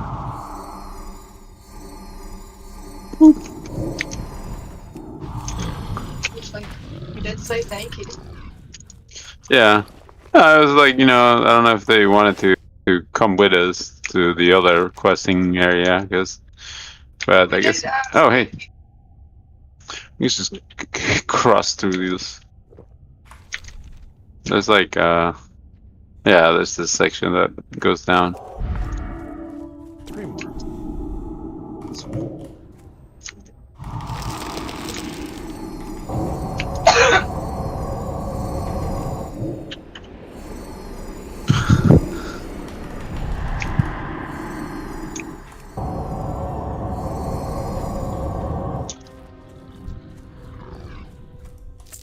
think the entrance is back down there.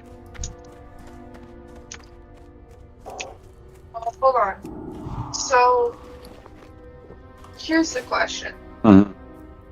Well, no, because I'm still 25,000 away. Let's go to Ravenwood Keeps first, and then I'll start doing these. Because I'm like, we're halfway between Ravenwood and the ruins, which gives me forays, but not enough to level up. So it doesn't matter. Do you need to do the Ruins of Greyshire for? Well, that's where I turn in the blood vial. I think. Actually, let's do that. Because I'm not sure what the dude makes you do. Because it's like a chain of quests where you're doing blood magic. What's that?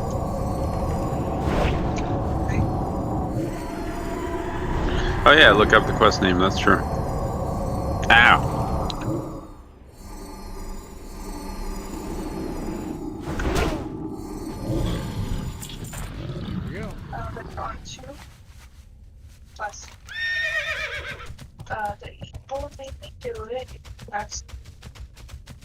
Dude, the fucking the YouTube stream eventually gets so far behind, man.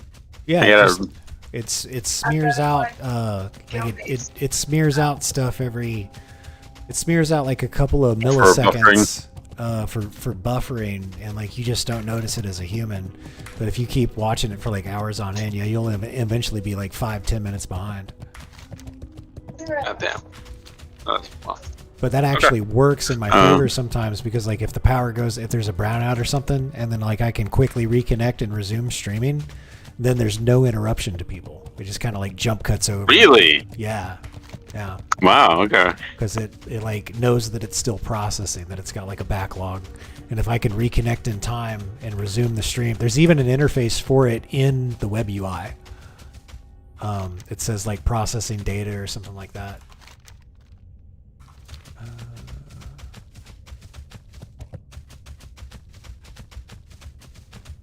Dude, are people really complaining about this? People are bitching about Mafia not having swimming mechanics. Get the fuck out of here. What, Mafia? Yeah. Well, I mean, how are you supposed to send somebody to sleep with the fishes if they can swim? That's funny.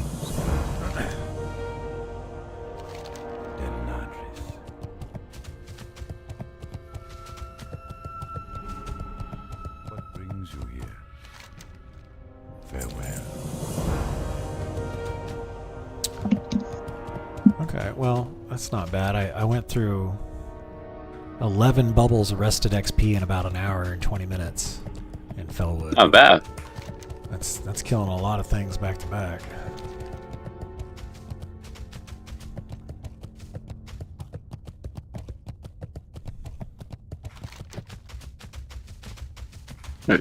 It's not gonna fall off. She is not. Gus says someone else has to test those cement shoes. That's fair. That's fair. Yeah, but I can't believe that people are giving a fuck about that, man. Well, the thing that pissed me off in Lineage 2 was that you couldn't jump. And I was just like, you could jump in motherfucking Mario. Come on now. You mean my character has been defeated by a 3% grade slope? Get the fuck out of here. There's the arcane crystal. There's that beauty, baby. Yep. Come to Papa. There we go. Okay, mine is at 286. Feels good.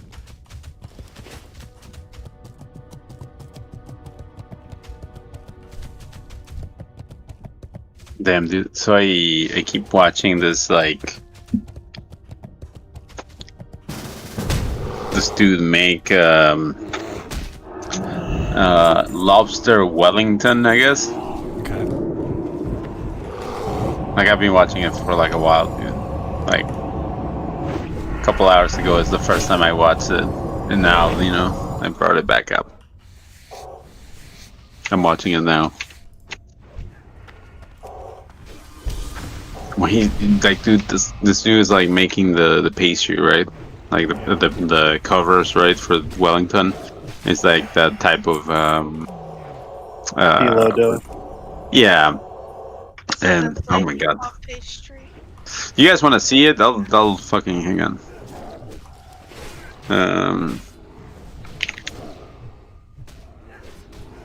Let's see. Can I multi streaming?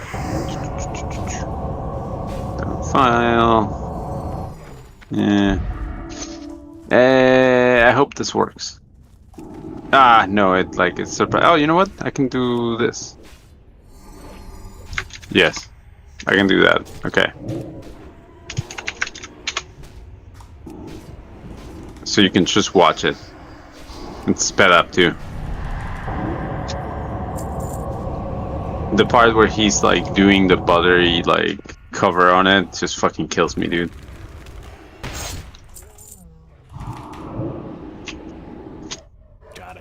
I've always wanted to try beef Wellington because of Gordon Ramsay.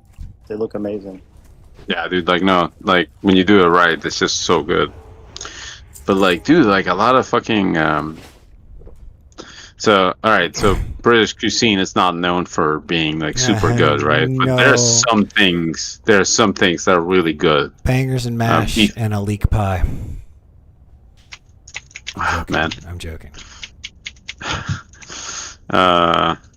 Beef Wellington is one of those, and doing something Wellington, it's like you're cooking it with everything in it, you know, it makes for some delicious food. Oh my god, I'm watering, dude, like, just right now, just talking about it. I have a problem, dude. Oh, there's the bridge, yeah. You're supposed to watch the beef Wellington and then munch on a bag of Doritos. Oh. I can't do that to Duality of myself. man. No, I can't do that to myself, dude. Like, if I really like something, I have to... Oh, dude, I love that song, yeah. That was from like an hour ago. Holy fuck. My bad.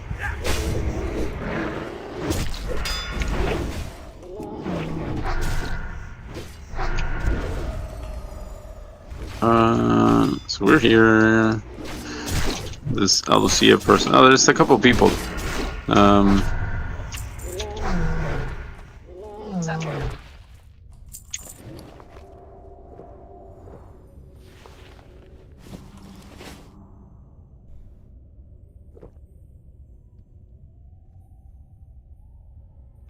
I think they're killing the same stuff.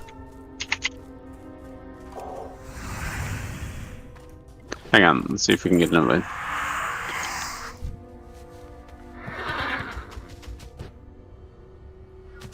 There, so you can invite.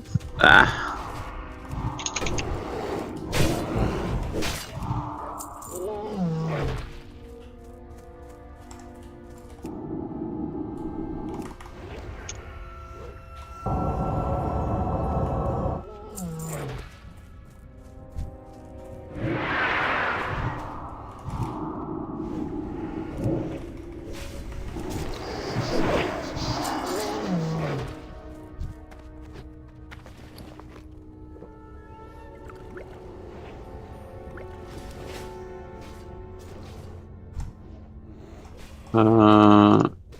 Mana.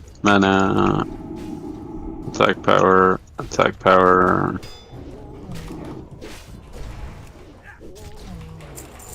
If you like the flavor brown, that's a good way to describe Vegemite, dude.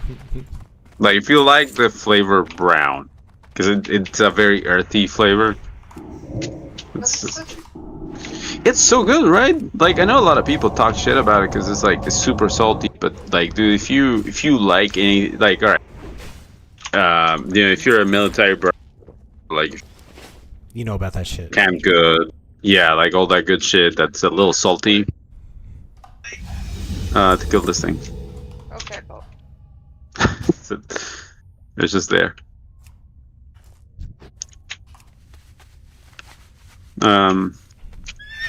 I'm pretty sure these guys drop a quest, or they drop something for a quest, or something like that. I think, yeah, for everyone. Like you just pick it up and then you turn it in. Oh, you mean like it's a quest start? Yeah, one of those things. Okay. Oh, Jesus, the curse.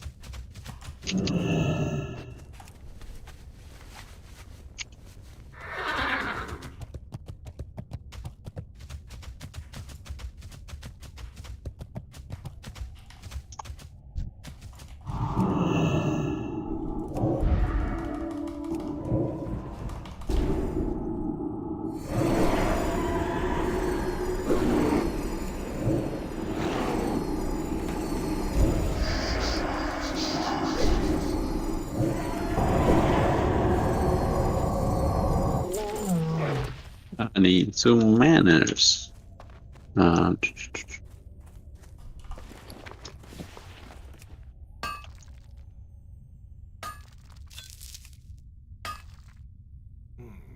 a huge emerald.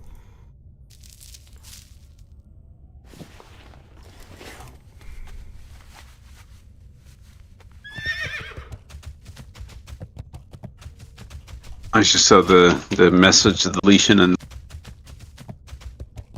and it's just kind of appear, huh?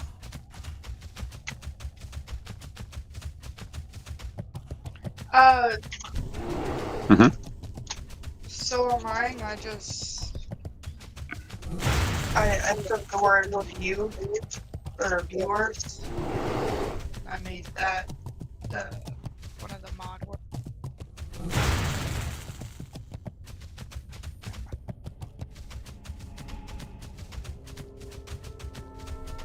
He's a man after this.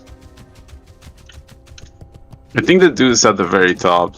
There's Sergeant something. Oh, the chest.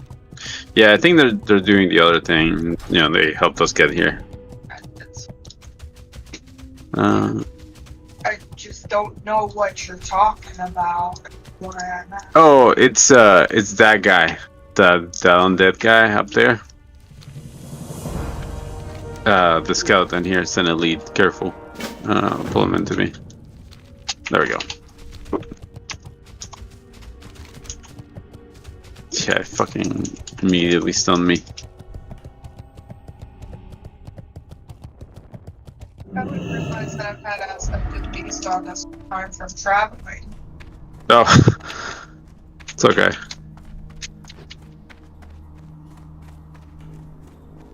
That Shadow Priest is doing damage for all of us. As they do. As they do, indeed. That's it, I think, for them. Once you kill that guy, it's just... damn it! Fuck. If you're going the right way.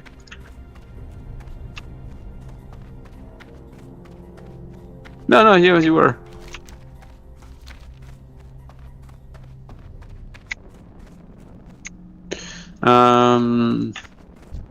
Okay.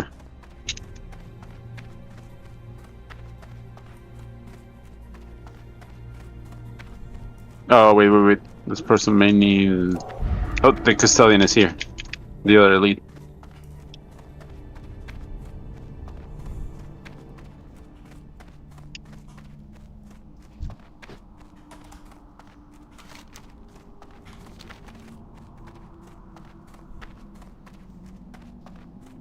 I'm playing with the big boys now.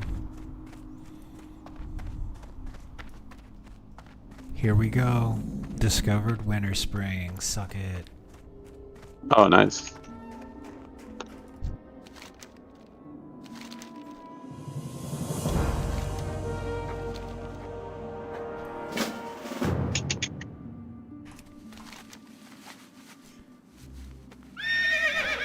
Okay, where is the flight path?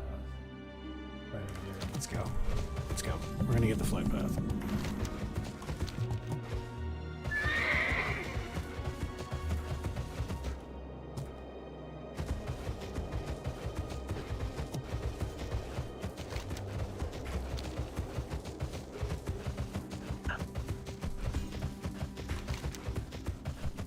At least up here. I thought we were done. Yeah, I think we're done. Whoop.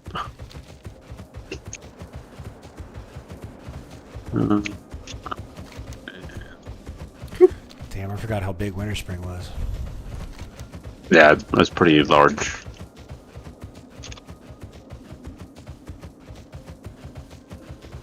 No, no, stay away, bear. I should get on the You gotta go turn this in, right? Like, I don't think you have any more quests per se to do. Oh, you do? Oh, down south. Yeah, we're right here. It's just, it's these guys, right? To the west. To the west? So, like that lady that's down there, if you target her, no dice for that one then. 36 to 80. Or like 36 8. Oh, coordinates, got it. Okay, you're guiding.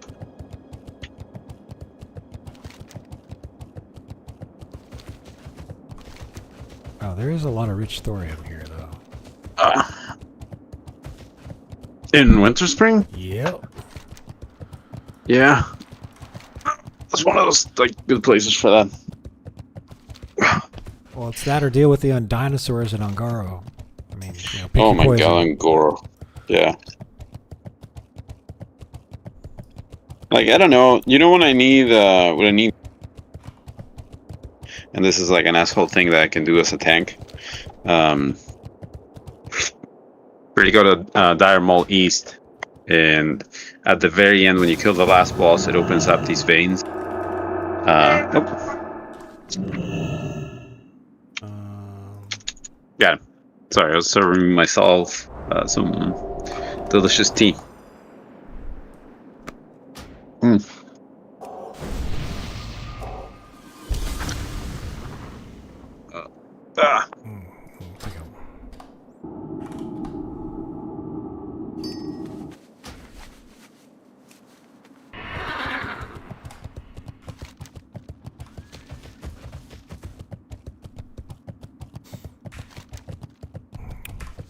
This level 58 warlock, undead warlock, was like, wait. I'm like, I'm not falling for that again. And he's like, I just need you to cure this disease off of me. And I'm like, he does have a disease on him.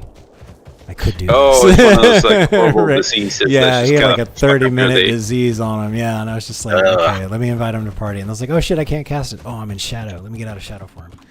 Okay, I got him. And then he gave me a health stone, so it's okay. Hey. It's okay. That was positive cross-faction interaction number 2. This fucking cat is sitting on my fucking mouse because she doesn't want me to play. She wants to pay attention to her. She wants you to pet her and not pay attention to that plastic thing you always put your hand. You always play with. She's Yeah, like, that's fair. At least play with the, you know. She's like you should paw me instead of that. These things, I assume. Cough, cough. Save. Hi. And no, my love, these are called Murloc.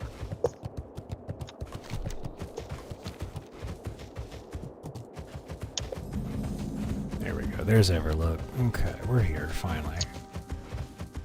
Ow. Was that a tear? Yeah, it was.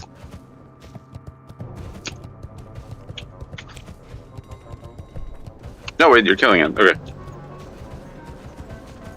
Oh, it's outside. Oh my gosh.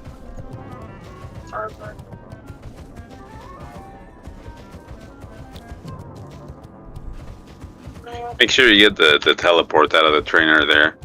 It should be around the actual, like a physical teleport device.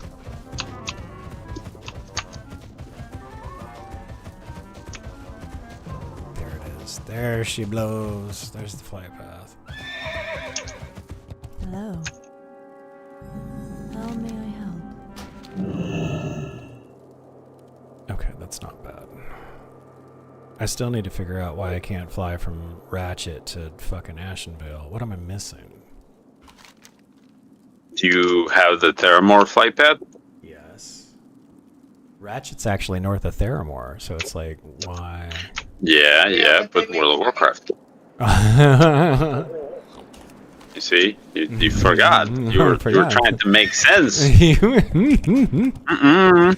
This is no place for logic. Has no power here. This is true. This is true. Like, dude, I mean, you know, it's that's a vanilla thing. That's Blizzard is responsible for that. Yes, they are. Can we kill the guys on the coast? I swim really slow. It's not really a whole lot, but yeah. There's a ton. I'm looking at 5 right here. These guys? That's not the same one. It's not? The nether. The Nagas. Oh, there's no nethers up here? God damn it. So that's a Naga down there too. Okay, when I logged in today, I had 30 gold. Now I have 80. So nice. I don't know how my bears somehow pull that up. Can I show you my wares? I can. I mean, if I'm not, if I'm not actively on it, just damage will do it. Make that 85 gold. Nice. Nether. I see 1. I see 2. Yeah, they're way back there.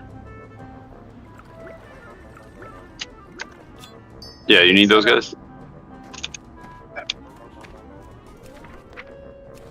You just spite their race. Must terminate them. That's fair. I don't like Marlocks either. It's the people that do you gotta watch out for. Yeah. Let's face it, some horror from the seas comes and... I don't know about that, bro. Don't know about that. Nether, right? Yeah. I mean, I'm prepared to worship the old ones, but I need power. I need madness and power. Just come to kill it. worship the old ones. This Ned lasts for too long. What the fuck? There we go. Dude, there we go. Get exploded. Alright, it's been. It's fun. a significant boom, right? It's 3 o'clock. I need to go get some bed. I'll be picking it up again tomorrow. I got a little job hunt to do, and then I got to finish that hotkey tutorial script and start recording for it. I got a couple. You got some stuff to do. Made. Yeah, I got a couple of graphics made for the tutorial. I might need to start a fundraising drive. I'm a little short for my second to last car payment, so I'll probably have to look. Like, how short are you? How bad? Let me crunch the numbers. It's the car payment's only $341, and I think I got 100, but I need to double check a few things. So that's fair. Shouldn't be bad. So we'll see. Yeah, and then I think I'm still on target to have these videos released in time for Ambershire. I do like the way these graphics turned out. Yeah, dude, that's nice. Here's for those of you who didn't have the privilege of taking a typing class. Here's home row, and here's F and J. And then you ever wonder why there's those little bumps on the F and J key? Well, that's where your fingers go. And there's WADs. I guess I should cover up WADs because those aren't going to be used. Yeah, I should do that. Let's do that really quick. In fact, there's an easy way to do that. I can unlink this. And we can go 1, 2. Where did you go? And then if I go here, that's the white one. Hold on. I'll just put a mark on myself. It'll be easier to follow me. So if I copy that. That's not what I...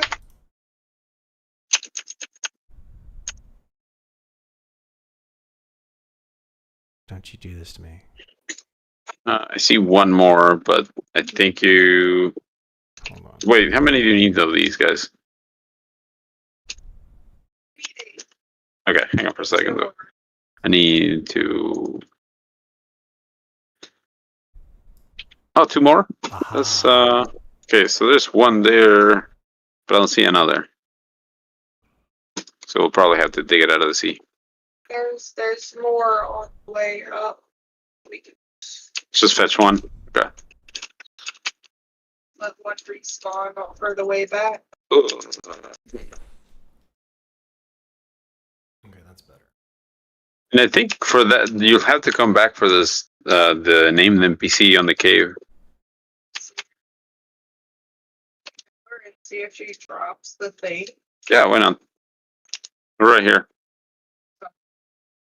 Yeah, sometimes. Oh, this had, dude. There's this boss, right? And there's a dead dude in front of the boss. God damn. That's how you know. Poor guy. Wait, is this person around?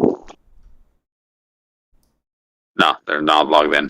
Yeah, I was gonna say I could rest the person. Yeah, but they were like, okay, that's enough WoW for tonight. That's enough WoW for tonight. Yeah, I've had that, dude. I've had the 100%, dude. Hang on, I'm getting my stuff back. Go do your thing. I'm gonna go to bed. I'll see you guys tomorrow. All right, man. You have a good night. Yeah. Let's go ahead and end the stream. Had a good stream. Got a lot of stuff done. I'll pick it up again.